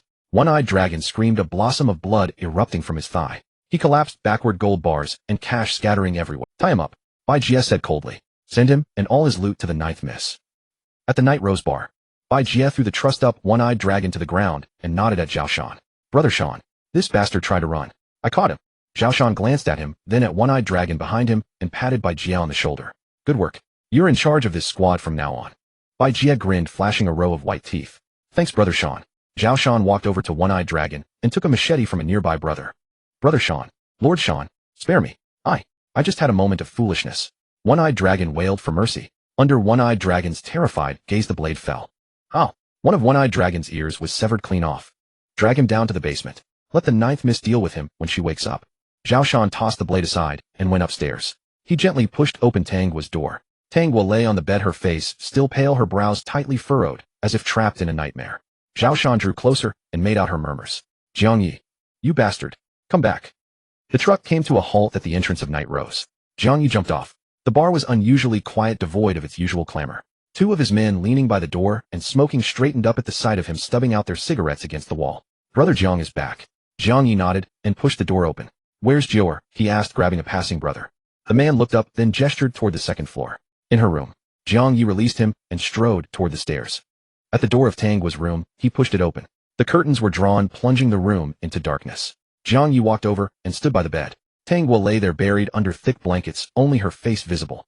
That face, usually so radiant and spirited, was now as pale as paper. Her lips were cracked and parched, her eyes tightly shut, and her brows knitted together in a painful... She has a high fever, Zhao Shan said, stepping in, his voice low. She fell into a coma as soon as she got back, and she's been delirious. I gave her fever reducers, but they did. Jiang Ye leaned down and finally pressed his palm against Tang Guo's forehead. It was scorching hot. He clenched his fist, the veins on the back of his hand bulging.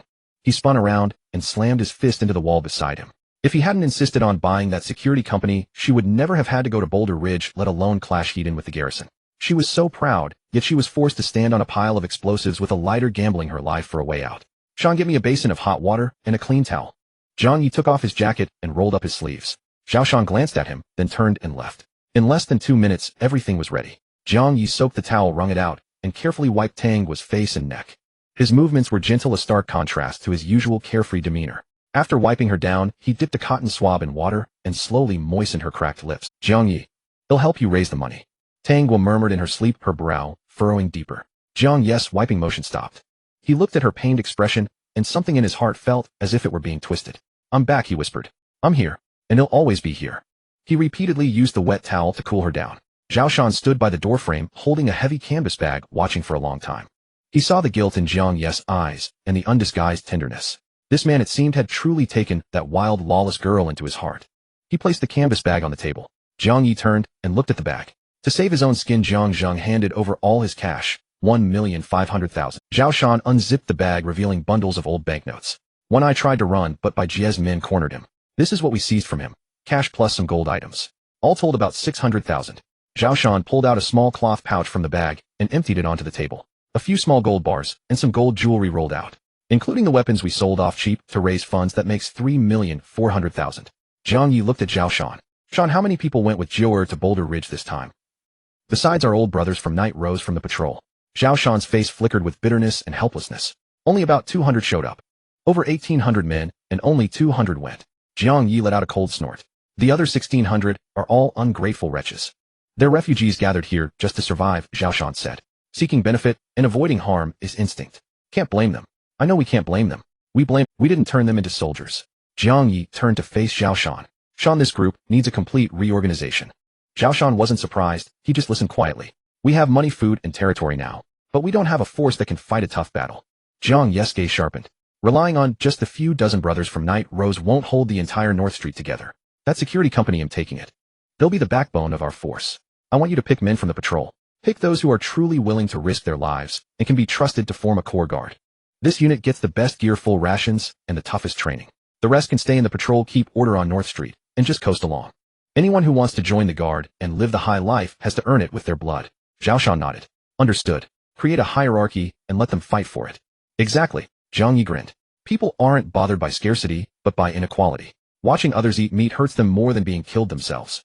As for One Eye, Jiang Ye's eyes turned cold. Tomorrow morning in the central square in front of everyone, I'm going to carve him up. Kill the chicken to scare the monkeys. No. Jiang Ye shook his head.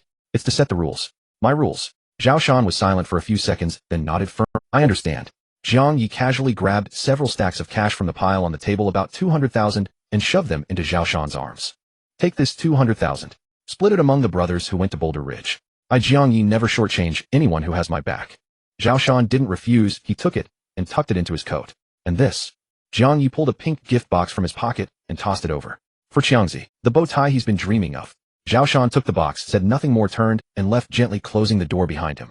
Only Jiang Ye and the sleeping Tang Guo remained. Jiang Ye placed another delicate little box on the bedside table. Inside were a pair of Thornendrose earrings. He pulled up a chair and sat down beside the bed. The light filtering through the curtain gap shifted from gray-white to orange-yellow, then to deep blue, before finally being bleached white by the dawn. The next morning, as the first rays of sunlight streamed through the curtain, Tang was eyelids fluttered. She slowly opened her eyes. Her vision was blurry, the ceiling swaying before her. Her throat felt like it was on fire. Water. She managed to squeeze out a single word. A hand immediately reached out from beside her, supporting the back of her neck, and a cup rim was brought to her lips. Warm water flowed down her throat. She took a few big gulps before she felt alive again. She turned her head, her vision focusing on the person beside her. It was Jiang Ye. He sat on the chair by the bed, a stubble of blue-black beard on his chin, his eyes bloodshot, looking utterly exhausted. You? Tang was started, her voice still hoarse. Awake. Jiang Ye put down the cup, reached out to feel her forehead, then touched his own. The fever's broken. He breathed a sigh of relief, a faint smile appearing on his face. Tang Guo looked at the weariness in his eyes, and somewhere in her heart something was. That bastard, had he been watching over her all night? She shifted, trying to sit up, but found her whole body weak and aching with no strength at all. Don't move. Jiang Ye pressed down on her shoulder. You just broke a fever. Stay put. Tang Guo didn't have the energy to argue with him, so she obediently lay still, her eyes fixed intently on him. All the grievance, all the fear, surged up the moment she saw his face. Her eyes reddened and tears welled up. Hey, what's this? Jiang Ye leaned in, frowning. Why are you crying? None of your business. Tang was sniffled, turning her head away, not wanting him to see her vulnerability. Jiang Ye reached out, turned her face back, and looked her straight in the eyes. All right, stop crying. You look ugly when you cry. He gently wiped away a tear that had escaped from the. From today on, if anyone dares to lay a finger on you, it'll make sure their whole family ends up neatly in a grave. These were the words Tang Guo had said to him when he chopped off. Now he was returning them to her. Tang was stared at him, dumbfounded, her heart racing. The atmosphere in the room grew subtle, a hint of intimacy flowing between them. Seeing her dazed look, Jiang Ye suddenly grinned, that familiar roguishness instantly returning. He cupped his chin, scrutinizing her with a serious expression. I think your boat is depleted, your vital energy is severely damaged. You need to consolidate your foundation and nourish your essence. Tang Guo felt a chill under his gaze and warily shrank back. What are you up to now? Jiang Ye chuckled, winking at her, and lowered his voice. Want Brother Jiang to give you a shot? The proper kind. Jiang Ye raised an eyebrow. If you want the improper kind, I can oblige. Zhao Shan traversed the muddy alleyways of North Street, arriving before a lopsided shack. A heavy, greasy quilt hung where the door should have been. He pushed the quilt aside and entered. The interior was dark and cramped, illuminated only by a dim yellow lamp. Xiaoli was curled up in a corner of the bed, wrapped in a milk. Her eyes were vacant, fixed on the wall, unmoving. At the sound of the door opening, she immediately buried her head lower, her entire body trembling. Don't be scared, it's Shan Go. It's okay, don't be afraid. Chen Chong, who was heating something on the stove, dropped his ladle and rushed over, soothing her in a hushed voice. After calming Xiaoli, he turned to Zhao Shan, forcing a smile onto his face. Shan Go, have a seat. The place is a mess, don't mind it. Zhao Shan didn't sit, his gaze fell upon Xiaoli. Her wrist, wrapped in the military coat, was bound in coils of pale bandages with dark red spots seeping through. How is she? Zhao Shan placed the apples he had brought on the table. Chen Chong looked back, his eyes reddening. She. She doesn't recognize anyone. She trembles in fear at the slightest sound, and at night, she has nightmares screaming for me to kill her. His voice choked, and he pointed at Xiao Li's wrist. The moment I look away, she uses broken tiles to cut herself. I haven't dared to close my eyes, terrified that if I do, she'll be gone. Zhao Shan reached into his coat and handed over a gift box. Qin Chong was stunned for a moment before taking it. What's this? Jiang Ye brought it back from the special zone. Qin Chong walked over, his fingers trembling as he untied the ribbon on the box. Inside lay a pink silk butterfly hair clip set with a lustrous pearl that emitted a soft glow in the dim light. A butterfly. He stared at the hair clip, his Adam's apple bobbing, but unable to utter a single word. This was something he had once promised her. He took the hair clip and went to the bedside. Wife, look at this. Qin Chong held the clip before her eyes, his voice gentle. Isn't this what you always wanted? Pink with a pearl. Brother Jiang bought it for us, the finest from the special zone. A flicker of movement stirred in Xiao Li's vacant eyes. She slowly raised her head, her gaze moving inch by inch towards the butterfly clip. Let me put it on for you, okay? Qin Chong, holding the clip, shuffled forward on his knees. He tentatively reached out, trying to touch her hair. The woman flinched, but didn't pull away. With feather-light movements, Qin Chong pinned the pink butterfly into her hair. Xiao Li raised her hand, her fingertips brushing against the cool pearl of the clip. Her body began to tremble. A tear slid from her eye, then a second, a third. Finally, she buried her face in her knees, letting out long-suppressed sobs. Qin Chong reached out and held her tightly. Xiao Li suddenly flung her arms around him, clinging desperately. Xiangzi, let me go. The words "want to die" were cut off before she could say them. Don't say it, don't you dare say it. It's my fault for being useless, but you have to live well. Do you hear me? He held her, his own tears falling onto her hair. I swear I will personally kill that beastly Mu. I swear it. The two held each other, weeping bitterly in the dim shack. Zhao Shan stood at the entrance, not intruding. After a long while, he turned gently, let the quilt curtain fall, and his figure vanished into the night of North Street. The next day, the sky was bright with light. It was a rare good day, sunlight filtering through the curtain gap. Tang was sat on the edge of the bed, putting on her shoes. Her movements were slow. The fever had just broken, leaving her body weak, and her fingers trembled as she tied her shoelaces. A hand reached over, brushed hers aside, and deftly tied a knot. Jiang Ye crouched before her, finished tying the laces, and then straightened her pant legs. I can do it myself. Tang pulled her foot back, a blush creeping onto her cheeks. I'm not a cripple. Seeing her like that, Jiang Ye reached out and ruffled her hair, messing up the neatly combed strands. All right, stop acting tough. He stood up and pointed to the steaming bowl of century egg and lean pork congee on the table. Eat some. Tang picked it up and took a small sip. The rice porridge was cooked until very soft, very warm. It's terrible, Tang pouted, stubbornly insisting. Tastes like pigs. Of course it does, Jiang Ye said, crossing his legs. It's specially made for my little piggy to help you find your way home. Tang nearly spat out the congee, glaring at him. You're the pig. All right, finish up and get ready.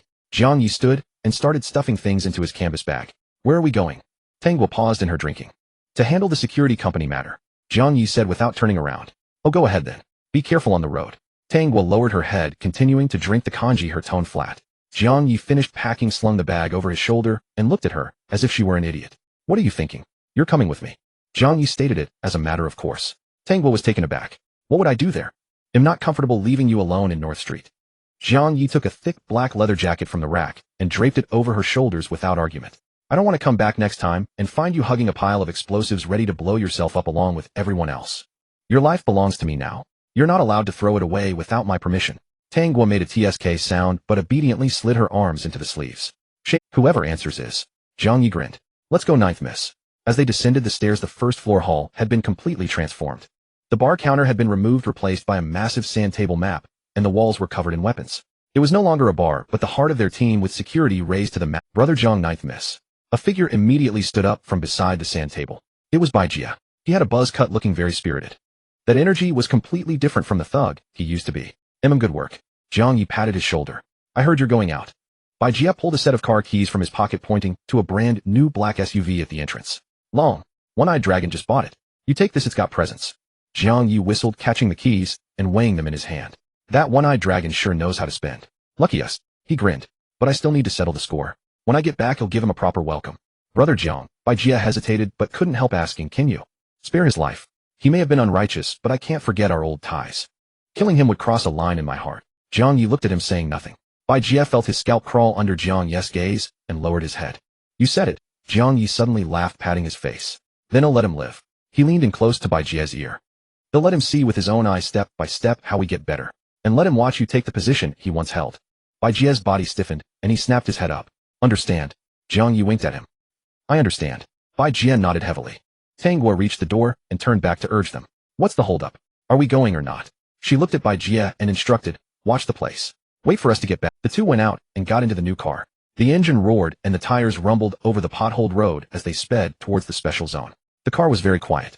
Jiang Ye leaned back in the passenger seat, watching the desolate scenery whizzing past the window. The image of the rocky graveyard still haunted her mind. She thought she didn't care anymore, but her heart still felt heavy. What are you thinking about? Jiang Ye suddenly spoke. Nothing. Jiang Ye looked away. In this world, the only things you can rely on are the gun in your hand, and the woman's. Jiang Ye spoke with the tone of someone who had been there before. Oh no, you can't even rely on women. Sometimes they stab you in the back faster than anyone. Jiang Ye was amused by him, and the knot of melancholy in her heart loosened somewhat. Then why did you bring me along? She shot him a sideways glance. That's different. Jiang Ye said seriously. You're my woman. If you stab me, it's just playful banter. Go to hell.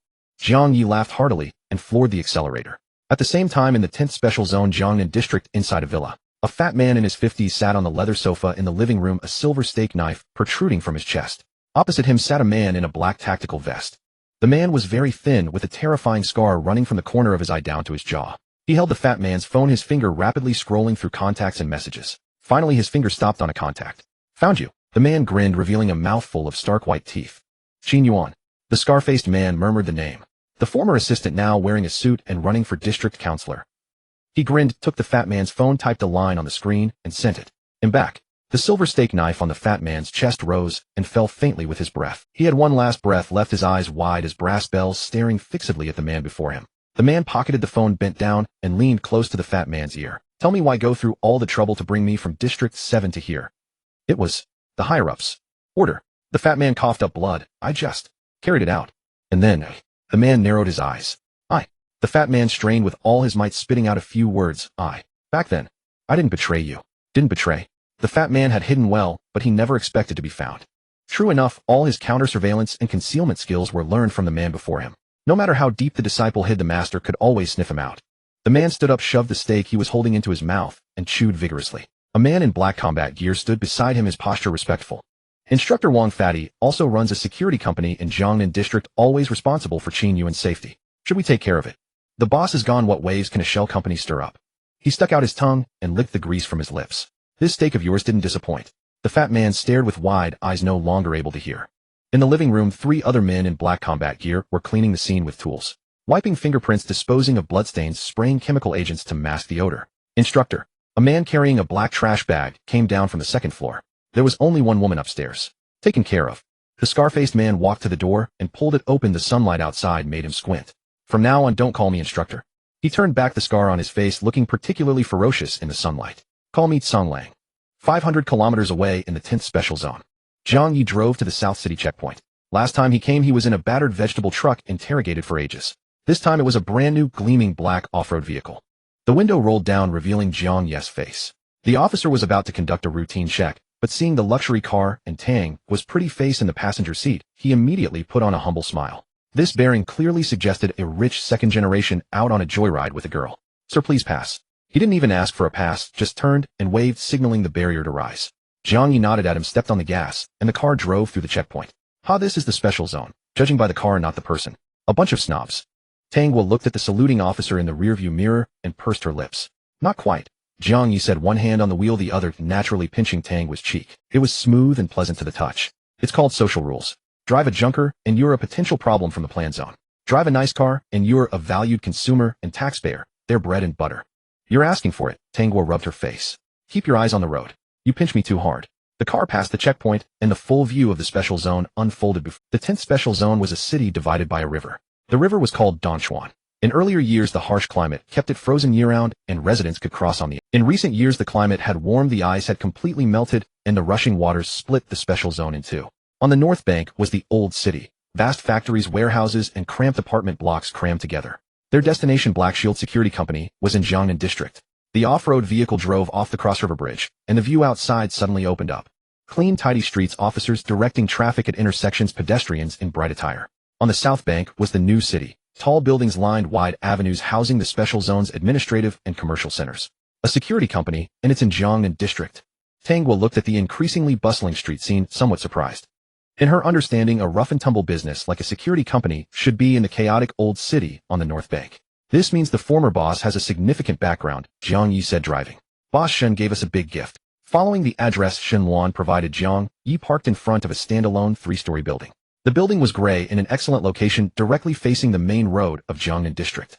Not far away was the heavily guarded city hall surrounded by various official institutions.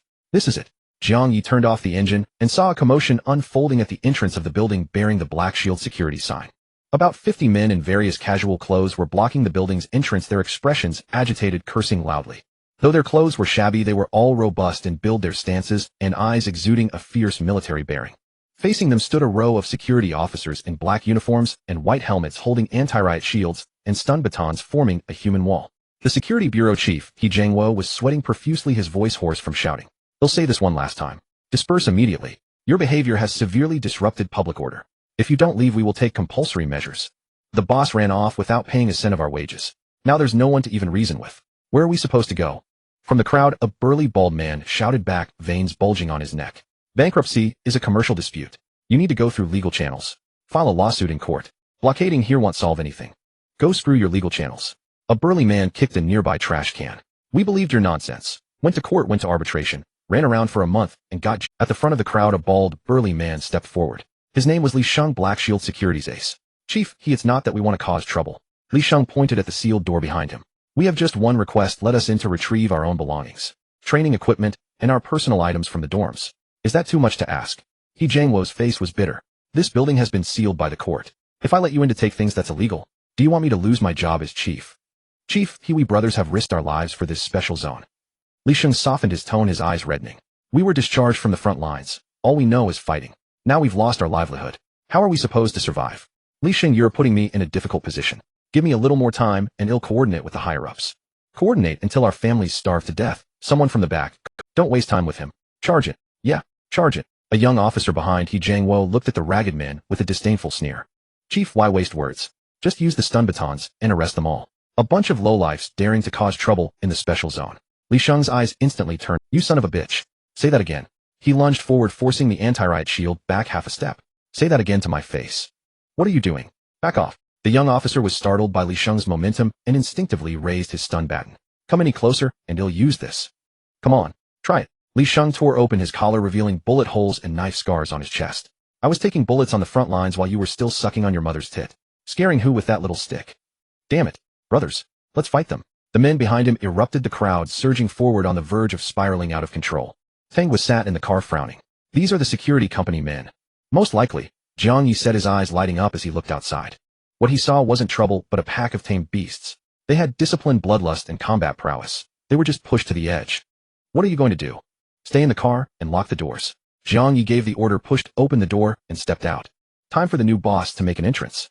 The confrontation had reached its peak. The young neighborhood patrol officer was forced back 2 steps by Li Sheng, barely able to hold onto his riot shield. His face alternated between pale and flushed, feeling utterly humiliated in front of his new colleague. "Try moving again," he shouted, raising his electric baton. Li Sheng stiffened his neck, refusing to retreat, and instead took another step forward. "Come on, stab me here," he pointed at his own chest. "Let everyone see how you treat a veteran. You're asking for it." The young officer, fueled by rage, swung his electric baton, crackling with blue arcs, toward Li Sheng's neck. Li Sheng's left hand shot out like lightning, gripping the opponent's wrist and twisting it downward. Slap. The young officer lost his balance and was pinned to the ground by Li Sheng in one move, his cheek pressed against the pavement, his riot shield and baton flung far away. "Brother-in-law, save me." The officer on the ground cried out tearfully. "Assaulting the police. Are you rebelling?" Jiang Ye's face turned ashen as he waved his hand. Everyone released the safeties. A clatter rang out. Over a dozen riot guns were raised, their muzzles aimed at the group of men. Behind Li Sheng, more than 50 people took a synchronized step forward. "Go ahead, shoot," Li Sheng said, pointing at his own chest. "Right here? I never flinched taking bullets at the front line, but I've been blind to protect a bunch of ingrates." Jiang Ye's temples throbbed violently. These men were hardened veterans, battle-tested soldiers. If blood was spilled, these neighborhood patrol officers wouldn't stand a chance against them. Li Sheng calmed down. "Let him go first. This isn't how we solve things." Before Jiang Ye could finish, a voice interrupted. "Director, The voice drew everyone's attention. They all turned to look. A young man in a gray jacket, hands in his pockets, strolled slowly from beside a black off-road. Jiang Ye paused, his eyes darting between Jiang Ye and the brand-new off-road vehicle. "And you are?" Jiang Ye looked at Jiang Ye. "Director, a pleasure. My surname is Jiang. I was sent by Boss Shun." "Boss Shun?" Jiang Ye's eyes lit up as he hurried forward. So you're Boss Jiang." He clasped Jiang Ye's hand tightly with both hands. "We've been expecting you. Boss Shun mentioned you long ago. I thought you might have forgotten us." Everyone around was bewildered. Li Sheng and his brothers, along with the patrol officers, all stared strangely at the suddenly appearing Boss Jiang. Jiang Ye withdrew his hand and pointed at the sealed small building. Director, he before I came Bosch and didn't mention there'd be such a show here. He Jiang Wo quickly pulled him aside wearing a bitter smile. It's just, Black Shield's Wang Fatty ran off, and these brothers' severance pay is nowhere to be found. They're demanding answers. Jiang Ye took out a cigarette, handed one to He Jiang Wo, lit his own, and took a drag. With so many bosses around here, no one's interested in them. Or is there something else going on? Boss Jiang, you're overthinking it. Minor issues, all minor. He Jiang Wo quickly waved his hand. As long as you step in and take them away, it'll handle any subsequent trouble. So what do they want? Jiang Ye tilted his chin toward Li Sheng's group. Money, He Jiang Wo sighed. They have no homes. They sleep in the company dorm. Now that the building's sealed, they can't even get their clothes. But still, these guys are tough. None of them have resorted to stealing or robbing. Otherwise, I'd really have a headache. Jiang Ye nodded, getting a sense of the situation. He stubbed out his cigarette, flicked it into a nearby trash can, and walked straight toward Li Sheng. Make way. Jiang Ye pushed aside the patrol officers blocking his path. Glancing at He Jiang Wo's signal, they stepped aside. My name is Jiang Ye. He stood before Li Sheng and extended his hand. From today, I'm taking over Black Shield security. Li Sheng stared at him, unmoving, while his brothers behind him looked wary. Another one selling dreams, a tall, thin man in the crowd sneered. Jiang Ye ignored him, fixing his gaze on Li Sheng. You're owed wages, every cent will be paid. Plus 100,000 as a welcome gift. Take it or leave it, your call. Li Sheng and his men were stunned. This man didn't play by the rules. No soothing words, no promises, just money thrown outright. What makes you think you can? Li Sheng asked in a low voice. He had seen too many bosses talk big, and Jiang Ye pulled a bank card from his pocket and tossed it to Li Sheng. There's 2 million in here. Enough to cover everyone's back pay and all the company's outstanding debts. The password is 6 6s. He pulled out his phone again. Give me your bank account number. Li Sheng nodded toward the tall, thin man behind him. That man Ho Liang hesitated for a moment before reciting a string of digits. Jiang Ye tapped on his phone. In less than 10 seconds, Ho Liang's phone vibrated in his pocket. He pulled it out and glanced at the incoming message. Your account on December 27th received a deposit of 100,000 special zone dollars. He read it aloud unconsciously. 100,000. A fortune for these men who had been owed months of wages and were nearly. He actually paid. Holy shit. 100,000 just like that. The crowd began to stir. Li Sheng walked over to Jiang Ye, his expression complex. Boss Jiang, this debt of gratitude. All 53 of us brothers will remember it. Li Sheng's voice was hoarse, carrying a newfound weight. He looked Jiang Ye in the eye and spoke deliberately. We'll take the money, but it's not enough to make us fight for you. They were soldiers, not mercenaries driven by greed. Money could buy their labor, but not their lives nor their loyalty. They had their own pride and dignity. Inside the car, Tang Guo watched the scene, a faint smile curling at the corner of her lips. These people were interesting. Far better than those ingrates on North Street, who swore loyalty for a handful of cash. I don't want you to fight for me. Jiang Ye smiled. I believe in winning people over with virtue. I don't think a little money can make real men bow. He reached out and patted Li Sheng on the shoulder. Let's go. Where? Li Sheng was taken aback. To drink and eat meat, Jiang Ye grinned. No matter how big the problem, we'll tackle it on a full stomach. Tonight's on me. The best restaurant in Jiangnan district. Order whatever you want. Li Sheng was silent for a few seconds, then turned and barked at his brothers. What the hell are you all standing around for? Let's go eat and drink with Boss Jiang. Hell yeah. Let's move. The faces of the men behind Li Sheng lit up with long lost. He Jiang Wo let out a long sigh of relief and quickly stepped forward. Boss Jiang, you're a lifesaver. He'll host a feast another day to properly thank you. Director He, you're too kind. Jiang Ye shook his hand and unnoticed slipped a bank card into his palm. From now on, we'll be working together. He'll be counting on your help off. He Jiang Wo's fingers tightened, understanding perfectly. His smile grew more genuine. No trouble at all. Boss Jiang, feel free to. They exchanged phone numbers. Li Sheng walked up to Jiang Ye and handed the bank card back. Boss Jiang, once the company accounts are settled, well, settle what's owed. We don't want to take advantage. Jiang Ye took the card and glanced sideways at Li Sheng. This bald man was sharp. There's something else I need to level with you. Li Sheng lowered his voice. When we worked for Boss Wang, we made plenty of enemies in the special zone. Now that you're taking over the company, I'm afraid. Li Sheng trailed off, but Jiang Ye understood. He had bought a security company with his own money, not only owing Shun Wan a favor for the introduction, but also securing He Jiang Wo's goodwill for her. And on top of that, he had to clean up the mess Wang Fatty left behind. Jiang Ye stroked his chin, cursing the cunning woman under his breath. The clatter of those abacus beads was so loud, even the dear readers could hear it. He Jiang Wo was a seasoned veteran who had navigated the treacherous waters of officialdom for a decade. From the mere feel of the bank card being slipped into his hand, he could deduce the number of digits it contained. A wise man knows that business transactions thrive on mutual respect and face-giving.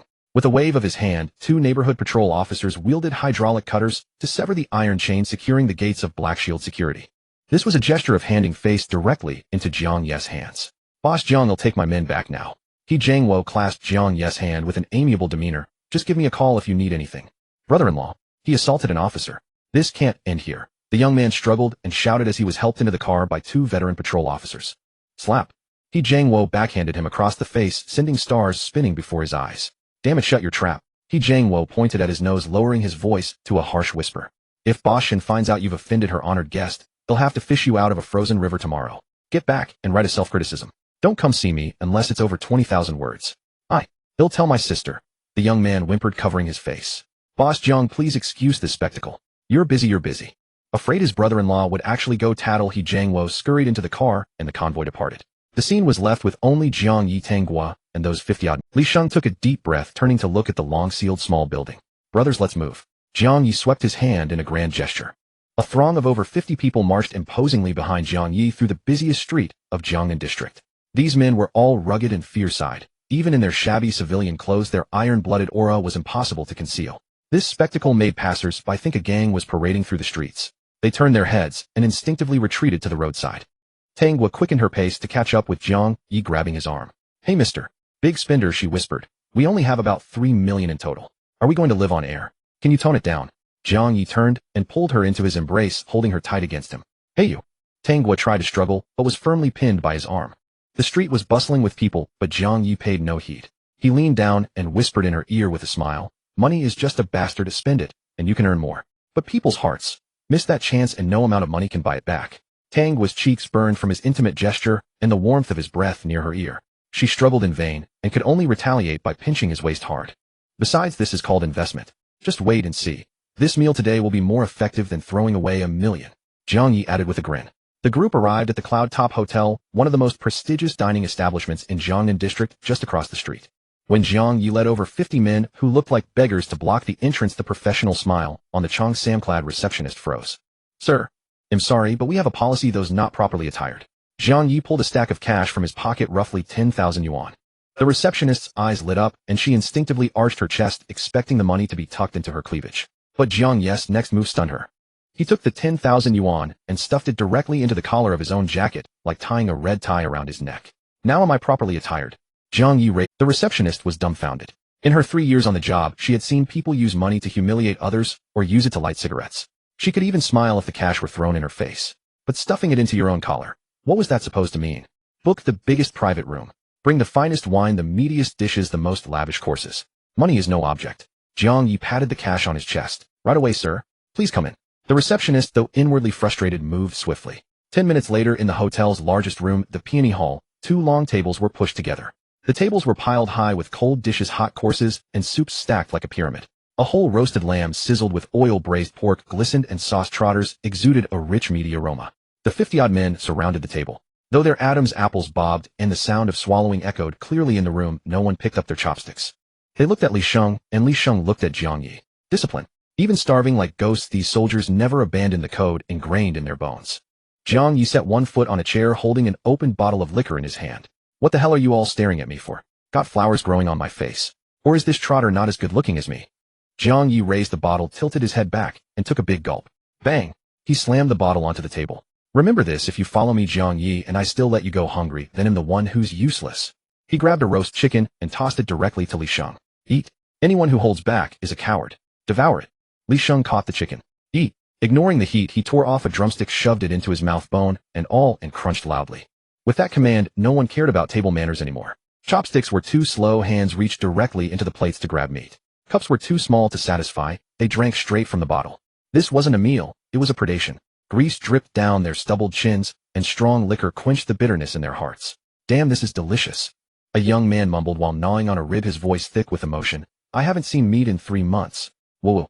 Tanghua sat beside Jiang Ye watching this crude, almost barbaric scene, yet she felt not a hint of disgust. She found it 1,000 times more agreeable than the Tang family dinners where everyone wore masks, delicately wielding knives and forks. She poured herself a glass of red wine, swirled it gently, her gaze fixed on Jiang Ye.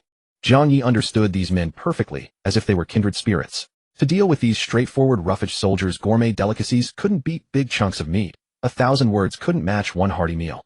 After 3 rounds of wine and 5 courses of delicacies, the floor was littered with empty bottles, and only scraps remained on the table. The atmosphere in the room reached its peak. Many, flushed with alcohol, had their arms around each other's shoulders, boasting loudly. Li Sheng belched, picked up a large glass of liquor, and walked over to Jiang Ye. His face was red, but his eyes remained clear. Boss Jiang. He raised his glass. This one's from all the brothers. We toast to you. Jiang Ye stood up, raised his own glass, and clinked it with Li Shang's. I don't like hearing that kind of crap. He downed it in one gulp, turning the glass upside down. From now on, we're all brothers. No need for formalities. Li Shang was taken aback for a moment, then grinned broadly, tilting his head back and emptying the glass of strong liquor. He set the glass down and wiped his mouth with the back of it. Since we're brothers, I can't keep anything from you. Li Shang pulled out a chair and sat down across from Jiang Ye. Tang was set down her wine glass, her eyes sharpening. The reason no one dared to take us in besides our bad tempers and high demands is another thing. Li Shang paused. Before that bastard Fatty Wong went missing, he signed a contract. A death contract. What contract? Tang leaned in as well. To protect someone. Li Shang's eyes were complex. To protect Qin Yuan, the frontrunner in this parliamentary election. Jiang Ye frowned. The name sounded familiar. Qin Yuan. Tang exclaimed. The one running for councilman? Yes. Li Shang nodded. Fatty Wong took a huge sum of money from Qin Yuan. The contract requires us to guarantee his absolute safety during the election period until he wins. Fatty Wong ran off with the money, but the contract remains. We went to Qin Yuan before to try and sort things out.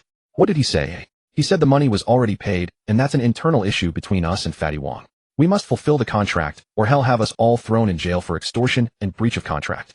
Li Shang laughed bitterly. If I were alone, I'd fly wherever I wanted. But my brothers have families, some with parents to support. If they leave, their homes fall apart.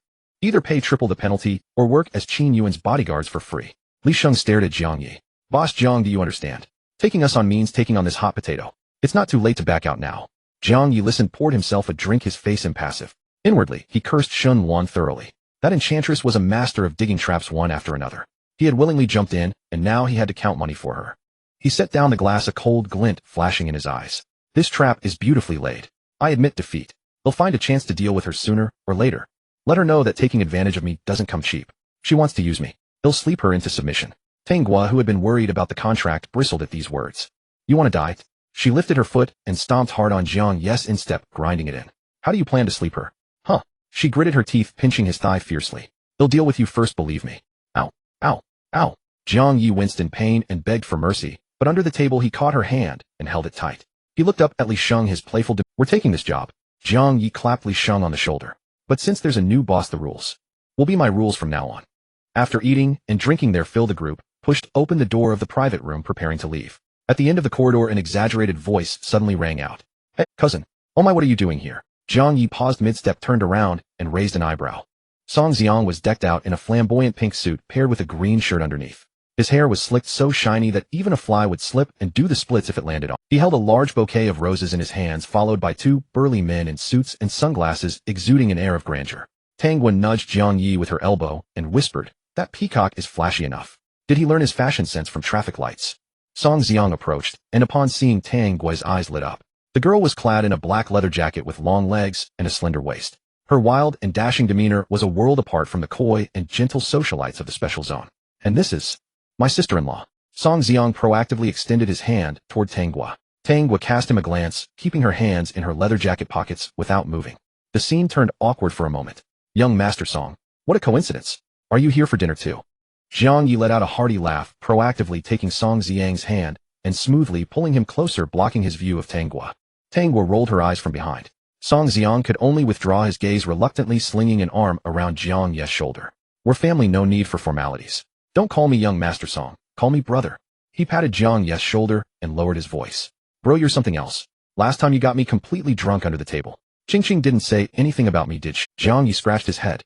My sister said Brother Song is a man of passion with an incredible capacity for drink. She also said she'd love to drink with you again next time. Ching Ching truly understands me.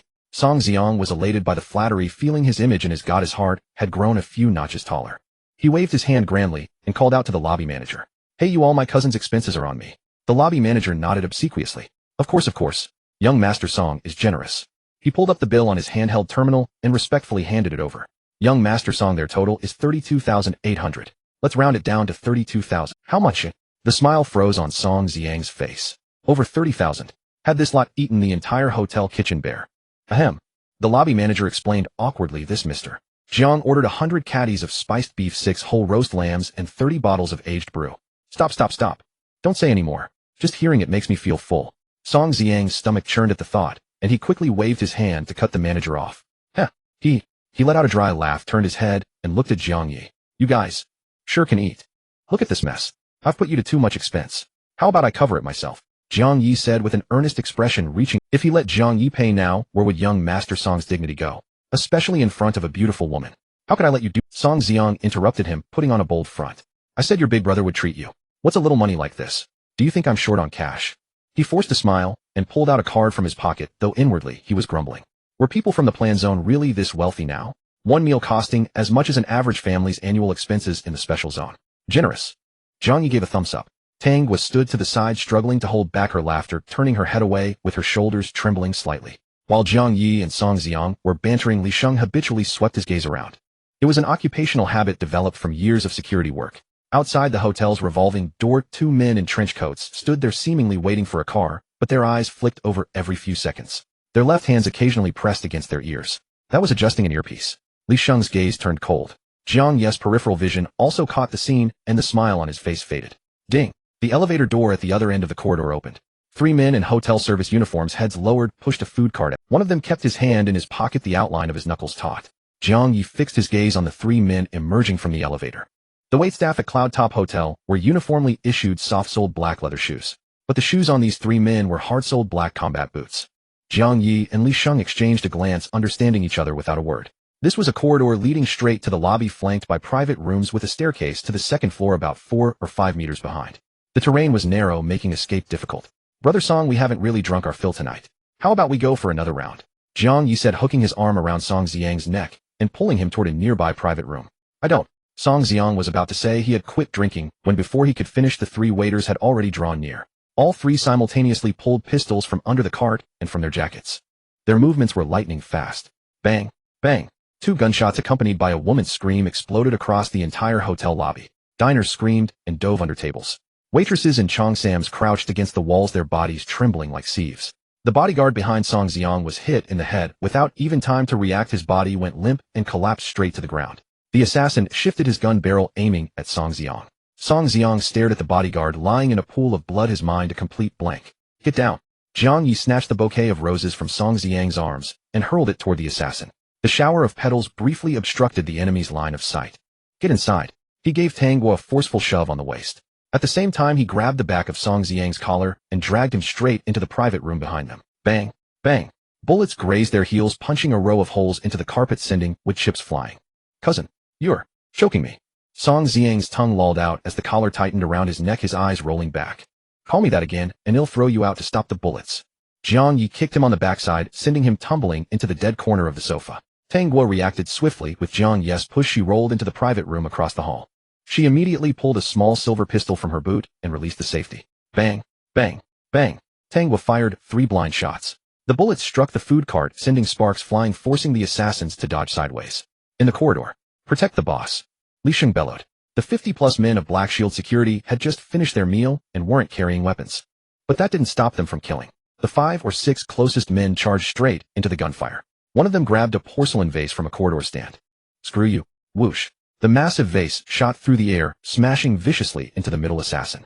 Crack. The porcelain shattered. The assassin's face was torn open by the impact, blood spraying everywhere. With a scream, the gun was knocked from his hand and flew away. Ho Liang, who had been waiting for an opportunity, made his move. Like a fierce tiger descending a mountain, he lunged forward, catching the still-spinning pistol midair with one hand. He hit the ground, rolled, and absorbed the momentum. Landing on one knee, he aimed the gun with a single hand, not even taking the time to sight. Bang! A single gunshot rang out. The assassin, about to charge into the private room to finish the job, jerked his head back, a dark hole appearing in the center of his forehead as his body crumpled. Using the sofa overturned by his brothers as cover, Li Sheng crept around from the flank. Just as an assassin was turning his gun, Li Sheng closed in and delivered a fierce elbow strike, smashing heavily into the wrist holding the gun. Crack! The sound of bone fracturing was sickening. The assassin's wrist bent at an unnatural 90-degree angle. Before his scream could escape his throat, Li Sheng's massive hand had already clamped around his throat, pinning him against the wall, his feet dangling off the ground. Ugh! The assassin's eyes bulged. A sound of snapping bone came from his neck, his head lolled to the side, and he went silent. The assassin, who had been hit by the vase, saw the situation was dire and turned to flee. Jiang Ye picked up a fallen pistol from the ground. Bang! Bang! 2 shots. One shattered a knee, the other pierced the assassin collapsed to his knees with a scream, his body convulsing, unable to get back up. Just as everyone was about to breathe a sigh of relief, the screech of brakes sounded from the hotel entrance. 2 unmarked vans skidded to a halt simultaneously. Slash! The doors slid open. More than a dozen masked thugs, tall and burly, poured out of the vans. Each one wielded a submachine gun, their muzzles aimed directly at the assassin still crawling on the ground saw his comrades arrive and reached out a hand. Save me. A masked thug didn't even spare him a glance, directly raising his gun. Rat-a-tat. A hail of bullets turned the wounded assassin into a sieve. Take them alive, the leader of the masked men ordered. A dozen masked men armed with submachine guns stormed into the hotel, yet they did not open fire on the other guests or hotel staff. Their target was unmistakable, Jiang Ye's private dining room. This was a premeditated massacre. Jiang Ye turned to Song Xiang, who stood paralyzed with fear. That bouquet of yours, who was it for? Jiang Ye grabbed him by the Song Xiang's face turned deathly pale, his lips trembling as he failed to utter a single word. Jiang Ye delivered a sharp slap across his face. The crisp sound jolted Song Xiang's chaotic mind into a fleeting moment of clarity. Is it Yiqing? Is Shenluan here? Where are they? Jiang Ye's eyes burned with ferocity. Second floor. Song Xiang whimpered, pointing upstairs, tears streaming. There was a way out. The only chance of survival was to muddy the waters and drag those two formidable figures into the fray. Upstairs. Jiang Ye roared at Tang Gua, who was in the opposite room, then yanked Song Xiang by the collar and sprinted toward the staircase. He didn't know if the assassins were after him or the blundering Song Xiang, but dragging him along meant an extra shield. The corridor instantly became a death trap. Bullets chased Jiang Ye's heels, carving furrows into the carpet. A piercing howl erupted as Song Xiang lunged forward, a searing pain flaring in his rear. He looked down to see blood gushing from his flamboyant pink trousers, staining half his buttocks. My ass. My ass. Be grateful it missed your backside. Jiang Ye didn't pause, of veins bulging on his hands. He practically carried the 100-plus-pound Song Xiang as he ran. Li Sheng, take cover, don't rush in. Jiang Ye shouted without turning back. Spread out. Find cover. Li Sheng dropped to the ground in a roll the instant the shots rang out, hiding behind an overturned mahogany table. The men of Black Shield security, driven by instinct, found their own cover in the shortest time. Unarmed against over a dozen submachine guns, none was foolish enough to block the bullet. Third, grab the fire extinguisher. Ho Liang kicked open the door of a private room, leading 7 or 8 men inside. They snatched extinguishers, pulled the pins, and sprayed a furious cloud into the corridor. The white powder mist instantly filled the air, obscuring vision. Even a second or two gained men a lifeline for Jiang Ye. Tang Gua reached the stairwell, first, leaning against the corner as she raised her small silver pistol. A masked thug emerging from the mist had his leg burst into a bloody mist, stumbling and falling. His comrades didn't stop to help him. They stepped over his body and pressed on. Cold-blooded. Professional. At the hotel entrance, the masked leader issued orders through his earpiece. Target in pink suit now on the second floor. Team A and B, concentrate fire and advance upward. Team C and I will suppress the first floor and clear the rift. The command was given. 8 thugs immediately abandoned their scuffle with Li Sheng's group, and weapons raised moved toward the staircase. On the second floor corridor, the soundproofing was too good. The gunfire from below came through muffled. Which room? Jiang Ye slammed Song Xiang against the wall. I don't know. Song Xiang whimpered, clutching his bleeding rear, tears and snot streaming. I just heard they were here and wanted a chance encounter. A chance encounter, my ass. A peacock playing innocent. Tang Gua cursed as she kicked open the nearest room door. The lock snapped. Inside, a couple with their hands in each other's clothes screamed. The man, pants halfway down, tumbled off the sofa in fright. His bear, not there. Jiang Ye dashed to the next room and kicked again. The room was hazy with smoke. Several suited men were playing dominoes around a table piled with colorful chips. Seeing Jiang Ye's gun, they all raised their hands. Still not there?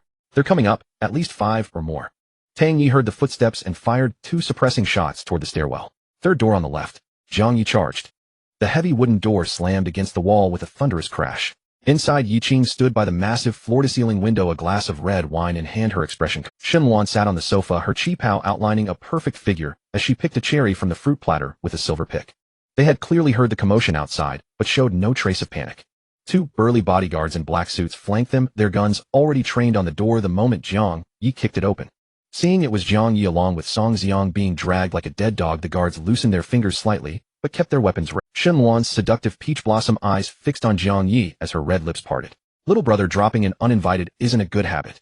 Jiang Ye tossed Song Xiang into the room, waited for Tang Gua to enter, then slammed the door shut, bracing it with his body. Boss Shin gave Black Shield such great business, I thought I'd come toast you. A grown man, and still holding a grudge. Shenluan's gaze turned cold. This man had deliberately led the trouble to her. Ching Ching. Save me. Save me. Song Xiang crawled to Yiqing's feet. I'm dying. I can't feel my ass. Yiqing frowned, stepping back to avoid. Shenluan snorted coldly, picked up her phone from the table, and dialed a number. It was answered instantly with no pleasantries. Cloud Top Hotel, second floor, private room, 888. There are flies bothering my meal. I don't want them leaving alive. With that, she hung up, popped a cherry into her mouth, its red juice staining her lips, a hauntingly alluring sight. She glanced at the 2 bodyguards and mumbled, hold out for 10 minutes. Just then, heavy footsteps echoed from the corridor. Ram it down, A thug's low growl came from outside. Shen Luan's two bodyguards stepped forward, positioning themselves on either side of the doorframe to create a crossfire. The door shuddered under violent impacts. Finally, it burst open and a masked man stumbled in. A gunshot rang out. The masked man's head sprouted a bloody hole as he collapsed backward. The thugs outside, seeing this, stopped their assault and aimed their guns into the room. A hail of bullets shredded the wooden door. Sofas, tables. Everything inside was torn apart with chips and cotton flying everywhere. Jiang Ye pulled Tang Guo to the floor, rolling together behind a thick sofa. Shen Luan and Yi Qing also ducked behind the sofa. Only Song Xiang, the pampered young master, was utterly terrified. A bullet grazed his scalp. He screamed and scrambled toward the bathroom in the corner.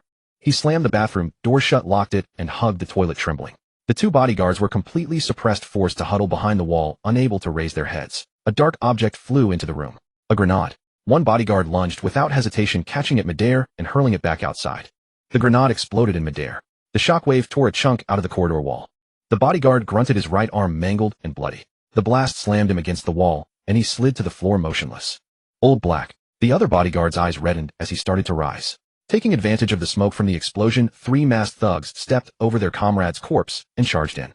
Tang Guo and Jiang Ye rose from behind the sofa, simultaneously firing repeatedly. The two leading thugs fell. But these men were fearless. The last thug charged into the room with his gun raised. The remaining bodyguard roared, using his body to tackle and pin the thug. The thug's gun fired bullets, tearing through the bodyguard's abdomen as blood gushed. Yet, carried by momentum, the bodyguard tackled the thug to the ground and drove his dagger deep into the thug's neck artery, twisting. Blood spurted, splattering the bodyguard's face. The two writhed together before falling still in a pool of blood. Tang Guo raised her gun to shoot at the enemies, following. Click. Out of ammo. Tang Guo's face fell. Jiang Ye pulled the trigger, also empty. Damn it. He cursed, hurled the empty gun at the door, and pulled a triangular bayonet from his boot. More footsteps echoed from the doorway. Out of bullets. Jiang Ye licked his lips, his eyes turning wolfishly fierce. He stepped in front of Tang Guo, gripping the bayonet in a reverse hold, his body slightly crouched, poised to strike. Then it's time for cold steel. Jiang Ye gripped the Type 81 bayonet, tightly shielding Tang Guo behind him. As long as I'm alive, no one will touch you, he murmured. Tang Guo said nothing, instead grabbing a shard of broken glass to use as a weapon. Charge. A fierce shout came from outside the door as three dark figures rushed in. Jiang Ye's leg muscles tensed, ready to spring into action. At that very second, a deafening crash erupted behind them. The massive floor-to-ceiling window, which commanded a panoramic view of the southern district's nightscape, shattered inward with a thunderous roar. Two silhouettes descended from the sky along ropes, their rifles already locked onto targets midair. The muffled pops of suppressed gunfire were barely audible. The three thugs who had just burst through the doorway stiffened as bursts of blood erupted from their chests and foreheads, collapsing to the ground. The two soldiers landed, rolled, and took up tactical positions at opposite corners of the room, their gun barrels trained on the entrance. From the window breaking to clearing the doorway, the entire process took less than 5 seconds. This was the art of killing. The night sky hummed with the roar of rotors. Two pitch-black attack helicopters hovered outside the window, their massive downdrafts scattering debris across the private room. On the streets below, the wail of police sirens was drowned out as rows of armored vehicles rumbled across the asphalt, swiftly sealing off the entire block. Soldiers heavily armed leaped from the vehicles and quickly established a defensive perimeter.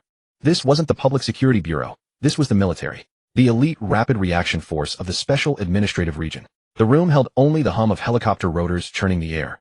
Shen Luan raised her hand, brushing a shard of glass from the slit of her cheongsam. The thigh exposed outside the dress was blindingly pale. She looked at Jiang Ye, her red lips curling into a smile. Her smile carried an arrogance of absolute control. You're pretty slick with this trick of shifting the blame. Does this mean you owe me another one? When you're up to your neck in debts, one more doesn't matter, Jiang Ye said, straightening up and relaxing his taut muscles. Boss Shun, with your deep pockets, you probably don't care about my— Tang was stood up, brushing dust off her leather jacket. She walked over to Jiang Ye, tugged at his sleeve, and lowered her voice. Who the hell is this woman? She's got such pull. Can mobilize a special forces brigade. She paused, then added.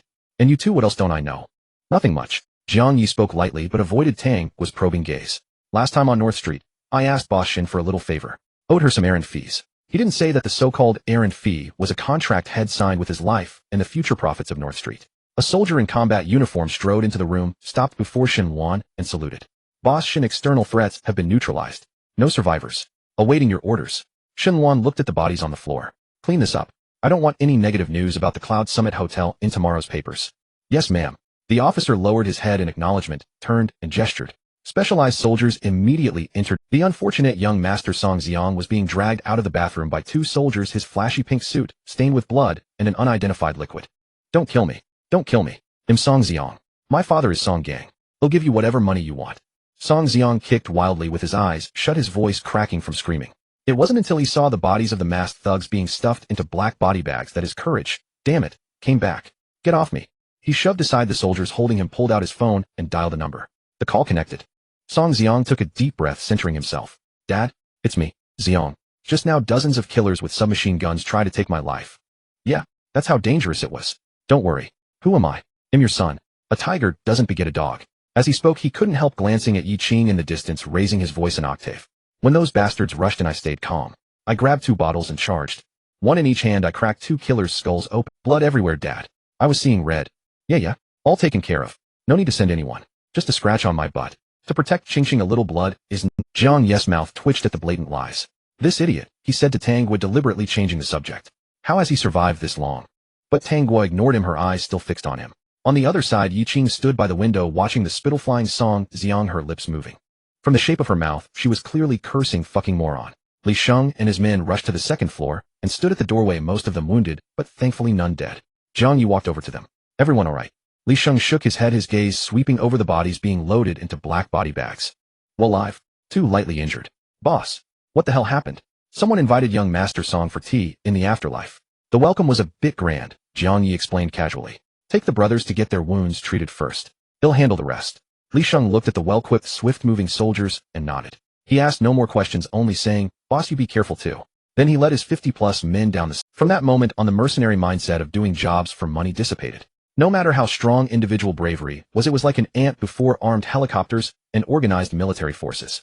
They needed a backer, someone who could help them stand tall in this dog-eat-dog world. And Jiang Ye showed them that possibility. In the corridor, the soldiers cleaned up with remarkable efficiency. Bloodstains were covered with special chemicals, bullet holes were temporarily patched, and body bags were swiftly removed. As if the brutal gunfight had never happened. Let's go too, Yi Qing said, glancing at the clock on the wall, addressing Shenwan. Shenwan stood up and walked over to Jiang Ye. You're clever, knowing to redirect the fire to me. Did you count on me not standing by? What can I say? Survival instinct, Jiang Ye grinned. And I believe Boss Shen wouldn't want to lose such a good partner. After all, you sure know how to flatter yourself. Shenwan snorted lightly, but without real anger. She turned to look at Tang Guo, a glint of appreciation in her peach blossom eyes. Your little girlfriend is not bad either, wild enough, spicy enough. I like her. With that, she departed under the escort of her soldiers, accompanied by Yi Qing. The private room was left with only Jiang Ye and Tang Guo. Now can you tell me? Tang Guo stared at Jiang Ye. What do you mean by owe her another one? Because her thighs are wide enough and her connections are wild enough. Jiang Ye tried to brush it off with a smirk. Jiang Ye. Tang was tone-hardened. Look at me. Don't treat me like a fool. The smile faded from Jiang Ye's face. He saw the seriousness and stubbornness in her eye. He was silent for a long time. So long that Tang Guo thought he wouldn't speak. That day at the rock pile after you called me, I felt something was off. Tang Guo's heart clenched sharply. I had no choice. Back then I had nothing. I couldn't reach anyone, couldn't command anyone. The Tang family wouldn't help you, but they had to manage things, so I could only go to Shenwan. I traded 70% of all future profits from North Street, and 3 life-death promises for 1 phone call from her. Tang Guo turned her head away, looking out the window, her shoulders trembling slightly. She didn't cry, but her eyes burned fiercely. It's all in the past, Jiang Ye said, pulling her. Tang Guo said nothing, just wrapped her arms tightly around his waist and buried her face in his chest. In that moment, they were each other's only anchor. After a long while. Fool. Was it worth it? Still having to work for that vixen? Worth it, Jiang Ye said without hesitation. He lowered his head, his chin resting on Tang Guo's crown. Money can be earned again. Territory can be retaken. But if a person is gone, they're truly gone. Tang Guo lifted her head in his arms, her eyes glistening. So, do you like me? Is that it? It was probably the most sentimental, least characteristic question she had ever asked in her life. Jiang Ye paused, then laughed softly, gently patting her back. Yes. The first time I saw you, I thought this girl is really something. Like a little chili pepper. If I survived, I had to have you warm my bed every night. Tang Guo blushed and punched him in the chest. Pervert. I'm a pervert, you're a bandit. We're a perfect match. Jiang Ye laughed, his hand gently rubbing her back, but his eyes grew deep as if lost in memory. Jiwa, you know, my brother and I are alike. The men of the Jiang family are all hopeless romantics. Tang Guo paused, looking up. You have a brother. What's his name? Where is he? In all the time she had known, Jiang Ye had never mentioned his past. Jiang Ye looked out the shattered window toward the distant horizon. He was a fool. He threw away his life for a woman who didn't love him. Jiang Ye lowered his head, pressing his forehead against Tang. I used to think he was stupid. But just now when those guns were aimed at us, I suddenly understood. If it meant you could live, I'd be that fool too. Jiang Ye's voice was so soft it seemed it might be carried away by the wind. Oh, by the way, his name is Jiang Xiaolong. In the southern city of Villa District. A 3-story villa was cordoned off with police tape. The cleaning lady who came this morning reported it. A police officer walked over and reported to Jiang Ye. Jiang Ye's brows were tightly knit as he gazed at the corpses in the center of the room. A man and a woman. That fat Wang who held sway over both the underworld and legitimate circles in the special economic zone now lay sprawled on the sofa, his eyes wide open. Beside him lay a woman, her neck twisted and broken. Jiang Ye couldn't fathom how fat Wang, missing for months, had suddenly reappeared here only to be silenced forever. Several uniformed officers moved in and out of the villa, tools in hand, searching for any clue. Yet the floor was spotless, the tables and chairs neatly arranged. Chief, an old detective approached, removing his gloves.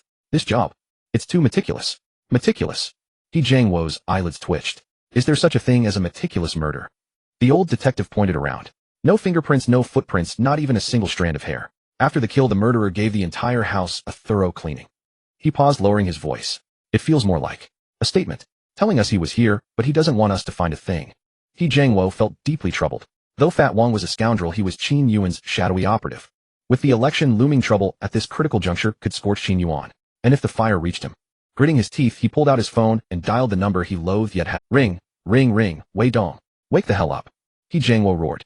Get your ass over to Xiangxia Villa District. Now. Immediately. After 2 seconds of silence on the line, a grumble came through. What's the rush? A battered van pulled up outside the tape a dozen minutes later. The door swung open and a potent stench of alcohol billowed out, nearly overwhelming the young officer at the entrance. Wei Dong stepped out, his gait unsteady. His hair was a tangled mess, his face covered in stubble, his uniform buttons misaligned, and his collar stained with something that could be grease or vomit. What's going on? He squinted his puffy eyes at the sun, letting out a huge yawn. Let's talk. Jiang Ye, his face ashen, strode over and grabbed Wei Dong by the arm, dragging him inside. Fat Wang is dead. Wei Dong froze for a moment, then nodded in understanding. Oh, that fat bastard. It was only a matter of time. As he spoke, he shook off Jiang Ye's grip and made to barge in. Stop. Don't disturb the scene. Jiang Ye blocked him, fearing that one careless step might obliterate the scant evidence remaining. Wei Dong irritably shook off his hand. There's a pungent smell in the air. There's nothing left of the scene. Jiang Ye stared at him, speechless for a long moment. This Wei Dong, ever since he botched the transfer of Songlong and got demoted, his life had spiraled into chaos. But his instincts and skills in solving cases were unmatched, and it was just his temper and demeanor that were a constant headache. Wei Dong circled the room and finally stopped at an inconspicuous humidifier in the corner. Was this thing on last night? Jiang Ye was taken aback, looking at the humidifier as the old detective joined them. The tank is full, but it's unplugged. Was the tank filled with purified water or tap water? Wei Dong asked further. What difference does it make? A young officer. Wei Dong ignored him and spoke directly to Jiang Ye. Have the tech team check the humidifier's filter for any sediment besides limescale. The killer cleaned the house spotless, but might not have thought about what was floating in the air. Jiang Ye and the old detective exchanged glances, both stunned by the insight. Jiangnan District Black Shield Security Company. In the first floor lobby, 53 men were scattered, sitting or lying down. A few medics were busy bandaging the wounded. Li Xing sat in a chair, his arm wrapped in thick bandages. Ho Liang and several other key members stood nearby. Jiang Ye and Tang Guo walked into the lobby. Boss, ninth miss. Seeing Jiang Ye push open the door, Li Sheng tried to rise. Sit, everyone sit down. Jiang Ye gestured with his hand, then frowned at the wounded men. Why weren't you taken to the hospital? We're all tough guys. These scratches are nothing. We can handle the bandaging ourselves. Li Sheng pulled on his shirt. Being together gives us peace of mind. He paused, his expression turning serious as he handed over a contract. Boss, trouble's here. It was the security agreement signed between Fat Wang and Qin Yuan. Jiang Ye flipped through the contract, signaling him to continue.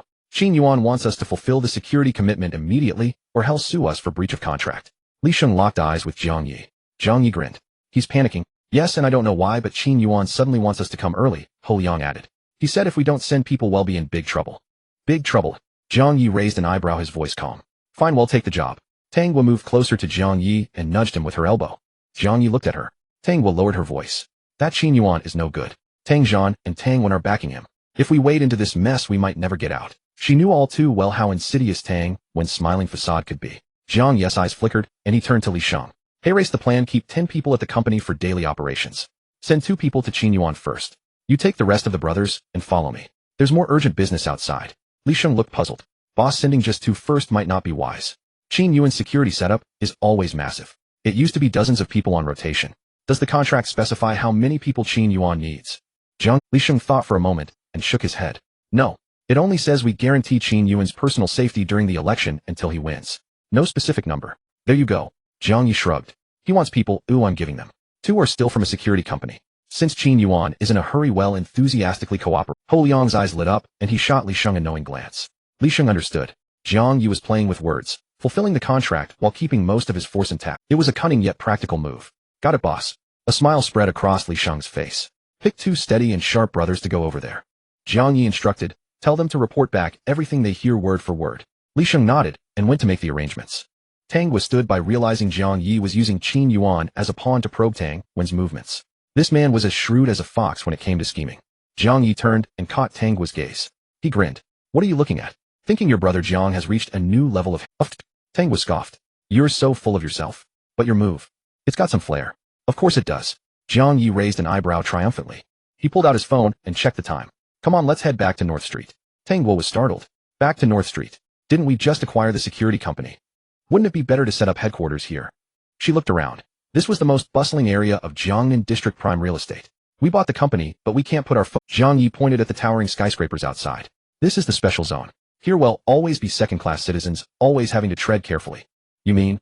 Tang Guo realized that Jiang Ye's vision was broader and bolder than hers. That's right. We're moving, Jiang Ye said decisively. We'll relocate the company headquarters and all the brothers to North Street. There the sky is high and the emperor is far away. It's our own turf. We can stand tall when we speak. But, what about Night Rose? Tang Guo asked. That was her life's work. Jiang Ye looked at her, his gaze softening. That's your father's territory. You'll always have to answer to them. We need our own nest, our own. Ace in the hole. He reached out and gently patted Tang Guo's shoulder. Only on our own ground can we truly control our destiny and stop being at anyone's mercy. Tang Guo felt a surge of excitement as she listened. Moving the entire Black Shield security and the Night Rose bar people and all to North Street was no small feat. It meant Jiang Ye was putting down roots in North Street, redrawing the map, not as an appendage of the Tang family. This was about establishing his own domain. Tang Guo looked at Jiang Ye's profile. This man could see what she couldn't. Her earlier fight for North Street was to prove herself to avoid being looked down upon to salvage a shred of dignity. But Jiang Ye had already set his sights further. He saw the future. But, what about those people in North Street? Tang Guo hesitated. Most hadn't shown up for the battle at Luanshigang. Jiang Ye took Tang Guo's hand and held it tightly. Before I wanted to help you because I thought you as a woman had a tough road. I wanted to hold an umbrella for you. But now I see the rain is too heavy. An umbrella isn't enough. So from today on I'm not helping you anymore. Tang Guo's heart tightened. Jiang Ye looked at her, speaking each word deliberately. I'm going to step up and be the king myself. Only if I'm the king will no one dare to make you suffer. Only then will I have the right to sit at the table and negotiate with them so you can truly be safe. This man was shielding her in his own way. Tang Guo bit her lip, her eyes reddening, but she smiled. That little fong of hers looked both mischievous and captivating. Fine. Then if you're the king. She lifted her chin, meeting Jiang Ye's gaze, her eyes sparkling like stars. It's not too much to make me your queen, is it? Granted. Jiang Ye laughed heartily. Before the company gate, the cold wind swirled withered leaves around the steps. Li Sheng stood on the steps facing 2 young men, A Ping and Xiao He. When you get to Qin Yuan side, watch and listen more. Keep your ears open. Li Sheng stepped closer, lowering his voice. Remember the boss words, you two. Understood, brotherly. The 2 young men exchanged a glance and nodded. They turned and got into a taxi, disappearing at the end of the street. Jiang Ye sat in the driver's seat of an off-road vehicle, his hands resting on the steering wheel. He watched a row of dark green trucks parked by the roadside, their beds filled with men. 41 veterans, though most were wrapped in white bandages, exuded a fierce, unyielding spirit from their very bones. These were now his foundation. Besides them, there was a truckload of equipment: riot shields, stun guns, bulletproof vests, and several unopened crates of standard-issue firearms. Fatty Wong's lives savings, accumulated over half a lifetime, now all benefited Jiang Ye. This Fatty Wong, at least he left us a generous gift. The land and the building were his, and now that he's missing, they've become ownerless property. It's best if he never returns. Tang Guo looked at the cargo trucks, a smile playing on her lips as she opened the door and slid into the passenger seat. In truth, the 2 million Jiang Ye had given was still short after covering Li Sheng and his men's debts. It was he, Jiang Wo, who manipulated things behind the scenes, clearing some of the government arrears to secure this batch of goods. This was the underworld, all about personal connections and favors. Jiang Ye started the engine. Li Sheng and his crew even loaded the potted money tree from the corner onto the truck. Anyone would think they were fleeing a famine. It's about claiming a territory, becoming the local landlord, Tang Guo corrected. Let's go, King Jiang. The engine roared to life. The black off-road vehicle led the way, followed by 5 dark green trucks rolling out of the bustling Jiangnan district in a grand procession.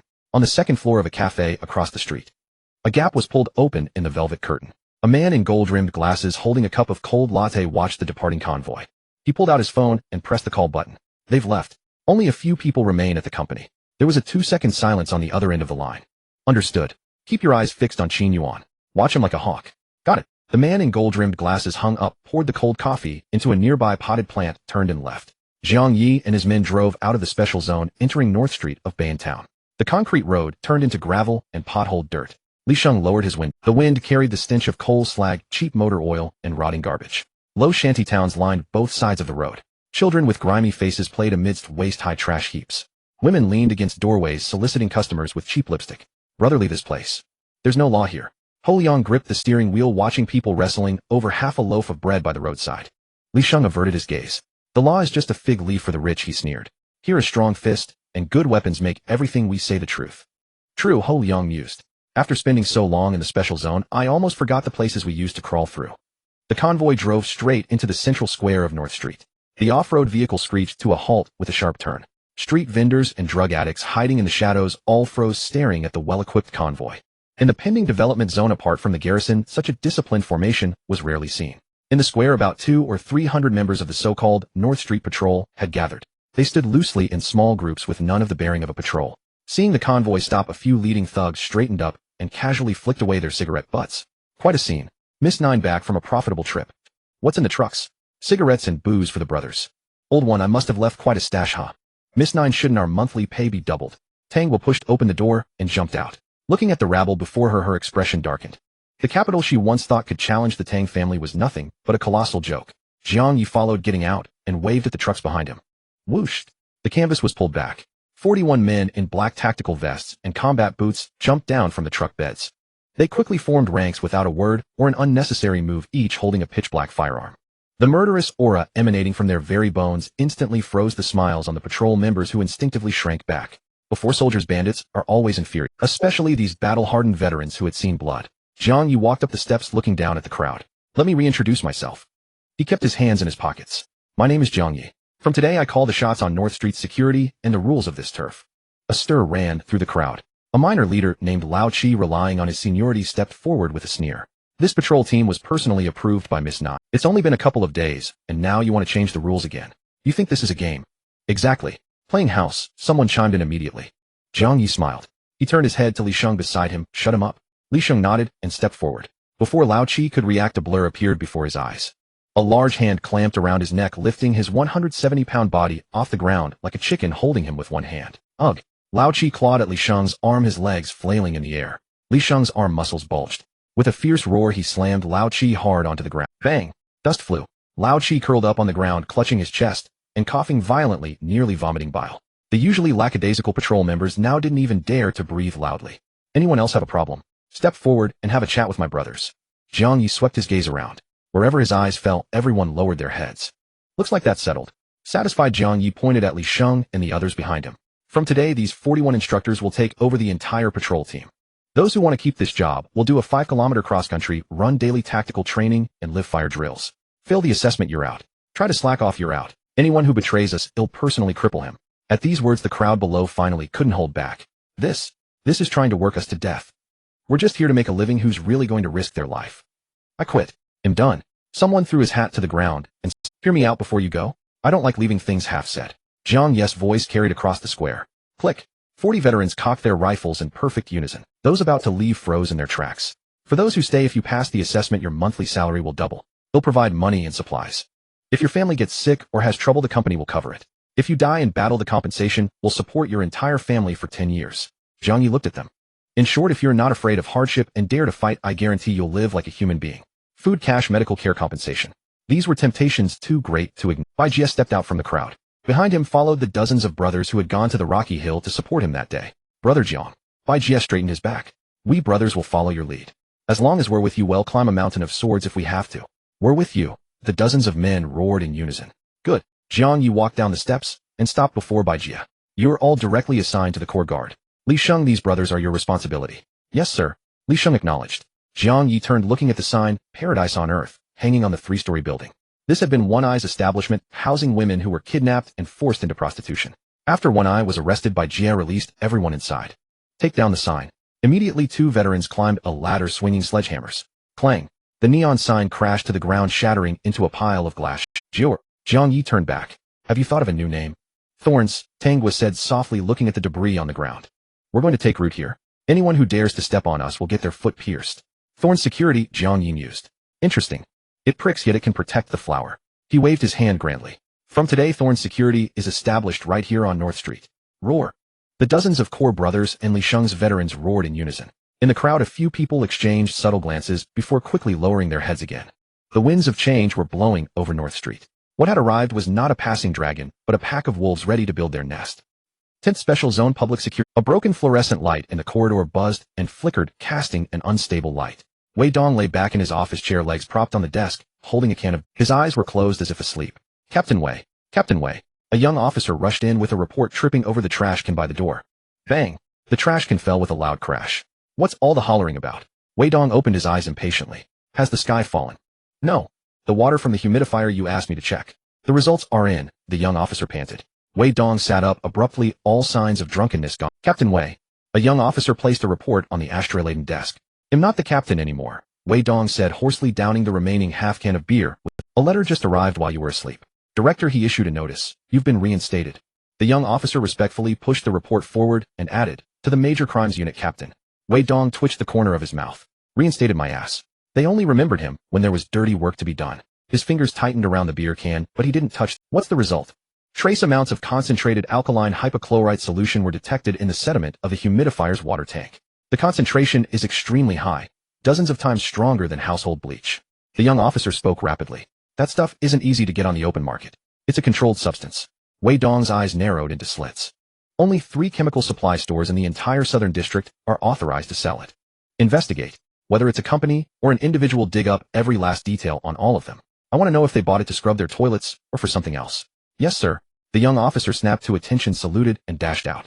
At the former site of Paradise on North Street, a dust swirled in the hall as a few veterans swung sledgehammers, smashing the pink partitions that once separated the patrons. Jiang Ye, a cigarette dangling from his lips, pointed at a grime-covered wall. Here, hang our Thorn Securities sign. Make it big black letters on a gold background. It needs to make those passing thugs' legs tremble at the first glance. His phone buzzed in his pocket. Jiang Ye glanced at the caller, blew out a smoke ring, and stepped outside. Director, here are civil servants in the special zone, always this diligent. Checking in at this hour. On the other end, He Jiangwo's weary voice came through. Boss Jiang, I'm not in the mood for jokes. Got something to tell you. Fatty Wong is dead. Jiang Ye held the smoke in his lungs for a second before slowly exhaling. He Jiangwo was doing him a favor. With Fatty Wong dead, the Black Shield security building and its land would naturally fall into Jiang Ye's hands. For Jiang Ye, it was good news. But for Qin Yuan, losing his black glove meant he'd have to rely on Jiang Ye's security company now, since he had always partnered with Black Shield. I understand, Jiang Ye said flatly. Thanks for the heads up, Director. He'll treat you to tea another day. It's my duty. He Jiangwo sighed on the other end. Boss Jiang, keep an eye on Councilman Qin too. Don't let anyone outmaneuver you. Hanging up, Jiang Ye leaned against the doorframe and finished his cigarette. Back inside the hall, the pampered ninth miss was wrestling with a redwood table, a rag in hand. She wore black leggings and a loose camouflage jacket, sleeves rolled to her elbows, revealing a slice of forearm. Sweat beaded on her forehead, strands of hair clinging to her cheeks. Her earnest expression was rather endearing. Jiang Ye walked over and, unable to resist, gave her backside a playful slap. Smack. It was wonderfully springy. Get lost. I'm working here. Keep your hands to yourself. Tang Guo whipped the rag back, smacking Jiang Ye square in the face. Jiang Ye pulled the rag off with a grin. I'm just worried you'll tire yourself out. Spare me the sweet talk. Tang Guo rolled her eyes and resumed wiping the table. Who was that on the He Jiangwo? He said. Fatty Wong is dead. Tang Guo froze mid-motion, lifting her head with sparkling eyes. The security company boss, Fatty Wong. The same. I just said he should never come back, and now he's dead. Tang Guo shook Jiang Ye's arm excitedly. Are my words blessed? Jiang Ye pinched her plump cheek. The texture was delightful. Then when it's quiet tonight, why don't you bless me too? Wish for me to strike it rich overnight, or for us to have a... Tang Guo blushed to the roots of her neck and stomped hard on his instep. Screw you. Are you trying to get yourself killed? Brother Li and the others are watching. I wish you a speedy fortune. Go have kids with your own hand. Li Sheng and the veterans all looked elsewhere, studying cracks in the wall or focusing intently on moving bricks collectively struck deaf. Tang Guo forced the topic back. Seriously, could Fatty Wong's death be related to Qin Yuan?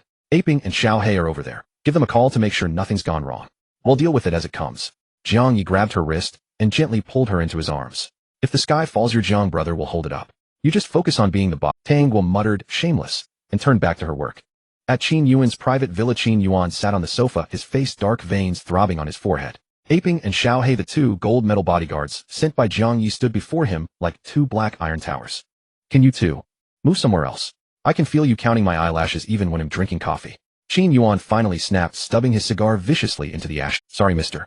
Qin Aping said. We need to maintain a full, blind spot-free perimeter. Any visual gap represents a lethal risk. This is my home. What danger could there be? Danger can lurk anywhere. Xiao He stared out the window, pointing at a tree in the garden. Take that tree, for example. Its shadow has expanded 3 centimeters in the last 5 minutes. We can't rule out someone using the changing light to hide. Qin Yuan felt his blood pressure skyrocket. Ding dong. The doorbell rang. Aping and Xiao He tensed simultaneously, hands on their holsters. Relax, it's my friend. Qin Yuan took a deep breath, straightened his collar, and opened the door with what he thought was a charming smile. A woman in a plunging red gown with voluminous curls stepped in. Her figure was smoking hot, her chest nearly bursting from the fabric, bouncing with every step. Darling, I'm not late, am I? She cooed, ready to throw herself into Qin Yuan's arms as usual. Stop right there. Xiao He sidestepped and extended a hand, blocking her path. His eyes fixed on her chest, his expression dead serious. Madam, for Mr. Qin's safety, I need to conduct a manual pat-down. Aping added earnestly, Xiao He, you haven't mastered this subject yet. Let me handle it. I have more experience. The woman stared blankly at Qin Yuan. What? What are they talking about? What the hell are you two doing? Qin Yuan's face darkened further. Checking for concealed weapons, guns, knives, or poison, Xiao He explained logically. Use the scanner. Use the scanner. Qin Yuan was losing his mind. It's broken. Aping shrugged. And scanners are just machines, prone to misses. Hands are more real and reliable. Based on mechanical analysis, soft tissue of this scale could conceal at least 2 microsyringes or 2 miniaturized landmines. Manual pressure inspection is necessary. With that, his wandering hand moved toward the woman's chest. The woman shielded herself with both hands, stumbling backward, and shrieked, Are you some kind of pervert? She turned to glare at Qin Yuan. Qin Yuan, if this is your kink, go play by yourself. I'm out. Baby, let me explain. Explain my ass. The woman grabbed a bottle of red wine and dumped it over Qin Yuan's head. The wined liquid streamed down his hair and cheeks. She spun on her heels and stormed out without looking back. Bang! The door slammed shut. Potential threat neutralized, Mr. Qin. Xiao He withdrew his hand, glancing wistfully at the door. Given her emotional instability, we can't rule out her being turned by hostile forces. You should be grateful we helped you eliminate a ticking time bomb. Grateful, my ass. Qin Yuan grabbed the ashtray and hurled it to the floor. He wiped the wine from his face and stormed into the bathroom. He had just pulled out his manhood, not yet relieving himself, when the door creaked open. Aping and Xiao He stood on either side behind him, their expressions grim. Mr. Qin, during excretion, the botus muscles relax and awareness drops to a minimum. Plus, the vent could be an entry point. We need to establish a temporary defense. Xiao He stared blankly at his member. You may proceed. We are professionally trained. As long as nothing splashes on us, we won't intervene. Get out. All of you get out. Qin Yuan pointed at the door, his fingers trembling. Xiao He pulled a contract from his pocket and pointed to a clause. Mr. Qin, according to Article 7, Section 3 of the contract, security personnel have the right to take all necessary measures to ensure the client's safety. He looked up with sincere eyes. We believe it's necessary now. Qin Yuan stared at the contract he had signed, himself nearly fainting from rage. He leaned on the sink, gasping for air. He had only wanted to rein in those unruly soldiers from Black Shield. Who knew these bastards were worse than a pack of rogues? They had sent 2 blockheads with one-track minds to protect him around the clock. Fine. Fine. Qin Yuan gritted his teeth. You've got guts. He wanted to cry, but Aping had said tears blur vision and increase the chance of attack. Across the street, in another villa, Song Lang stood in a room, holding a high-power military telescope. Through the lens, he watched Qin Yuan's villa, where 2 bodyguards in black suits stuck to him like shadows. Interesting. Song Lang lowered the telescope.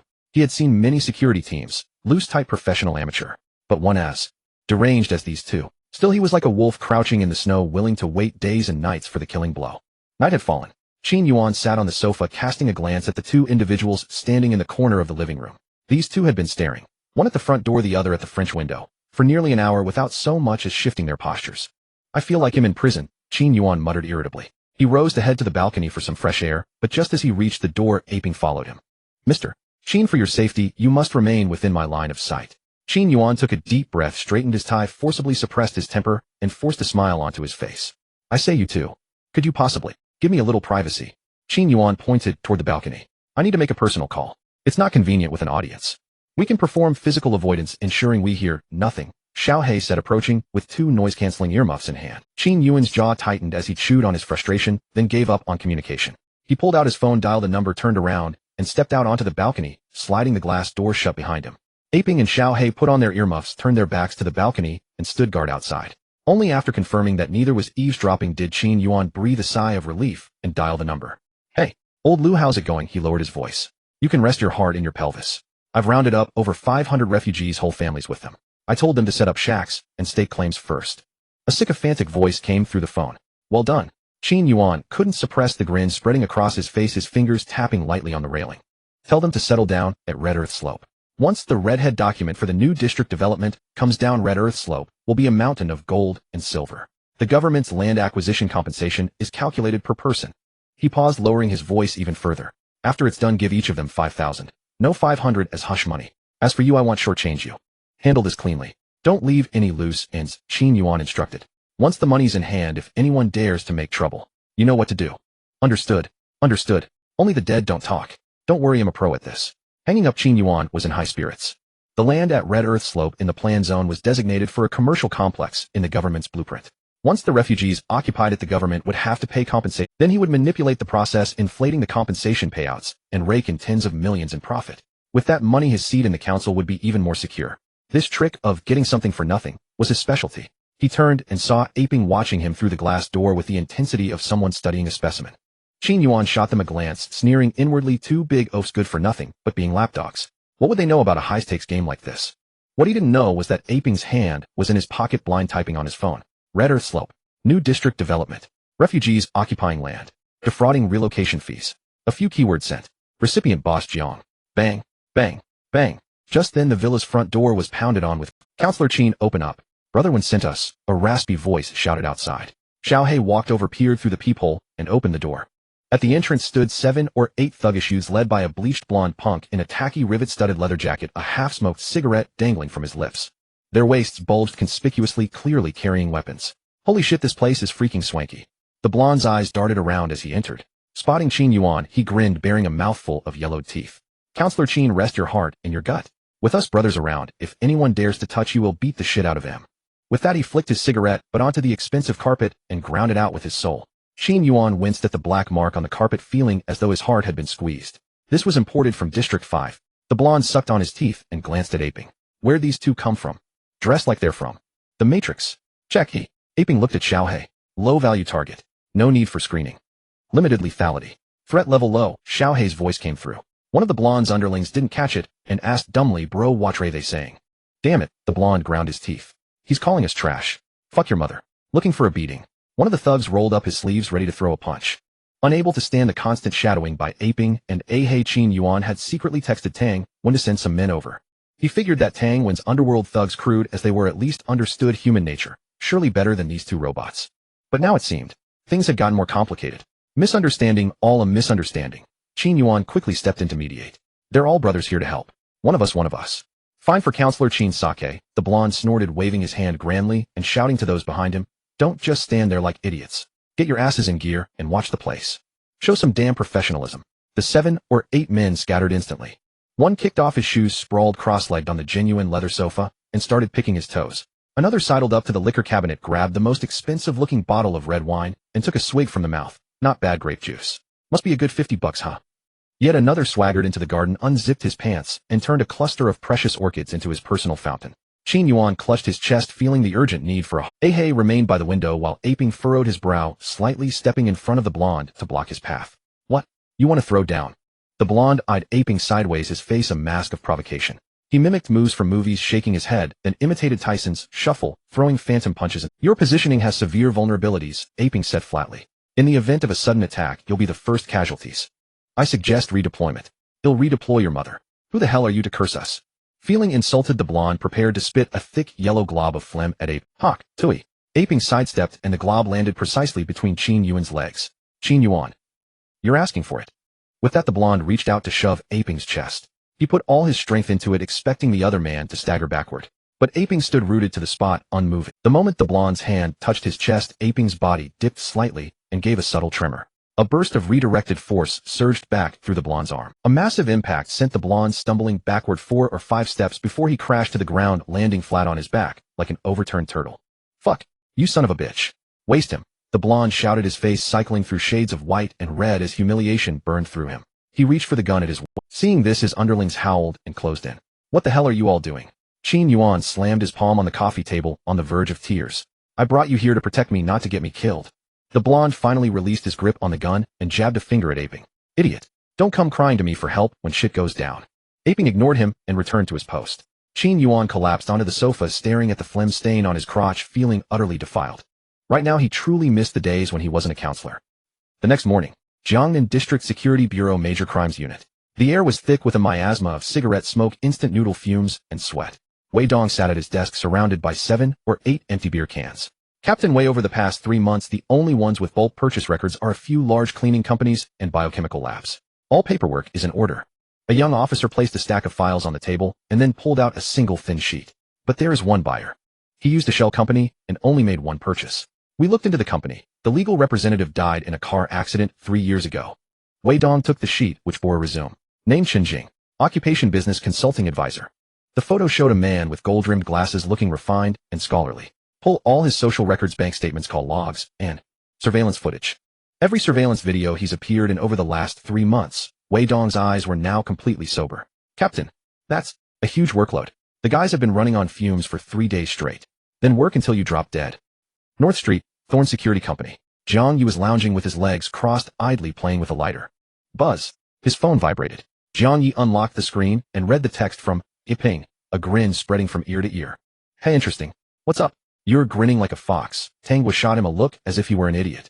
Jiang Ye stood up, cupped Tang was face, and planted a firm kiss on. Jiao, your mouth is blessed. I'm about to get rich.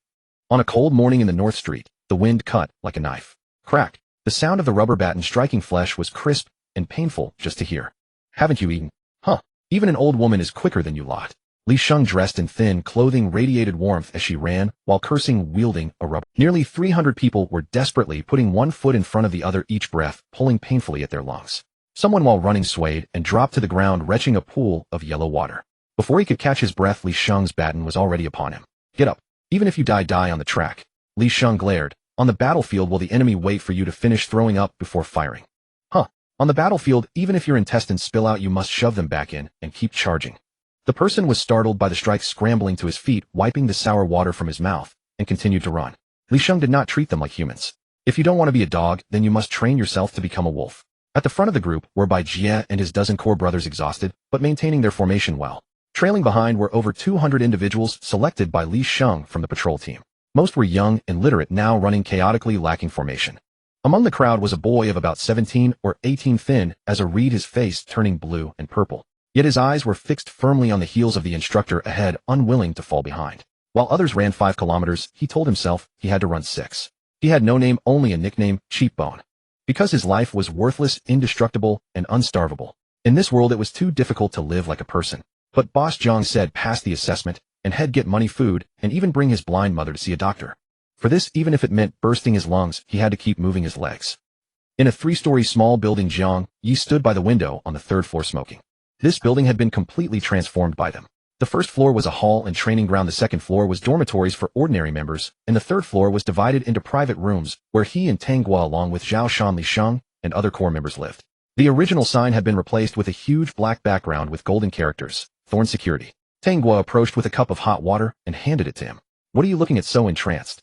Looking at our foundation. Jiang Ye took a puff of smoke and exhaled a smoke ring. Li Sheng is a good instructor.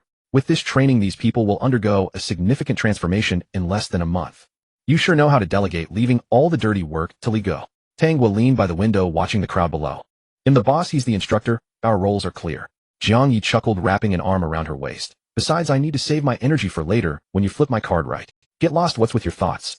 Tang was face flushed, and she elbowed back, but Jiang Ye's large hand caught her steadily. Just then 3 figures appeared downstairs. Chen Chong had shaved his head, followed by Xiao Li and a woman in her 50s. Xiao Li wore clean clothes, but looked severely thin, her eyes somewhat vacant, tightly clutching. Chen Chong settled them at the door to shield from the wind, tightening Xiao Li's scarf. Let's go down and take a look.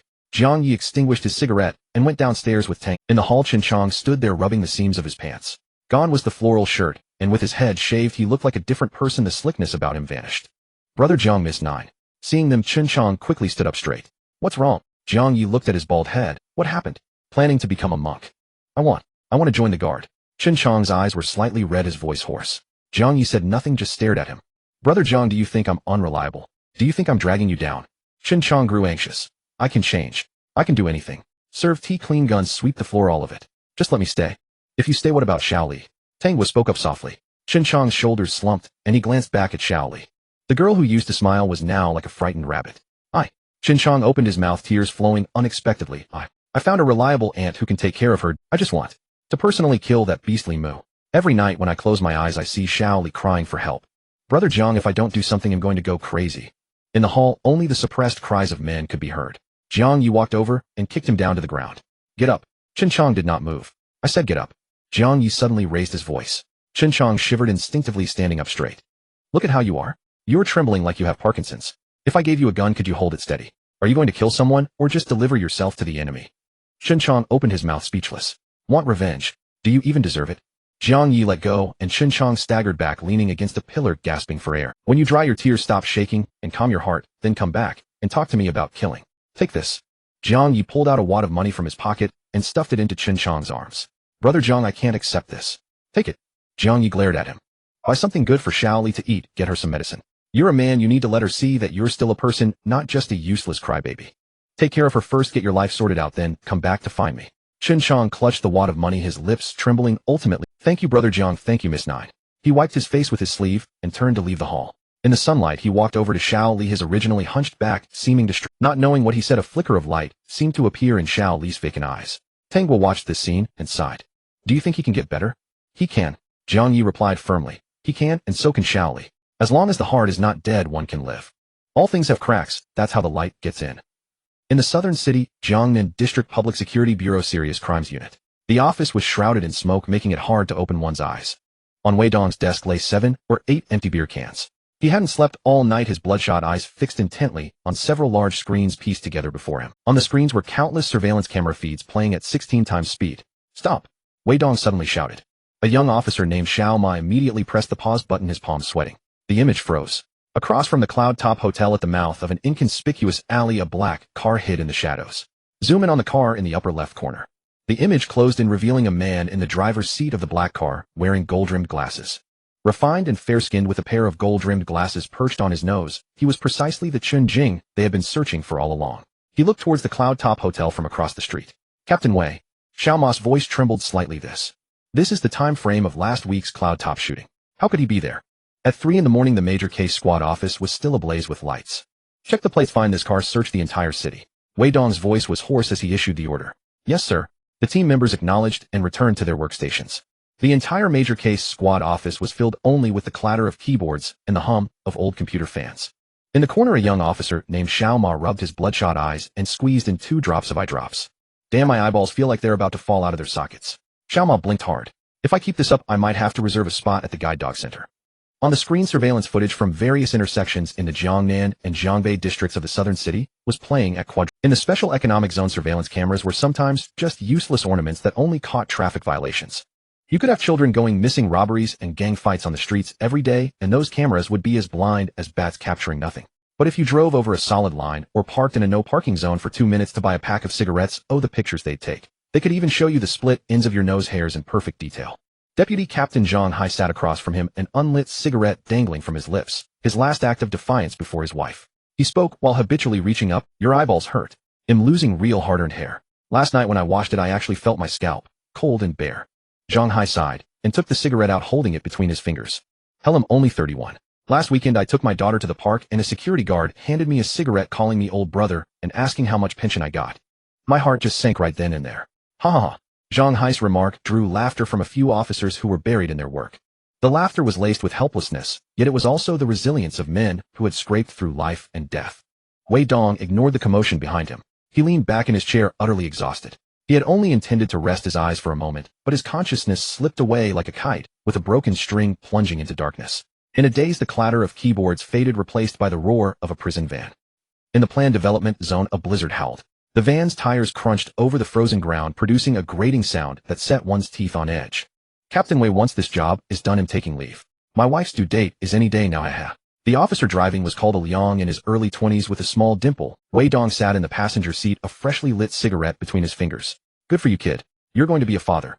Wei Dong smiled and offered the cigarette. When the baby's a month old, they'll give you a big red envelope. I quit smoking a while ago, saving money for the kid. A Liang gripped the wheel, grinning like a fool. Just come have a drink with me, Captain Wei. Oh, and I'd like to trouble you to name the kid. You're the most educated on our team. Before he could finish his sentence, boom, a deafening explosion. A tremendous force struck from the side, flipping the prison van over. It tumbled across the snowy ground. Glass shattered, and the blizzard mixed with gunpowder smoke rushed in. Wei Dong was pinned in the deformed seat, half of his body numb. A Liang! A Liang! Wei Dong roared, blood frothing from his mouth. No one answered. A Liang lay slumped over the steering wheel, his head a shattered mess. Rat-a-tat-tat-tat. A barrage of gunfire erupted. Outside it was a massacre. Wei Dong saw a man with a scar running from the corner of his eye down to his chin, like the man grinned at Wei Dong, revealing a row of stark white teeth.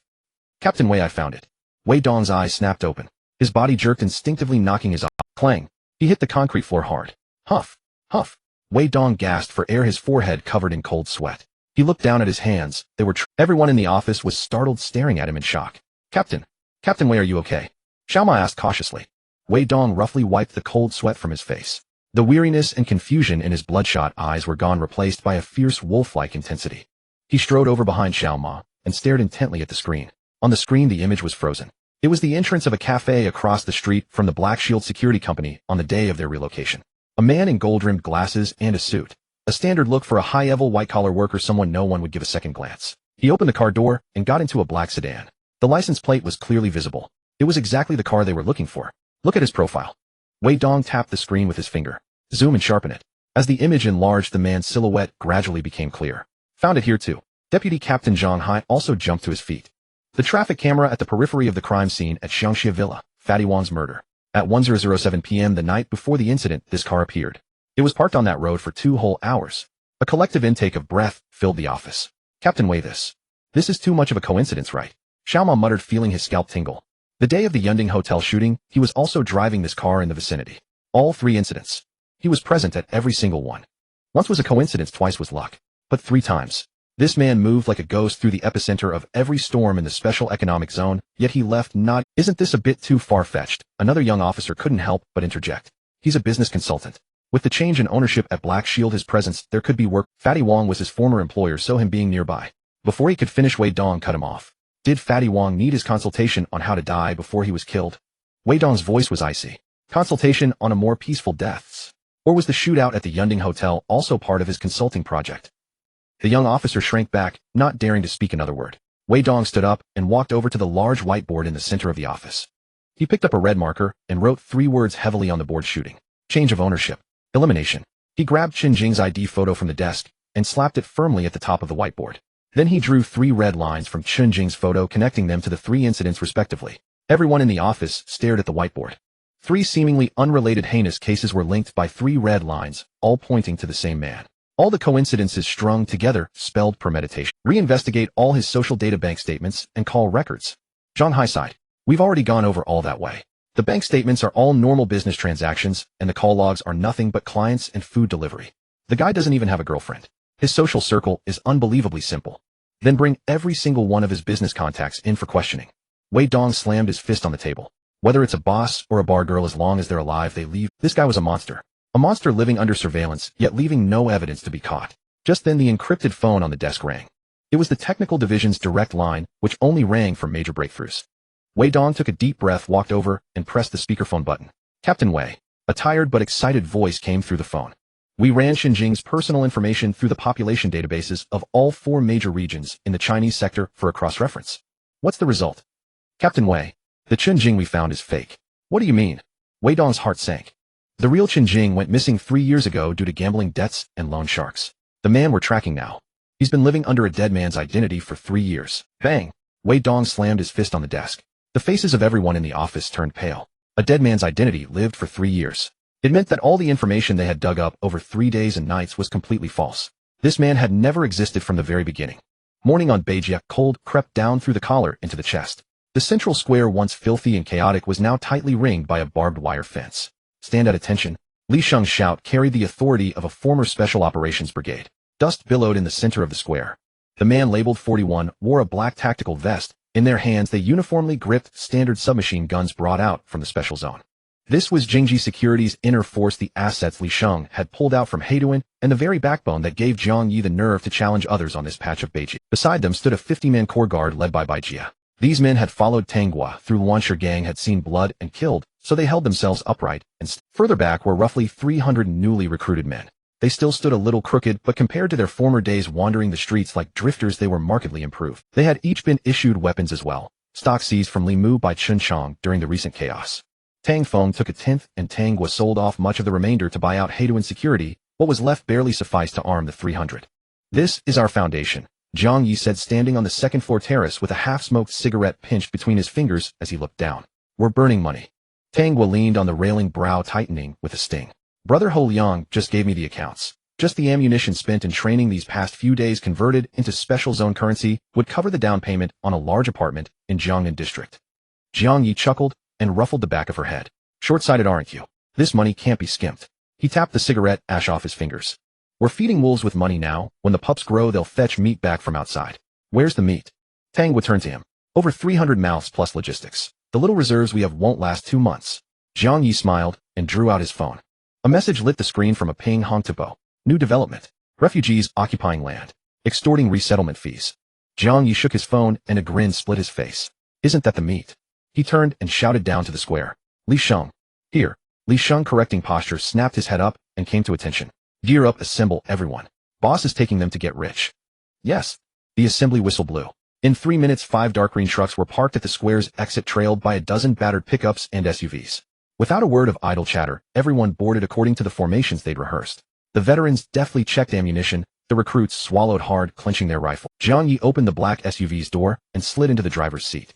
Tang Guan naturally hopped into the passenger seat, fished a fully loaded pistol from the glove box, and tucked it into the back of her waist.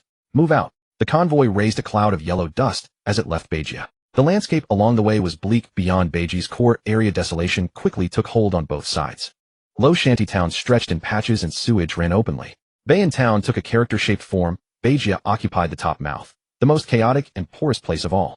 The lower left mouth belonged to the Tang family and was the wealthiest part of Bayan Town. The right mouth was a mixed district controlled by 4 small families, internally divided but outwardly cohesive. Not even Tang Zhentian could easily handle them.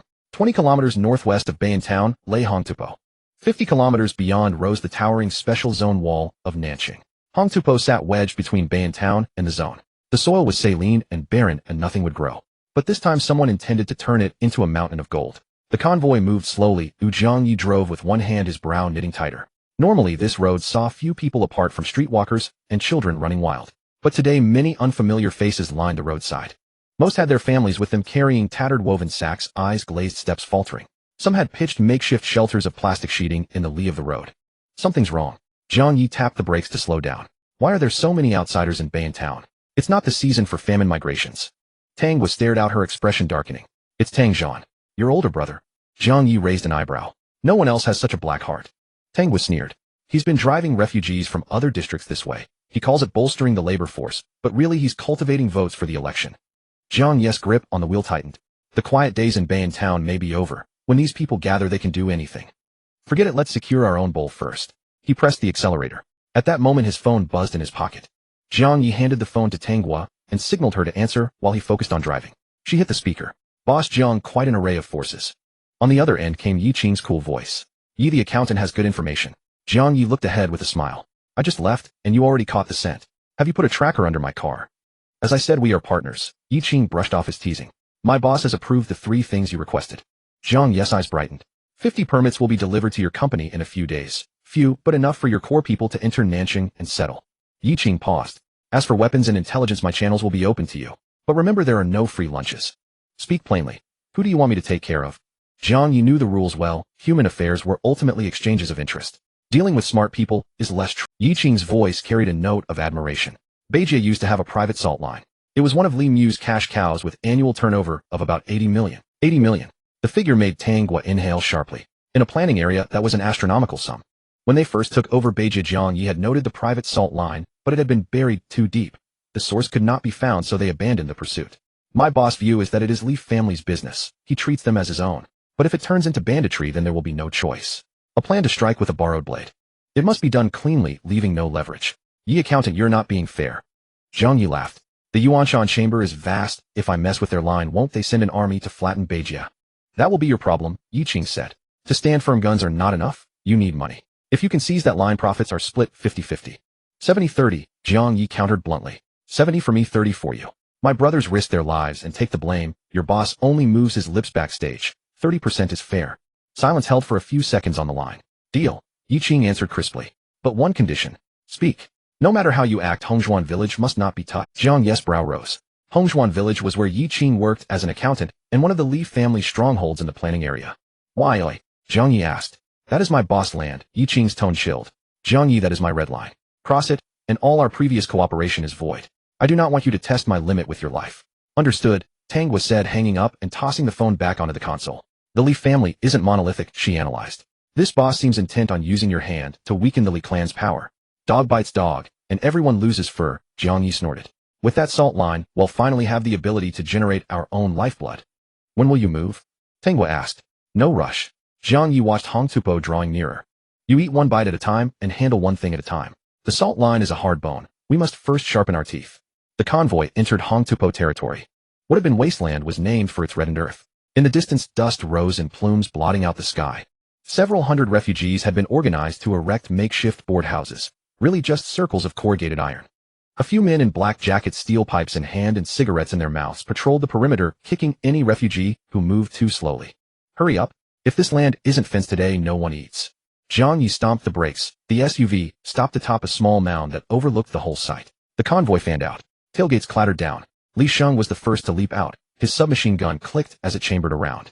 Then over 300 men surged from the vehicles, and under their captain's commands seized the advantageous ground. Dark muzzles were trained on the camp below. The scene made the overseer Old Lu drop the cigarette from his lips. Wow, what kind of force is this? The garrison, he stammered to a subordinate. Boss, it doesn't look like it. No uniforms. Jiang Ye opened his door and stepped out. He watched the panicked crowd below and grinned at Tengwa. Jiuer, if Qin Yuanfei, who worked so hard to fence this land, sees our name on it, will he have a stroke from anger? Tengwa laughed. Her small fong flashed in the sunlight. Depends on whether our steak is hard enough. Jiang Ye flicked his cigarette onto the ground and crushed it with his boot. He raised his hand and gestured forward. Tell the brothers today we become the biggest holdout on Hong Tupo. The wind rose whipping red dust into the air. Jiang Ye stood atop the mound, his jacket flapping. Like an alpha wolf bearing its fangs, he stared at the fat sheep below. A bitter winter was coming. The wild wolves had already been unleashed. Dozens of vehicles were parked across the dirt slope, their roaring engines forming a cacophony. Old Liu's underling swallowed hard. Boss, they don't look like pushovers. Could these be some warlord's private soldiers? Quit your cowardly babbling. Old Lu cursed, forcing himself to straighten his back. This is Counselor Qin's turf. They wouldn't dare cause trouble even if they had 10 times the nerve. Everyone show your pieces. Though Old Liu's words were tough, his eyelids twitched violently. He stared at the group of men in black descending from the vehicles. All were clad in identical black tactical vests, their combat boots crunching on the gravel. At a gesture from Li Sheng, over 300 men pulled back their rifle bolts. Click. The sharp sound of hundreds of bolts sliding home sent a chill through Old Liu's heart. The thugs who had been brandishing steel pipes and berating refugees froze mid-motion, their clubs now looking absurdly pathetic. The refugees instinctively crouched, burying their faces in their knees. In this world, playing dead was the first rule of survival. Jiang Ye walked down the dirt slope with his hands in his pockets. To his left was Li Sheng gripping a submachine gun and exuding murderous intent. To his right, Ho Liang, his gaze icy and his hand never straying from his firearm. Behind him stretched a dense, dark mass of guards. The sheer force of their presence was like dark clouds pressing down on a city. Old Lu swallowed hard. He was a streetwise man and could read the situation. The killing aura these men exuded was on an entirely different level from his gang of thugs who only bullied the weak and elderly. But he couldn't back down. This was Counselor Qin's operation. If he lost it, Old Lu would have no future in the special zone. Friends, which path do you walk? Old Lu steeled himself and stepped forward. This land belongs to Counselor Qin of the new district. I am slap. Li Sheng didn't give him a chance to finish his spiel. His calloused hand swung in a wide arc, landing a heavy slap across Old Liu's face. Old Liu's 160-pound frame spun in place, and 2 blood-flecked teeth flew out. I don't care who you are, Li Sheng said, withdrawing his hand, his voice cold and harsh. Get lost. Old Lu clutched his face, his head buzzing. Boss. The thugs behind him were stunned. In turf wars, didn't you first have to talk trade insults and establish your credentials? How could they just go straight for the kill? Damn it. He hit our boss. Killed him. A reckless young thug pulled out a sawed-off shotgun from his waist and raised it. Bang. Ho Liang fired a single shot. A burst of blood erupted from the young thug's thigh as he writhed and screamed on the ground. Who dares to move? Li Sheng roared. Whoosh. The 300-plus men behind Li Sheng raised their guns in unison. Hundreds of muzzles aimed at the dozen or so thugs. The remaining thugs froze mid-charge, not daring to move an inch. Jiang Ye walked up to Old Lu and crouched down. You said this is whose turf? Old Lu shook his head, trying to clear his mind. He struggled to speak. Friend. Leave a little leeway. This is Counselor Qin Yuan's operation. Touch this, and you're going against the special zone. Jiang Ye laughed. Using Qin Yuan to intimidate me. He planted his foot on Old Liu's chest and ground it slowly. Go back and tell that Qin bastard that even if Qin Shi Huang himself wanted to build here, he'd have to pay me protection money first. Got it. The pressure from his foot intensified, and Old Lu felt the air being squeezed from his lungs. She got it. Got it. Old Lu pounded the ground frantically. Jiang Ye lifted his foot. Scram. Yes. I'm going. Old Lu scrambled away as if granted amnesty, not even bothering to pick up his 2 teeth from the ground. Clear the area. Take their toys away, Jiang Ye ordered. Confiscate the vehicles and send the men packing. Li Sheng waved his hand, and the veteran guards surged into the crowd. At this point, there was no talk of martial honor. Rifle butts smashed into faces and tactical boots slammed into guts. In less than 5 minutes, the dozens of guards at the Red Earth slope were all cleared out. All vehicles, supplies, and firearms were confiscated. The refugees still crouched on the ground trembling. To them, whether a pack of jackals left or a pride of tigers arrived, their fate remained unchanged. Exploited, oppressed, living like livestock. That was their lot. Jiang Ye walked up to a woman holding a child and reached into his pocket. The woman clutched the child tightly, shaking violently, fearing he would pull out a gun. Don't be afraid. Jiang Ye pulled out a handful of toffees and pressed them into the child's hand. The child's eyes lit up, but then shrank back, looking at Jiang Ye timidly. Take them. Jiang Ye softened his tone. On my turf, if you obey, you get candy. He straightened up and surveyed the hundreds of refugees. Everyone stand up. Jiang Ye bellowed. The refugees rose shakily, hundreds of eyes fixed on him. From today, this place is under Thorn Security's protection. Jiang Ye's voice rose. This land, keep building the houses. This settlement is your home. The refugees showed no reaction. The word home felt too distant, too luxurious, like a clumsy joke. Anyone who stays. At these words, a stir ran through the refugees. Meals. Really? Is this some trick to get us to work for free? Ho Liang. Jiang Ye called. Sir, unload the supplies. Set up the pots right here and cook. Let them smell the food so they don't think I'm just blowing smoke. You got it. The tailgates of 5 trucks were lowered.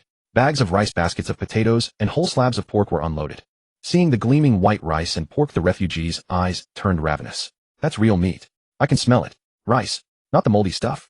The crowd went wild. Hundreds of people surged forward, desperate to reach the pots. Guns and rules meant nothing in the face of line up. Everyone lined the hell up. Li Sheng raised his gun and fired 2 shots into the air.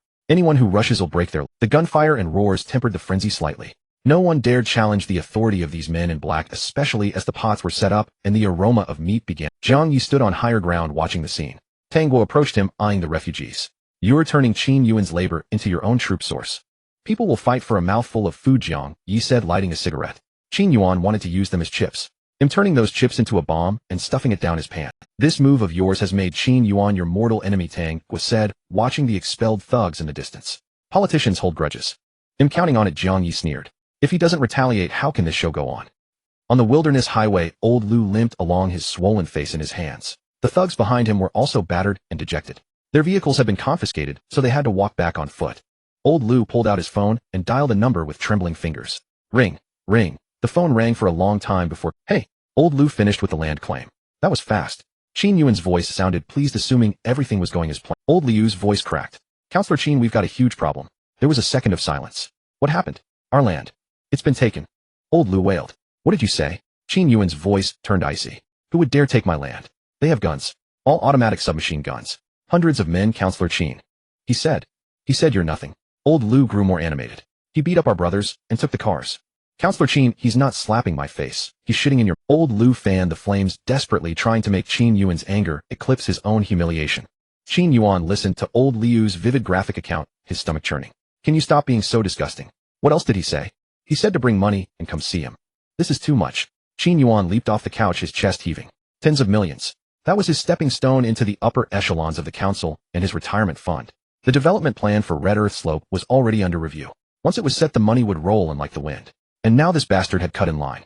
Qin Yuan thought about using the security bureau, but this whole affair was shady, illegally hiring refugees and defrauding government resettlement funds.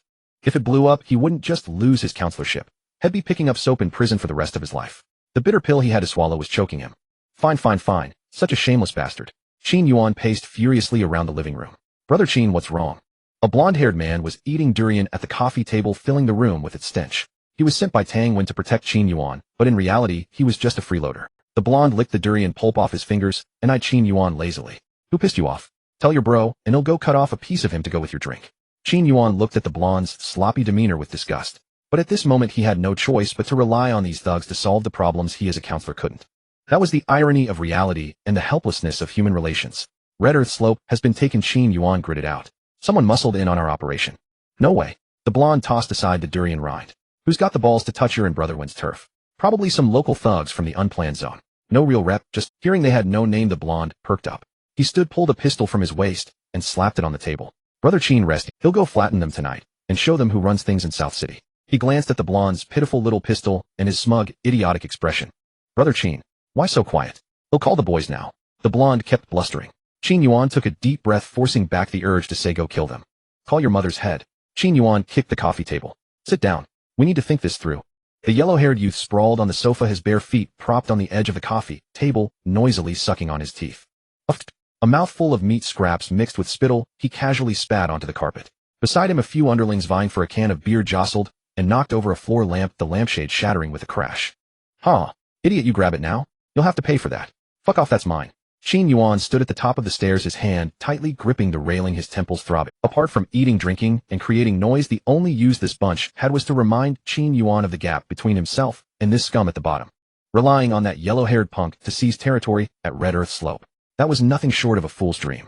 Qin Yuan suppressed his displeasure and looked towards a ping. They stood ramrod straight, dressed in well-tailored suits, earpieces hooked over their ears, utterly indifferent to the chaos filling the room. The scales in Qin Yuan's heart instantly tipped. Now this was professionalism. Although their professionalism bordered on the obsessive, he had to admit the quality they displayed far surpassed most security personnel in the special zone. A ping. Xiaohei, follow me to the study. Qin Yuan straightened his suit collar. He was a man of dignity. Even if his heart was frantic, he had to maintain his facade. A ping and a hey exchanged a glance and followed. The study door closed. Qin Yuan sat behind his desk, hands folded on its surface, leaning back slightly. This was a standard posture of authority, often used to exert psychological pressure on the opponent during negotiations. Both of you, are you finding your stay at my humble abode comfortable? Qin Yuan wore a warm, yet insincere smile. According to the contract, on-site security does not involve evaluation of accommodation comfort. A ping said, his voice devoid of emotion. As long as the environment meets the baseline for survival. Qin Yuan choked for a moment, then quickly recovered his composure. It's like this. I have a good relationship with your Black Shield. Well, now it's called Thorn Security. I've always gotten along well with your former boss, Fatty Wong, and I've always thought your company's people were professionals.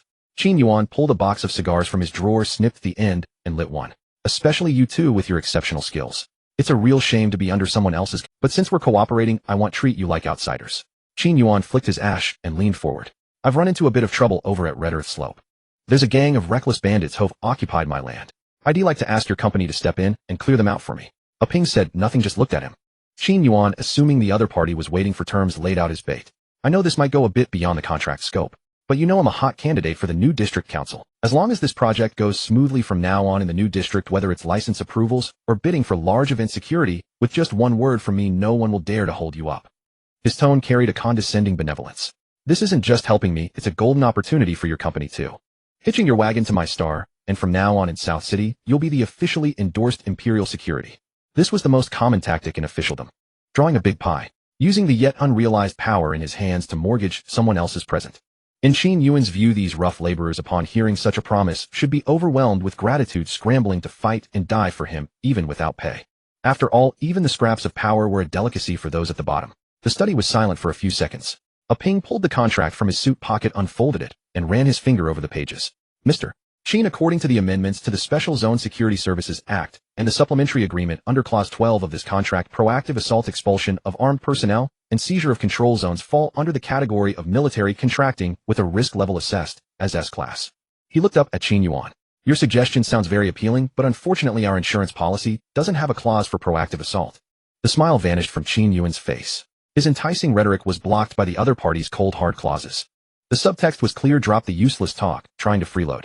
Not a chance. Qin Yuan ground his molars. He hated these mercenaries who only knew rules and didn't understand human sentiment. But he had no one else to use. That bunch of yellow-haired losers would only cause more trouble. I didn't say I wouldn't pay. Qin Yuan stubbed his cigar heavily into the crystal ashtray, sparks flying. 500,000. Plus all the conditions I just promised. A ping closed the contract, put it back in his pocket, clasped his hands behind his back, and said nothing more.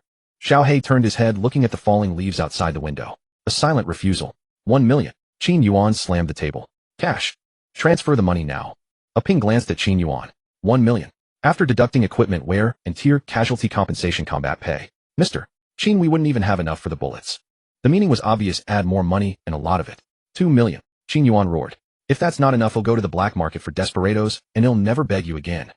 A ping and Xiaohei exchanged a glance. That's about right. Although the risk is high. Xiaohei sighed, putting on an air of doing this for the client's sake. Considering Mr. Qin's sincerity, we can give it a try. Xiaohei pulled out his phone and dialed a number right in front of Qin Yuan. Hello, boss. Mr. Qin has a new request to wipe out the bandits at Red Earth Slope. The offer is 2 million. Although it's tough to maintain the client relationship, we've accepted. After a brief exchange, Xiaohei hung up. Mr. Qin, my boss agreed. He said Thorn Security is very willing to serve Councilman Qin. Qin Yuan waved his hand, signaling them to leave. Watching them close the door behind them, Qin Yuan cursed through gritted teeth, bloodsuckers. A bunch of profiteering bandits. What he didn't know was that outside the door the corners of a Ping's and Xiaohei's mouths were harder to suppress than an AK's barrel. Jiangnan District Glass Pavilion. The top-floor private tea room. Shenluan, dressed in an elegant blue and white cheongsam, her hair pinned up with a jade hairpin, revealed a slender fair neck. She held a purple clay teapot pouring boiling tea over a teapot. A money toad. Sitting opposite her was a middle-aged man. Slightly plump, wearing an exquisite custom suit. Song Gang, one of the candidates for the new district council, and also the father of the adorably foolish Song Xiang. Song Gang always felt a bit intimidated in front of Shenluan. This woman was too beautiful and too venomous, like a poppy blooming on a cliff's edge. Mr. Song. Shenluan put down the teapot, her voice soft. Prepare 10 million. That piece of land at Red Earth Slope. You go and secure it. Song Gang's hand holding his teacup trembled, splashing a few drops onto his hand. Boss Shen, are you joking? Song Gang asked, puzzled. Didn't the council just pass an internal resolution to include Red Earth Slope in the development zone? It's still no man's land over there. Why invest now? Shenluan let out a soft laugh. Mr. Song, your information is a bit outdated. She extended a slender finger and tapped lightly on the table. Qin Yuan has already made his move. He got a bunch of refugees to occupy the land, trying to scam relocation fees and snatch the development rights. Unfortunately, he set the stage, but someone else stole the show. What a... Song Gang's eyes widened. That old fox Qin Yuan is that underhanded. And someone already muscled in. The mantis stalks the cicada, unaware of the Oreo. Shenluan sipped her tea, her red lips parting slightly. You mean? Song Gang leaned in. Qin Yuan holds the fort. We provide disaster relief. Shenluan set down her cup, her gaze profound. Song Gang understood. He was to play the good guy. While Qin Yuan fought tooth and nail, he would win hearts and minds. Brilliant idea, boss Shun. Song Gang stood up. He'll prepare right away. He'll make sure that old bastard Qin Yuan takes a huge fall. Not so fast. Shenluan raised her hand to stop him. This needs to be done well. Find a few media outlets, leak the news, build up the momentum. Let everyone know that you Councilman Song care about the people. Got it. Song Gang nodded repeatedly. Watching Song Gang's hurried retreating figure, Shenluan picked up a cherry and popped it into her mouth. Little brother. She murmured to herself, my favor isn't free for the taking. This time it's time for you to repay one. Jiang Ye crouched on top of the earth and sloped the screen of his phone, displaying a number. Shenluan from Liuli Pavilion. Boss Shun, Jiang Ye said back to the wind, lighting a cigarette. How does someone like you have the time to care about a mere grasshopper in the wilderness? A languid voice capable of making one's bones feel weak came through the receiver. Little brother, I heard from my sister that you've been playing quite big at Hongta Slope. That place has strong winds and sand. If you get trapped, my sister would be heartbroken. Jiang Ye grinned. The wind and sand are fierce, but there's gold buried in the ground. You have to get trapped to dig it out. Here's the deal, sister will send you a protective talisman. 10 million. Boss Shun is quite generous. Jiang Ye squinted. 10 million, what will that buy? A name. Hongta Slope will henceforth be surnamed Song. You'll also need to save face, but that face must be taken from Qin Yuan. Face may not be worth much, but if what's dug out is surnamed Song, doesn't that mean my hard work is in vain? Jiang Ye haggled. It seems you've forgotten that you still owe me 3 promises. Shenluan reminded him in a deep voice. Jiang Ye fell silent for 2 seconds. If it weren't for Shenluan's phone call that time at Chaos Stone Ridge, Tang Guo might not have. Moreover, Shenluan's voice softened again. Song Gang has just stepped in to acquire the land. As long as you play your part, this 10 million will be your reward for hard work. If you build a good relationship with him, it'll be easier for you to get things done in the new district, won't it? Jiang Ye exhaled a smoke ring. This land was originally taken for money. Now that someone was offering to buy it, he could secure 10 million, repay Shenluan's favor, and finally pull Song Gang in as a backing. Why not? Deal. Jiang Ye hung up the phone. He stood up and waved to the busy figures below the slope. Li Sheng, bring those empty oil drums up here. We're going to put on a big show for Councilman Qin. In the Public Security Bureau in the director's office, He Jianguo held a thermos cup filled with goji berries and fat sea. He stood by the window watching the patrol cars flashing their lights below, his brow furrowed. The door was pushed open and Wei Dong, exuding a fierce aura, walked in. His ever-unchanged leather jacket was filled with the smell of smoke, and there were dark circles under his. Chun Jing's line was cut off, which left him boiling with anger, searching for a place to vent. What do you want with me? Wei Dong plopped down on the sofa, unceremoniously grabbing a cigarette from the box on the table. He Jianguo turned around, plastering on his usual bureaucratic smile as he walked over to light Wei Dong's cigarette. Old Wei, calm down. I know you're investigating Wang Pengzi's case. You haven't slept in days, you're working hard. Here's the thing. He Jianguo set down the lighter. Song Gang Councilman Song is heading to Hongta Slope. He says he's going to do some disaster relief and distribute supplies to the refugees over there. He's just putting on a show. Oh, what does that have to do with me? Wei Dong exhaled a puff of smoke. Is the Public Security Bureau supposed to be his babysitter? It can't be said that. He Jianguo sighed, sitting across from Wei Dong. This is an extraordinary time with the elections approaching. Song Gang is a popular candidate and his safety is our top priority in the Public Security Bureau. If he were to suffer even a minor injury, the higher-ups would have us to answer for it. I have a case to investigate. Wei Dong crushed the cigarette, but fiercely, in the ashtray. That fake Chen Jing is still roaming outside. He could cause another death at any moment. You want me to leave a murderer free and go be a bodyguard for a showboating politician? Old wet. He Jiangye intensified his tone. This is an order, not a negotiation. Wei Dong abruptly stood up. Wang Pengzi is Qin Yuan's man. Investigating Wang Pengzi is tantamount to investigating Qin Yuan. Now you want me to protect He Jiangye. Are you trying to hedge your bets on both sides, or just stir up more trouble? He Jiangye dropped his pretense, slamming the thermos cup on the table. Wei Dong, after so many years in the Public Security Bureau, don't you understand? In this era the lines between black and white have never been so clear. Whether it's Qin Yuan or Song Gang, we cannot afford to offend either. Song Gang going to home to slope is a trend that cannot be reversed. If our Public Security Bureau does not express a stance, does not send people along, then we will have picked the wrong side. As for Wang Pengzi's case, take your time to investigate, but in the next few days you must keep a close watch on Song Gang. Not even a fly can land on his face. He Jiangye stared at Wei Dong, his tone softening slightly. Old Wei, the brothers who follow you into danger also have families to support. You have to consider everyone, right? This statement blocked all of Wei Dong's retorts. Wei Dong stood up and lit a second cigarette. Fine, he gritted his teeth. I'll go. He turned and strode toward the door. Bang! The door slammed shut with a force that made the four characters upholding justice on the wall tilt askew. He Jiangye looked at those four characters and sighed, picking up the thermos cup for another sip. The goji water was quite bitter, but there was no other way. In middle age one could only rely on this thing to prolong life.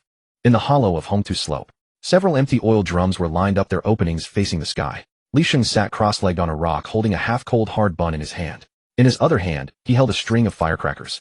These were Dadi Hong bought only during the new year. Li Sheng brought the firecrackers fuse close to the cigarette tip, creating a spark with a hiss. He flung the firecracker into the empty oil drum. Boom, boom. The firecrackers exploded inside the oil drum, the sound echoing and amplifying through the iron, resembling the sound of a heavy machine gun firing. Da-da-da-da. The younger brothers beside him were not idle either, rhythmically striking the edges of the empty oil drum with steel pipes. The crisp sounds of metal clashing mixed with the explosions reverberating in the open valley, painfully ringing in the ears. Where's the mortar? Give it to me, Li Sheng shouted. Two veterans laughed and joked as they moved a box of 2 kicks from behind a truck. They lit it and tossed it into the barrel. Dong. A muffled sound was heard, the sound of a shell being fired. Ha! A crisp sound followed the sound of a blank explosion. Jiang Ye stood by watching this group of people have a blast. This was the heavy artillery of Jingji Security. Cost 1,000 special zone currency for fireworks. Effect sounds like a battle, but it's actually a New Year celebration. Harvest 2 million special zone currency. Tang Guo walked over, watching the group of men setting off firecrackers, laughing out loud. Your trick is too mischievous. She poked Jiang Ye's arm. If Qin Yuan knew the truth, would he be so angry that he suffered a cerebral hemorrhage? He wouldn't die from anger, Jiang Ye replied confidently. Such a person has a hard life, he won't die from anger. But if it could make him spit blood, I would be satisfied. Ho Yang squatted next to Jiang Ye, listening to the deafening noise. Boss, what if Qin Yuan figures this out? This is a bit like playing tricks on someone. Jiang Ye laughed and shook his leg. Don't worry, the easiest people to deceive in this world are those with money in their pockets and ghosts in their hearts. Moreover, A Ping and Xiao He are the best narrators. At the Qin family villa, Qin Yuan was in his study holding a wine glass that trembled slightly. On the tea desk, A Ping's phone was on speaker. Boom. Bang. The explosion sounds coming from the other end of the line made Qin Yuan's eyelids twitch. What is this, a bandit suppression? Which country's regular army has come in? A Ping stood in front of the desk explaining, Mr. Qin, listen to this sound. The other side at least has 3 heavy machine guns and mortars. What did you say? Mortars. Qin Yuan's hand trembled, spilling a few drops of wine. Yes, judging by the sound, it's definitely a 60mm mortar. A Ping spoke with vivid imagery, his tone suggesting he might sacrifice himself at any moment. In reality, on the other end of the phone was Li Sheng, who was shouting into the phone while setting off firecrackers. We need ammunition. We need supplies. With this intensity of gunfire, the bullets are depleting too quickly. That last round of fire, we lost several thousand rounds. Qin Yuan listened to the dense gunfire, imagining a scene of bloody carnage. They were fighting for his tens of millions. They were using their flesh and blood to defend his territory. A sense of inexplicable tragic grandeur surged within him. Fire. Hit them hard. Qin Yuan gritted his teeth, his eyes bloodshot. Isn't it just money? I have plenty of money. As long as I can get that piece of land, I'll pay any price. He picked up his phone and began to initiate a transfer. 1 million. The soft underbelly of the powerful is often not their conscience, but fear of death and loss of position. At this moment, spending money bought him an illusory sense of security, the delusion of I am in control of the situation. Ding. The sound of a successful transfer notification rang out. On the other end of the line, Li Sheng saw the incoming message on his phone and gave Jiang Ye a thumbs up. Then he shouted into the phone. Mr. Qin, don't worry. My brothers will fight to the last man to hold down the position for you. Charge. For Councilman Qin. For justice. The call ended. In the hollow, the sound of firecrackers gradually ceased. Jiang Ye looked at the 2 million extra digits in his account, turning to see Tang Gua, who was laughing so hard she couldn't stand upright. A Ping's acting is a pity not to be in the movies. Li Sheng walked over brushing the dust off his hands. This kid used to be in the army. He was in the propaganda team dancing during the New Year and singing model operas on stage. Tang Gua wiped the tears of laughter from her eyes, gasping. Brother Li, that shout of, "For justice," just now, almost convinced me. Li Sheng smiled, innocently scratching the back of his head. He can't help it, the boss instructed, it has to look convincing. Jiang Ye turned to look toward the direction of the special zone. The show must go on. Next it's time for that councilman's song to take the stage. In the study of the Qin family villa, Qin Yuan swirled half a glass of red wine, his steps light. He hummed a tune, his hips swaying at an exquisitely provocative angle with the rhythm. He was celebrating. With 3 million invested, explosions thundered across the red earth slope. The first pile he had driven into the foundation of the new district. The phone on the desk rang. Qin Yuan's dance steps didn't halt. He slid to the desk using the momentum of a turn and picked up the phone. Hello. Old Liu's voice came through the line.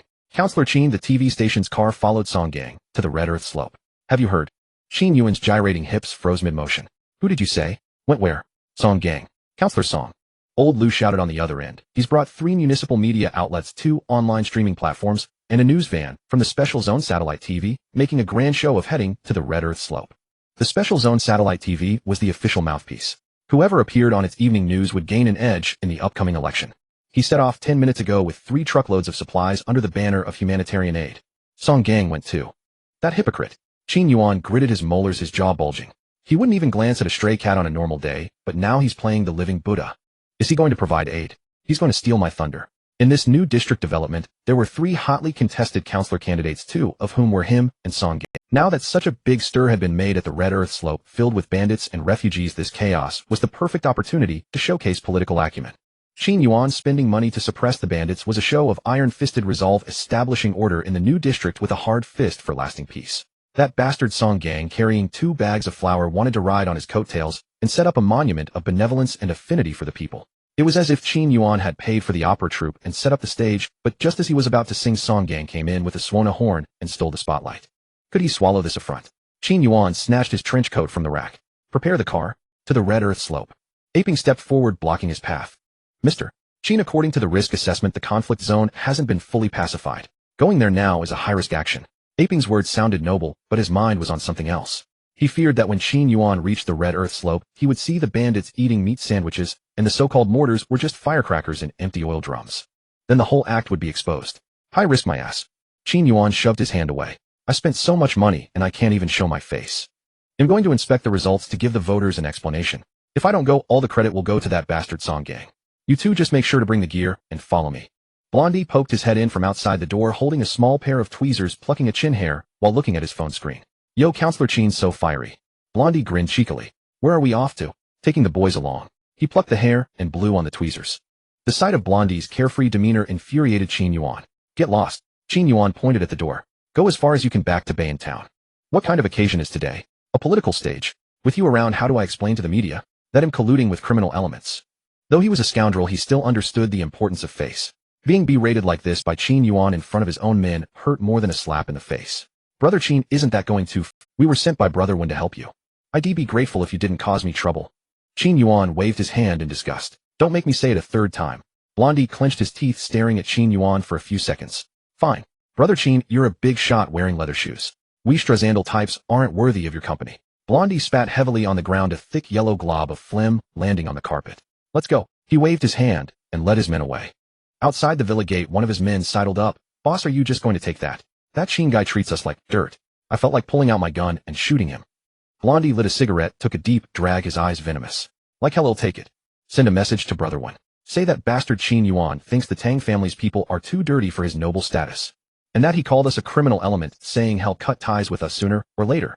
The man's eyes lit up. Boss, isn't that adding fuel to the fire? It's called artistic embellishment. Blondie sneered. He looks down on me. He'll fucking destroy him sooner or later. Back in the villa, Qin Yuan stared at the phlegm on. Throw out the carpet. Disinfect it. Disinfect the whole house. He roared, suppressing the rage in his heart, and walked to the full-length mirror. He adjusted his tie in the mirror. The knot had to be a perfect Windsor, not crooked or too loose. His hair was immaculate, the hairspray just right. Sharp, but not greasy. He practiced his expression in the mirror. The corners of his mouth turned down, his eyes focused on a point in the void, brows slightly furrowed. It was a complex look blending stoicism, concern, and undaunted resolve. He had practiced this countless times at home. Aping. Qin Yuan turned his head. Is my tie a bit crooked? Is this look sharp enough? Aping walked over, pulled out a stainless steel ruler, and measured it against Qin Yuan's collar. Deviation of 0.5 millimeters, visual error negligible. Mister. Qin, your gaze is quite lethal if you can manage not to blink. Excellent. Qin Yuan nodded in satisfaction, waving his hand grandly. Let's move out. On the road to the Red Earth slope, the convoy stretched out like a long drag. Song Gang sat in a black business car. Across from him were the lead anchorwoman from the Special Zone satellite TV and a makeup artist touching up his powder. The lighting isn't great here. I need to add some contouring to make you look slimmer and more haggard, the makeup artist said cautiously. Counselor Song, you must pay attention to the camera angles, the anchorwoman said, snapping her powder compact shut with a professional smile. When you get out of the car, your steps should be hurried but not frantic. When you see the refugees, shake their hands immediately and make your eyes sincere. That compassionate, sorrowful feeling needs to radiate through the screen.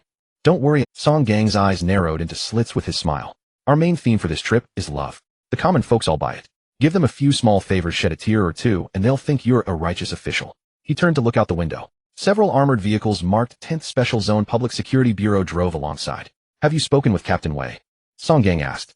The secretary in the passenger seat turned back. Yes, Commissioner, he gave the order. Captain Wei will provide close protection throughout. Song Gang nodded with satisfaction. In the armored vehicle behind, Wei Dong sat in the passenger seat, smoking, his feet propped on the dashboard. 5 or 6 fully armed SWAT officers sat in the compartment, silent except for the clatter of weapons jostling with the vehicles. Captain Wei, Song Gang is such a poser, the driver Xiao Ma couldn't help complaining. He's clearly just putting on a show, but he drags the Public Security Bureau along as bodyguard. We're cops, not his personal security detail. Wei Dong took the cigarette from his mouth, twirling it between his fingers. Less talk, drive your car. I just can't stand it. Xiao Ma slapped the steering wheel. The lead on fake Xinjing just went cold. Fatty Wang's case is still unsolved, and instead of catching criminals, we're here babysitting politicians. Does this special zone run by law or by these political big shots? Who runs it? Wei Dong sneered, crushing the cigarette in his palm. Money runs it, power runs it. This uniform of ours is sometimes just toilet paper for wiping their asses. He lowered the window, and the cold wind rushed in, clearing the stuffy air. Just watch. Today this Red Earth slope is a big stage. We don't need to do any work, just be responsible for applauding and making sure these big shots don't mess up their performance. At the Red Earth slope, several hundred refugees had already received their orders, their acting skills fully engaged. They now wore expressions of misery, huddling by broken tents and shivering. Jiang Ye stood on a high point, watching the actors below with a smile on his lips. These people, what a waste, they're not in showbiz. If the Oscars had a Best Refugee award, they could win a dozen gold statuettes. Li Sheng stood beside him. Boss, everything's arranged. I picked out a few good criers, they're waiting in the best camera spots. And that little girl. Li Sheng pointed to a corner. The little girl who had taken Jiang Ye's candy was now curled up by a large rock. She clutched the candy wrapper, a broken bowl beside her, her eyes timidly gazing into the distance. The sight would soften even the hardest heart. As if sensing Jiang Ye's gaze, she secretly turned and shot a sweet smile in his direction. Tang was stood on the hood of an off-road vehicle, holding binoculars, watching the distant plume of dust. The convoy is here. She handed the binoculars to Jiang Ye. At the foot of the mountain, Song Gang's convoy slowly came to a halt, and countless flashbulbs blazed in that moment. The car door swung open. Cameras and microphones surged forward, encircling the exit like a siege. Song Gang stepped out, exhaled deeply, then turned to face the lenses. Ladies and gentlemen, witnessing this scene pierces my heart like a blade twisting in my chest. He gazed upon the ragged, destitute refugees. They are our fellow countrymen. Yet here they endure starvation and bitter cold. As a candidate for the council, I, Song Gang, stand guilty. Click, click, click. A blinding storm of flashbulbs erupted. Song Gang strode resolutely into the crowd and clasped the gnarled, mud-caked, frost-bitten hand of an elderly man. Elder sir, you have suffered greatly. I am Song Gang. I arrived too late. Relief supplies are arriving imminently. Rice flour, cooking oil, all secured. So long as I stand among you, no one shall go hungry. Tears welled in Song Gang's eyes, not conjured by eye drops, but drawn forth by raw, unfeigned emotion. The elder, gazing at this plump, fair-skinned man before him, promptly followed the script and burst into genuine, wrenching sobs. His lips trembled, his tears flowed true. Oh, benevolent Lord of Heaven, at last you've come.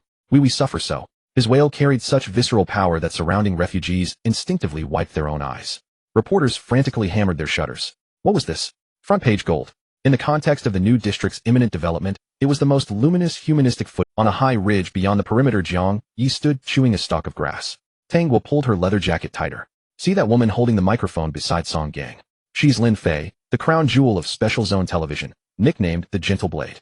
Rumor has it whoever she interviews guarantees primetime airtime. That very politics is simply paying people to watch theater. Song Gang hired actors and bankrolled media coverage. Pity. Jiang Ye spat out the grass stem. He doesn't realize the director of this play is me. We must step into the frame too. This halo of virtue shouldn't rest solely on Song Gang's brow. From behind a boulder nearby, he lifted the little girl who had been waiting. The child still clutched her crumpled candy wrapper. Upon seeing Jiang Ye, she obediently buried her face against his shoulder. Cradling her, he marched toward the center of the crowd. Cameras swiftly captured the image of a young striking man holding a grime-streaked little girl. Who is he? That's the owner of the security firm. Rumor says he defied immense pressure to shelter these refugees, feeding and housing them. Public sentiment instantly shifted. The refugees, shrewd and quick-witted, recognized Jiang Ye's arrival and began reciting lines for the cameras. This is Boss Jiang. He's a true benefactor. Yes, yes. Without Boss Jiang, we'd have frozen to death by the roadside. Song Gang, still clasping the elder's hands in tearful communion, heard the commotion and looked up, straight at Jiang Ye. He froze for a heartbeat. A silent curse flashed through his mind. Damn it. This kid photographs better than I do. That righteous aura. He looks more like a councilman than I ever could. Swiftly recovering, he released the elder's hand and advanced toward Jiang Ye. Boss Jiang, long admired your name. En route here, I heard how you've cared for these suffering souls. This is true magnanimity. You're a model citizen of our special zone. Jiang Ye studied Song Gang's round face, especially the way his buttocks jiggled with each stride, identical to those of Song Xiang, whose backside had once been soundly thrashed. Genetics indeed were astonishing. Even gait was inherited. Jiang Ye smiled, grasping Song Gang's hand. Councilman Song, you flatter me excessively. Just now, watching your backlit silhouette, I felt an inexplicable kinship. A tiger begets no hound. Your stature is truly a family legacy. Song Gang missed the layered irony entirely, nodding earnestly. Oh no, it's all for the people. Just as harmony hovered on the brink of crescendo, a sharp screech of brakes shattered the air. A black SUV barreled into the outer perimeter, kicking up a cloud of the door swung open. Qin Yuan descended, draped in a trench coat, flanked by Ah Ping and Xiao He. He surveyed the scene. Song Gang distributed food. Reporters snapped photos. This script bore little resemblance to what he'd anticipated. Wasn't this supposed to be a battlefield? He paused, then swiftly recalibrated. It didn't matter. What mattered was his arrival, bearing the sovereign authority of one who quells chaos. Adjusting his suit jacket, he strode straight into the thickest cluster of cameras. Are you capturing this? His voice boomed, resonant, commanding. Shouldering Song Gang aside, he seized center stage. In the face of violence, we retreat not. He leaned into the female reporter's microphone. For the peace of the new district, for these homeless souls no longer to suffer at the hands of bandits, I, Qin Yuan, willingly become the blood-stained villain. Silence fell, absolute stunned. The sobbing elder forgot his lines, mouth agape, staring at this sudden unhinged intruder. Lin Fei, veteran journalist, stood motionless. Her entire career had never prepared her for this. Councilman Qin, did you say violence? She extended the microphone, seeking confirmation. Precisely, violence. Qin Yuan declared with renewed fervor. I've engaged a professional security force to deploy thunderous measures against the brigands entrenched. Though the process may be brutal, the outcome is just. Lin Fei's expression twisted. She pivoted slightly, directing the camera lens behind her. Her smile remained polished, professional, no overt contradiction, only gentle persuasion as she offered the mic with honeyed tone. Councilman Qin, your resolve moved. So these malevolent forces you vow to expel. Do you mean the elder receiving porridge from Councilman Song? Or, her finger gestured toward Jiang Ye's arms. Or perhaps this 5-year-old girl.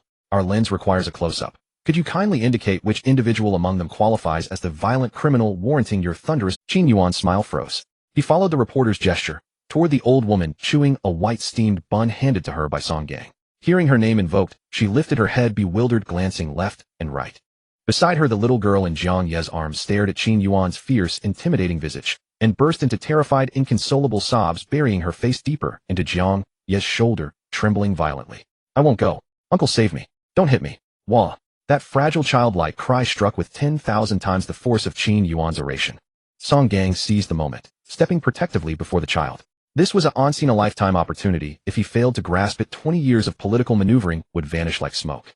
Qin Yuan, how dare you? These are unarmed refugees. They seek only bread and shelter, a roof against the wind, and what crime have they committed? Song Gang's voice trembled, his finger jabbed erratically into the air. You hired men to drive them out. Have you no conscience left? Qin Yuan's mouth opened, his mind short-circuiting. Hadn't Ah Ping said the battle was fierce? Where are my men? Where's that 3 million yuan firepower? He scanned wildly. The sweat on his temples glistened, dripping down his temples. Ah Ping, Xiao He, what in hell is happening? Where are the bandits? The mortars? Then, reporters snapped awake. This was breaking news. Compared to Song Gang's predictable pageantry, Qin Yuan's self-immolating spectacle was pure viral alchemy. Dozens of microphones thrust toward his face, flashbulbs blinded him. Councilman Qin, do you admit using armed force to seize land? Councilman Qin, do you intend to deploy private militias to cleanse these vulnerable populations? Please clarify, is that 3 million yuan funding drawn from personal assets? or political donations. Qin Yuan staggered backward, tripped, nearly toppled. He stared at the journalist who moments ago seemed noble, now grotesquely predatory. Then he looked at Song Gang. There he stood, centered in the crowd surrounded by grateful refugees, his face radiant with the quiet triumph of victory fixed upon Qin Yuan. In that instant Qin Yuan understood. No bandits. No mortars. No justice. Only a trap. He'd paid for actors staged a solo farce, and emerged not with land but branded a tyrant, while Song Gang's saintly persona solidified beyond challenge. Corrupt councilman. The refugees' fury ignited. No, not. Qin Yuan panicked. It's a misunderstanding. There were bandits here. I came to rescue you. Rescue your mother's skull. A voice roared, and a hard compact clod of earth slammed into Qin Yuan's forehead. Ow. He clutched his head, blood seeped between his fingers. Kill this bastard. Run. Quick run. Qin Yuan scrambled toward the SUV, clutching his bleeding head. Ah Ping blocked them. Ah Ping stepped back, clearing a path for the surging crowd. Mr. Qin, given current public sentiment, and your severely compromised reputation, security fees will require reassessment. You sons of bitches. Qin Yuan nearly choked on bile. Now, you want more money. He glanced at the furious mob, and fled tumbling headlong into the SUV. As the door slammed shut, he glimpsed Jiang Ye standing there, holding the little girl, his lips curving upward, slowly raising 2 fingers in a crisp mocking V. And the girl, who moments earlier had wailed uncontrollably, now stuck out her tongue in a defiant, gleeful grimace. Drive, drive, Qin Yuan bellowed. The vehicle roared away, fleeing in disarray. Beyond the periphery, Wei Dong sat atop an anti-riot vehicle's hood watching, and laughed aloud. All of them are Oscar-worthy actors, except Qin Yuan. He's the only real fool. Beside him, Xiao Ma doubled over, helpless with laughter. Chief Wei, did Qin Yuan get kicked in the head by a mule? Showing up here declaring he hired thugs. Tomorrow's front page is locked in. He was played, outmaneuvered completely. Wei Dong leapt down from the hood. All right, the show's over. As he reached for the door handle, his gaze drifted almost casually toward the rear of the chaotic press pack. Just one glance, and the world dissolved. The cacophony vanished, replaced by a piercing metallic ring. His hand froze midair, his body coiled taut as wire. At the edge of the crowd, a black sedan idled, its rear window half lowered. A face appeared, pale, refined, framed by gold-rimmed spectacles. It belonged to the counterfeit Chen Jing, the man Wei Dong had hunted relentlessly for 3 days and nights, yet found no trace of. Beside him in the front passenger seat sat a figure wearing a baseball cap, its brim pulled low, revealing only half a profile. Yet that jagged, twisted scar, carved from temple to jawline, was unmistakable. Even reduced to ash, Wei Dong would recognize it. It haunted his nightmares, jolting him awake, drenched in icy sweat. In that moment, the car window descended halfway, revealing a face behind gold-rimmed glasses alongside a profile marred by a scar. Whenever he recalled that face, Wei Dong was engulfed in a sea of crimson. The roar of the overturned prison cart echoed in his ears, along with the image of Liang's head explode. Damn it! Wei Dong yanked open the driver's door of the special police riot vehicle, seized the driver's bulletproof vest, and pulled him from his seat. Get out of here! Wei Dong shouted. Wei, where are you going? Congressman Song still needs to complete the procedure over there. Xiao Ma yelled from behind, instinctively diving into the bang. The car door slammed shut heavily. Engaging the gear, releasing the clutch, Wei Dong slammed the accelerator to the floor. The rear wheels of the riot vehicle kicked up a cloud of red dust as it burst out of the security formation. Wei, slow down. There are people ahead. Xiao Ma clutched the handrail, his face turning pale. Wei Dong couldn't hear him at all. The scenery outside the car window flew by at high speed. In Wei Dong's eyes, there was only the black sedan speeding away a few hundred meters ahead. Currently, there were no regulations in Wei Dong's mind, nor any damned Congressman Song. There was only that scar. It was his nightmare, and the only motivation for him to run. Can you even run? Wei Dong gritted his teeth, the muscles in his jaw twitching. Inside the black sedan, Chen Jing glanced at the approaching riot vehicle in the rearview mirror, pushed his gold-rimmed glasses up the bridge of his nose, and smirked. Caught by a mad dog, interesting. His voice was light. That Song Long didn't even lift his head, shake him off, or kill him. Killing a cop will cause too much commotion. Let's play with him for a while. Chen Jing suddenly yanked the steering wheel to the left. Let's have some fun. The tires of the black sedan screeched as it drifted into a littered alley. That road led to Bayan Town. Wei Dong was relentless. The massive riot vehicle appeared particularly cumbersome on the narrow dirt road, yet he showed no signs of slowing. Entering Bayan Town, wearing black leather, here was never welcome. On both sides of the road, ragged refugees and local thugs looked at the rampaging police car with nothing. An old man selling roasted sweet potatoes from a tricycle saw the police car charging towards him and abruptly stopped his cart in the middle of the road, leisurely walking towards the side. As long as the police car brushed against his cart, even losing a bit of paint, he could lie on the ground and extort living expenses from this bastard for half a year. Beep. Wei Dong pressed the horn hard, not easing off the accelerator even slightly. Xiao Ma gripped the handrail tightly and shut his eyes. It's over, Wei Dong has gone. Hearing the increasingly close roar of the engine, the old man let out a strange cry and rolled into the roadside ditch. Bang! Wei Dong didn't even blink. The bumper of the riot vehicle violently knocked the tricycle aside, sending glowing charcoal and sweet potatoes flying everywhere. My sweet potatoes. Damn you. The old man poked his head out from the ditch, shaking his fist. The old man crawled out of the ditch looking at the wrecked tricycle, picked up a still warm sweet potato from the ground, wiped it off, and stuffed it into his mouth, with a dazed expression. Ahead was an intersection. The black sedan's brake lights flashed, and the car turned sharply to the left. At the intersection, a line of cars was parked haphazardly. It was the gang of Huang Mao. This guy had been humiliated by Qin Yuan, and was now leading his gang to eat boiled eggs and drink beer by the roadside. Several greasy tables were set up in the middle of the road, the ground littered with beer bottles and cigarette butts. Damn, that son of a bitch Qin Yuan, one day I will. Huang Mao cursed while peeling his egg, and those two idiots in suits acting all high and mighty. Just as he finished speaking, a black sedan zoomed past through the gap beside their cars, splashing a puddle of mud. Are you in a hurry to reincarnate? Damn, Huang Mao cursed. The 5 or 6 cars his group drove were parked chaotically, occupying most of the already narrow intersection, leaving barely enough space for a small car to squeeze through. However, the heavy riot vehicle Wei Dong was driving was too wide and heavy to fit through. Beep, beep. Wei Dong stuck his head out and shouted, "Move aside. Public Security Bureau on duty." Huang Mao was frustrated with nowhere to vent his anger. In the special zone, he had to keep a low profile, but in Bayan Town this was his If a police car shouted at him, how could he maintain his reputation in front of his brothers later? You can shove your cases. Huang Mao smashed the empty bottle he held to the ground, pointing at Wei Dong. Are you blind? Didn't you see that this road is blocked by me? Trying to go through. Give. Virum. The roar of the engine responded to him. Hold on tight, Wei Dong said to Xiaoma. The riot vehicle surged forward suddenly, its reinforced front colliding directly against the side of the pickup truck.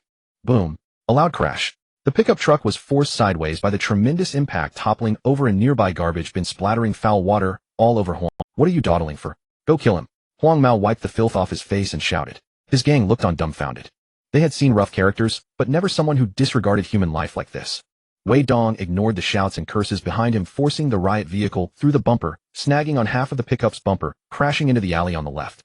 But it was too late. The alley was empty, only a few children playing in the mud, and several women watching him with indifference. The black sedan had long since disappeared. Wei Dong slammed his fist on the steering wheel. Damn it. He panted heavily, his chest heaving. The frustration of almost catching his enemy, but failing, was so intense he wished he could tear the car apart. Xiaoma, sitting in the passenger seat, was pale and trembling. Wei Dong, what we just did was a Hitandran, right? And that was intentional damage to someone else's property. Xiaoma's voice trembled. How do we explain this to Chief He when we get back? Shut up. Wei Dong pushed the car door open and got out, surveying the surroundings. The alleys here were intricate, like a maze. Hundreds of civilians hid behind broken windows, watching the unexpected guest with wariness and coldness. Wei Dong grabbed a man who was about to urinate in the corner. Did you see a black car pass by? The man, frightened, retracted his urine and rolled his eyes. Didn't see anything. Blind. Wei Dong released him, pushing him off balance. In this place, no one would tell the truth to the police. Helping the police meant betraying one's own kind, and they couldn't lift their heads in front of their neighbors. In this world, they would rather protect criminals than trust the police. Wei Dong wandered through the alley a couple of times, and finally spotted the black sedan in a side street. The car was parked there, the hood still warm. The occupants were gone. Wei Dong opened the door. The inside was pristine. Damn it. Wei Dong kicked the tire. Just as he was about to close the door, he froze. A corner of a yellow craft paper bag was visible beneath the foot mat of the passenger seat. This spot was very concealed. If not searched carefully, it would definitely go unnoticed. But for someone like Wei Dong, who had spent years in criminal investigation, such a deliberate oversight was glaringly obvious. It was intentionally left for him. This car was not abandoned. It was a carefully arranged display meant to showcase this gift. Wei Dong bent down and pulled out the craft paper bag. It was light, unsealed. He opened it, revealing only a few thin sheets of paper and several photographs. The first photo was of Qin Yuan. In the photo, Qin Yuan was merrily drinking with several officials. The second photo was of Jiang Ye. The photo was taken at the Yunding Hotel, with Jiang Ye covered in blood. Wei Dong narrowed his eyes. These two individuals. One was a politician adept at maneuvering in high circles, while the other was a budding security company boss. How could two people so unrelated end up in the same bag? Wei Dong, did you find anything? Xiaoma rushed over, panting. Wei Dong calmly stuffed the craft paper bag into his coat. Nothing. The person ran away. Oh. Although Xiaoma felt that Wei Dong's expression was off, he didn't dare to act. Wei Dong stood at the alley entrance, lighting a cigarette. Why did Songlong and that fake Chen Jing go out of their way to leave this for him? Wei Dong's fingers lightly stroked the edge of the photo. A murder warning. Or some other game. Gather the team, Wei Dong said, lighting a cigarette and taking a deep drag. What about this car? Leave it here. In less than half an hour it will be stripped clean. Wei Dong turned to head back. By the way, Xiaoma, help me look into someone. Who? Jingji Security, Jiang Ye. Deep within the Tang family estate, an unassuming side chamber stood apart. Here the clamor of the outside world could not be heard, nor could the squalor of Bayan town streets be. The room's furnishings were Spartan, a low table, a meditation cushion, and a jade Buddha statue, half a man's height. Thump thump thump. The rhythm of the wooden fish was exceedingly slow. Tang, when clad in plain white training attire, sat cross-legged on the cushion, gently wiping the jade Buddha. The television was turned down low, broadcasting news from the Special Economic Zone satellite channel. Song Gang, his eyes reddened, was gripping a refugee's hand in a moving display. Qin Yuan struck on the head by a clod of earth until he bled, scrambled into his car in a pathetic panic. The contrast was glaringly ironic. Huang Mao stood 3 paces behind Tang, when hands at his sides, sweat beading on his forehead. Brother one. Huang Mao swallowed, breaking the silence. That Qin Yuan really thinks he's something special. We went all that way to back him up, and he acts like he's holding his nose, talking to us like he wants to spray us all with disinfectant. Bothers you? Tang, when asked, a smile on his face, his hands never pausing. Yes, it does. Huang Mao retorted, his neck stiff.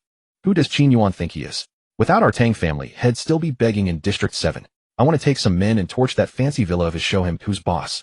Foolish. Tang, when set down the cloth, rose to his feet and walked over to Huang Mao. He was half a head taller, his presence imposing not from muscle, but from the aura of one long accustomed to power. Qin Yuan, he's read too many books, got that pedantic arrogance in his bones. He thinks he's a man of class and elite, dictating policy from on high. Tang Wen's voice was soft, but each word cut deep. He thinks associating with commoners like you cheapens him. Then he'll take him down even harder. Slap. A slap landed on Huang Mao's face. His head snapped to the side, his cheek swelling rapidly, blood seeping from the corner of his mouth. Brother one. He was stunned for a moment, then immediately lowered his head, not daring to move, much of the violence draining from his eyes. Dignity is something the substance gives to the surface. Tang Wen pulled out a handkerchief, wiping the hand that had struck. He's thrown away the substance now, thinking he can live off the surface alone. Wait and see. You don't need to set the fire. If he doesn't save himself, he'll burn up on his own. Tang Wen turned and walked back to the low table, picked up a cup of tea, and took a sip. A useless dog doesn't need its master to put it down, but finds a place to die on its own. Huang Mao covered his cheek. Brother Wen never yelled or threatened, rarely even cursed, but his words cut deeper than a knife. Just then the phone on the low table vibrated. Buzz, buzz. The screen flashed 2 characters, Qin Yuan. Tang Wen glanced at it, then pressed the answer button. Tang Wen, how long are you going to sit back and watch? Do you want to see me dead? The moment the call connected, Qin Yuan's roar burst forth. Tang Wen held the phone away from his ear, unperturbed, calmly listening to the tirade. Inside the Qin villa, chaos reigned. Broken vases littered the floor. Qin Yuan clutched a bottle of liquor, his tie loosened, and askew his hair disheveled his eye. He was afraid. The loss of 3 million was a small matter. What truly terrified him was the chain reaction after the news broadcast. His approval ratings plummeted, backers withdrew funding, and he even faced a purge from the powers behind him. The political image he had painstakingly cultivated for so long had crumbled to dust in just 2 hours. He thought that as long as he had money and played by the rules, he could drive those beneath him to die for him. But reality had dealt him a resounding slap. The fear of losing control left him only able to mask his inner weakness with rage. Say something, Tang Wen. If you don't fix this for me, nobody's getting out of this clean. Qin Yuan screamed. I know all the shady things your Tang family has done. Well, I'll go down. In the prayer room, Tang Wen sighed softly, shaking his head in slight disappointment. All go down together, huh? You overestimate yourself. That's a phrase for those who have a seed. At best, you're a hole in the net. If it breaks, you just patch it up. The net remains, and the fish remain. Old Qin, you need to calm your heart. In this circle, ups and downs are common. Even bodhisattvas must undergo tribulations, let alone you. He paused, his tone turning cold. But if you keep yelling like this or say things you shouldn't, and that one hears about it. Tang Wen chuckled softly. Then what you'll lose is your life. The roaring on the phone ceased abruptly. Qin Yuan's hand holding the phone began to tremble, but he couldn't utter a word. Stay home, don't run around, don't talk. Tang Wen's tone returned to calm. In a couple of days, when the heat dies down, I'll come see you. Maybe I can even point you to a way out. Click, click, click. The call ended. Prepare the car, Tang Wen ordered, tossing his phone onto the low table. Where to, Brother Wen? To North Street. To check on my troublesome little sister. And to see how many teeth the stray dog that once begged my family for scraps has grown. North Street, the Thorn Security Building. The 3rd floor office offered a wide view overlooking the entire square. Once the lair of one-eyed dragon, it had now been Jiang Ye sat in the boss chair, legs propped on the edge of the desk, twirling a bank card in the light. Tisk tisk, Councilman Qin knows how to deal. Jiang Ye wore a mischievous grin. Looks sharp, but when it comes to paying up, he's no slouch. 3 million, just like that, into our pockets. Tang was sitting on the sofa across from him, rolled her eyes at this. 3 million for a bunch of firecrackers. Qin Yuan's probably having a stroke from rage right now, making a voodoo. That's his stupidity, Jiang Ye said, slapping the bank card on the table. In this world, the price of stupidity is often higher than the price of a life. Li Sheng stood by the window, watching the brothers training below, his brow furrowed. Boss, we've taken the land at Red Earth Slope, but with Qin Yuan down and Song Gang rising, we're thoroughly mired in this mess. It won't be easy to pull out later. Once you're in this game, who walks away clean? Jiang Ye lit a cigarette. Anyone who reaches out a claw, we chop it off. To stand firm in this era, you have to get a little mud on you. He blew out a smoke ring, pointing at the card on the table. Take half of this money and upgrade the brothers' gear. Keep the rest for death benefits and family support. Since we've set up our own stronghold, we need to make sure our people are fed. We don't talk about those lofty ideals, that bullshit greater good. That's for the dead. We talk about what's real. Pay them enough and their hearts will be united. When their hearts are united, their lives will be tough. Jiang Ye's words were crude, but carried a convincing roguish authority. All right, Li Sheng nodded, a light in his eyes. He'll arrange it. With your word, boss, the brothers will give their lives willingly. Li Sheng turned and left. Only Jiang Ye and Tang Guo remained in the office. Next, we wait for the 1 million from that Fox Shen to hit the account. Jiang Ye stretched. And we need to start preparing for that private salt transport route. That's a tough nut to crack, but it's our real meal ticket. Tang was stood up, walked to the desk, her big eyes fixed on Jiang Ye. I've already asked Brother Sean to handle that. But, she showed her cute little fangs, her tone teasing. Weren't you a bit too cocky, flashing Qin Yuan the V sign? She paused, her gaze turning complex. That was aimed at Qin Yuan, but it was also a message for the Tang family. Smart. Jiang Ye gently tapped Tang, was straight-nosed, grinning. Since we've already burned bridges, no point hiding it. I want those high and mighty big shots in your family to see how tough the man you chose is, and whether he can lift you up. The words were a double entendre, a bit crude and a bit domineering. Lift me up. Tang Guo was stunned for a second, then caught on, her pretty face flushing. Pa, you lecher. She slapped Jiang Ye's hand away, glaring at him. Don't flatter yourself. Whether you can lift me up depends on your skill. If you go soft, I'll be the first to kick you. Just as the two were flirting, the atmosphere perfect, a knock came at the door. Thump, thump, thump. The front desk girl poked her head in, her face pale. Mr. Jiang Miss 9, there's a cop outside. Says his name is Wei Dong. He wants to see you. The young receptionist Xiao Ye had just started dating by Jia a couple of days ago. She was well known in North Street as a fiery little chili pepper. Having previously worked as a waitress in a humble North Street eatery, she had encountered countless drunkards causing trouble. When pushed to her limit, she wouldn't hesitate to grab a beer bottle and strike, earning a reputation for sheer audacity. But now, standing at the office door, her palms were drenched in sweat and her lips were pale. She feared the man outside. The middle-aged man in a leather jacket reeking of cigarette. Mr. Jiang, Xiao Ye's voice trembled. He insists on seeing you. I told him you were busy, but he wouldn't leave. He just stared at me, sending chills down my... What's there to fear? Let him in. Jiang Ye waved dismissively at Xiao Ye. We're law-abiding citizens. Cooperating with the police is our duty. Go brew 2 cups of hot tea. Don't use the good leaves, just that bag of tea dregs. Tang was seated on the sofa, trimming her nails, looked up, and shot Jiang Ye a glance upon hearing this. Are you always this wicked? He's an officer, and you're serving him tea dregs. What about it? He's a public servant. I'm helping him remember the bitter past. Today's officials need a taste of that hardship. In the underdeveloped zone, one must respect those in uniform, but never fear them. The more you bow and scrape, the more they suspect you have something to hide, the more they see you as a pushover. But this way, I've poured the tea, given him face, and held my ground. You won't get the good stuff. Got it, Mr. Jiang. Xiao Ye, her fear somewhat dispelled by Jiang Ye's teasing, stuck out her tongue and scurried out. Wei Dong entered with Xiao Ma, who clutched his police cap tightly, unable to resist glancing around the security company. In the first floor lobby, men in black tactical vests were gathered, disassembling firearms, all submachine guns. They remained silent, not one of them lifting their heads to acknowledge the officers, showing no reverence for their uniforms. Captain Wei. Xiao Ma leaned in, whispering, these guys have some skill. Where did this Jiang find them? Their bearing is tougher than the SWAT teams. Wei Dong ignored Xiao Ma's mutterings. Before Black Shield fell, he had dealt with Fatty Wong plenty of times. Fatty Wong was a shrewd man, and his men were indeed a formidable armed force.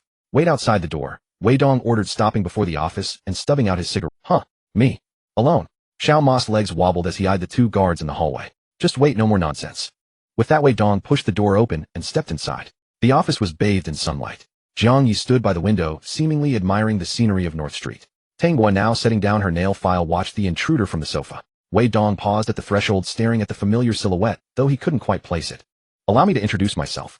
I'm Wei Dong, captain of the Major Crimes Unit, Jiangnan District Public Security Bureau. What a rare guest. Jiang Ye turned, a smile spreading across his face. To what do I owe the honor of Captain Weiss' visit to this humble little temple in the underdeveloped zone? Has some unruly shop failed to pay its protection fee? Just say the word, and he'll send someone to teach them a lesson. In the special zone, a public security salary barely covered meals. To live comfortably, one relied on gray income. Jiang Ye's words were a veiled jab, insinuating Wei Dong was there to extort. Spare me the nonsense. Wei Dong rasped, his voice hoarse. He reached into his jacket and pulled out 2 photographs, one black and white, one color. The black and white one was a surveillance still of a man in gold-rimmed glasses. The color photo was a prison booking shot. A bald man with a hideous old scar running from the corner of his left eye to his chin, the flesh puckered and twisted. The moment Jiang Ye saw that scarred face, his heart skipped a beat. Song Lang, the madman from the abandoned chemical plant, drenched in blood, a merciless killer who had said to him, I owe you my life. Now that photo lay on his desk. This guy. Jiang Ye flicked the photo with his finger, a look of disdain on his face. He's got a unique look. How'd he get that face? Chewed up by a dog. He then picked up the photo of the man with glasses, studying it closely. Now this one's presentable, looks like an office white collar. What are these two Captain Weiss relatives? Lost and come here looking for them. They'll have to post on social media to help you find them. Jiang Ye. Wei Dong leaned forward, hands on the desk. Don't play dumb with me. I know the role you played in the Red Earth Slope incident. And Black Shield Security. Fatty Wong dies, and the company suddenly bears your name. Wei Dong tapped the photos emphatically. But that's not why I'm here today. I'm telling you these two are directly connected to Fatty Wong's death. How so? Jiang Ye pulled out a pack of cigarettes, offering one to Wei Dong. Wei Dong didn't take it. Unfazed, Jiang Ye lit one for himself. I'm a detective. Some cases I remember even after 10 or 20 years. This man. Wei Dong pointed to Song Lang's photo. He has more blood on his hands than you've seen people in your entire life. I advise you to stay away from him. Captain Wei, I don't follow. Jiang Ye leaned back, hands clasped behind his head. Red Earth Slope was a clash of big shots. I'm just a small fry trying to make a living. The security company is a legitimate business introduced by a friend, bought with real money. Contracts and invoices are all there. Besides your commissioner, he was there the whole time. He paused. As for these two, Captain Wei, if you think him guilty, feel free to cuff me now. I've been to your interrogation room before. The coffee's decent. But if you have no evidence, and just come here to scare me with two photos. Jiang Ye smiled, revealing a set of white teeth. I'm a timid man. If you frighten me into some mishap, I can't guarantee my few hundred brothers won't stage a sit-in outside. This was a show of force. Without evidence, you couldn't touch the head of a local strongman, especially one like Jiang Ye who had guns and men. Bang. The office door swung open. Xiao Ye entered carrying a steaming cup of tea. It was indeed high-grade dregs. Nothing but tea dust with a few stems floating on the surface. Officer, weigh your tea. Xiao Ye set it on the desk, trembling. Wei Dong glanced at the inferior brew and suddenly laughed, a bitter, angry laugh. Fine. Boss Jiang has class. Wei Dong straightened his wrinkled leather jacket. Since you claim not to know them, I'll leave these photos as a memento. In case these two really do get lost and wander in here, you'll recognize them. He slid the photos toward Jiang Ye. I hope you don't play with fire. Otherwise, I'll catch you sooner or later. He Jiang Wo won't be able to protect you. Jiang Ye picked up the photos, slapping them against his palm. Sure. If I run into them, I'll call you right away and earn myself a good citizen award. Wei Dong turned and left without so much as touching the tea. Hey, Captain Wei, finish your tea before you go. It's great for cooling down. Jiang Ye called after him. Wei Dong didn't look back. The office door slammed shut. The smile gradually faded from Jiang Ye's face. He's bluffing, Tang was said, picking up Song Lang's photo. The man in the photo had a murderous glint in his eyes, the killing intent palpable even through the paper. He has no evidence. If he did, he wouldn't have brought just one rookie. He'd have the SWAT team. But being targeted by someone like him is worse than being haunted by a ghost. Our rescue of Song Lang that day was discreet, but anything done by human hands leaves traces. As long as he can't find Song Lang, it remains a cold case, Jiang Ye said, rising and walking to the window. Outside, the setting sun dyed the streets of North Street a bloody red. An armored vehicle, lights flashing, slowly departed from. He left the photos to pressure me, to make me panic and slip up. Too bad, Captain Wei. Jiang Ye let out a cold laugh. I crawled out of a pile of corpses. I've seen scenes far more terrifying than this. The oppressive atmosphere in the office had barely dissipated after Wei Dong's departure.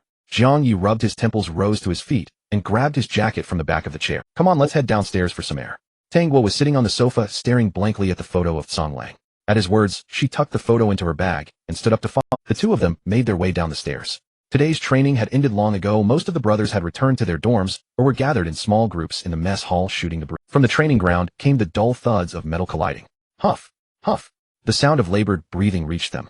Jiang Ye halted, narrowing his eyes as he. It was the training equipment that Li Sheng had brought back from Black Shield Security. Shin Chong, stripped to the waist, was lying on the bench press. With each lift, the veins on his neck bulged like writhing earthworms. This kid used to be nothing but a smooth-talking punk, all bluster and no substance. Back then, his most strenuous activities were running away from trouble and fooling around with. Now his once flabby flesh had tightened considerably, sweat streaming down his forehead.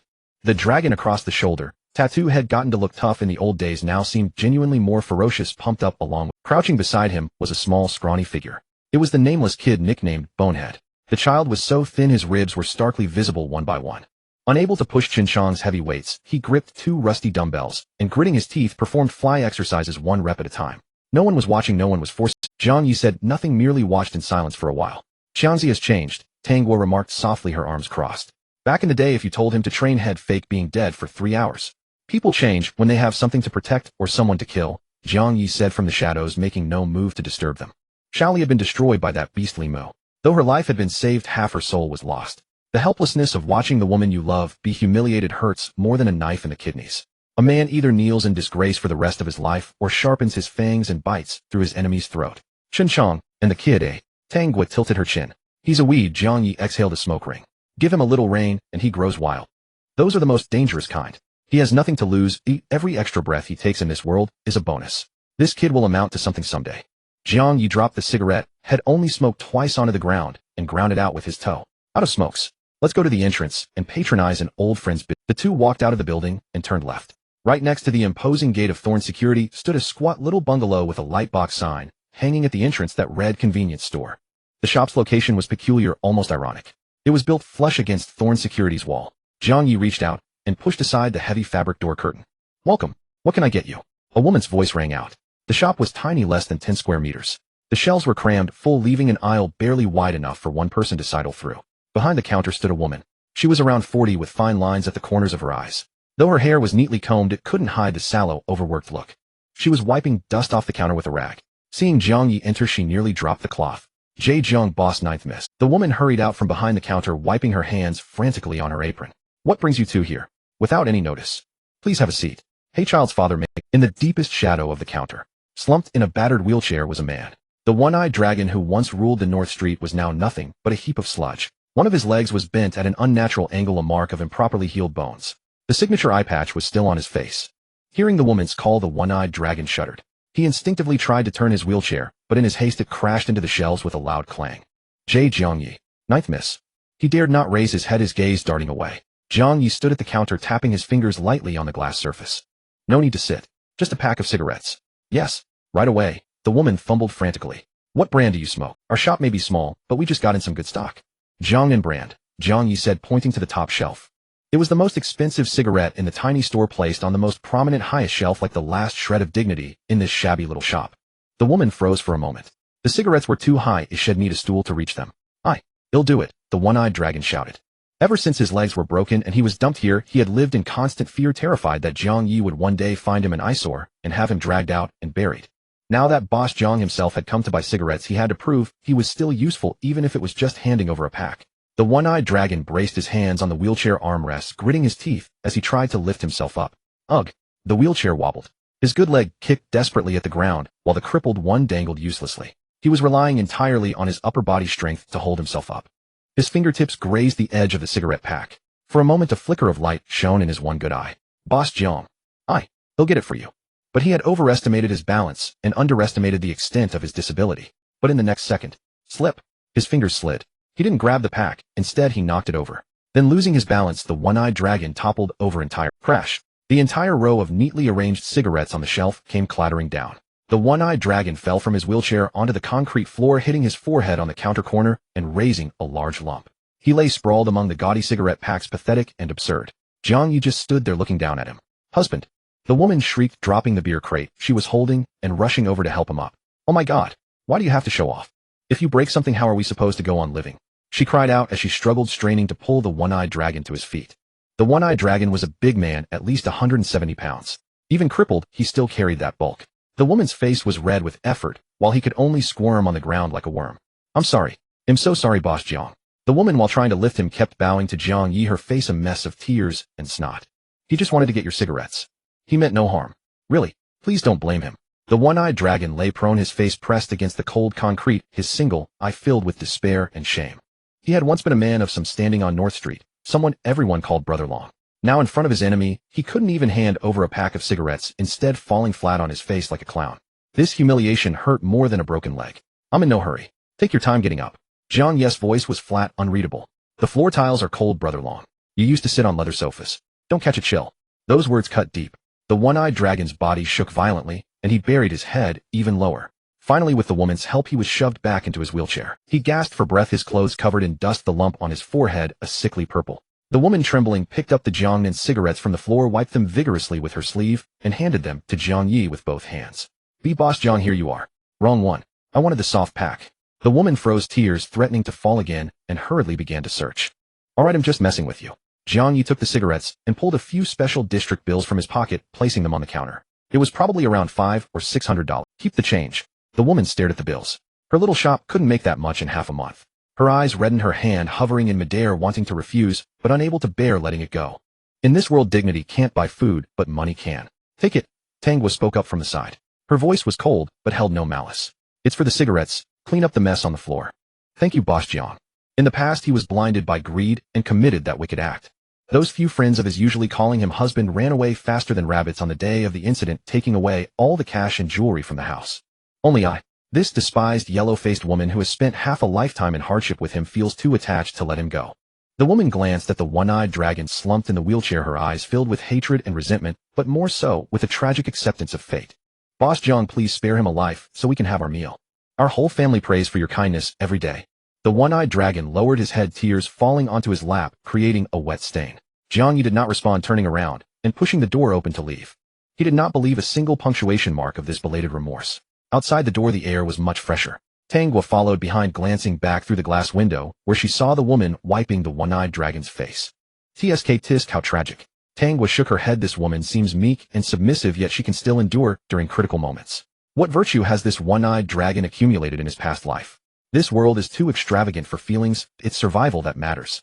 Jiang Ye opened a cigarette box, flicked out a cigarette, and held it in his mouth. If she doesn't save the one-eyed dragon, she won't be able to survive either. In this North Street, orphans and widows are just meat in the eyes of others. Then why not kill him? Tang Guo tilted her head to look at Jiang. You such a traitor, why keep him around for New Year? Watching him perform his tragic act earlier made me want to shoot him myself. Jiang Ye laughed. Killing him would be too easy. One shot would just add another corpse to the ground. After 3 to 5 days, who would still remember that there was a one-eyed dragon on North Street? Keeping him is different. Jiang Ye stopped walking, turning back to point at a dimly lit small He is a living pillar of shame, standing at the entrance of our company for the brothers coming and going to see. They will witness how he has gone from a dignified big brother to someone so clumsy that he would drop a cigarette. Jiang Ye took a deep breath of smoke, sparks flickering. I want everyone to know that betraying us is a release through death. Living is the greatest punishment. As long as he lies, he reminds everyone, if you stray from the path, this is your consequence. Tang Guo felt a chill down her back. And there's more. Jiang Ye continued, walking, his voice lowering a few notches. This small shop was organized by Jia. He provided the money and sourced the goods. Tang Guo was taken aback by Jia. Didn't he fall out with the one-eyed dragon? Jia is a person of loyalty. Although the one-eyed dragon is unkind, he has been with him for several years. He is testing me. Jiang Ye exhaled a puff of smoke. He wants to see how broad my mind is, whether I can tolerate this bit of dirt. If I cannot accept the one-eyed dragon, Jia will have a grudge in his heart, thinking that I am too ruthless and unfit to associate with for long. Tang Guo remained silent for a moment before finally giving a thumbs up. Boss Jiang, you are more cunning than lotus roots. The underworld isn't all about fighting, it's about human feelings and worldly affairs. Jiang Ye turned his face, winking at Tang Guo, his mischievousness returning. Tang Guo rolled her eyes at him. Look at you, so full of yourself. If Jia knew how you were plotting behind his back. He knows. Jiang Ye interrupted her. We are all old foxes. What kind of ghost stories are we playing? As long as our interests align, this trivial thought is just an unspoken agreement between. Just as Tang Guo was about to continue her banter, 2 beams of bright headlights shot over from the end of the street. A black sedan slowly approached. The emblem on the front of the car was a statue of a Buddha's hand made of pure gold. Under the car lights, the Buddha's hand shone brilliantly, exuding a sense of compassion and an indescribable strangeness. Tang Guo instinctively grabbed Jiang Ye's arm. It's Tang Wen's car. The sedan stopped under the streetlight, its body spotless. The window slowly rolled down. Tang Wen glanced at the dirt on the ground, his brow twitching for a moment, but it was quickly masked by a gentle smile. Xiaojiu, long time no see, why don't you invite third brother to sit? He didn't even glance at Jiang Ye, as if the man standing by the car was just a weed by the roadside, not worth a second of his attention. Jiang Ye was unfazed. He leaned directly on the window frame. Of course, third brother is such a distinguished guest, it's rare to invite him. It's just lunchtime, shall we find a place to eat and chat? As the saying goes, there's nothing a meal can't solve. If there is, then it takes 2. Jiang Ye straightened up, pointing towards a nearby alley. Right ahead, Old Zhao's Fly Restaurant, that's a gem of North Street. Since third brother is here, he should definitely try the local flavor, right? The yellow-haired man in the passenger seat turned his head, looking at the dirty alley with a few stray cats about to curse, but was stopped by Tang Wen's raised hand. As the guest, you should follow the host's wishes. Tang Wen opened the car door. A group of people crossed 2 alleys. The yellow-haired man followed behind. What a shabby place, Wen Guyu also. Shut up. If your heart is pure, every place is pure land. Your cultivation isn't enough, so all you smell are foul odors. Tang Wen held the Buddha beads in his hand. Jiang Ye led the way in front. Hearing this made the corner of his mouth twitch. He really can put on an act. If this old man were thrown into a cesspit, he would probably sit there meditating, claiming it was the true essence of enlightenment. Since you can act, then he'll treat you to something good. We've arrived. Jiang Ye stopped in front of a small shop with a greasy plastic curtain. The sign had long been blackened by smoke, barely recognizable as Old Zhao's braised meat. The curtain, once transparent, was now yellow like aged tartar. Inside, the noise was deafening. Men playing dice and boasting were stomping around, their faces red and necks thick as they shouted 5 champions. 666. Jiang Ye lifted the curtain and a wave of heat mixed with the strong aroma of braised meat and chili hit him. Oh, Boss Jiang is here. The owner, busy in front of the large pot, clanged the big iron spoon against the pot's edge. Her apron, dark and shiny, was stained with sweat, and when she smiled, the wrinkles at the corners of her eyes were dusted with flour. Hurry, hurry. Sit inside. Same as always. The owner cleared the cleanest table at the back, casually shoving aside two small punks who were sitting and picking their teeth. Get out of the way. Can't you see that Lord Jiang is here? You have no sense of sight. Look at your own, but it's bigger than a millstone, taking up so much space. The two punks, upon seeing Jiang Ye, immediately shrank their necks, nodding and smiling. Lord Jiang, please sit, please sit. We just finished our meal. Not to mention anything else, just based on Jiang Ye's 300 guns under his command, he had the right to walk arrogantly on North Street. Jiang Ye wasn't polite, pulling out a stool and sitting down, waving at Tang Wen. Third brother, don't just stand there. There's no private room here. It's all about the liveliness. Tang Wen stood at the table. The folding table was covered with a layer of grease that couldn't be washed off, sticky to the touch. The floor was littered with the bone scraps and peanut shells that previous customers had thrown, along with a puddle of yellowish phlegm that had just been stepped on, leaving a trail. The yellow-haired man could no longer hold back. He pulled out a pack of wet wipes from his pocket and frantically wiped the stool. Is this a place for people to eat? Even a pigsty is cleaner than this. Jiang Ye, are you doing this on purpose? Who are you disgusted with? The men at the next table, who were engaged in a drinking game, slammed their bottles heavily onto the table upon hearing the yellow-haired man's words. Where did this pretty boy come from? Did your zipper forget to be closed and let you slip out? A tattooed man, reeking of alcohol, his flabby flesh quivering with every movement, said, calling this place a pigsty is calling everyone eating here pigs. This grudge was slightly less severe than a blood feud, but enough to draw blood. If you find it filthy, go home and drink your milk. Why come here pretending to be something you're not? Using a handkerchief to sit on. Are you going to fart a few times and blow the stool clean too? The yellow-haired man's expression shifted and his hand instinctively moved toward his waist. Stop. Tang Wen's voice turned cold. When away from home, don't bring shame upon the Tang family. He pulled a handkerchief from his suit pocket, spread it over the stool. The Tang family. The man's grip on the bottle faltered. Jiang Ye turned his head, smiling at him. Lou Big Head, who were you calling a pretty boy? Want me to introduce you to this third young Master Tang? The moment the man saw Jiang Ye, his legs began to tremble uncontrollably. Jiang. Master Jiang. If the Tang family was the sky over Bayan Town, Jiang Ye was the terror of North Street. It's a misunderstanding. All a misunderstanding. The man slapped himself hard across the face, the sound echoing sharply. This mouth of mine is made of ass, spouting nothing but crap. He'll get out of here right now. They threw down some bills and scrambled out through the curtain. The diner gradually returned to its usual noise, but everyone instinctively lowered their voices by several notches. Master Jiang, you've chosen a fine spot, full of life. Tang Wen looked up at Jiang Ye. The ultimate vulgarity is the ultimate elegance. Third brother flatters me. I'm just a common man who enjoys this. Jiang Ye grabbed the plastic container of chopsticks from the table, took out a pair of bamboo ones, and tapped them twice on the table to align them. Boss lady, bring us a big pot of stew, extra chili, and 3 bottles of beer. Coming right up, the boss lady called back, her voice loud and spirited, full of the market's boldness. Before long, an enamel basin, usually used for washing vegetables, was brought to the table. A chip on its rim revealed the black iron beneath. Inside the basin, red oil bubbled and churned. It was filled with large chunks of pork offal, intestines, lungs, and liver, mixed with generous slices of scallions, ginger, and garlic. As the steam rose, an overpowering smell of gamey offal mixed with the pungent scent of cheap spices assaulted the nostrils. These were scraps from the special zone slaughterhouse, a delicacy for the poor of the planned area. The boss lady set down a small bowl piled high with lean meat and tendons, the most valuable parts of the stew. She placed the bowl before Jiang Ye, her face beaming. Master Jiang, I saved this just for you. Tang Wen watched the meat in Jiang Ye. At that moment, he sensed the depth of Jiang Ye's roots in this place. It seems Master Jiang has truly made himself a king here on North Street. Tang Wen took out a Nanmo box from his pocket and pulled out a pair of silver chopsticks. Testing for poison with silver was his long-standing habit, a sign of his distrust for the king. It's just the neighbors doing me a favor. Jiang Ye picked up a piece of intestine and tossed it into his mouth. Third brother, dig in. This pig lung is a good thing. Clears lung heat and nourishes the blood.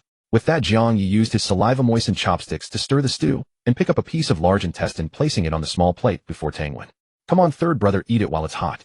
Jiang Ye was testing his limits. He was gauging how much this smiling tiger could tolerate. If he refused to eat it out of disgust, he would lose his authority today, and Jiang Ye would hold the advantage. If he ate it, it meant his ambition was immense, or his cunning was so deep he could swallow even filth. In that case, Jiang Ye would have to stay on guard with his life. Tang Wen stared at the piece of intestine, which looked like a sponge soaked in blood with a few undissolved coarse salt crystals on it. At that moment, he felt he was facing not food, but a pile of excrement. Tang Wen toyed with her wine glass, her gaze playful. She knew Tang Wen had a severe phobia of dirt. Before killing someone, he would bathe and burn incense. And now he was supposed to eat this. Third brother, eat up. This is a rare treat. Jiang Ye never brings me here. I'm lucky to have you today. She picked up a piece of liver with her chopsticks and put it in her mouth. How can I refuse Master Jiang's hospitality? Tang Wen said without changing his expression, sending the piece of intestine into his mouth. In that instant his Adam's apple bobbed violently, and his stomach churned with a nauseating spasm. But he held it together.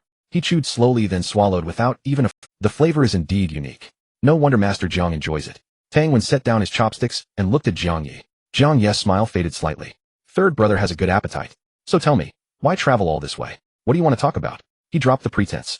Tang Wen pulled out a handkerchief to wipe the corner of his mouth, as if he had just eaten foie gras rather than pig lung. I noticed a lot has changed on North Street along the way. This place used to be crawling with thugs. You had to watch your step or get robbed. Now it's much more orderly with even proper patrols. Since there are rules, we must talk about cause and effect. Tang Wen put away his chopsticks. Both of you came from the Tang family. Your roots are here. That's an unbreakable bond. Qin Yuan may be useless, but he's now a candidate for the new district council. His face isn't just his own. It's the result of the Tang family pouring resources into pushing him up. Tang Wen rested his hands on his knees, spinning the string of sandalwood prayer beads. By tearing off his face and stomping it into the ground, you're slapping the Tang families. The yellow-haired man behind them listened, his blood boiling, itching to overturn the table and crack Jiang Ye's skull. I don't like hearing that, third brother. Jiang Ye grabbed a beer bottle and poured himself a glass. Qin Yuan was the one who broke the rules first.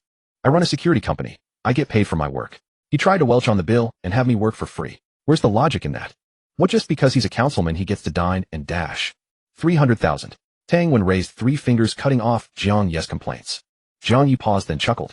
New Year's just passed. Is third brother handing out red envelopes? This 300,000 is for your men to pull out of Red Earth Slope. Tang Wen's voice was indifferent. It's not much, but it's a way out. Take it, and everyone saves face. The Tang family will remember this favor. Jiang Ye took a sip of his beer and wiped the foam from his mouth. Do you know how much Councilman Song offered? The yellow-haired man pointed at Jiang Ye's nose. You're biting the hand that feeds you. 300,000 could buy your life 10 times over. Have you forgotten begging the Tang family for scraps? Jiang Ye didn't even glance at him, fixing his eyes on Tang Wen and holding up one finger. Song Gang may be a hypocrite, but he put down 10 million in cold hard cash, plus an exclusive security license for the new district. Jiang Ye sneered and slammed his glass onto the table. Tang Wen, have you been out of touch so long you don't know the market? Or do you really take me for a beggar on the street? A single magazine from my brother's submachine guns costs more than that. Are you buying land with this, or buying a joke from me? You say? The Tang family fed me. Jiang Ye suddenly turned, glaring fiercely at the yellow-haired man. When I was risking my life for you in Special Division, 1 took me away. Did any of you bastards say a word? Where were the big shots of the Tang family? My life was earned by me and saved by Jiaoer at the cost of her own. The yellow-haired man, intimidated by the stare, stepped back and dared not speak. Tang Wen didn't respond, his fingers spinning the beads a little faster as he turned to Tanghua, who had remained silent. Little Jiao, the winter plums are blooming at home. Tanghua was taken aback. The old man's been sitting under the tree lately for entire afternoons. Tang Wen's voice was soft. He said it's a pity the one who loved to pick the flowers isn't there. No matter how brilliant the blooms, without an admirer it feels desolate. Eating out too much will upset your stomach. At home there's a warm meal waiting for you from the old man. Don't keep him waiting too long. When the food gets cold it's no good. The subtext: you've had your fun outside, it's time to come. If you don't return soon and the old man's patience runs out, this won't be a family dinner. It'll be a last meal. Tang was suddenly smiled. The smile revealed 2 sharp little fangs, adding a roguish air that mirrored Jiang Ye's. Third brother, you study Buddhism and speak of cause and effect. Tanghua picked up the beer and poured herself a full glass. I used to think being a daughter of the Tang family was my cause, so I had to accept the effect you gave me. You told me to go east, I didn't go west. You told me to marry for the family, I packed myself up like goods. She raised the glass, the liquid trembling in the light, her eyes reddening. I used to be afraid. Afraid of angering the old man, afraid of causing trouble for the family. I thought if I just obeyed, I'd earn some space to exist, some shred of family affection. But later I understood. Tanghua downed the beer in one gulp. Slap. The glass hit the table hard. Some people, you offer them your heart, and they find it too bloody. You give them your life, and they think you're cheap. I died once in the rock wasteland. That time I drained every drop of Tang family blood from me. The Tanghua now only follows fate, not family ties. She stood up, bracing herself on the table, looking at Tang Wen.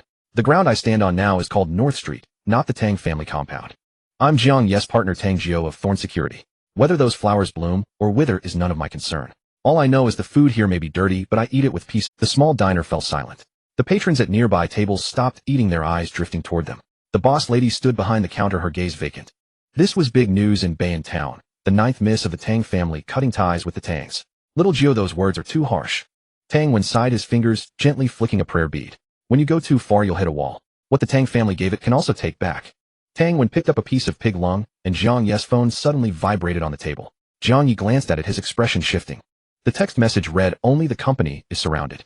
Busy with business master Jiang." Tang Wen put the lung into his mouth, chewing slowly. "You see cause and effect. Doesn't it come quickly?" The night on North Street was bitterly cold. A van lurked in the shadows of an alley. A window slid down a crack and smoke curled outward through the gap, only to be driven back by the biting wind. "Captain Wei, how much longer do we have to watch?" Xiao Ma sat in the passenger seat, clutching a jianbing. "We've been parked at the entrance for 2 hours now." In this freezing weather, even Song Lang wouldn't come out for a midnight stroll. Wei Dong stared through the windshield, saying nothing. In his mind, the image of Jiang Ye's back from that afternoon replayed over and over. He was young, his shoulders taut with tension. It wasn't his looks. It was his stance, the vigilance of someone poised to strike. Too much like the silhouette had seen in that abandoned chemical. "Xiao Ma," Wei Dong suddenly spoke. "Have you looked into Song Lang?" Xiao Ma froze for a moment, then instinctively put down his jianbing. "I've read the files," Xiao Ma nodded. "The record marks him as extremely dangerous. He was an instructor for the Zhou family's secret forces in Sector 7, imprisoned in the Chuanfu maximum security prison for certain reasons. Later, during his transfer to the 10th Special Zone, the prison convoy was ambushed and he escaped." Xiao Ma's voice dropped. "That mission cost the lives of several brothers in our..." Wei Dong shoved the cigarette into his mouth and took a fierce drag, the ember flickering between his fingers. "A Liang died right beside me." He pointed to his temple. "Right here." The bullet went through. Hot red and white splattered half my face. Xiao Ma shuddered. "A Liang's wife worked in our bureau too, in logistics. She was a quiet girl, always spoke softly. She was close to giving birth, then her belly round and pointed. The senior sisters in the team all said it would be a boy." Wei Dong stubbed out his cigarette in a tin can stuffed with butts. "I accompanied her to claim the body that day. I didn't lift the white cloth, afraid it would scare her and affect the baby. She just reached through the cloth and touched a Liang's exposed hand. No tears, no fuss. When she left, she bowed to me and said, 'Captain Wei, sorry for the trouble.'" Wei Dong pulled out another cigarette. His hands trembled. It took 2 tries to light it. The next morning at the Security Bureau's family compound, she wore her wedding red and jumped from the 4th floor. 2 lives, 1 death. Smoke rose, blurring Wei Dong's face. "Every time I close my eyes, I see that pool of blood. Now the bastard who caused all this, that scar-faced beast, is wandering right under my nose. How can I pretend not to see?" Xiao Ma's eyes reddened. He opened his mouth to say something comforting, but found all words hollow in the face of such heavy death. "Captain Wei." Xiao Ma sniffled, changing the subject. "There's something I've never understood. I checked the map. Chuanfu is in the far west of the Hua district, while our 10th sector is on the southern border, what used to be called the Dianguiwei region before the era. With all those winding roads and no easy routes, it's over 2,000 kilometers of uninhabited and undeveloped zones. Why go to all the trouble of shipping a death row prisoner?" It was an extremely abnormal transfer. Normally, heavy criminals were held or executed locally. Transporting 1,000s of kilometers was risky and costly. "I'm looking into it too." Wei Dong exhaled a smoke ring and turned to gaze at the building outside. "The higher-ups have sealed the information, not a hint has leaked. But I found a clue. Qin Yuan also came from Sector 7. "Qin Yuan?" Xiao Ma exclaimed. "That disgraced council candidate from Red Slope." "Right." Wei Dong nodded. "Qin Yuan is from Sector 7, and so is Song Lang. They might not be in cahoots, but they're definitely tied to the same rope. And now one end of that rope is linked to Jiang Ye." That was why Wei Dong was so fixated on Jiang Ye, a young nobody scraping by in the undeveloped zones with no... Xiao Ma had scoured the population databases of all 4 sectors in the police system, but couldn't find a single trace of Jiang Ye. In this chaotic era, unregistered people... But Jiang Ye was different. In just a few months, he had rallied a group of several hundred. More importantly, he navigated multiple factions, with ease, playing both sides. A man like that had secrets buried in him. Either he was a pawn inserted by some force to stir the stagnant waters of the 10th sector, or he was the key to unlocking all mysteries. The phone rang. Wei Dong glanced at the screen and answered. "Director He." "Old Wei, hard day today. Where are you now?" He Jiangwo's voice came through, accompanied by the soft sound of tea being blown. The comfort of sitting in a temperature-controlled office holding a purple clay teapot stood in stark contrast to the biting cold. "Bei in town on a case. The Wang Fatty case." "Yes." There was a few seconds of silence on the line, followed by the click of a lighter. "Old Wei, this case can wait." He Jiangwo exhaled smoke, his tone carrying the typical bureaucratic detachment. Wei Dong's brow furrowed. "What do you mean?" "The leads just connected. Song Lang might be hiding. I'm telling you to pull back." He Jiangwo's voice suddenly turned stern, then softened. "Old Wei, go. You've been in the Security Bureau for 20 years, and you still have no sense of the situation. Qin Yuan is finished now." He Jiangwo spoke earnestly. "When the wall falls, everyone pushes. After the Red Slope incident, Qin Yuan is a rat crossing the street, barely able to save himself. Since he's about to fall, does it still matter whether Wang Fatty died, or how?" He Jiangwo's words were blunt. In this circle, black and white were never clearly defined. There were no eternal enemies, only eternal interests. When Qin Yuan was in power, investigating Wang Fatty was a political task, a favor to Councilman Qin. Now that Song Gang had risen, pursuing the case was a sign of disrespect and affront to the new power. A case that brings no reward if solved, and only offends people if it isn't. Can't you see that? Wei Dong's knuckles were white as he gripped the phone. Those are lives. Murder must be avenged. That's the law. Heh. Jiang Ye laughed, a mix of helplessness and sarcasm. Old Wei, let me tell you, the greatest law in this world is the situation. Councilman Song just called the bureau specifically praising our quick response. Tomorrow he has a campaign rally in Jiangbei district, and he wants to see our top-level police deployment. Do you understand? Jiang Ye paused, softening his tone. Old Wei, don't be stubborn. Councilman Song has a good impression of you. The deputy director position has been vacant for half a year. Wei Dong listened, feeling a tightness in his chest. He thought of Liang's unclosed eyes, the graceful figure jumping from the fourth floor, the scar that haunted his dreams. Deputy director. Promotion. Screw that. Jiang Ye, Wei Dong said, using his full name. Keep that deputy director spot for someone who knows how to lick boots. I don't have the tongue for it. You? Wei Dong. Are you rebelling? Jiang Ye's enraged voice came through. I'm a stubborn man. If no one pays the debt for Liang and the brothers, I'll collect it myself. Wei Dong stared at the Jingshan security building. This case, I'm seeing it through. They'll get Song Lang if it's the last thing I do. Not even Jesus can save him. You? Beep. Wei Dong hung up. He didn't want to hear any more bureaucratic nonsense, so he turned off his phone and tossed it into the back seat. Xiaoma sat beside him, face pale. Captain Wei, if we do this, won't we get targeted back at the bureau? Director, he has a petty streak. Better to be targeted than to live with a guilty Wei Dong adjusted his seat and lit another cigarette. If this uniform stops me from catching the killer and turns me into a watchdog for the rich and powerful, then I don't need it. He'll take off the badge and settle it with a blade myself. Xiaoma looked at Wei Dong, a surge of warmth rising in his chest. He was afraid, but he admired his captain even more. This was his leader, a legend in the major crime. Captain Wei, I'm with you. Xiaoma gritted his teeth and took a huge bite of his cold jianbing. Wei Dong chuckled softly, then froze mid-motion. What's that? He squinted at the rearview mirror. Xiaoma followed his gaze and turned around. The light at the alley entrance suddenly dimmed. At the end of the street, a dense mass of figures approached silently. Red cloth strips were tied to their left arms, and they carried machetes, steel pipes, or pickaxe handles. The rustling of hundreds of shoes against the ground created a suffocating silence. Damn! Whose men are these? Xiaoma instinctively ducked down. This scale must be over 300 people. It's a gang turf war. The vendor who had been hawking his wares by the roadside didn't even have time to bank the coal fire on his cart. He pushed it and scurried into a dark alley nearby. The street, bustling with noise just half a minute ago, was now empty, leaving only the cold wind swirling trash across the ground. Wei Dong stared at the group of men. At the front were dozens of burly thugs in black leather jackets, all wielding chopping knives, clearing the way. In the middle, they shielded several leaders, while a large entourage of underlings trailed behind, dragging steel pipes along the concrete floor. They were from the Tang family. In Bayan Town, when the Tang family conducted business, all others were to keep their distance. This was a rule forged in blood over decades. They're heading for Thorn Security. Wei Dong made his judgment. Should we intervene? Xiaoma's voice trembled. Intervene in a brawl of this scale? With your 6-bullet pop gun or my wrinkled old face? Wei Dong lit another cigarette and took a deep drag. In the pending development zone, this is the rule. Since they chose this path, whether they are beaten to death or beat others to death, it's fate. He stared at the Thorn Security building. Jiang Ye, that unfathomable young man. Faced with this situation, what would he do? Would he beg for mercy on his knees, or? The crowd reached the entrance of Thorn Security. The leading man raised his chopping knife and bellowed at the gate. Listen up. The Tang family is conducting business. Anyone who doesn't want to die, get the hell out. In Bayan Town, there's nothing the Tang family can't handle. Before he could finish, creak. The large iron gate on the first floor of Thorn Security slowly slid open. There was no panic, no desperate barricading of the doors. Li Sheng stepped out wearing a camouflage vest, a half-smoked cigarette dangling from his lips, and carrying a meter-long rebar. This thing was a devastating weapon in street fights. A single blow could tear flesh and break bones, leaving shattered fragments in its wake. Behind him emerged 40 veterans from the former Black Shield Security, led by Ho Liang. They all carried standard-issue entrenching tools and batons. Their eyes were sharp and cold, bearing the calm of those who had truly seen blood and taken lives. Behind them came the 100 or so new recruits. Though still tense, their faces flushed and necks red, they gripped their chopping knives with trembling hands. But they did not retreat. Because they knew their livelihood was at stake.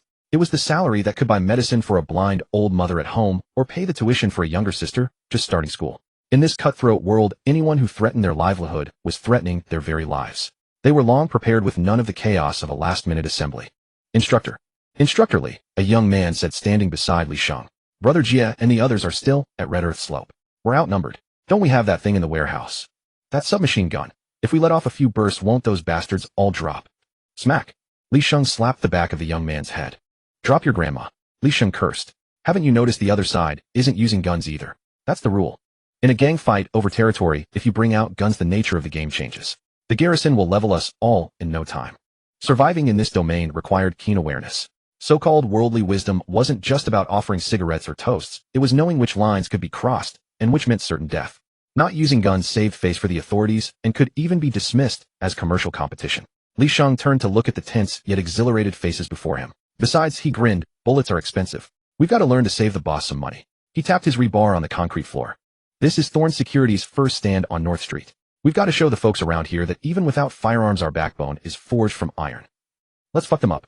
The young man fired up by the rogue spirit howled. The bald, burly man opposite, clearly not expecting them to open the door and fight, hesitated before letting out a sinister laugh. Anyone who doesn't want to die, kneel down now, kowtow 3 times and crawl between my legs. He'll be magnanimous and let you go. Otherwise, not even a rat in this building will survive. Ho Liang spat out his cigarette butt and cursed. Where the hell do you get all these opening lines? If you want to chat, go home to your mother. Kill the bastard. These retired soldiers were rogues in the barracks. Oh, out of uniform, they were professional bodyguards in suits, but with knives in hand, they became suited thugs. Clang. The two tides of humanity collided in the square before Thorn Security's gate. Li Sheng charged ahead, swinging his rebar in a full arc. Bam! A thug from the opposite side, charging at the front, didn't even have time to scream before the rebar slammed into his shoulder. He was hurled sideways 2 meters, his shoulder collapsing inward on landing. A comminuted fracture. The veterans displayed exceptional tactical discipline. They didn't swarm all at once, but formed small combat units back-to-back in groups of 3 or 5. Fuck your mother. Li Sheng kicked another man over and roared, Liangzi. Find the boss. Left flank. Break their formation. Ho Liang didn't need the order, his entrenching tool moved with deadly precision. Its edges were honed razor-sharp, digging, chopping, slashing, slapping. Every move lethal, yet aimed away from vital spots. Not to kill, but to cripple. A Tang family thug swung his knife. Ho Liang sidestepped, then swung his tool back, smashing the flat side into the man's knee joint. Crack. The sound of a shattered patella. The man screamed and collapsed, his body lurching forward. Ho Liang followed up with a vicious Muay Thai knee strike to the man's chin. Uffed. The man's jaw dislocated, his eyes rolled back, and he passed out. If the veterans fought with discipline, then Chun Chong and the North Street locals fought with dirty tricks and reckless abandon. Chun Chong stripped to the waist, the dragon tattoo across his chest seeming to writhe with his muscle movements. He never fought fair. He grabbed a handful of lime powder and, seizing the moment, flung it into the face of an opponent. Oh, my eyes. As the man clutched his face and screamed, Chun Chong's steel pipe went for his crotch and head. Fuck. Dare to cause trouble on North Street. Let you know who's your grandpa. Chun Chong's eyes were bloodshot, fighting with utter abandon. At the edge of the battle there was a thin, small figure. It was Jiang Ye too. The kid was only 15 or 16, skinny as a monkey, looking especially frail among the... A burly man over 6 feet tall charged over and kicked him in the stomach. Get lost, you little bastard. Uffed. Jiang Ye too rolled twice on the ground, blood trickling from the corner of his mouth. The man turned to attack someone else. In his eyes, a single kick was enough to put down a kid like that. Hardly worth finishing off. But the next second the man's steps faltered. A thin, dry hand grabbed his ankle. The man looked down. The kid on the ground, blood seeping from his lips. I won't leave. Hey there, you're quite stubborn, aren't you? As the burly man was about to swing his blade, the wretched bone suddenly sprang up from the ground and lunged directly into his embrace. He wielded no long blade, only a sharpened iron shard no longer than a finger's length. Thud, thud, thud. The wretched bone tightly wrapped one arm around the burly man's neck, while his other hand frantically stabbed at unprotected areas like the inner thigh and ribs. His movements were swift and ruthless. Oh, let go. You mad dog. Let go. The man screamed in agony, smashing his knife handle against the wretched bone's back. But the wretched bone clung to him like a parasite, refusing to release his grip. The burly man, driven mad by the searing pain, dropped his blade and tore at the wretched bone's hair and ears with both hands. Half of the wretched bone's scalp was torn, oozing droplets of blood, and his ear felt as if it were about to be ripped off entirely. Yet he uttered not a single sound.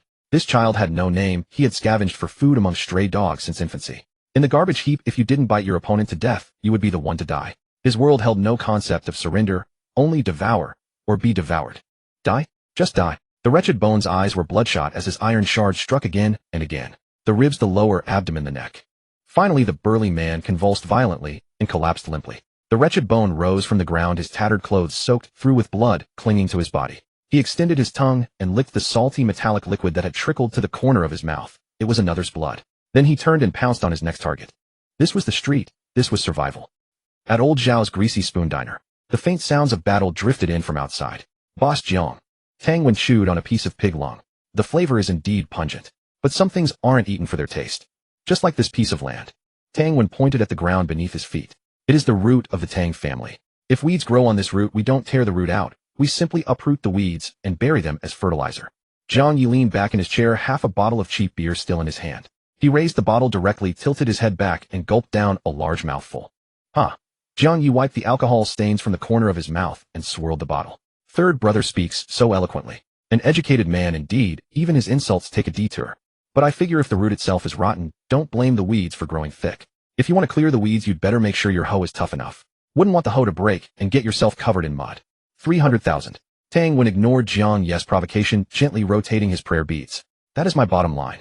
The security company, I can let you keep it. As long as you obey, there will still be a place for you at the Tang family table.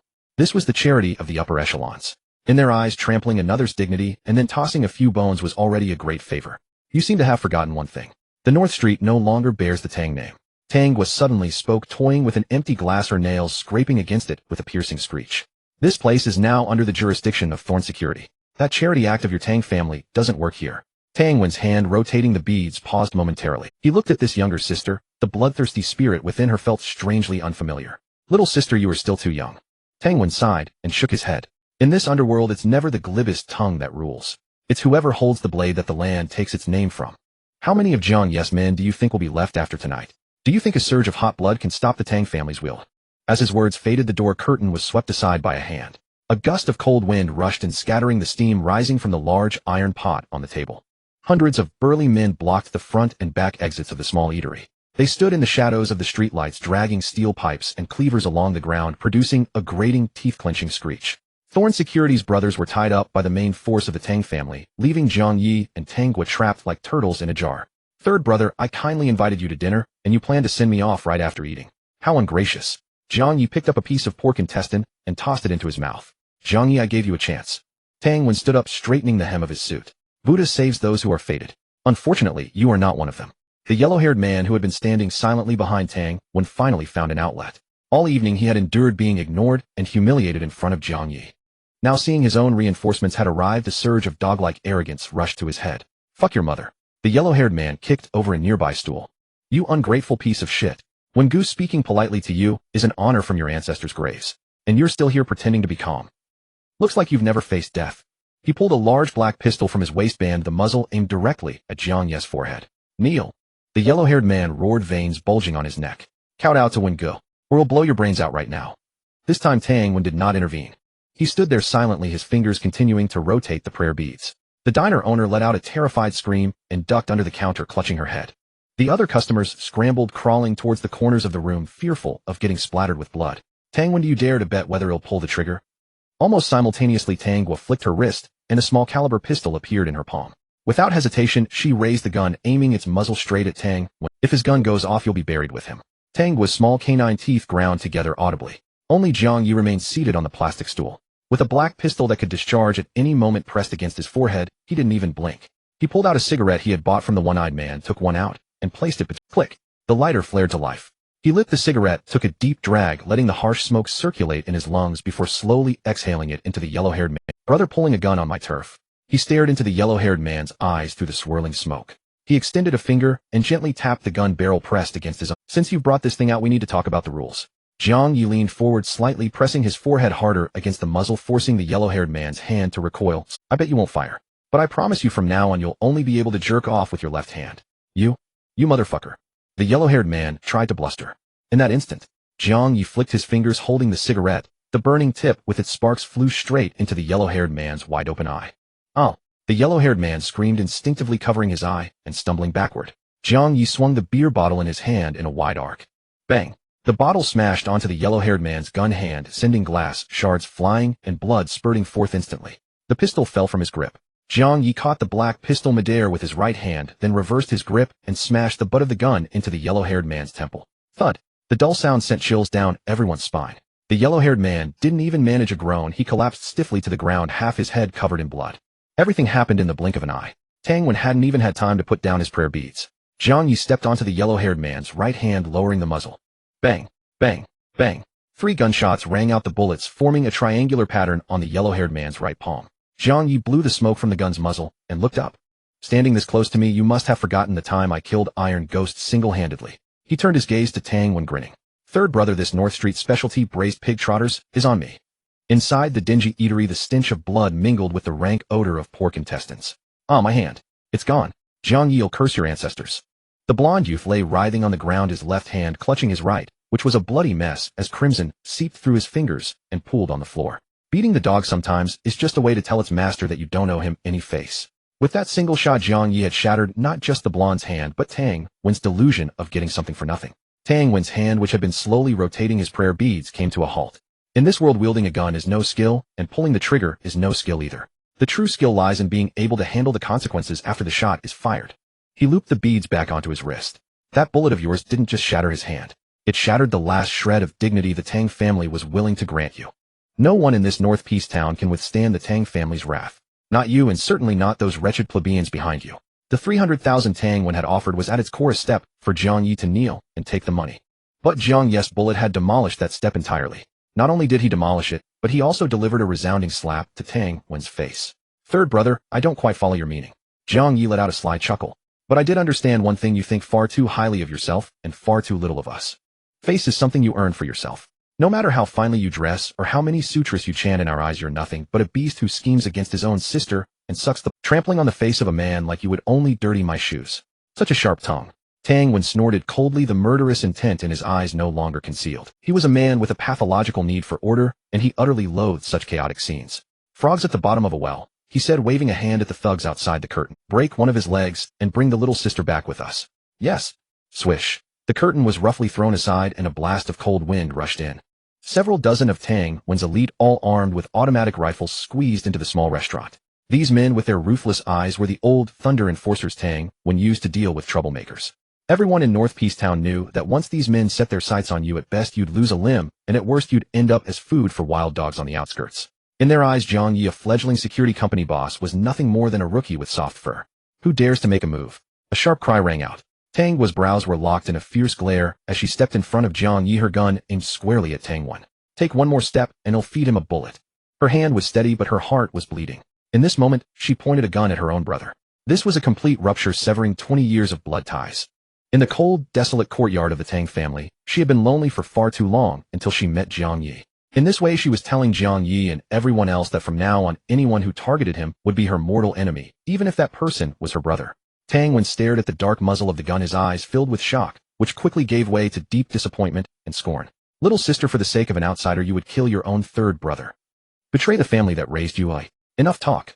Tang Wen shouted, her eyes red-rimmed. Tell your men to back off, or I swear I'll pull this trigger. Jiang Ye suddenly placed a hand on Tang Wen's shoulder and gently pulled her behind him. Silly girl. Where's the sense in letting a woman stand in front? A weak scholar who only knows how to play with prayer beads isn't worth dirtying your hands over. Jiang Ye reached out and ruffled Tang Wen's hair. Be a good girl and stand back. Watch how a real man handles things. Let him see how this frog at the bottom of a well can punch a hole right through the sky. Tang Wen's eyes turned icy.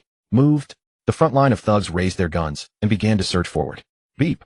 A sharp whistle cut through the air. It wasn't a police whistle nor the bugle call of any regular army unit. It was the tactical whistle Li Sheng had blown countless times on the training ground. One long blast followed by two shorts, the signal for rally and counterattack. Then, thump, thump, thump. The sound of combat boots pounding against the concrete floor echoed from outside. The smile on Tang Wen's face froze for an instant. The light from the doorway was blocked. Li Sheng led the charge, his coat drenched in blood and a fresh gash marring one side of his face. In his hand, he held a meter-long steel rebar, still clinging to scraps of someone's flesh and skin. Behind him were over 50 brothers, all bearing wounds. Ho Yang Chin Chong, and that stubborn bastard whose face was a mask of blood. The oppressive aura of men who had just fought their way out of a bloody melee instantly overwhelmed the armed thugs inside the eatery. 150 men against 300. Yet they had forcefully broken through the Tang family's defenses and sealed off the entire street. Tang Wen stared at the sea of faces outside the door, his brow twitching. How is this possible? I left 300 men at the company gate. Li Sheng, a cigarette dangling from his lips, flashed a ferocious grin. Third young master, I've heard so much about you. Li Sheng spat out the stub of his cigarette. Those 300 men you brought were far too easy to deal with. A bunch of weaklings, they were down before they even got warmed up. Though Li Sheng spoke as if it were nothing, Jiang Ye could see the truth clearly. 150 men breaking through the encirclement of 300. These brothers had truly put their lives on the line to back him up. Tang's men fought for a paycheck. Thorn's men fought for their very survival. This difference in will was the cause that Tang Wen in all his calculations could never account for. The tables had turned. The tiny old Zhao's braised food shop had become the eye of the storm. In the center were Tang Wen and his dozens of elites, outside were Li Sheng and his 50-man suicide squad, and at the very core were Jiang Ye and Tang Gua. A rat in a trap. Who was the rat, and who was the trap was now crystal clear. Tang Wen, a man who had seen many storms, did not panic despite the loss of control. He slowly removed his glasses, took a handkerchief from his pocket, and meticulously cleaned the lenses. Jiang Ye, are you declaring an all-out war with the Tang family? Tang Wen put his glasses back on and fixed a cold stare on Jiang Ye. If this escalates, the entire North Street will run with blood tonight. Can you handle the consequences? Whether I can handle it or not is a worry for tomorrow. Jiang Ye walked step by step toward Tang Wen. I'm not one for long-term plans. I live for the moment, drinking today's wine while it lasts. Jiang Ye stopped right in front of Tang Wen, their faces less than 10 centimeters apart. One was a wolf in sheep's clothing and a suit and tie, the other was a wild rogue wolf from the wolf. Third brother, if I were to keep you here tonight, do you think old Master Tang would be willing to sit down and negotiate a price for his precious son? You wouldn't dare touch me. Tang Wen's eyes narrowed. Slap. A sharp, crisp sound rang out. Without warning, Jiang Ye raised his hand and delivered a vicious slap to Tang Wen's face. Tang Wen's wire-rimmed glasses flew off, and 5 distinct finger marks instantly bloomed on his cheek. A deathly silence fell over the room. Even Li Sheng was taken aback. Tang Wen stood there, stunned, his hand covering his cheek as he stared at Jiang Ye in disbelief. Are you awake now, third brother? Jiang Ye shook his numb hand. North Street is now under my command. He placed one foot on a nearby stool, leaned forward, and jabbed a finger at Tang Wen's chest. As long as the price is right, I'd make even the king of hell himself get down on his knees and sing me a song of surrender. Outside the door curtain, the cold wind howled fiercely. The group of henchmen brought by Tang Wen was thrown into complete disarray. In their perception, Tang Wen was an unattainable idol looming above them.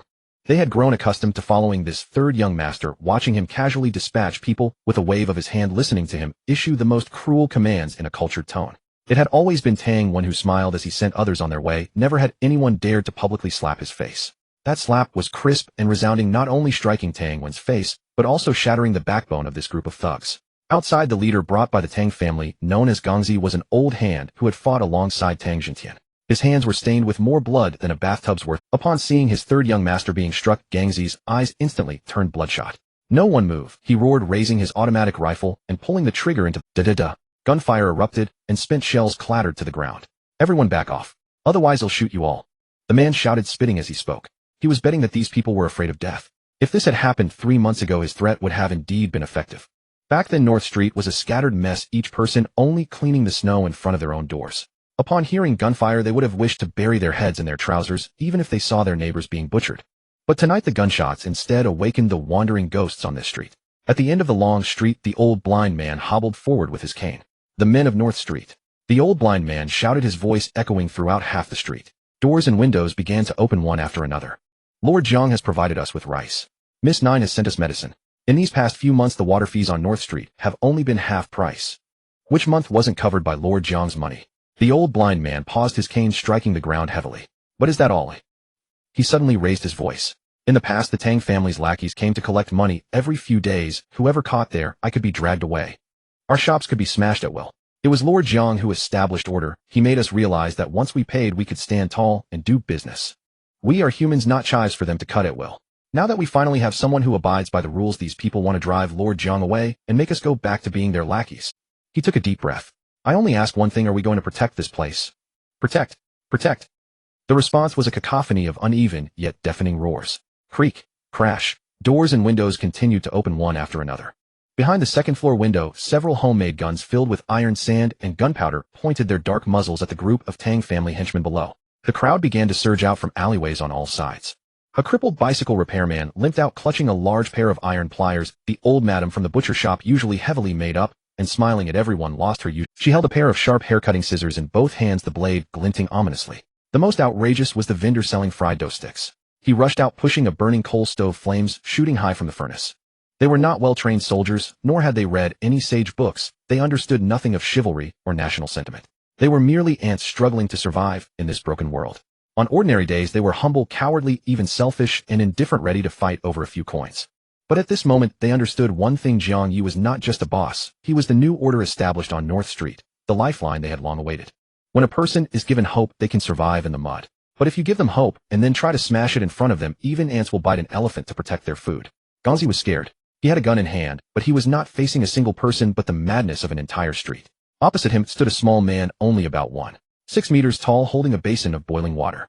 Hot water splashed out, scalding his hand, yet he seemed oblivious, staring unblinkingly at Gangzi. Anyone who dares to step forward, I will scald him with boiling water. That reckless demeanor instilled fear in this group of thugs who were used to bullying the weak and fearing the strong. This was the embryonic form of a people's war. It was also a calculation that all upper-class elites could never fathom. Those who are barefoot are never afraid of those who wear shoes. Tang Wen could kill Jiang Ye, could kill Li Sheng, but would he dare to shoot down these hundreds of defenseless civilians in the public eye? Now was a crucial moment for the planning of the new area in Bayantown, where the Tang family had invested countless efforts and immense funds. Once this first step was taken, it would be a crime against humanity.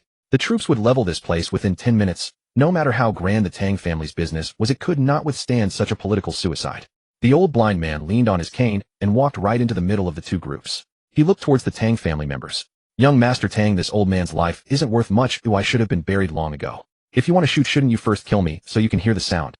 Just right, it saves me the coffin money. The wind stirred the dry leaves on the ground, swirling in the open space between the two sides. At the intersection, a figure appeared, strikingly out of place. The one-eyed dragon sat in a wheelchair, desperately gripping the wheel in an attempt to push himself forward. Who dares to touch Lord Jiang? I'll fight him with my life. His wife stood behind him, trembling all over, yet holding up a half-brick high. The text message alert Jiang Ye received was sent by the one-eyed dragon. Li Sheng could gather so quickly, and the old blind man could arrive in time, all thanks to his secret. This was not just about choosing sides, it was a gamble with one's head on the line. The one-eyed dragon understood better than anyone what kind of behemoth the Tang family was, a mountain pressing down on Bayantown for decades. By acting this way today, he would have completely offended the Tang family with no way to turn back. But he also knew he was a traitor. If Jiang Ye fell today, the Tang family would exact revenge, and his fate would undoubtedly be death. The Tang family would never allow a witness to Jiang Ye's mercy to live. Only with Jiang Ye alive could he find a glimmer of hope in the cracks. He was a scoundrel, a petty man who knew how to play both sides. But even a petty man has his own survival wisdom. Lord Jiang, my worthless life as the one-eyed dragon is on the line today. The one-eyed dragon roared, anyone who wants to touch you will have to roll over me in this wheelchair. His words were tragic, and coupled with his crippled appearance, they added a touch. Inside the shabby restaurant, Tang put on a pair of glasses with a broken corner. Through the cracked lens, he looked at the dark crowd outside, at those commoners he usually regarded as trash who were now forming a wall. His expression finally changed. From being high and mighty, it turned to a shade of iron gray, as if he had swallowed a fly. Third brother. Jiang Ye's voice came at the right moment. Didn't you say it was better to chant your sutras at home? Why come here to show off? Now look. Jiang Ye spread his hands. You really overdid it. Tang Wen looked at Jiang Ye, forcibly suppressing the anger and humiliation in his chest. He was a person of great ambition, and also an extremely rational individual. Jade artifacts should not clash with earthen pots.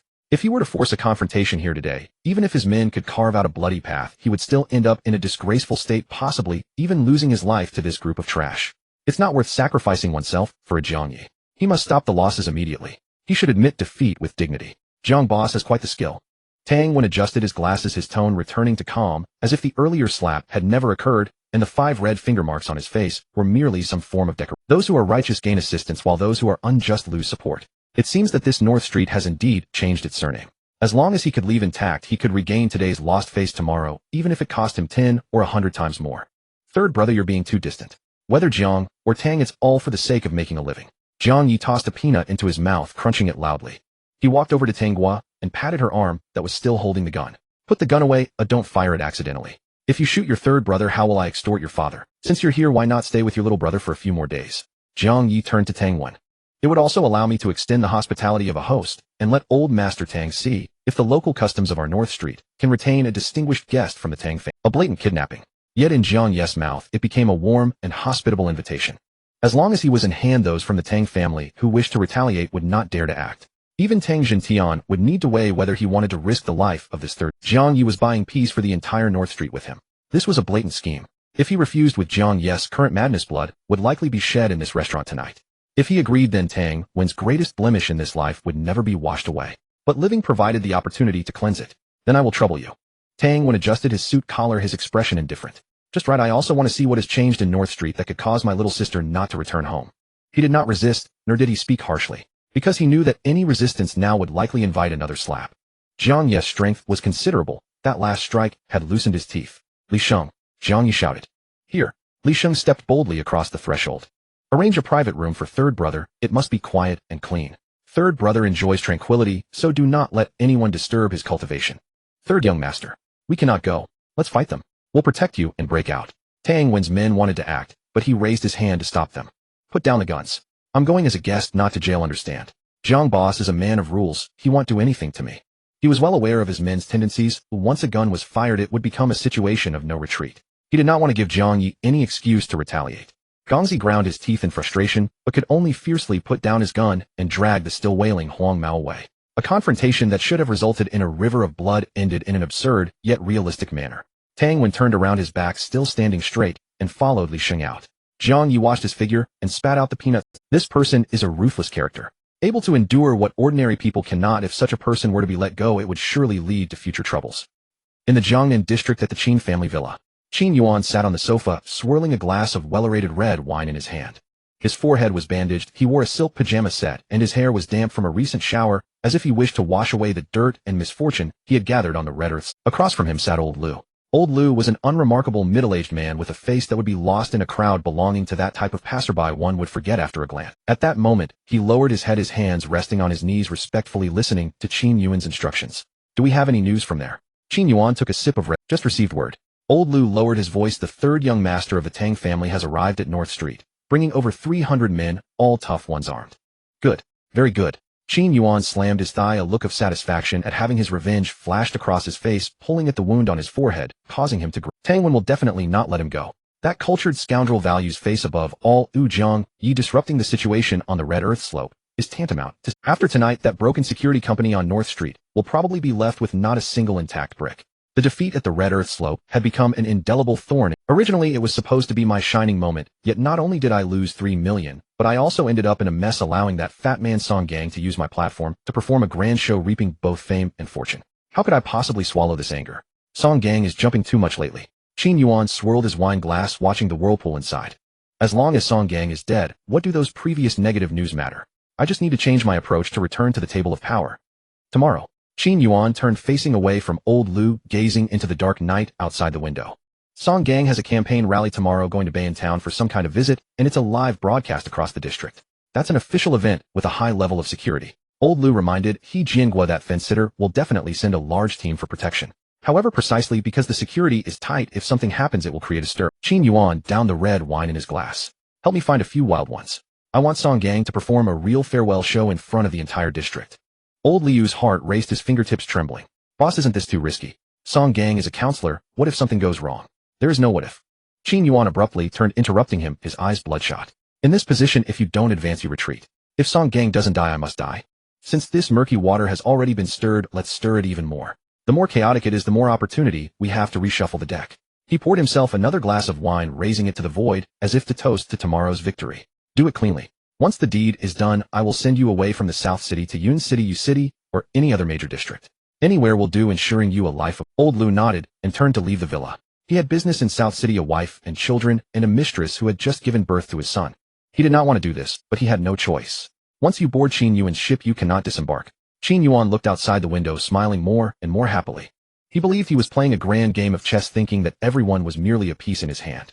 Little did he know, in that fly-infested restaurant on North Street, the chessboard had already been overturned. At that moment, far away in the basement of North Street, Tang Wen was staring at a bowl of boiled cabbage, adjusting his cracked glasses.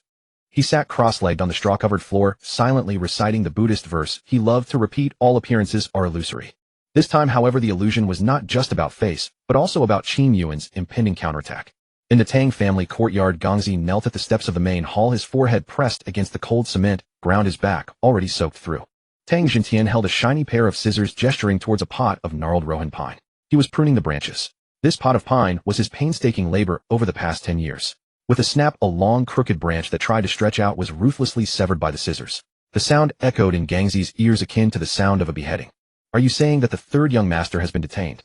Tang Jintian did not turn around, his tone flat. Gongzi swallowed hard, his throat dry. Yes. That rascal Jiang Ye. He slapped the third young master's face and blocked all our brothers in the alley. The third young master stayed behind voluntarily to prevent our brothers. Voluntarily stayed behind. Tang Jintian paused his actions and turned around. With over 300 men armed, he was beaten back by more than 100 peasants. Gongzi, have you gotten too comfortable these past few years? Has your bone become soft from all the fat?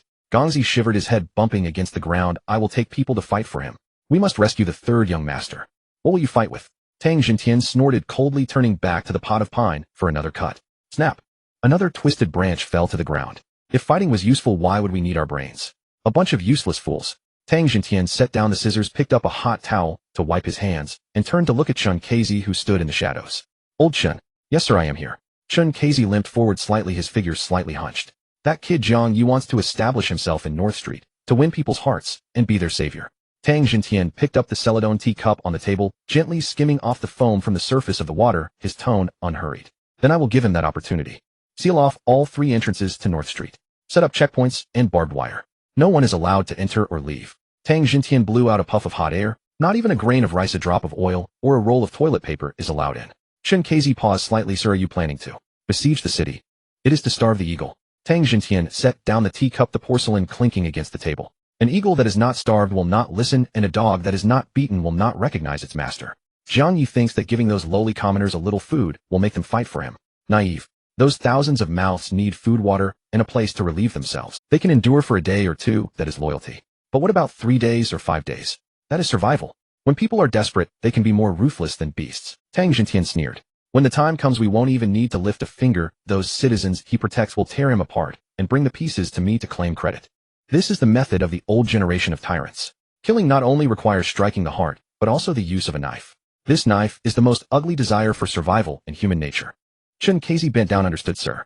The 9th young lady is also inside. What if? Tang Jintian shot him a glance, his expression cold. Since she chose that path, she must be prepared. The Tang family does not support those who bite the hand that feeds them. Chen Kaizi's heart tightened. Yes, I will take care of it right away. Furthermore, Tang Jintian added, let this news spread so that those commoners know that their suffering now is all due to this great benefactor Jiang. Understood. Chen Kaizi replied and limped out. Gongzi remained kneeling straight on the ground. You can leave too. Tang Jintian waved his hand and picked up the scissors again. Tell the people below to keep their eyes peeled. Anyone who dares to accept money and let things in will be chopped up and fed to the dogs. Gongzi felt as if he had received a pardon and scrambled away. The hall returned to silence, leaving only the crisp sound of scissors trimming branches and leaves. The corridor twisted and turned with red lanterns swaying in the night breeze. Chen Kaizi walked slowly, each step seeming a bit laborious. The old master intends to use Jiang Ye's hand to refine the temperament of the 3rd young master, and also to use the 3rd young master to test Jiang Ye's depth. In this wealthy family there is no such thing as benevolent fathers and filial sons, only calculations. He stopped in front of 4th Madame Duan Hong's courtyard. Housekeeper Chen. Duan Hong's personal maid Xiao Chui was coming out with a basin of foot wash water. Upon seeing Chen Kaizi, she greeted him obediently. Is 4th Madame resting? Chen Kaizi's eyes darted. Responding to housekeeper Chen, the madam is reading in the inner room. Chen Kaizi nodded as if to himself, then sighed. Alas, the weather is about to change. Chen Kaizi sighed and shook his head. The 3rd young master had an incident in North Street and was detained by Jiang Ye. The old master has become furious and intends to seal off the entire North Street, claiming he wants to suffocate the people inside. Both palms and backs of hands are meat. This disaster the 3rd young master is likely to suffer. After speaking, he did not wait for Xiao Chui to respond and walked away with his hands behind his back. Xiao Chui was a clever person, having stayed by 4th Madame's side for so many years. She had long cultivated a delicate heart. She watched Chen Kaizi's back, then quickly splashed the foot wash water into the flower bed and hurried into the inner room. Duan Hong was wearing a nightgown sitting in front of the vanity. Although she was nearly 50, she was well maintained. She was carefully massaging her neck with an expensive essential oil. Madam. Xiao Chui hurried in and firmly closed the door. What's the matter? In such a rush? Duan Hong looked at herself in the mirror, her tone lazy. Housekeeper Chen just passed by and muttered a few words at the door. Xiao Chui leaned close to Duan Hong's ear, recounting Chen Kaizi's words with embellishments. Duan Hong's fingers paused in their massage. The 3rd young master has been detained. Duan Hong put down the bottle of essential oil. That rascal Jiang Ye really is a hot-headed fool, daring to touch anyone. He and that crazy girl truly are a match made in heaven. Madam, what should we? Where is Xiao Feng? Duan Hong interrupted the maid's words. 4th young master just returned from outside. Duan Hong's lips curled slightly. His 3rd brother is in trouble. As a younger brother, he must be feeling distressed.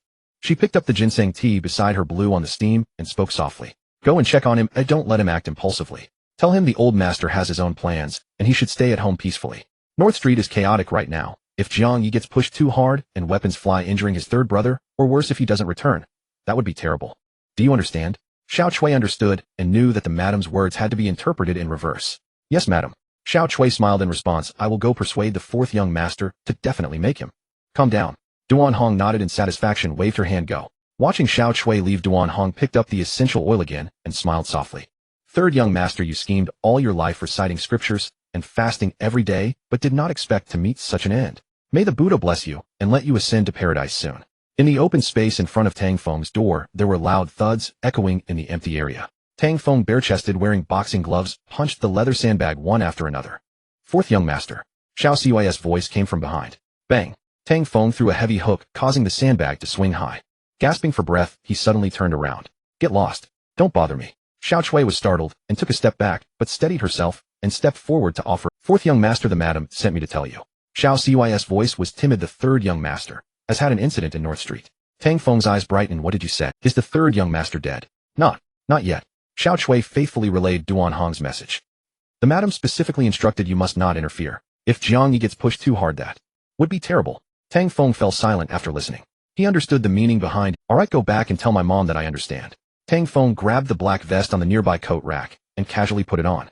"Third brother, you just stay there and be a good guest and don't rush to come back." Tang Feng looked toward North Street. "When you cool down, I will definitely give you a grand funeral so you can talk about karma even underground."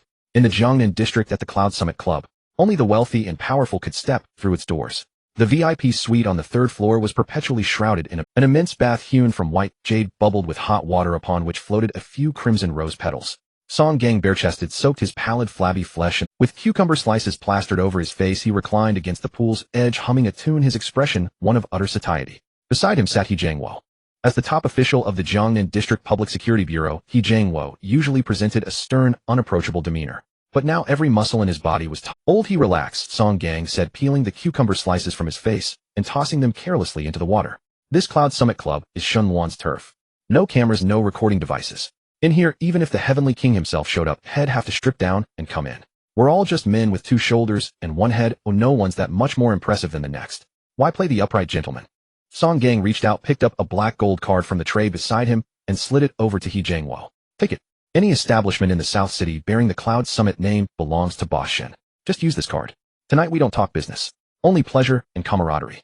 Everyone in officialdom understood a certain truth. When someone says, "Let's not talk business," it often means that business is imminent. He Jiangwo glanced at the black gold card, his atoms apple bobbing, as he wiped a bead of water from his face. "Councilman Song, you are a man of importance. Tomorrow is your campaign rally in Bayan Town. At this critical juncture, I can't help but feel uneasy." "What's there to be uneasy about?" Song Gang waved his hand dismissively. "That bastard Qin Yuan is nothing but a beaten cur now trapped in his own home by reporters too scared to even show his face. He can't even save himself. The situation is perfect. Tomorrow the entire Bayan Town will be my stage." He turned, draping an arm affectionately over He Jiangwo's shoulder. "Old he were brothers. Let me be straight with you," Song Gang lowered his voice. "As long as tomorrow's show goes off without a hitch, my support in the Special Administrative Region will crush those old fogies. Then once I have the new district councilman's hat on, even the Li family will have to look at me with new respect." He paused. "When that happens and I take a step up, shouldn't your seat as the Public Security Bureau Director be moved to a more comfortable chair?" The promise was grand and alluring, and he wanted to take the bait. "Then he'll take you up on that good fortune," He Jiangwo went along. "But Councilman Song, I still need to be extra cautious about the security. Bayan Town is after all the Tang family's territory. It's a den of vipers and dragons, and I've heard there have been many refugees lately. Your valuable self." He Jiangwo didn't finish his sentence, but he knew Song Gang understood. He was inflating his own importance. The greater the danger, the greater his merit. "Chaos is good," Song Gang interrupted, his small eyes narrowing into slits. "Old he, you still don't get it. If it were a time of peace and prosperity, how would my abilities ever be showcased? Tomorrow bring all the reporters with you, especially that female journalist Lin Fei. I want the entire Special Administrative Region to see how I, fearing no hardship, venture into the tiger's den to deliver warmth and care to the suffering populace." A news report was playing on the wall-mounted television. The screen showed Qin Yuan bloodied by a clod of dirt scrambling into his car in a pathetic, disheveled mess. The next shot was of Song Gang holding a crying little girl, tearfully denouncing the heartless councilman, while the surrounding refugees, seething with anger, clustered around him. "See that?" Song Gang pointed at the TV. "Qin Yuan doesn't even understand the most basic principle: those who win the people's hearts win the world. He treats refugees like trash. I treat them like my own parents. Tell me, who will the voters choose?" He Jiangwo gave a thumbs up. "This move of turning the tables at Red Earth Slope is truly brilliant." He flattered with his mouth, but was Qin Yuan truly stupid? Could a man who thrived in a place like District 7 be a fool? A mad dog is most frightening when it doesn't bark. "Alright, I'm soaked through. Any longer, and it'll be pruned like a prune," Song Gang said, standing up from the water. Upstairs, two friends who just arrived from the Russian district. He winked at He Jiangwo, a lecherous grin spreading across his face. They had fought side by side, been sent to the countryside together, split the spoils, and shared other pleasure. In the world of officialdom, to bind two men tightly together, the latter two bonds were far more effective than the former. If he walked through that door today, he would be Song Gang. If Song Gang's ship were to sink, he wouldn't even have a chance to jump overboard. "Councilman Song, you are too thoughtful," He Jiangwo said, rising as well and wrapping a towel around himself. The two men walked out of the bathhouse one after the other, donned the silk robes handed to them by the attendant, and ascended to the fourth floor. The corridor was carpeted, muffling their footsteps into silence. Song Gang stopped in front of a presidential suite door and gave He Jiangwo a firm pat on the back. "Old he, she's all yours. It's time to win glory for the nation. Go forth and conquer." With that, Song Gang turned and entered the room opposite the door, clicking shut behind him. He Jiangwo stood at the door, took a deep breath, and pushed it open. His eyes met a gigantic circular waterbed. Beside it sat two tall foreign women. They were true sirens, of classic Russian stock with large frames and high-bridged noses. They were clad only in a layer of black gauze, a tantalizing obscurity far more lethal than complete nudity. Especially the blonde one. She was nearly 1.8 meters tall, all legs from her neck down, the two soft mounds on her chest threatening to burst through the thin fabric. Sir. And I how? The blonde beauty spread her arms, greeting him in broken Chinese, a flirtatious, exotic allure in her voice as she pressed herself against him. Jiang Ye's Adam's apple bobbed. He was a normal virile man. To deny any reaction to such a level of temptation would be a lie. The blonde woman had already entwined herself around him, her body pressing against his bathrobe. Jiang Ye began to raise his hand, ready to naturally wrap his arm around her, but his advancing foot suddenly halted. In the next second, he shoved the seductive woman away, sending her tumbling onto the water bed. He strode quickly to the window. The room's floor-to-ceiling curtains were drawn open. Outside lay the dazzling nightscape of the bustling Jiang Ye district. Jiang Ye grabbed the heavy blackout curtains, and with all his might yanked them shut with a loud swoosh. He turned around, his chest heaving, gasping for air, his forehead slick with cold sweat. Sir, are you okay? The other brunette beauty cautiously approached, testing the waters. Jiang Ye waved his hand, saying nothing. The blonde woman exchanged a glance with her companion, both of them too afraid to approach this unpredictable guest again. Jiang Ye lit a cigarette, his hands trembling violently. In the swirling smoke, he recalled a colleague who, after a strenuous encounter with two thunderbolt beauties, became the laughingstock of the entire district. To this day, Jiang Ye couldn't figure it out. Why hadn't that man just closed the curtains? Inside a van not far from the Thorn security compound, Xiao Ma sat in the passenger seat, rubbing his hands together alternately. The impact of the scene he had just witnessed was even greater than the first time he had held a gun. Over 100 men had actually torn through 300 of the Tang family's henchmen. That pure raw savagery instilled fear in him, a top graduate from a formal police academy. Captain Wei, Xiao Ma said, his voice dry. Jiang Ye is this powerful. He's going to tear the North Street sky apart. Tear the sky apart. Wei Dong flicked away his cigarette, but in this territory the sky has never been bright. Just watch, there's plenty of drama to come. At 3 in the morning on the main artery outside Bain Town. This place might have been a logistics hub a few years ago, but now it was the carotid artery of North Street. It was the only route into North Street, usually the busiest freight corridor. Trucks hauling coal and vegetables rumbled day and night without cease. But tonight this road was eerily silent. 3 heavy trucks were parked in a long line by the road. The truck beds were covered with thick, tightly fastened waterproof tarps loaded with rice flour, oil, and coal. The lead driver was an old hand known to all as Old Huang. In his 50s, he had been in transportation for decades. Wrapped in an army greatcoat, he jumped down from the cab and exhaled a puff of white breath. Uncle Huang, what's up ahead? Why aren't we moving? A young driver from the rear truck stuck his head out. There's a roadblock up ahead. Old Huang squinted at the wooden barriers 100 meters away. Looks like a garrison. Highwayman.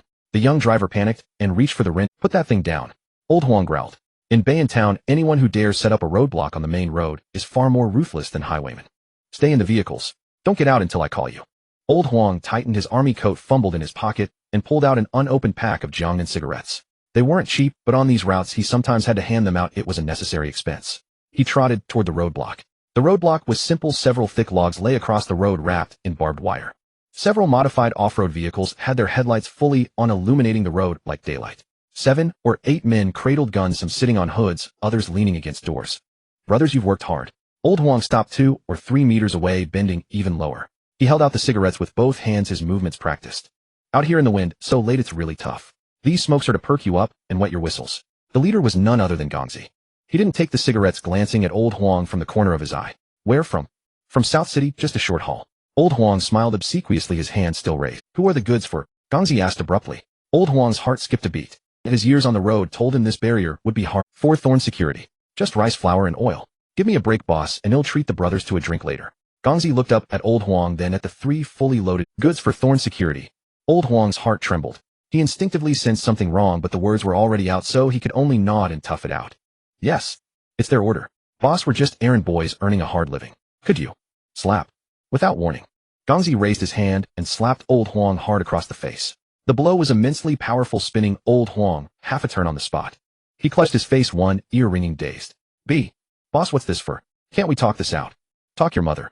Gongzi spat a glob of saliva directly onto Old Huang's face. Talk nicely. Did Jiang Ye talk nicely when he beat our 3rd young master? The nearby thugs heard this and immediately closed in. They had lost face on North Street and had no outlet for their anger. Now that a punching bag had delivered itself, who wouldn't want a piece?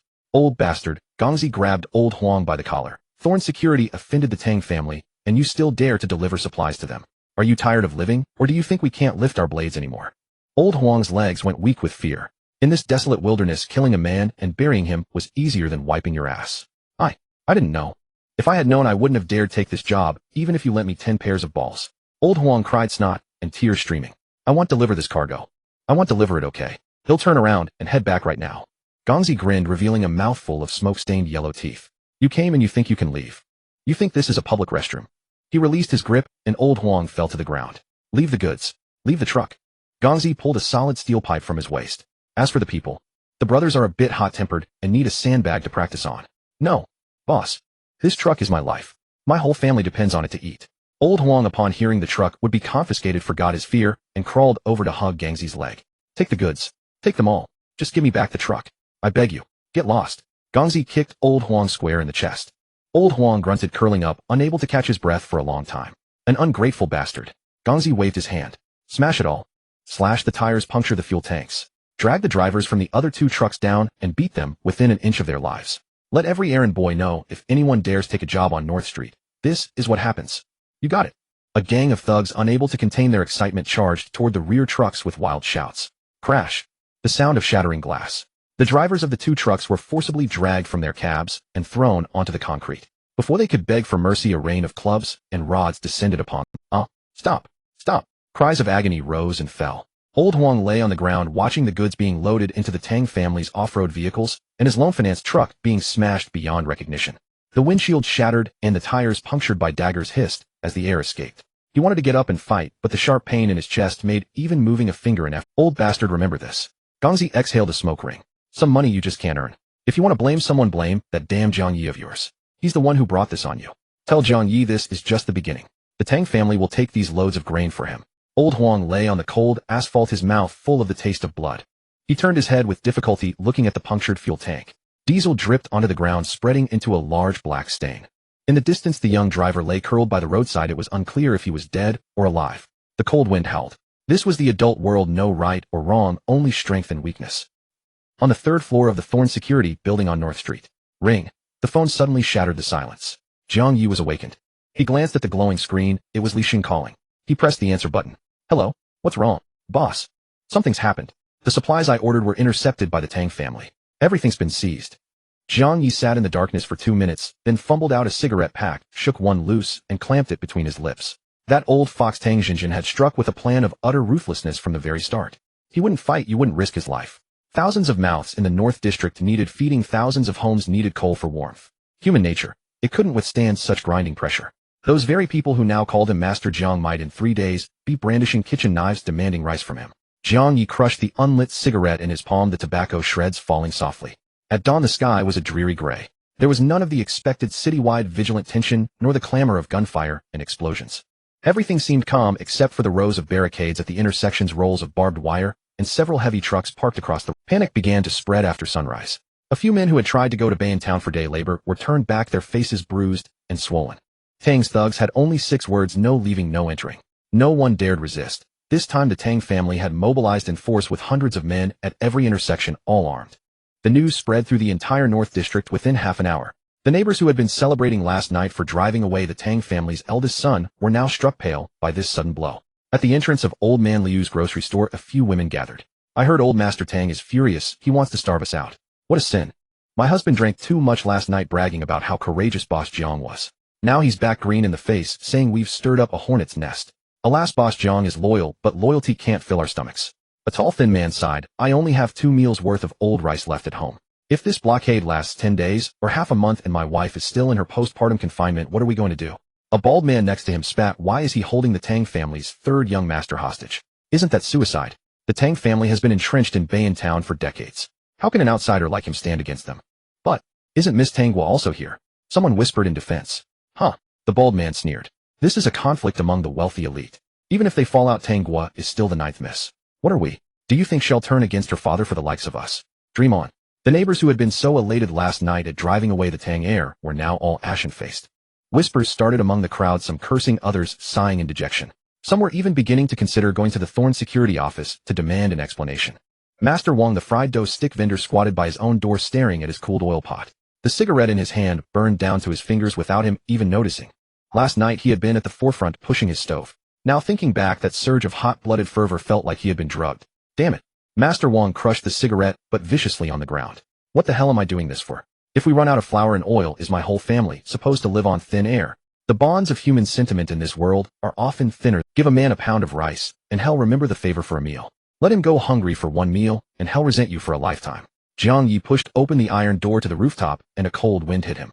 Tang Guo was sitting on the concrete railing at the edge of the rooftop, her legs dangling and swinging. She held a bottle of red wine in her hand, wore a black leather jacket, and looked Where did you get that? Jiang Ye walked over and sat down right next to her, also letting his legs hang over the edge. From Tang Wen's car.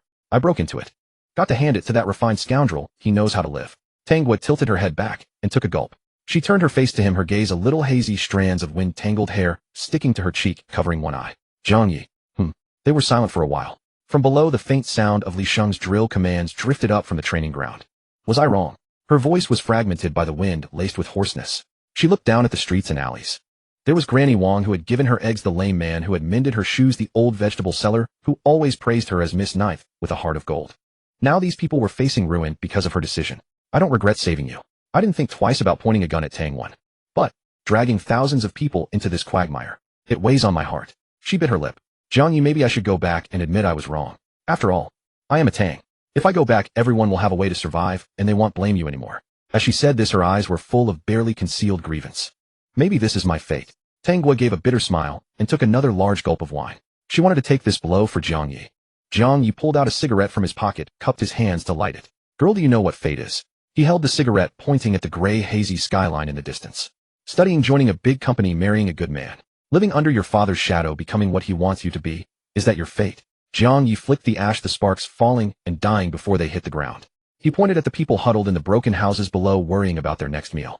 Is it the fate of these people to wallow in this mire, born only to be beasts of burden for the rich? Jiang Ye turned to look into Tang Guo's eyes. Let me tell you what fate is. Fate is when you encounter a situation and you act according to instinct, according to what everyone expects of you.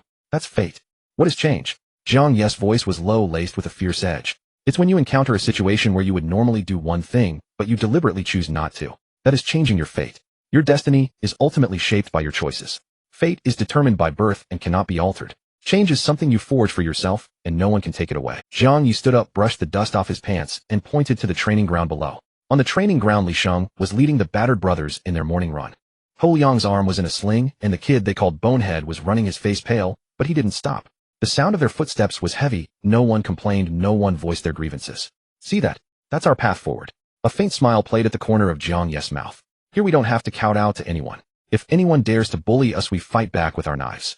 There were no grand speeches, no sentimental pleas for pity. He was merely stating the most fundamental truth of survival in this wasteland. To stand tall, you have to take hits, you have to bleed. Tang Guo stared blankly at the bustling figures below. She remembered last night when blind old man stood at the front of the crowd on his cane shouting, "Do we defend this turf or not?" She remembered one-eyed dragon roaring from his wheelchair, "You'll have to roll over me first." She remembered those ordinary timid people who at the critical moment had picked up their kitchen cleavers just to hold on to that tiny shred of hope. The confusion in her eyes gradually dissipated. She suddenly smiled, revealing that signature little fawn. "Boss Jiang, did you spike this chicken soup for the soul with some hard liquor?" Tang Guo wiped the corner of her eye. "You've got me feeling like I want to take a machine gun and just mow down the roadblocks." She raised her glass, clinked it against the empty air, and drained the remaining wine in one gulp. "You're right." Tang Guo jumped down from the railing, smoothing her wind-tousled hair. "Since there's no way back, well, just have to carve a path forward." Jiang Ye grinned. "Now that's the Tang Zhou I know." Meanwhile, the assassins dispatched by old Lu had also arrived in Ban Town.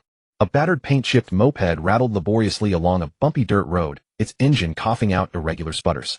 Its rear passenger was a gaunt man, Lu Ho, whose second-hand leather jacket hung loosely on his frame, sleeves worn threadbare at the cuffs. His arms clamped tightly around the waist of the burly rider ahead, his face bluish from the biting wind, dripped clear mucus down his upper lip, pathetic yet faintly gross. "Boss, ease up a little. This jolting's cracking my nuts, the very organs entrusted with continuing my bloodline." Lu Ho bounced like a flea atop the seat, tossed violently with every lurch of the chassis. His thick Nan City accent rolled forth in gusts of white vapor and spittle smearing the rider's helmet visor with each word. "Tell me, did old Lu swindle us? He swore this was a main road, yet it's nothing but potholes. This godforsaken wasteland wouldn't even tempt a bird to defecate. Where's the damn counselor?" The rider was Wei Dazhuang, a creature of another species entirely. Standing 6'3", broad-shouldered and thick-chested, he perched upon the tiny moped like a black bear astride a Pomeranian. The sight alone seemed an injustice to the poor machine. He wore a yellow construction site hard hat, its strap biting deep into the fleshy folds beneath his jaw. "We're paid to do the job. no need for chatter. Old Lu promised once this is done, we'll see more zeros than we can count, and then head home. These two were raw recruits, Sheng Huangzi, dug up by Old Lu from Jiangbei district in Nan City, unregistered, unknown, with no record or reputation on the underworld's ledger. Assassinating a counselor was taboo. Even seasoned veterans with half a brain would refuse such a contract. But Wei Dazhuang and Lu Ho were different. Their thoughts twisted like mountain roads choked with dead ends. To them, a counselor, a police chief, or even Widow Wang from the village gate were indistinguishable. All bore one head atop two shoulders, all bled crimson when slashed. Who died mattered less than how much they paid, and whether that sum could finally fulfill their dream of returning home. Home, that's the dream. Lu Ho's eyes lit up as he snorted back a drip, threatening to reach his lips. Boss, once we've got the money, we'll lease a whole hillside. Plant only the finest ma bamboo shoots, dig a massive pond for river snails. His voice rose with fervor. You know what? Those so-called snail rice noodles sold across Nan City. Pure fraud. Broths brewed from chemical artifice, utterly devoid of soul. We won't settle for less. We'll build the empire of snail rice noodles across all 10 districts. And me? I'll feast on pig trotters, 2 at a time. Crispy tanned tiger-striped skin soaked in rich broth. Bite down and golden oil will glisten and hiss. Gulp. Wei Dazhuang swallowed hard, hunger sharpening his focus. He twisted the throttle wider, eager to finish the task and claim his reward. 30 braised eggs, for me. Faster. Faster still. Lu Ho roared, intoxicated by fantasy. Once rich, we'll live like lords. Every night at the massage parlor ordering room 8, just as their reverie bloomed, the road ended abruptly. A crude barricade of thick logs bound with barbed wire stretched across their path. Beyond it, a campfire crackled. 7 or 8 men in black padded jackets huddled around the flames, cradling replica Type 56 assault rifles. At the moped's approach, they sprang upright, alert and wary. Halt. Identify yourselves. The leader stepped forward, Gongzi. Having looted several trucks of rice and flour the previous night, and beaten Old Huang's drivers senseless, Gongzi's mood was tolerably light. Yet after enduring this frozen wilderness all night, bracing for retaliation from Jiang Ye's men, a simmering fury coiled in his gut. Wei Dazhuang squeezed the brake lever, but the pads had long since worn away, leaving bare metal grinding against metal. Instead, he slammed his size 4-6 boots onto the earth, using his soles as brakes. A grating shriek tore through the air before the moped shuddered to a stop, leaving twin furrows gouged deep into the soil. We're here on official business. Wei Dazhuang removed his hard hat, steam rose like mist from his scalp. Lu Ho leapt off the rear seat, legs trembling, numb from the relentless shaking. He rubbed his frost-numb hands, his narrow, beady eyes sweeping coolly over the rifles. One glance told him all he needed to know. This desolate stretch, suddenly fortified, manned by armed men, could mean only one thing: Counselor Song arriving today for his inspection tour. Nothing else fit. My, what grand arrangements. Has Counselor Song hired all these guards just to secure his event? Lu Ho added with mock reverence. Braving such bitter cold. It's truly admirable, truly admirable. Gongzi blinked, startled, then scrutinized the pair up and down, one built like a bear, the other lean as a monkey riding a rusted wreck. They looked anything but legitimate. Counselor Song. Gongzi frowned. You're looking for Song Gang? Yes. Yes, exactly. Lu Ho stepped forward, pulling a crumpled pack of cigarettes from his pocket and offering one. Brother, a small courtesy. Let us pass. We're performers specially invited by Counselor Song himself. Gongzi stared at the cheap cigarette hovering before him, then at Lu Ho's exaggerated creased grin, and flicked it aside with one sharp motion. Performers. More like appetizers. This road is sealed. No one enters. Turn back. Now, or I'll smash your junk heap where it stands. Lu Ho watched the cigarette tumble into the dust, his smile stiffening. Not with fear, but with genuine sorrow. Ah, brother. No need for such harshness, he murmured, bending to retrieve the cigarette, brushing off the grit. We carry urgent matters. Delaying Counselor Song's affairs would cost us both dearly. I said leave. Do you speak another language? Gongzi's patience snapped. Stationed here against his will, his temper boiled over. Think I won't open your third eye right now? His rifle barrel jerked upward, pressing cold steel against Lu Ho's forehead. Lu Ho's grin froze. Beside him, Wei Dazhuang's foot paused mid-shift, his simple, earnest eyes suddenly dulling into something ancient and hollow, chilling to behold. I spoke politely. I offered you smoke. You slapped it away, then pointed a gun at me. What's your meaning? Lu Ho jutted his chin forward, stepping into the muzzle. Is that how you handle a firearm? Have you even disengaged the safety? A misfire could blow your hand clean off. How then will you feed your aging mother? Or, how will you pleasure yourself? Gongzi stood stunned. In years of dominance over Bayan Town, he'd never met a fool who leaned into a loaded gun pressed to his temple. You're asking for death. Just then Wei Dazhuang moved. Not like a man, but like a black bear erupting from ambush. Clack. His hand seized the rifle barrel, wrenching it downward with brutal force. Then he lunged shoulder first, crashing into Gongzi like a freight train. Thud. A sickening impact. Gongzi didn't cry out. He flew backward 6 meters, chest caving inward, visibly blood and viscera erupting from his mouth. He hit the ground, twitched, died. Swift absolute. Last night, slapping away Old Huang's cigarette marked the zenith of his power. Today, slapping away Lu Ho's cigarette sealed his end. Shit, they're breaching the checkpoint. The remaining men froze, still clutching freshly roasted sweet potatoes, too slow to grab their rifles. They'd never imagined, never dreamed, that anyone in Bayantown would dare storm a Tang family blockade, and do so with lethal finality. Too late. Lu Ho grinned, two gleaming boning knives appearing in his hands. He dropped low, slipping between them like a jungle primate. Shink, shink, blades sank into flesh, precise vicious strikes severing tendons at wrists and ankles. Wei Dazhuang chose brute simplicity, seizing a rifle he refused to fire, instead swinging it like a club, smashing skulls with thunderous blows. Crack, crack, crack, one blow, one boy down. Within 10 seconds, 7 or 8 Tang enforcers lay, broken limbs, shattered heads split, cries merging into a single wretched chorus. Lu Ho wiped crimson from his blades on a convulsing body, then plucked a fresh pack of cigarettes from the man's pocket. See, I told you, peaceful manners pay dividends. Offer me smoke and I spare your life. He lit one, shoved another between Wei Dazhuang's lips, then watched as his companion kicked aside the barricade and swung onto the moped. Let's go. This brand's surprisingly sweet. Of course, it costs dozens of yuan a pack, Lu Ho replied, hopping onto the rear seat. That's what they call the freight. The moped coughed black smoke and roared away. Jingji security. An ashtray on the desk overflowed with cigarette butts. Jiang Ye sat rigid in his chair, brows knotted into a deep, mountain character. Storm the compound. Impossible. The Tang family had prepared meticulously. Any frontal assault would sacrifice his men for nothing. After all, his company stood there, vulnerable, irreplaceable. VRRR. His phone vibrated in his pocket. He pulled it out. The screen glowed with 2 characters, Shen Fox. Shen Luan. The woman who overlooked the masses from atop the clouds, holding half of the southern city's trade in her hands. Calling at this hour was definitely not an invitation. What's wrong? Tang Guan noticed the shift in Jiang Ye's expression. The creditors at the door, Jiang Ye said with a wry smile, switching to a nonchalant tone as he pressed the answer button. Oh boss Shen, what brings your call so early in the morning? The very sound of your phone could make the withered trees on North Street bloom. A light chuckle came from the other end. Little brother still so sweet-tongued. Looks like last night's battle went well since you're still in the mood to banter with me. Shen Luan was evidently well informed about everything that had happened on North Street. Such was the capability of the Liuli Pavilion. Even if a fly flew into the southern city, Shen Luan would know its gender. Thanks to your blessings, I'm barely alive, Jiang Ye said, crossing his legs. But if you'd called any later, boss Shen, you'd probably be burning paper money for me. See, I got completely surrounded. His words were half-truth, half-lie. A complaint and a probe. Spare me that act. Shen Luan's voice turned colder. I heard your security company made $3 million on its very first job. Shouldn't we settle my 70% cut? Money first. That was Shen Luan's rule. Only with interests laid bare on the table could the ensuing conversation proceed smoothly. Jiang Ye slapped his thigh, his voice turning aggrieved. Injustice, boss Shen. That $3 million hasn't even had time to warm up. It just spent one night in the account. Do you know my company has hundreds of brothers to feed? As he spoke, Jiang Ye winked at Tanghua. And prices are so high these days, our rice has gone through the roof. I'm even buying cigarettes on credit now. I was about to ask you for a short-term loan with interest negotiable. Even a 90% repayment on a 100% loan would do. Trying to welch. Shen Luan's tone was teasing. How can you call it welching? Jiang Ye kept up his cheeky demeanor. Speaking of which, boss Shen, that favor was incurred after I bought the company. According to marriage law, that $3 million counts as my premarital property, so it's not related to your 70% cut.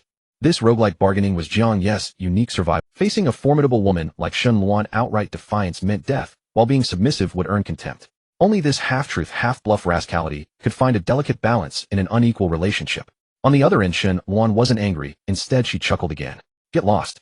Keep the $3 million, and may you have 10 sons with Miss Tang. Enough to wear you out. Her tone shifted abruptly, the laughter vanishing into stern coldness. I can forego the money, but you owe me a favor. Back when I helped you deal with the 422 regiment, I pulled a lot of strings. That promise, I'm calling it in now. Jiang Ye's playful expression faded, his eyes sharpening.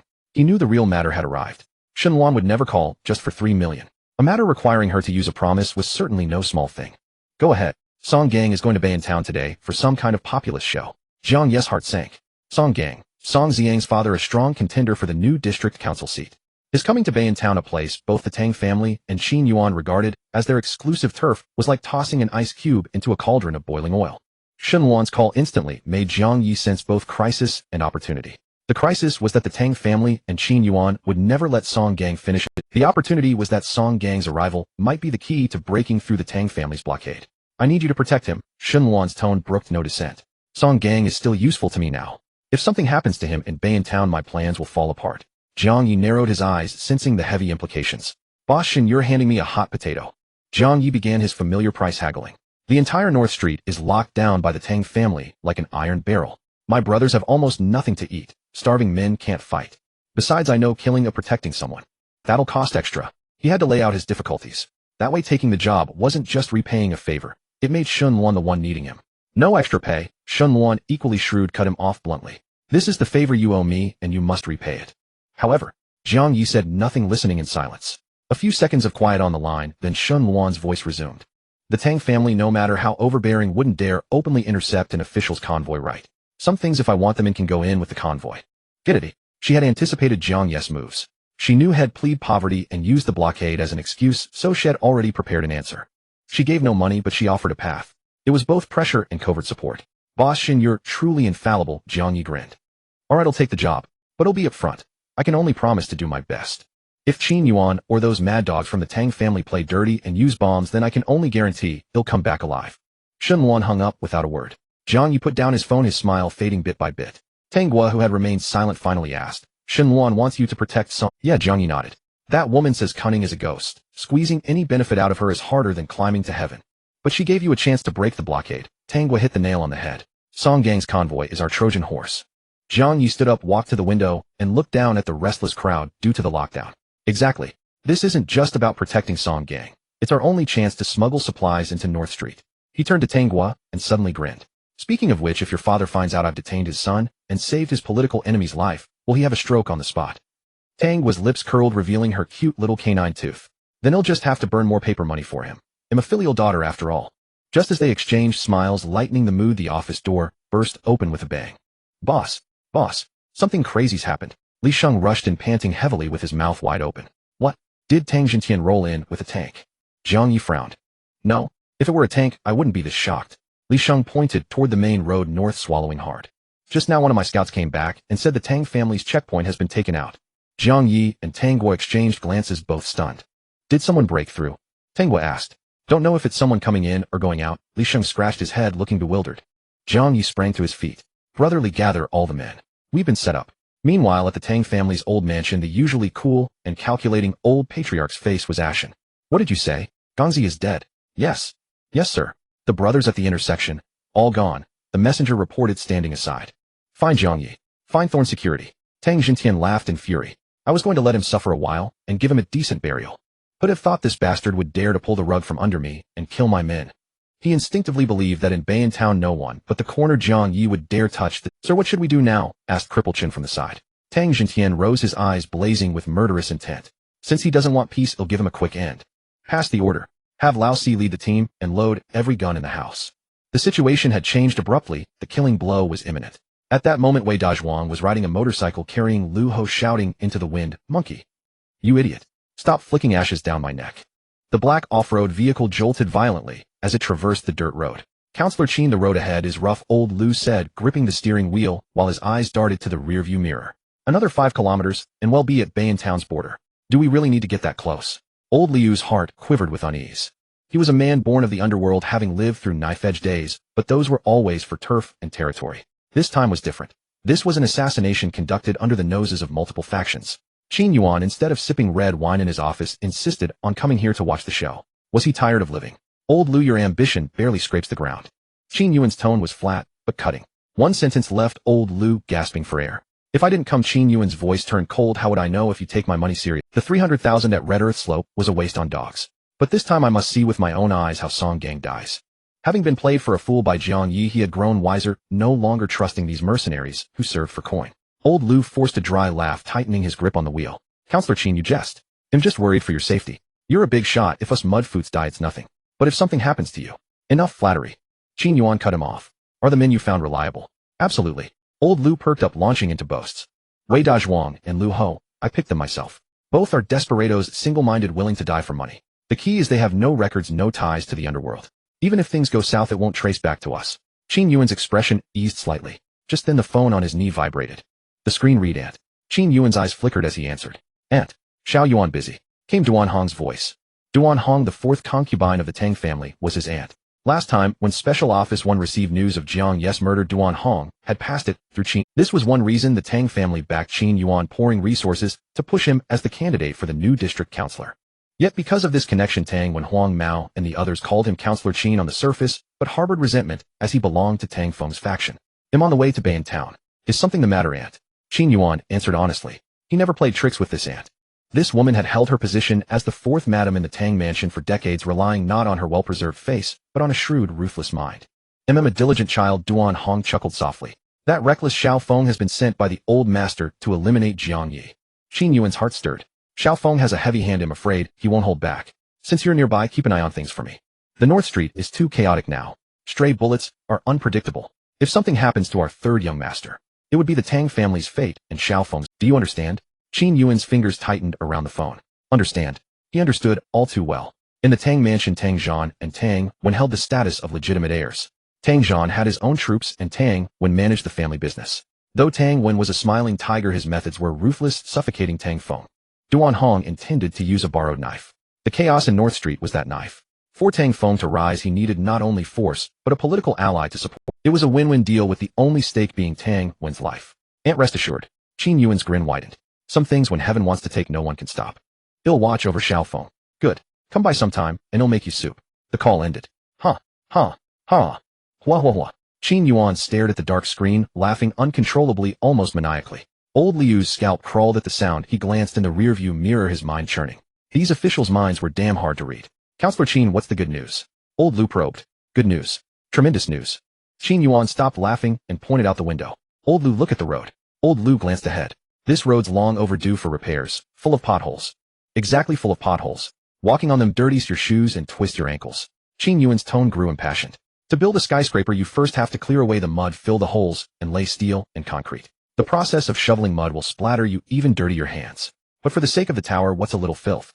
Qin Yuan turned his voice low. The Hua district has been divided too long. The 10 districts are isolated like abandoned children.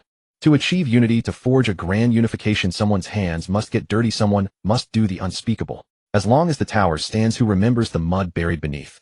History only remembers the builder. This was Qin Yuan's justice, a cold logic that sacrificed individuals for a grand narrative. Old Liu didn't fully grasp it, but he sensed the killing intent. This wasn't just a rescue, it was filling a pit with human lives. Counselor Qin, your wisdom is profound. Old Liu swallowed hard and pressed the accelerator. The car sped toward Bayan Town. 200 meters behind the Land Rover, at a bend, a nondescript gray sedan trailed at a steady distance. Chen Jing sat in the driver's seat, expressionless, hands steady on the wheel. In the passenger seat sat Song Lang, eyes closed as if dozing, but his eyeballs moved slightly beneath the lids. The car ahead is speeding up, heading straight for North Street. Qin Yuan. Song Lang slowly opened his eyes, raising a hand to trace the scar on his face with rough fingertips. The scar itched. He had once been the finest instructor in District 7, leading brothers through life and death missions. But in the end they fell not to enemies, but to betrayal from within. That fire, that silhouette. He had investigated for a long time. Every clue pointed to this Counselor Qin, now thriving and going to the front lines himself at a time like this means he's either scheming big or panicking, Chen Jing analyzed.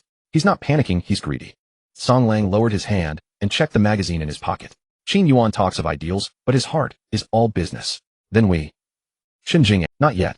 Song Lang shook his head, then added, Jiang Ye is there. That young man who saved him, full of roguish charm, yet bound by strange principles. Jiang Ye is in deep trouble this time, Chen Jing said. The Tang family has him cornered, and Qin Yuan's moving in. If he dies easily, he wouldn't be worth the life I owe him. Song Lang picked up a long object wrapped in black cloth from the back seat and laid it across his knees. A sniper rifle. Stay close. Don't let Counselor Qin slip away. Song Lang uncovered a corner of the cloth, revealing the cold steel of the barrel, and tell the brothers behind to release their safeties. The wind grew stronger. Dark clouds gathered in the sky. A heavy rain seemed inevitable. At the intersection of North Street, a dozen modified heavy off-road vehicles were parked across the road with 2 RPGs mounted on their roofs. The pitch-black muzzles pointed directly at the Thorn's security personnel opposite. Tang Feng stood before the vehicles, a short-barreled shotgun in hand, his eyes filled with malice. 50 meters away, Jiang Ye, leading over 100 injured brothers, took cover behind hastily erected sandbag fortifications, the safety of their Type 56 rifles. The no man's land in between was so tense that even a stray dog dared not cross. Little sister, I used to think your willfulness was just immaturity. But today, for an outsider, you're willing to abandon your family. Tang Feng gritted his teeth and roared.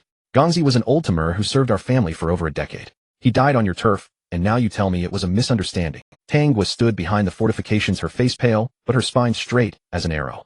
She looked at her fourth brother, who had always spoken only with his fists, and knew deep down that explanations would only seem like excuses, yet silence would mean war. Fourth brother, Tang called out. Gongzi wasn't killed by us. There's something sinister about this. If you truly care about the Tang family, don't let yourself be used as a pawn. Blockading the gate with so many men. Do you want the whole Bayan Town to laugh at the Tangs? Tang Feng sneered, yanked the bolt back with a sharp click, and chambered around. If I wipe you all out, there'll be no laughingstock. He didn't truly care about Gang Zi's death, nor the lives of those dozens of thugs. What he cared about was the Tang family's face and his father's opinion. Besides, once the fighting started, who could guarantee that their guest, the third brother, would survive? Li Sheng, Jiang Ye crouched behind the sandbags. Once they open fire, ignore everyone else and focus on Tang Feng. Capture the king to capture the rebels, shoot the horse to bring down the rider. Understood. Li Sheng licked his cracked lips and pulled the bolt. Tang Feng raised his left hand, and the Tang family men behind him raised their rifles in unison. Fire. The word fire had barely left his lips when a deafeningly cheerful tune blared from the other end of the street. Good luck comes bringing joy and love. Then came the crackling of firecrackers. Tang Feng's hand froze midair. It felt like a burly executioner after downing a farewell drink and raising his broadsword for the kill suddenly found a group of Yangda dancing grannies charging into the execution ground and shoving a floral fan into his hand. What the hell was this? Everyone instinctively turned their heads, their muzzles shifting. A massive convoy was swaggering in from a side. Leading the way were two beat-up pickups with loudspeakers mounted on their roofs. In the truck beds stood two women in bright red jackets beating drums and gongs with rosy cheeks playing with gusto. Dong dong chong. Dong dong chong. Behind them followed a line of black armored sedans, their sides draped with huge red banners reading New District Council Candidate Mr. Song Gang visits Bayantown for guidance and condolences. Caring for the people, boundless love. What the fuck? Tang Feng's eyes twitched as he reluctantly released the trigger he was about to pull.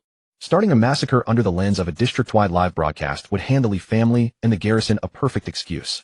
The Tangs might be the local tyrants of Bayantown, but outside this town, against the vast machinery of politics, they were mere ants. The convoy stopped in the middle of the standoff. The door opened, and Song Gang stepped out, his hair slicked back in a glossy pompadour. "Oh my, everyone's here," he exclaimed. "It seems you're all quite enthusiastic about my arrival, putting on such a welcome ceremony. The method might be a bit unusual, but the atmosphere is spot on." Song Gang waved his arms, as if completely oblivious to the guns on both sides. He turned to the gathered onlookers, spreading his arms wide. "My dear fellow townspeople, I Song have you all in my heart day and night. I heard the roads in Bayantown have been rough lately, and I've been losing sleep over it. So I've brought some supplies to check on you all." Behind him, a young man in sunglasses jumped out of a car, a megaphone in hand. Song Xiang. The kid was a real talent, completely unfazed by the scene. "What are you all standing around for? Applaud." Song Xiang shouted at the bewildered reporters and onlookers. "My dad is footing the bill to give everyone rice flour and warmth. Don't you think that deserves some applause?" As he shouted, Song Xiang turned his head and winked at Jiang Ye behind the sandbags, flashing a discreet OK sign. Jiang Ye caught the signal. Those two scoundrels in cahoots understood each other's schemes with just a glance. Click, click. The reporters snapped to attention. Though terrified, the thick red envelopes Song Xiang had stuffed in their pockets were enough to overcome their fear. The flashbulbs began to pop, turning the dangerous standoff into an impromptu political show. Jiang Ye spat out the cigarette in his mouth, stood up from behind the sandbags, and dusted off his pants. "Clear the roadblock," Jiang Ye bellowed. "Don't you see Councilman Song is here to spread warmth? Go welcome him. Where's your common sense?" "Boss, what about the Tang family?" Li Sheng still held his rifle. Jiang Ye grinned. "As long as Tang Feng hasn't lost his mind, he won't dare fire now." Tang Feng stood rooted to the spot, the veins on the hand gripping his gun bulging. He stared at Song Gang's nauseatingly smiling face and wanted nothing more than to blow his, but he couldn't. "Fourth young master." His trusted aide sidled up. "Too many reporters, and there's a live broadcast truck. We can't make a move." "Lower your weapons," Tang Feng gritted out. "All of you, don't bring trouble to the old man." He turned to his confidant and murmured, "Keep an eye on the Thorn security building." When the crowd thickened, slip in amid the chaos. The confidant's eyes sharpened, and with a slight nod he melted into the crowd. On one side was a murderous gang of armed thugs, on the other a politician beaming and grandstanding, in between laborers hauling supplies and journalists scrambled. Song Gang stood atop a truck microphone and hand, his voice dripping with emotion. "Seeing this situation breaks my heart. It is the failure of all of us in power. The people are hungry and cold, living in fear. Whose fault is that? It's the fault of monopolistic forces that care only for their own interests, ignoring the people's livelihood." His insinuations were clear, his gaze darting toward Tang Feng's direction. "Today I Song Gang will make this vow. If I am elected, I will ensure every family in Bayantown has a hot meal and a peaceful night's sleep. I will let the light of fairness and justice shine into every corner." The applause from the crowd was sparse. For those struggling on the brink of starvation, they had heard too many tales of empty promises. They cared less about the light of justice and more about whether the truck was loaded with flour. Distributing eggs. Free eggs. A staff member opened the tailgate of a truck, revealing baskets of gleaming white eggs. The onlookers who had been holding back surged forward like a tidal wave. "Don't push. There's enough for everyone." The staff's shouts were instantly drowned out. In the crowd, two figures were jostled violently. Wei Dazhuang, protecting the yellow hard hat on his head, took an elbow to the ribs from a silver-haired granny barely 5 feet tall. "Oh shit. The old lattice fighting spirit unleashed in the quest for eggs was fiercer than a special forces soldiers, nearly knocking the wind out of Wei Dazhuang, a man built like a bear. Monkey. You. Cough. Stay out of there. Focus on the mission. Wei Dazhuang clutched his chest, tears welling up. Lu Hao's eyes were fixed on the basket of eggs. Boss, those are free-range eggs. Look at the size. Pink shells. He swallowed hard, unable to move his feet. Old Liu's deposit ran out long ago. We've been eating dry buns for 2 days. We can kill any time, but when the eggs are gone, they're gone. You son of a... Wei Dazhuang started to curse, but his stomach growled. Fine, let's grab a basket. He relented, even helping Lu Hao shove aside a burly man. That fat guy's a big target, he won't get far. Awesome. Move aside, Grandpa. I'm disabled. Let me through first. Lu Hao yelled, wriggling through like an eel. 2 top-tier assassins sent to take the councilman's head were now elbowing through a crowd of supercharged seniors for 2 baskets of eggs, using their strength to push forward. Risking death was fine, but missing a freebie was not. That was the only truth in this world. And while everyone's attention was on the eggs, a shadow slipped away from the Tang family ranks under cover of the crowd, vanishing into the darkness beside the Thorn security building. The basement was dimly lit. Tang Wen listened to the faint sounds of festive music. Good fortune comes along with the rhythmic beating of drums echoing down the ventilation shaft. He sat cross-legged on the bed, eyes closed, lips moving slightly, as he rotated a string of purple sandalwood prayer beads. Click. The door opened. Ahu stood in the shadows of the corridor, his palms sweaty, nearly losing grip on the silenced Da Hei Xing. He was a worthless life that crawled out of the underground boxing ring. In the ring he had suffered broken ribs and bitten off someone's ear. 4th young master Tang Feng had picked him up, fed him, and promised that if he succeeded in this job, a seat would be reserved for him in the Tang family. If he didn't go through with it, he would end up like Gongzi, dead at the crossroads. There was no one guarding the place. Under normal circumstances, Ahu would have pondered whether it was a trap. But now the sounds of firecrackers outside were as loud as a battle, and the guard must have gone to join the fun. This was the opportunity given by heaven. He pointed his toes to the ground, his body darting silently to the iron door. The lock was ajar. A sinister smile crept across Ahu's lips as he hesitated, not at all gently pushing the door open a crack. The room was unlit, with only a sliver of dim light seeping in from the corridor. A figure sat with their back to the door, seemingly clutching a string of beads, murmuring something to themselves. The figures shaped the outline of that tailored suit, even the poised demeanor all resembled Tang Wen. Ahu's finger rested on the trigger. 3rd young master, don't blame me. Ahu silently thought. If you must blame someone, blame yourself for obstructing 4th young master. After this, don't come looking for me for revenge. He raised his hand without a moment's hesitation. Puff, puff, puff. The silencer muffled the sharp crack of gunfire. 3 bullet holes appeared in the chair's back, and the figure jolted violently, their head drooping as they slid down the chair, collapsing lifelessly to the ground. The smell of blood hadn't yet wafted into the air, but the deed was done. Ahu let out a sigh of relief, his heart pounding violently in his chest. This was the 3rd young master of the Tang family. The Tang Wen, who usually towered above others, capable of deciding countless lives with a mere flick of his finger, had died at his hands. The thrill and fear of personally slaying a big shot intertwined, causing him to tremble slightly. He didn't dare to approach and check. In moments like this, even a second could mean. He turned and ran, his footsteps racing towards the emergency exit at the end of the corridor. As long as he dashed outside and mingled with the crowd collecting eggs, this would become a case with no witnesses. At that point, Jiang Ye would have no way to argue, and the skies over North Street would surely change back. Just as Ahu reached the end of the corridor, his hand barely touched the handle of the emergency door. Snap! The sound of a lighter echoed sharply in the darkness.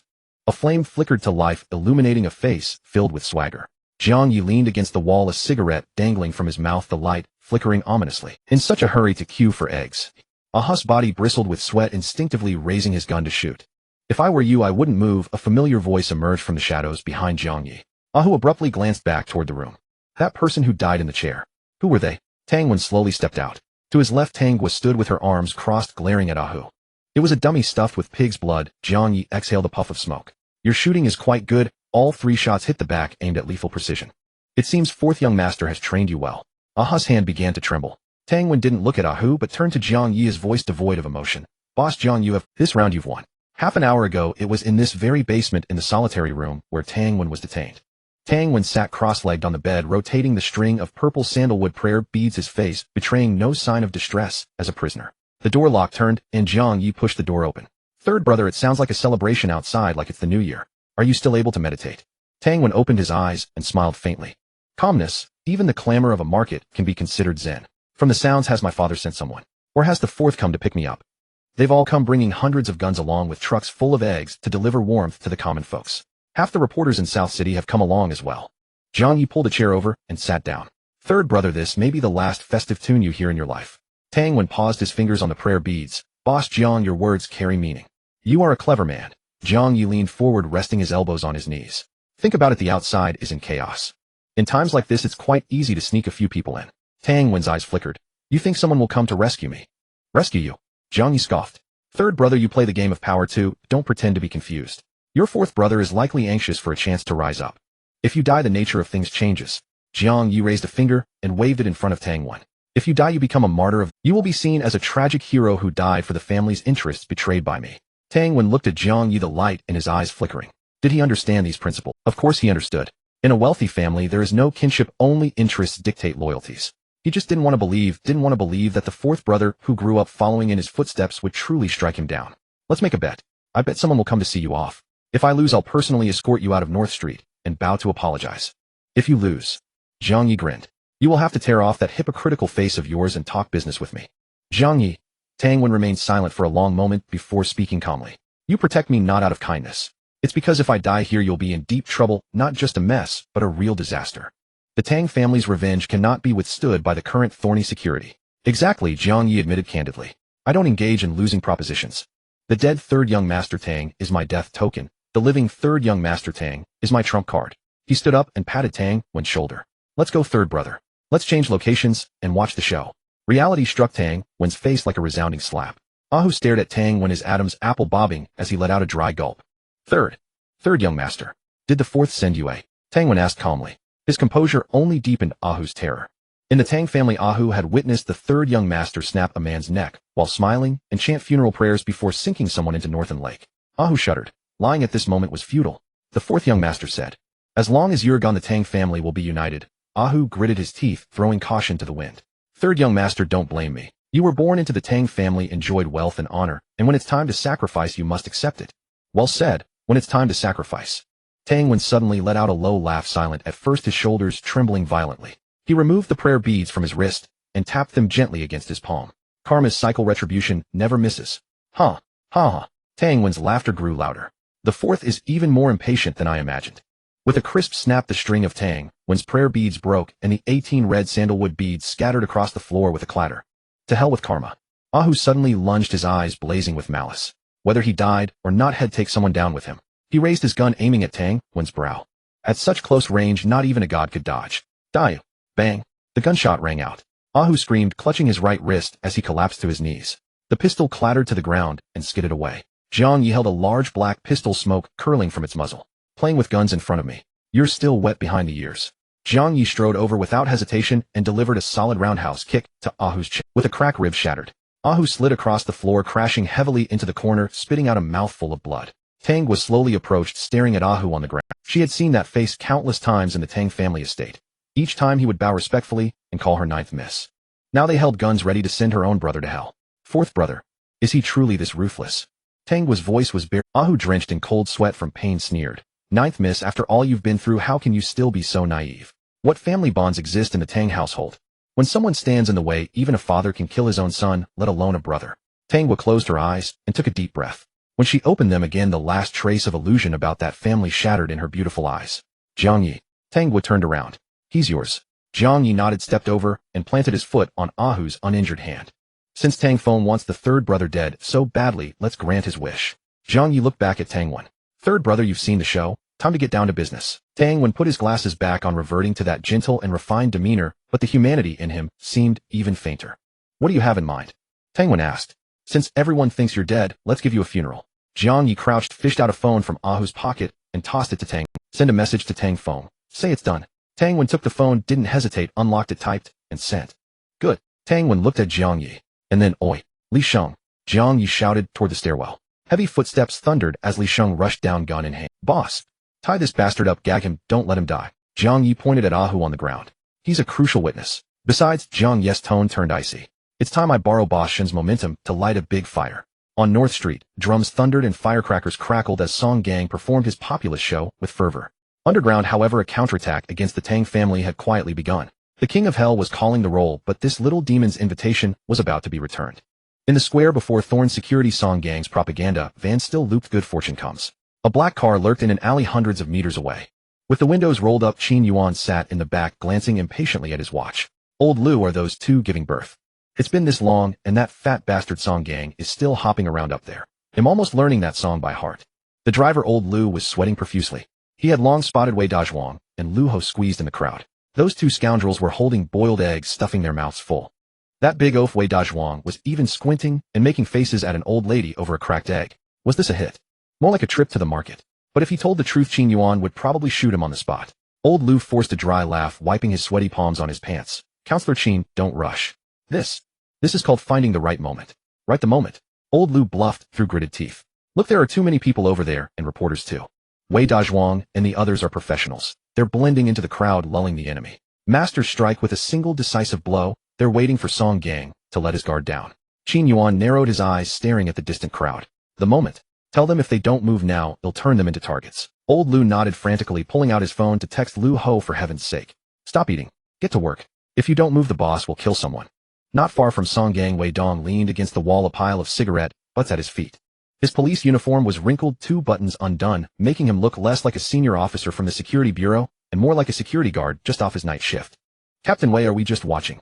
Xiao Ma crouched beside him, holding a body camera aimed at the commotion. What else? Help Song Gang hand out eggs. Wei Dong blew out a smoke ring. But Wang Pengzi's case. Wei Dong stubbed out his cigarette, grinding it under his. He Jiang Ye made a deal with me.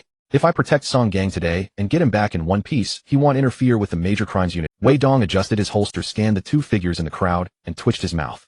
Those 2 blockheads. They're snatching eggs with more gusto than I ever chased thieves. At the center of the crowd, Lu Ho swallowed the last bit of egg yolk, nearly choking, and pounded his chest hard. Ah, damn, that's good. He belched with a sulfurous smell, glanced at the text from old Lu on his phone, and grinned, revealing yellow teeth stained with yolk. Dazhuang, stop eating. Save some room. Lu Ho pulled a boning knife from the inner pocket of his worn leather jacket. The handle was wrapped in layers of black tape for a non-slip grip. Wei Dazhuang licked his fingers with lingering satisfaction, stuffed the last 2 eggs into his pocket, and patted the bulging pouch. Work? Dazhuang asked, his voice simple, but his eyes had changed. Work. Lu Hao's eyes shifted too. A moment ago he was a cheap, sleazy man. Now the cold gleam in his beady eyes was like a wolf starved for 3 days on the steppe. Lu Ho hunched low, using the surging crowd to move toward the propaganda van. The boning knife was hidden in his sleeve, the blade cold. Money taken, trouble dispatched. He ate his eggs. Time to send him on his way. Dazhuang, watch out for those cops over there. Lu Ho squeezed through the crowd, reaching out to pinch an old man's backside. Damn, old geezer still got some firmness. As the old man turned to curse, Lu Ho ducked low and slipped inside. Wei Dazhuang, still chewing half a yolk, grunted an indistinct acknowledgement. His towering 6'3" frame stood like an impenetrable wall. The security officers behind him, drenched in sweat, shoved and cursed, move aside. Are you deaf? No matter how hard the officers jabbed his lower back with batons, the big oaf remained utterly immovable.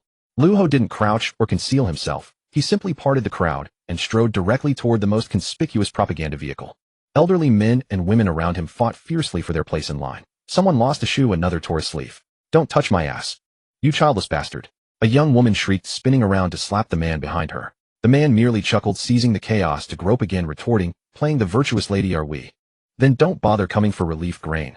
A burly man nearby, fighting for position, drove his elbow backward hard, striking Lu Ho square in the chest. Lu Ho staggered half a step, his eyes darkening. The burly man cursed, stop pushing. They'll kill you if you don't. In normal times, Lu Ho would have already plunged a knife into him. Excuse me, my 80-year-old mother's waiting for her meal. Lu Ho shrank his body and slipped under the arms of 2 women, yanking each other's hair. Ahead was the propaganda vehicle. Song Gang, breathless and red-faced from shouting, reveled in the sensation of being the center of attention. The thrill of being needed and admired was more exhilarating than betting 2 foreign women. Fellow townsfolk, as long as I, Song Gang, am here, the skies over Bayan Town will remain clear. There's plenty of eggs, plenty of rice and flour.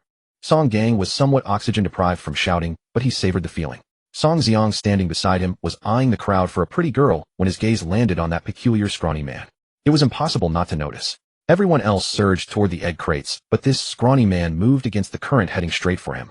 Moreover, those beady eyes were fixed intently on his father's belly. Song Xiang recognized that look. It was the same one the kitchen chef had when slaughtering live chickens, the look of butchering livestock. Dad, watch out. Song Xiang's shout escaped his throat before his mind could catch up, but it was already too late.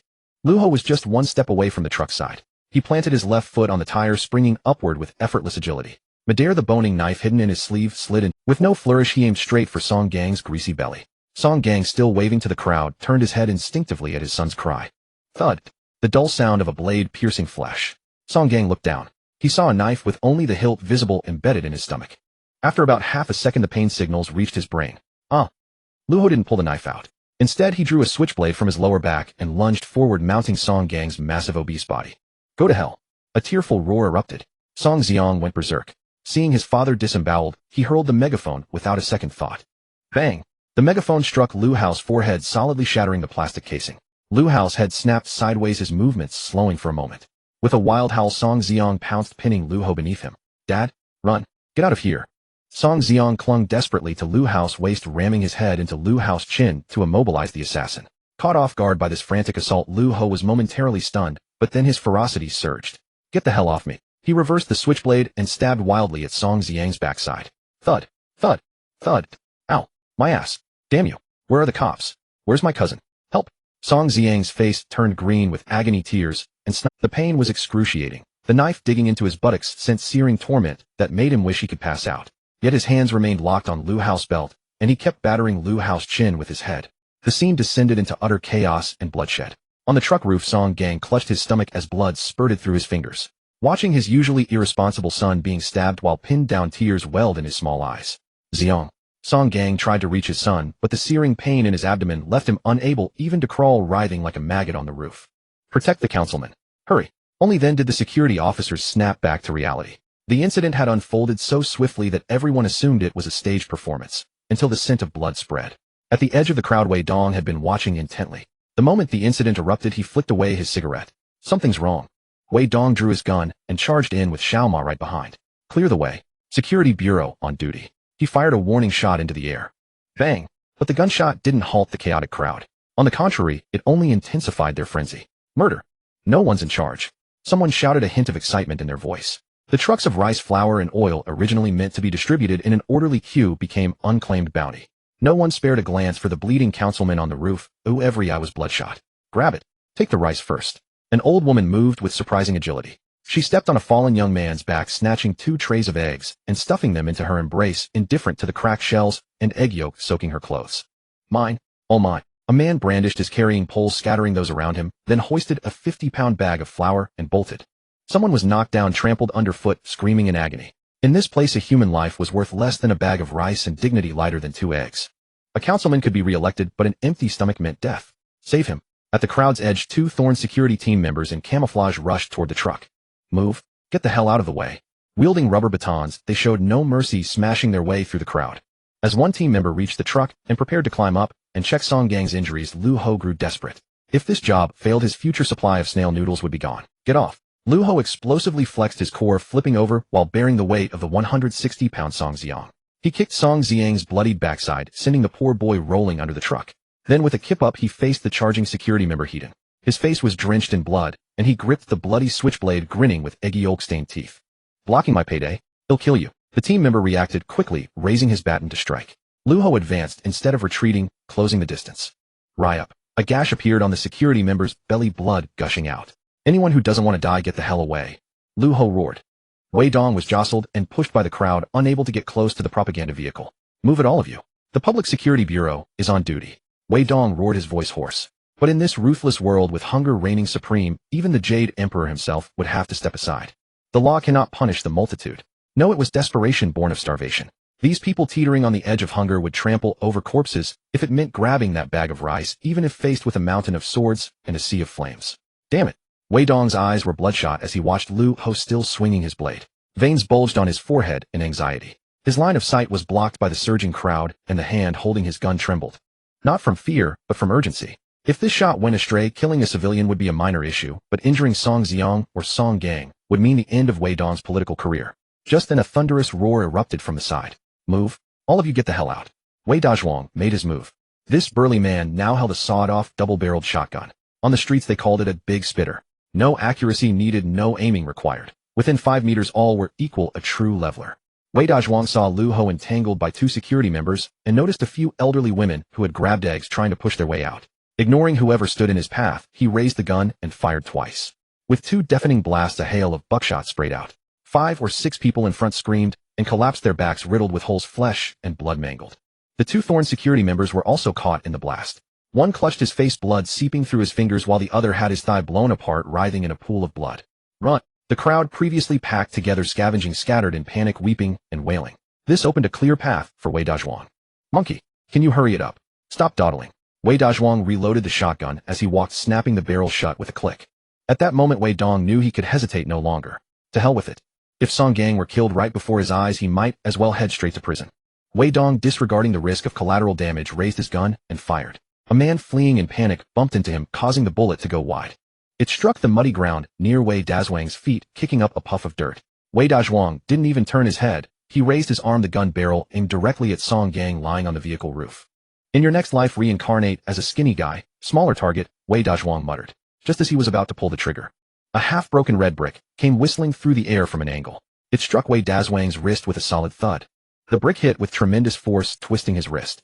The bullet slammed into the metal of the propaganda vehicle, sending sparks flying. Wei Dazhuang winced in pain, and a swift figure leaped over the wall of the Thorn security compound.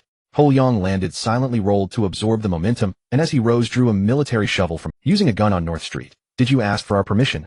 Before the words faded, he was already closing in. The shovel sliced through the air, aiming for Wei Dazhuang's neck. If that blow landed, even with Wei Dazhuang's thick neck, his head would be severed. Though Brit-strong, Wei Dazhuang was a street brawler with no real technique, relying purely. Sensing the chill approaching from the side, he instinctively raised the gun barrel to block. Sparks flew with a clang. Wei Dazhuang felt his hand go numb. The force from the shovel was astonishing, driving him back 2 steps. Who the hell are you? Wei Dazhuang bellowed. Ho Yang didn't waste words. With a flick of his wrist, he swung the shovel flat, aiming for Wei Dazhuang's knee. His attacks targeted the lower body, relentlessly discarding all honor for a swift kill. The two clashed in combat. Meanwhile, Song Xiang, clutching his bleeding rear, was still shouting, "Dad, run. I can't hold on much longer." This spoiled young master, who usually spent his days throwing money at clubs and chasing women, now had a face streaked with tears and snot, looking both pitiful and absurd. Yet his hands clung tightly to Lu Hao's leg, refusing to let go. Lu Hao wiped the blood from his face, his small eyes gleaming with murderous intent. Were these Song father and son like turtles, so hard to kill? Let go. Lu Hao raised his other foot and stomped hard on Song. With a howl, Song Xiang bit down fiercely on Lu Hao's calf like a mad dog. Damn you. Are you a dog? Let go. Let go. Lu Hao winced in pain. Who says the dissolute have no filial piety? In this life-or-death moment, Song Xiang, with his wounded rear and his teeth, bought Song Gang a sliver of hope. Get off. Lu Hao drove his knee into Song Xiang's chin, sending him tumbling under the vehicle, his mouth full of blood. Freed from the restraint, Lu Hao panted heavily, wiping the blood from his face. Song Gang's and Song Xiang's mingled together. He stared at Song Gang, now limp on the roof, and curled his lips into a cruel smile. Don't worry him, quick, it won't hurt. He reversed the spring-loaded knife in his hand. This strike is a bonus. Lu Hao murmured, driving the blade without hesitation into Song Gang's abdomen. The knife sank deep, burying the hilt. To ensure a fatal blow, Lu Hao twisted the handle, grinding it inside the wound. Song Gang let out a blood-curdling scream, his body convulsing violently before going rigid and still. Wei Dong finally pushed his way out of the crowd. Seeing Song Gang motionless, his heart sank. He fired 2 shots, his eyes red with fury. Even if the man was dead, he had to at least capture the killer, or his police uniform was as good as gone, and he would become the laughingstock of the entire bureau. The bullets grazed Lu Hao's shoulder, sending up a spray of blood. Inside a black car 200 meters from the square, Qin Yuan stared intently at the chaos ahead, springing from his seat and hitting his head on the roof. Got him. Ha ha. Qin Yuan's laugh was laced with morbid excitement. He gripped the back of the front seat, leaning forward with eyes wide. Old Lu, see that? That fat bastard is dead. Stabbed to death. Qin Yuan's voice rose almost a roar. His face flushed, crimson veins bulging on his forehead in a state of extreme euphoria. With Song Gang dead, the new district was his domain. Inside the Thorn security building, Jiang Ye stood by a third-floor window, watching the turmoil outside through the glass. Gunshots rang out. Li Sheng, Jiang Ye called without turning. Sir. Li Sheng strode over. Activate Plan B. Jiang Ye's voice was calm, but Li Sheng caught the killing intent within. Understood. Li Sheng turned and left his footsteps echoing